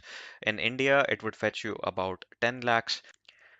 And in the UK, it would fetch you about 40,000 pounds. Now, keep in mind, they are not the starting or the end salaries of a digital marketing manager. It entirely depends on the brand that you're working for and your experience. So, based on the same concept, we have SEO manager. So, in the United States, it's about $75,000. In India, it's about 6 lakhs. And in the UK, it's about 38,000 pounds. For an SEM or PPC expert, which is pay per click, $55,000 in the US, 4 lakhs in India, $25,000 in the UK. For a social media manager, here is where it gets a lot interesting. In the United States, it's about $90,000, but due to the abundance of social media brands out there, this could range from $90,000 to about $400,000 as well, based on your experience. So, this is one job role that you should completely look out for because it is extremely relevant in today's world. In India, it's about 6 lakhs per annum, and in the UK, it's about 32,000 pounds. Then finally, we have a content writer. So a basic content writer in the United States would fetch about $42,000. In India, 3,50,000, and in the UK, 21,000 pounds. So now there are various types of digital marketing. So there is search engine optimization, there is content marketing, social media, pay-per-click, affiliate marketing. So there are so many different types of marketing. So I'm just going to concentrate on 5 of these, and I'm going to just tell you how you can start earning from it and how much you can earn from it. Let's start from it. Okay, so first and the most popular one is a content writer, because any website you take, whatever you want to do on Google, it is a content. So let's say in Wikipedia, you're going to Wikipedia because it's written, even though Wikipedia is a non-profit organization. For example, not just Wikipedia, there are so many other websites. There is medium.com. There is Quora. So basically in Quora, you don't get paid for writing an answer. But if you're in Medium or if you're in any other website, you're writing content. So basically what you do is you create content for the product or service which you're trying to sell, or it can be just a content which is on your website, so that that content should rank on Google. Once it ranks on Google, you get more traffic to your website or to your blog or to your content. And once you get more traffic to your blog, basically you can run ads over there, or you can sell your product via that particular blog. So it's basically creating and promotion of content assets built specifically around the product at hand. For example, let's say you want to sell a mobile phone and it's a new product. So for your company or as an individual freelancer who is working for that company, who has taken a contract, you basically create promotional content to run on their website. For example, I want to know more about that mobile phone before buying it. So I cannot directly go and assume this phone is very good and just buy it, because I want to know more about it. So when I search for that, your content should show up. Once it shows up, I get into your website, I start reading it, and obviously the content is basically trying to convert me as a customer. So the content helps in generating brand awareness. That is, your new product has arrived. It helps to get your brand across the internet. Then once, if that content is really good, you get more traffic. Through the traffic, you can generate leads, and those leads become your customers. So it can involve various types. It can be blogs, it can be electronic books, it can be white papers you write for a certain technology or anything or a product, infographics, videos via YouTube or social media platforms. It can be anything, but this is basically content marketing. As a content writer, it would be mostly writing blogs and writing white papers or ebooks. But if it is content marketing, in this case, the channels will include all of the below channels which I've mentioned. Okay, so now as a content writer, you can earn, but how much do you earn? So according to payscale.com, on average, you can earn 205 INR per hour. Yeah, so that's what you can earn, 205 INR per hour as a content writer. But this varies because it basically varies on the niche you are writing it. For example, you are writing on sports, or you are writing on kitchen accessories or anything, cosmetics or whatever it is. So it depends on the niche you are writing and how much traffic does that niche generate. Now, what are your skills? First, you should have writing skills. Obviously, your English should be good. Like, it should be simple and informative. Second, keyword research. That is, only if the keyword which people are searching for is in your content, only then your content will be ranked on Google, only then they can see it.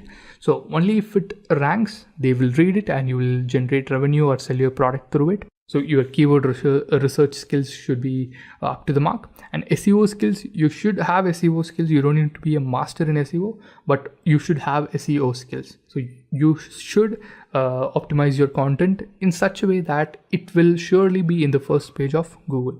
And then analytical skills. So as a content writer, you should know what to put first, because the first 30 seconds, let's say, or first 20 seconds, when somebody reads your content, they should read it and stay on the page to read much more, because they should not skip. That would be bad for your website. Next comes an SEO expert. So the process of optimizing your website to rank higher in search engine results pages. So here we saw content writer and a content marketer. So in this case, it's a particular part of that, but it's not just content. It's not just content which an SEO expert concentrates on, or an SEO specialist concentrates on. So basically, their process is to optimize your website, whichever website you have. So they optimize it to rank higher in the search engine results. So let's say you're promoting a course, or you're promoting any product. So basically, the search engine expert, the SEO expert, will tweak your website with keywords and with content, which basically lets it rank in the first page of Google. Only if it is in the first page of Google, people will get into your website. Also, it should be in the top 3 or top 4 links.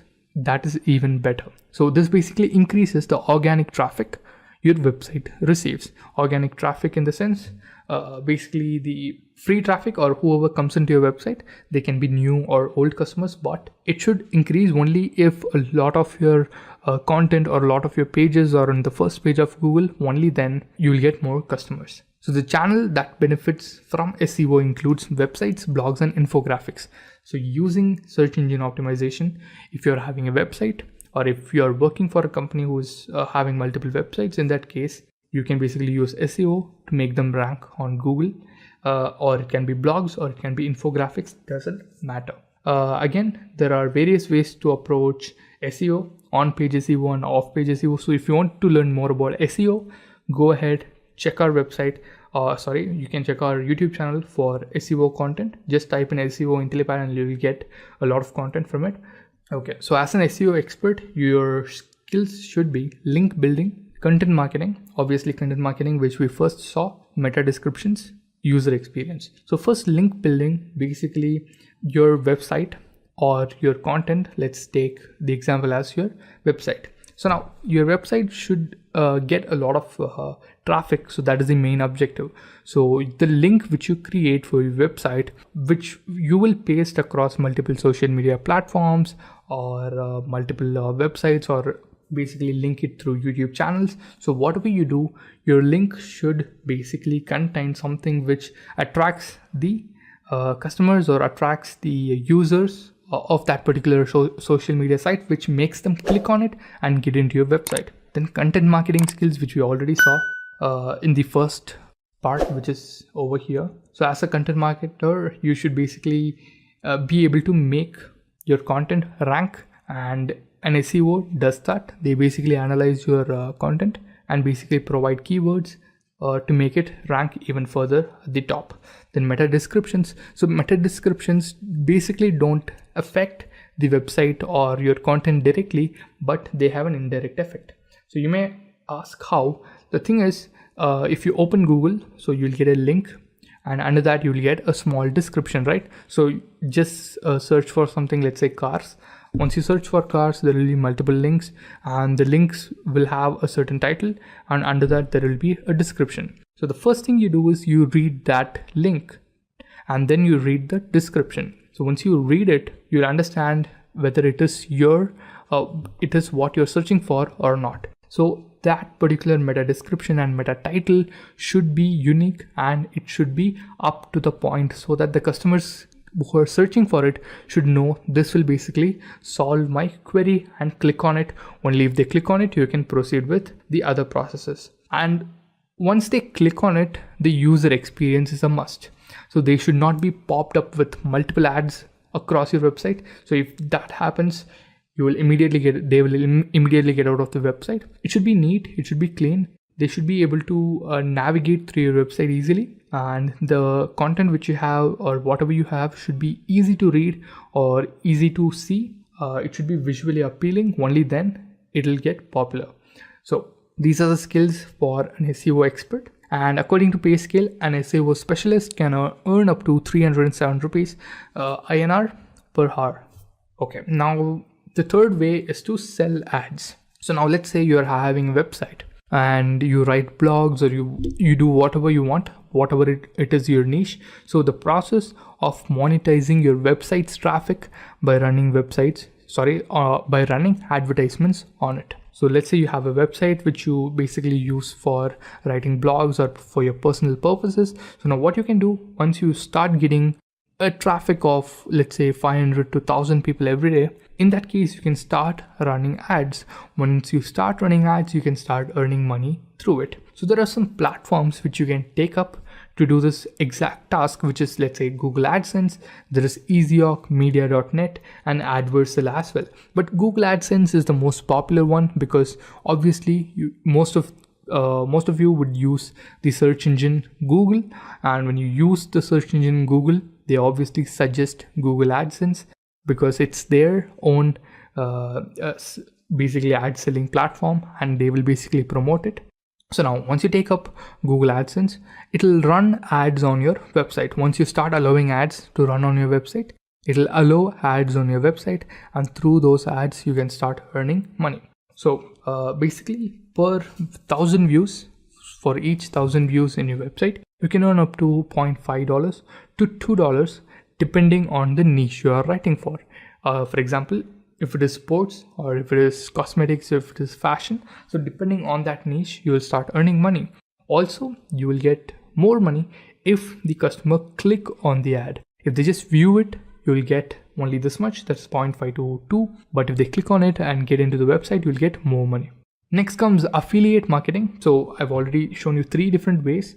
And finally, I will show you the websites where you can start applying for these kinds of jobs. So first, let's understand what are the jobs available. Then affiliate marketing. This is one of the most direct way of marketing, or direct way of earning in digital marketing. So performance-based advertising, where you receive a commission for promoting someone else's products, services, or on your website or on your YouTube channel, which is the second point. So other methods is also social media accounts. So for this, your social media account should be a bigger network, or if you have a YouTube channel, it should at least have thousands of users, thousands of subscribers. So what exactly happens is you promote a product or a service through your social media platform. You do it via Facebook, or you do it via Instagram or YouTube. So once you do it, and once they buy using your link which you have provided, once they go in and select the product and buy via that, once that is done, you will get a commission for the product which was sold through your advertisement. So this is how a lot of YouTubers earn. So you would have seen a lot of ads running on YouTube videos. Like for example, if you go into the video, not the ads which are running on top of the YouTube video, those are Google AdSense. So that most of the money goes to Google. The ads which are running inside the video, so paid promotions, so they are basically affiliate marketing. So you can also do that by building your network. So if you are a marketer, your main asset would be a larger network. So build your network every single day on any social media. Build your network. You can basically start off with affiliate marketing as well. So basically, you work for a company when it comes to affiliate marketing, that I'll talk about in the next slide. So now the main objective is to receive a commission via promoting someone else's product. So now basically how it works. First, let me tell you this point, that is, most affiliates are companies who can invest on a lot of ads. That is, basically you work with a company. So now what that company does is it gets that product's information and they run ads to sell that product. So once that product is sold, basically that company which is selling the product will give a commission to this affiliate company. So most probably it is run as a company, but if you're an individual who can use your medium, for example your social media or your blog, to sell their product, in that case you can also become an affiliate marketer. So now how it works. You show an ad or a link to a particular store via your social network or your blog. Once the customer clicks on the ad, they get sent to that website. Once they are in the website, they buy something from that website. Once they buy something from the website, the affiliate network records the purchase and details of the transaction. That is, the company which they bought from will record the transaction information. Once the purchase is confirmed, then what happens is it is a valid sale. So once it is valid, the transaction is credited, and then for the amount sold, for example, let's say it is 1,000 rupees, the product's cost, and your commission is let's say 10%, and you get 100 rupees for selling their product online. So this is how affiliate marketing works. For example, if you watch popular YouTube channels like let's say Mr. Beast or PewDiePie or Jacksepticeye, in that case you would see a lot of them promoting their own product or their like paid promotion. So they provide a URL in which their name or their YouTube channel's name is available. For example, they provide joinhoney.com/MrBeast. So basically when you click on that link and buy that particular product via that link, they get paid a commission. So that is exactly how affiliate marketing works, and you can earn via that. Finally comes social media manager, which is one of the most popular job trends right now, because there are a lot of influencers on social media. It may be TikTok, but there's no TikTok in India, but there is TikTok in other countries. So TikTok, Instagram, there is a YouTube channel, and there is Facebook pages. So there are so many different social media right now that is a particular person can handle or manage one particular another person's who's really popular. They can manage all of their social media. It can be Facebook, it can be Instagram, it can be it can be YouTube. So they manage all of their social media, and that is their task. So social media marketing is done to promote the brand and the content on social media channels. So if you have a product, or if you have a company, or if you're a person who's popular and basically wants to do affiliate marketing via social media, you can use the social media manager to do that for you. So they basically manage your profile, they post images, they basically understand what your audiences need and post that accordingly. So due to increase brand awareness, drive traffic, and generate leads for the business. So let's say you are selling something. The social media manager's main task would be to make sure that this particular product reaches to a lot of customers, and the traffic or the follower count increases for your page, and also that basically generates more leads for your company. So these channels basically include all of the social media sites: Facebook, Twitter, LinkedIn, Instagram, Snapchat, Pinterest, Reddit. So there are so many social media sites which you can go ahead and manage their sites for. So now these four are the main skills for a social media manager: copywriting, graphics design, behavioral psychology, and analytics. So as a copywriter, you should be able to write an ad which basically attracts the customer. So only if your ad writing skills or copywriting skills is very good, the customers will be attracted, or the users will be attracted to buy your product. Next is graphic design, because you want to post images which are basically attracts the user, because image is the, let's say if you are posting text, most of the users won't read. If it is a video and if it is long, or if it is an ad, most of them won't view. But if it is an image, you get a lot of attraction. So once when the image is attractive and it basically compels the user to wait and see and check what is in that image, for that you need graphics design. So as a social media manager, you can have that skill, or you can still hire someone as a graphic designer and do that. And behavioral psychology is understanding what your followers need and posting content accordingly, or posting products accordingly. So that is basically behavioral psychology. And also analytics, so to understand when to post what. So for example, if the traffic is maximum at 9 p.m. every day, in that case, why would you post something at 9 a.m. when there is literally no traffic? So you'll have to understand the social media manager knows when to post something and drive traffic accordingly. And according to pay scale, the average salary for an hour for a social media manager is 330 INR. Okay, so since we've seen these 5, there are still a lot of topics and a lot of ways to earn money online. But as this is just digital marketing, so these are the ways. There is also pay-per-click. That is, for example, you're running ads on your website, and you will get paid money for if someone clicks on those ads. So as I told you, it happens with Google AdSense. If they view, you'll get less money. If they click, you'll get more money. Okay, so we've seen this. So I just discussed the top 5 ways you can earn money online. I did not talk about different job roles which you can get, which can help you get into companies. So these can get into companies, but you should have multiple skills to get into a company, not just a particular niche skill. So now coming to the websites for freelancing. So there is Upwork, Freelancer, Fiverr, and People Per Hour. A freelance job is one who works for themselves rather than a company. But whatever it is, even if you work for yourself, most probably you will get contracts from companies or you will get contracts from individuals and you work for them and you get paid in return, but it is your wish to choose which product or which project you're going to work on. So some of the popular ones are Upwork, Freelancer, Fiverr, and People Per Hour. So I would suggest you, if you have any of these skills, digital marketing skills, go ahead to one of the websites or go ahead to all of the websites, create a profile, put in your skills, and basically you can go and check the available jobs and you can bid for it, or you can basically wait for it if someone will ask. So basically someone can ask you to do their work, or you can basically bid on a job which has been put up. That is, you can basically tell, I can work for these many hours for this much of money, and if they like that, they'll give that job to you, and you finish that job within that hours and give it back to them, and they'll pay for you. They'll basically pay for that particular hours which you have worked on. So these are the top 4 companies, guys.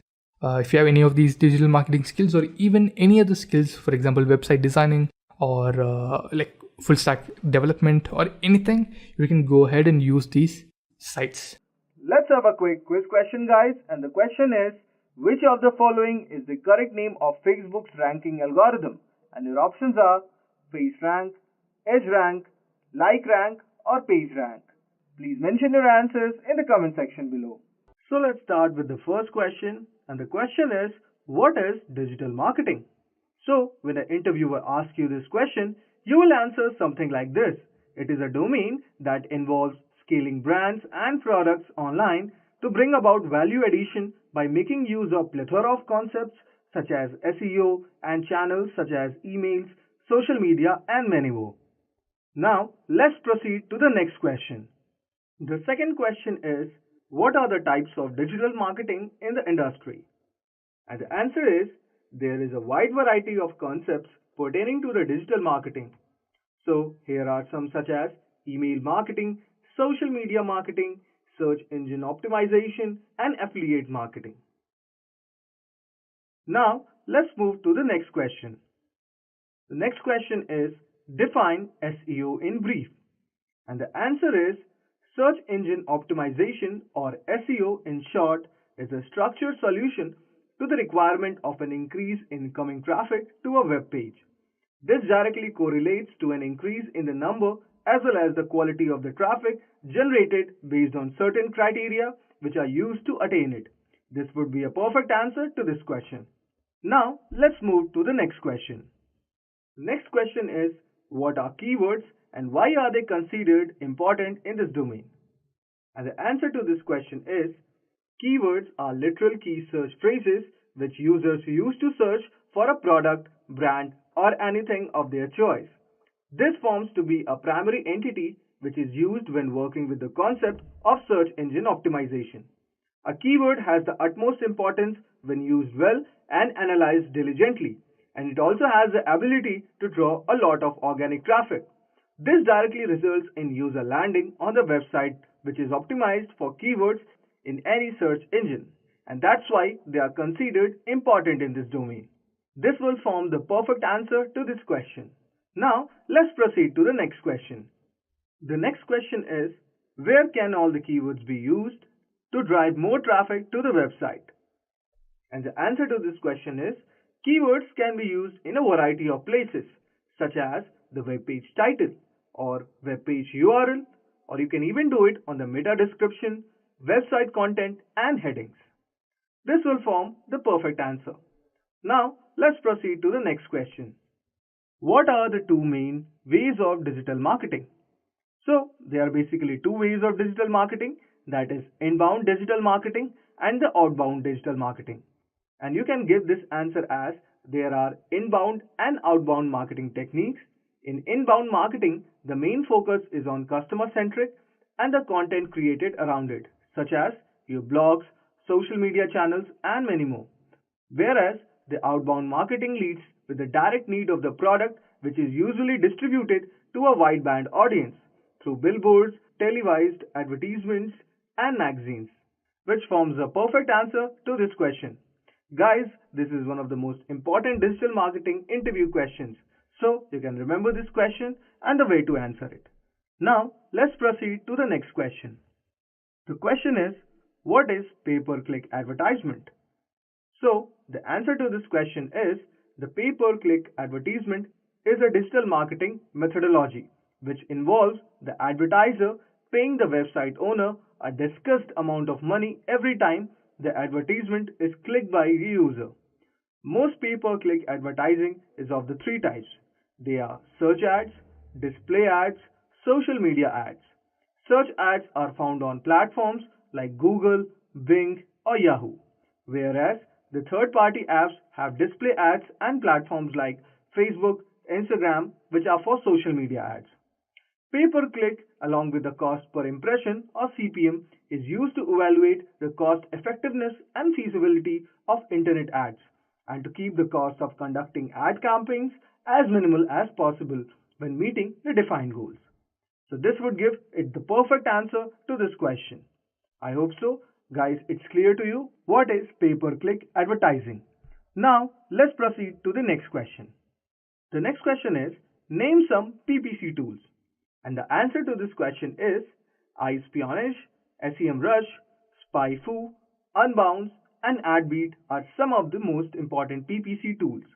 Okay guys, I hope so it's clear to you. Now, let's proceed to the next question. The next question is, what is Black Hat SEO?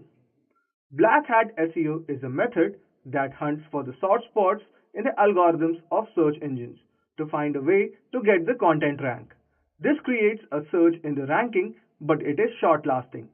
It is considered unethical because it does not comply with the guidelines set by the search engines altogether. Strategies such as link spamming and addition of hidden links are often used in this methodology. I hope so guys, it's clear to you what is Black Hat SEO. Now, let's discuss the next question. The next question is, what is White Hat SEO? White Hat SEO is considered to be the most used SEO techniques across the globe, which makes use of various techniques to get a web page rank in search engines. The creation of top-notch content and HTML optimization, among others, are the key White Hat SEO. It also creates a steady growth in the rank that lasts longer than the other methodologies. I hope so guys, it's clear to you what is White Hat SEO. Now, let's discuss the next question. So, the next question is also in the same pipeline, which says, what is Grey Hat SEO? Grey Hat SEO is a mixture of both Black Hat and White Hat techniques. These techniques are basically used in collaboration to switch from one to another in an attempt to get a web page rank. In the majority of cases, the outcome is a hit or a miss with this technique. I hope so guys, it's clear to you what is Grey Hat SEO. Now, let's move to the next question. Can you mention some methodologies that can be used to improve the conversion rates?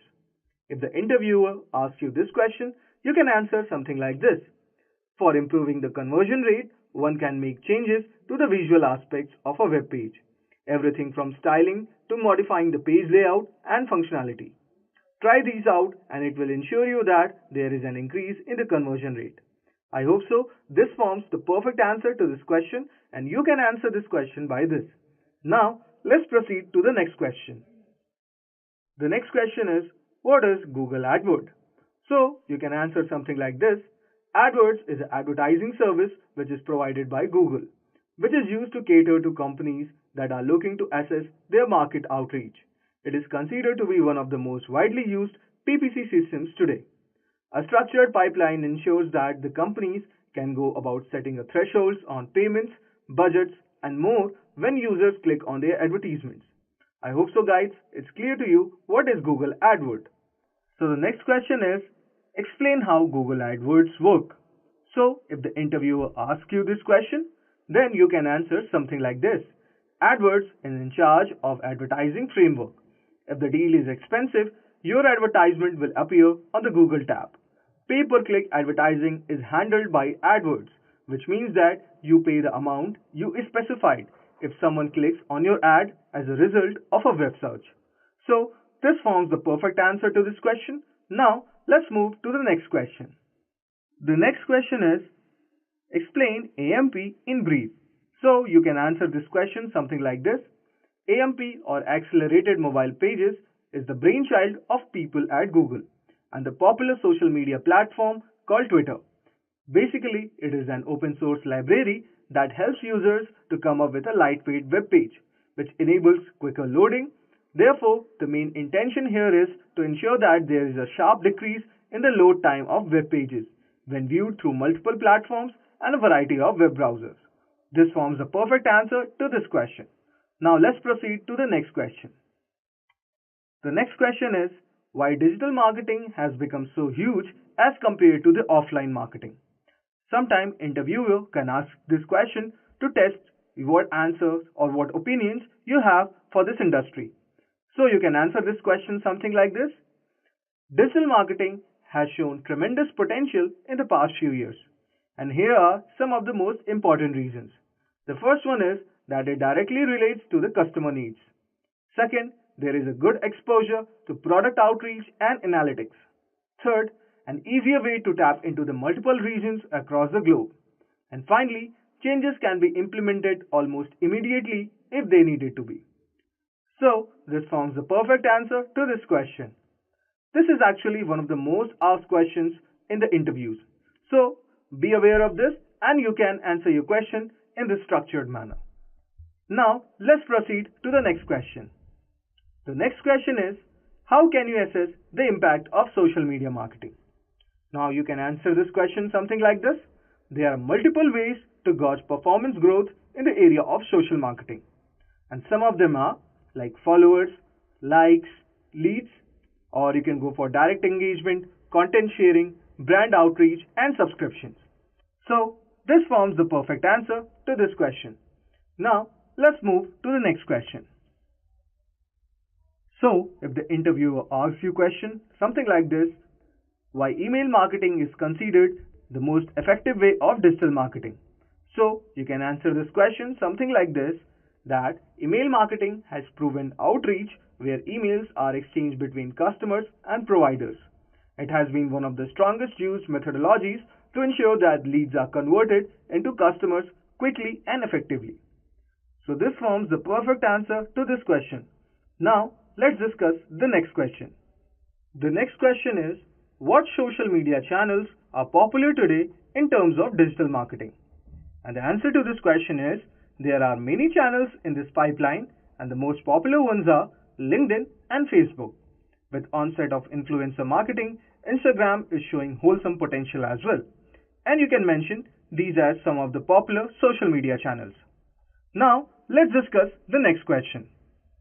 The next question is, how return of investment is calculated? This is one of the most asked questions in the digital marketing interview. So you can answer this question something like this. The return on investment is a simple difference between the sales amount and the investment in marketing, or ROI is equals to sales minus cost of advertisement. This says that this equals to the return of investment. I hope so it's clear to you. Now let's move to the next question. The next question is, what is click-through rate? So this is one of the most important interview for digital marketing. So you can answer this question something like this. Click-through rate, or CTR for short, is a number of times a user made an entry on a web page through a promotion or advertisement or an event. So this forms the perfect answer to this question, and you can answer this question something like this. Now let's discuss the next question. What is the difference between page session and page views? And you can answer this question something like this. A page session is when a user makes a visit to a website where every single time, and a page view is when the user clicks on one or more pages present on a website. So this gives it a perfect answer to this question. Now let's move forward and let's discuss the next question. So, this is one of the most asked questions in the digital marketing interview. So, if the interviewer asks you this question, why is your interest in the field of digital marketing? So, first you need to understand the objective why the interviewer is trying to ask this question. Here actually the interviewer is trying to assess the level of commitment and understanding you have towards this field. It is very vital that you portray a good amount of interest, commitment and your ardor toward digital marketing, in which you can answer something like this because it had something wide scope and you can tell the journey about learning the digital marketing and your level of commitment to learn the technologies involved in digital marketing, which says that you are a good candidate for this job role. You have to answer this question in this way. Now, I hope so it's clear to you what this question portrays. Now, let's move forward and discuss the next question. The next question is, what is the difference between do follow and no follow links in SEO? This is actually one of the most important interview questions for digital marketing. Basically, do follow links allow redirects to users where they use a search engine and follow through a land on a website, whereas no follow links alongside the associate policies of the search engine ensure that hyperlinks used should not be an influence on the rank of a particular search engine. So, this forms a perfect answer to this question and you can frame your answer something like this. Now let's move forward and discuss the next question. The next question is, can you differentiate between direct marketing and branding? So, you can answer this question something like this.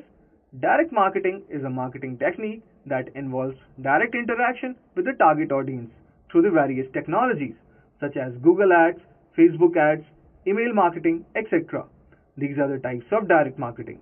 Whereas branding is also a marketing methodology where you concentrate on exposing your brand, website or application to the world and make your customers aware of your advertisement. The brand marketing includes pamphlets, catalogs, billboard signs and networking events, which forms a perfect answer to this question. Now let's move forward and discuss the next question. How can YouTube as a platform be used effectively for digital marketing? So the interviewer asks you this question, you can answer something like this. With YouTube, you can build brand awareness to directly deal with the customers who might be showing some interest in the product, which is the goal of the campaign. This can drive a lot of healthy traffic directly to the websites and boost ranking as well. The creation of elegant, good-looking and informative videos are the driving force behind the successful YouTube campaign. And this forms the perfect answer to this question. Now let's move forward and discuss the next question. The next question is, which platform is used when candidates want to post or refer to job-related ads? And the answer to this question is, LinkedIn is one of the most famous among the active job seekers and professionals. There are other sites such as Naukri and Indeed, and there are same goals of bringing the recruiter and candidates together.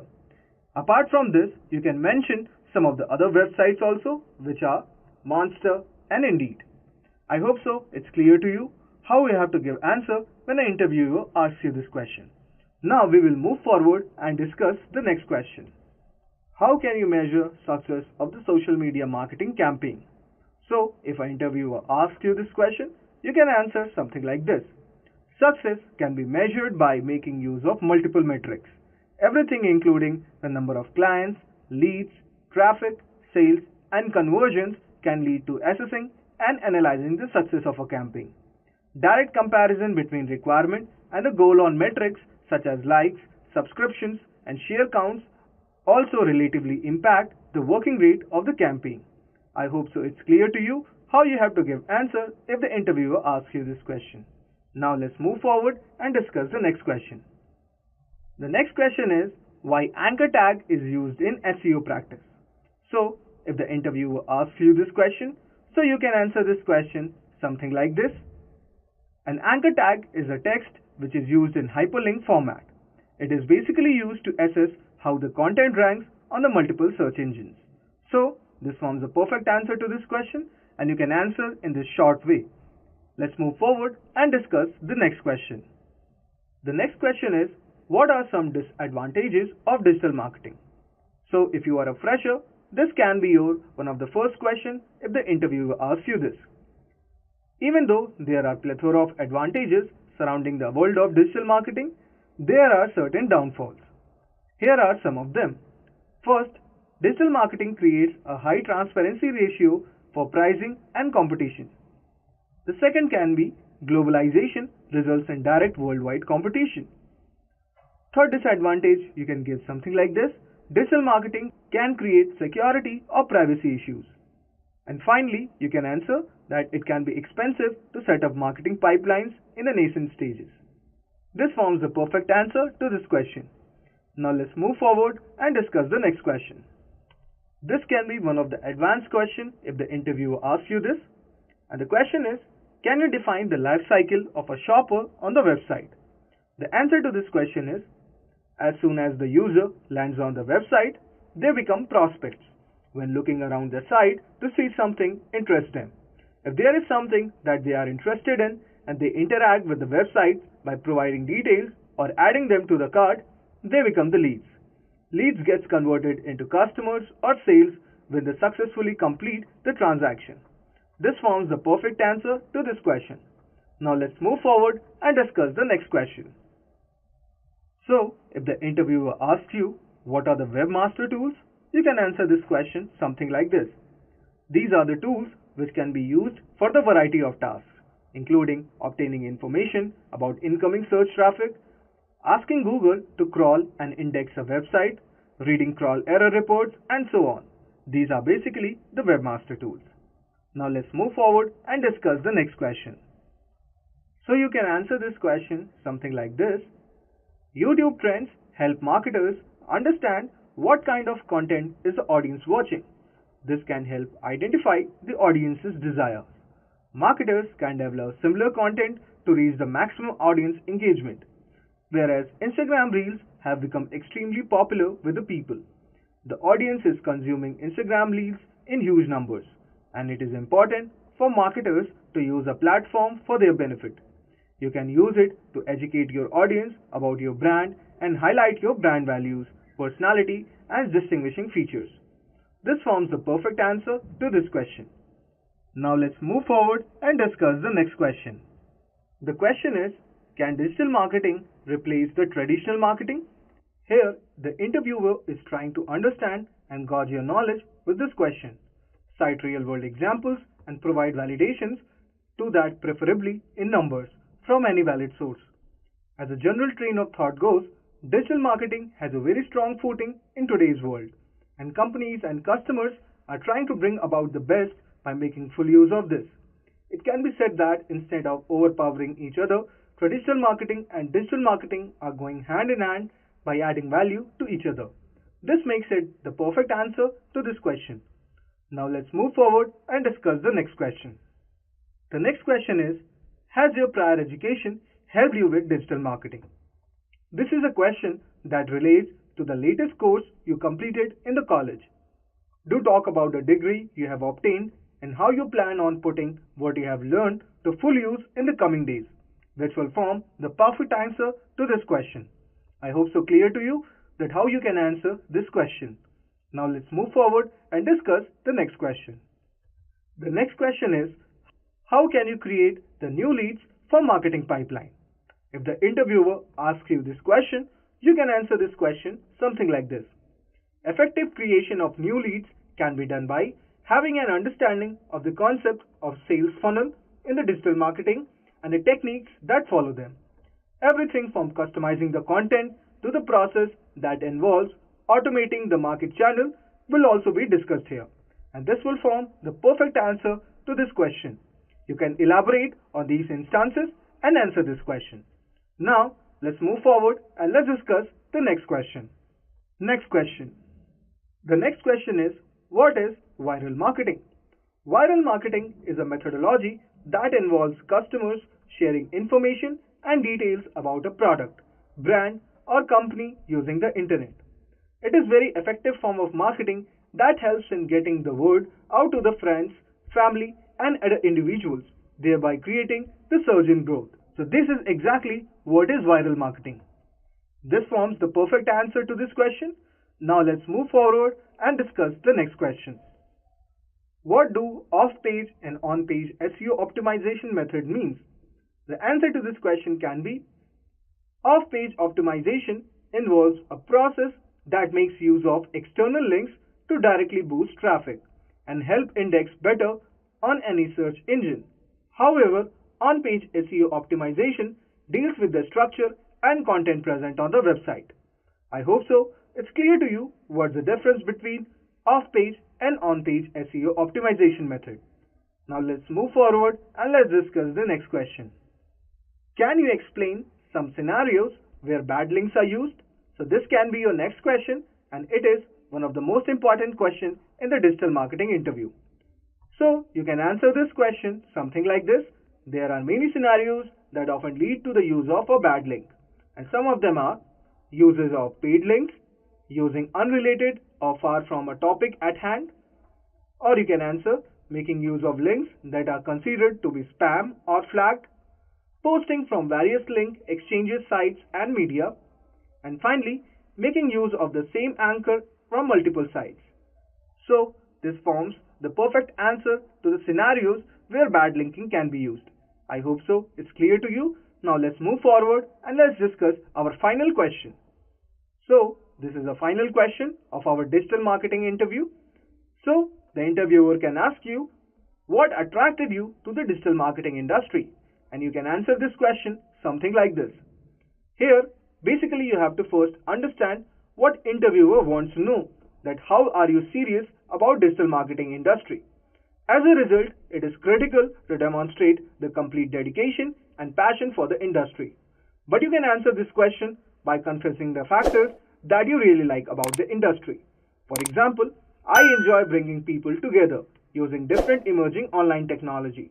And I also admire how a company can entice a target audience with the latest digital marketing technologies. You can also discuss the opportunities you see in the digital marketing.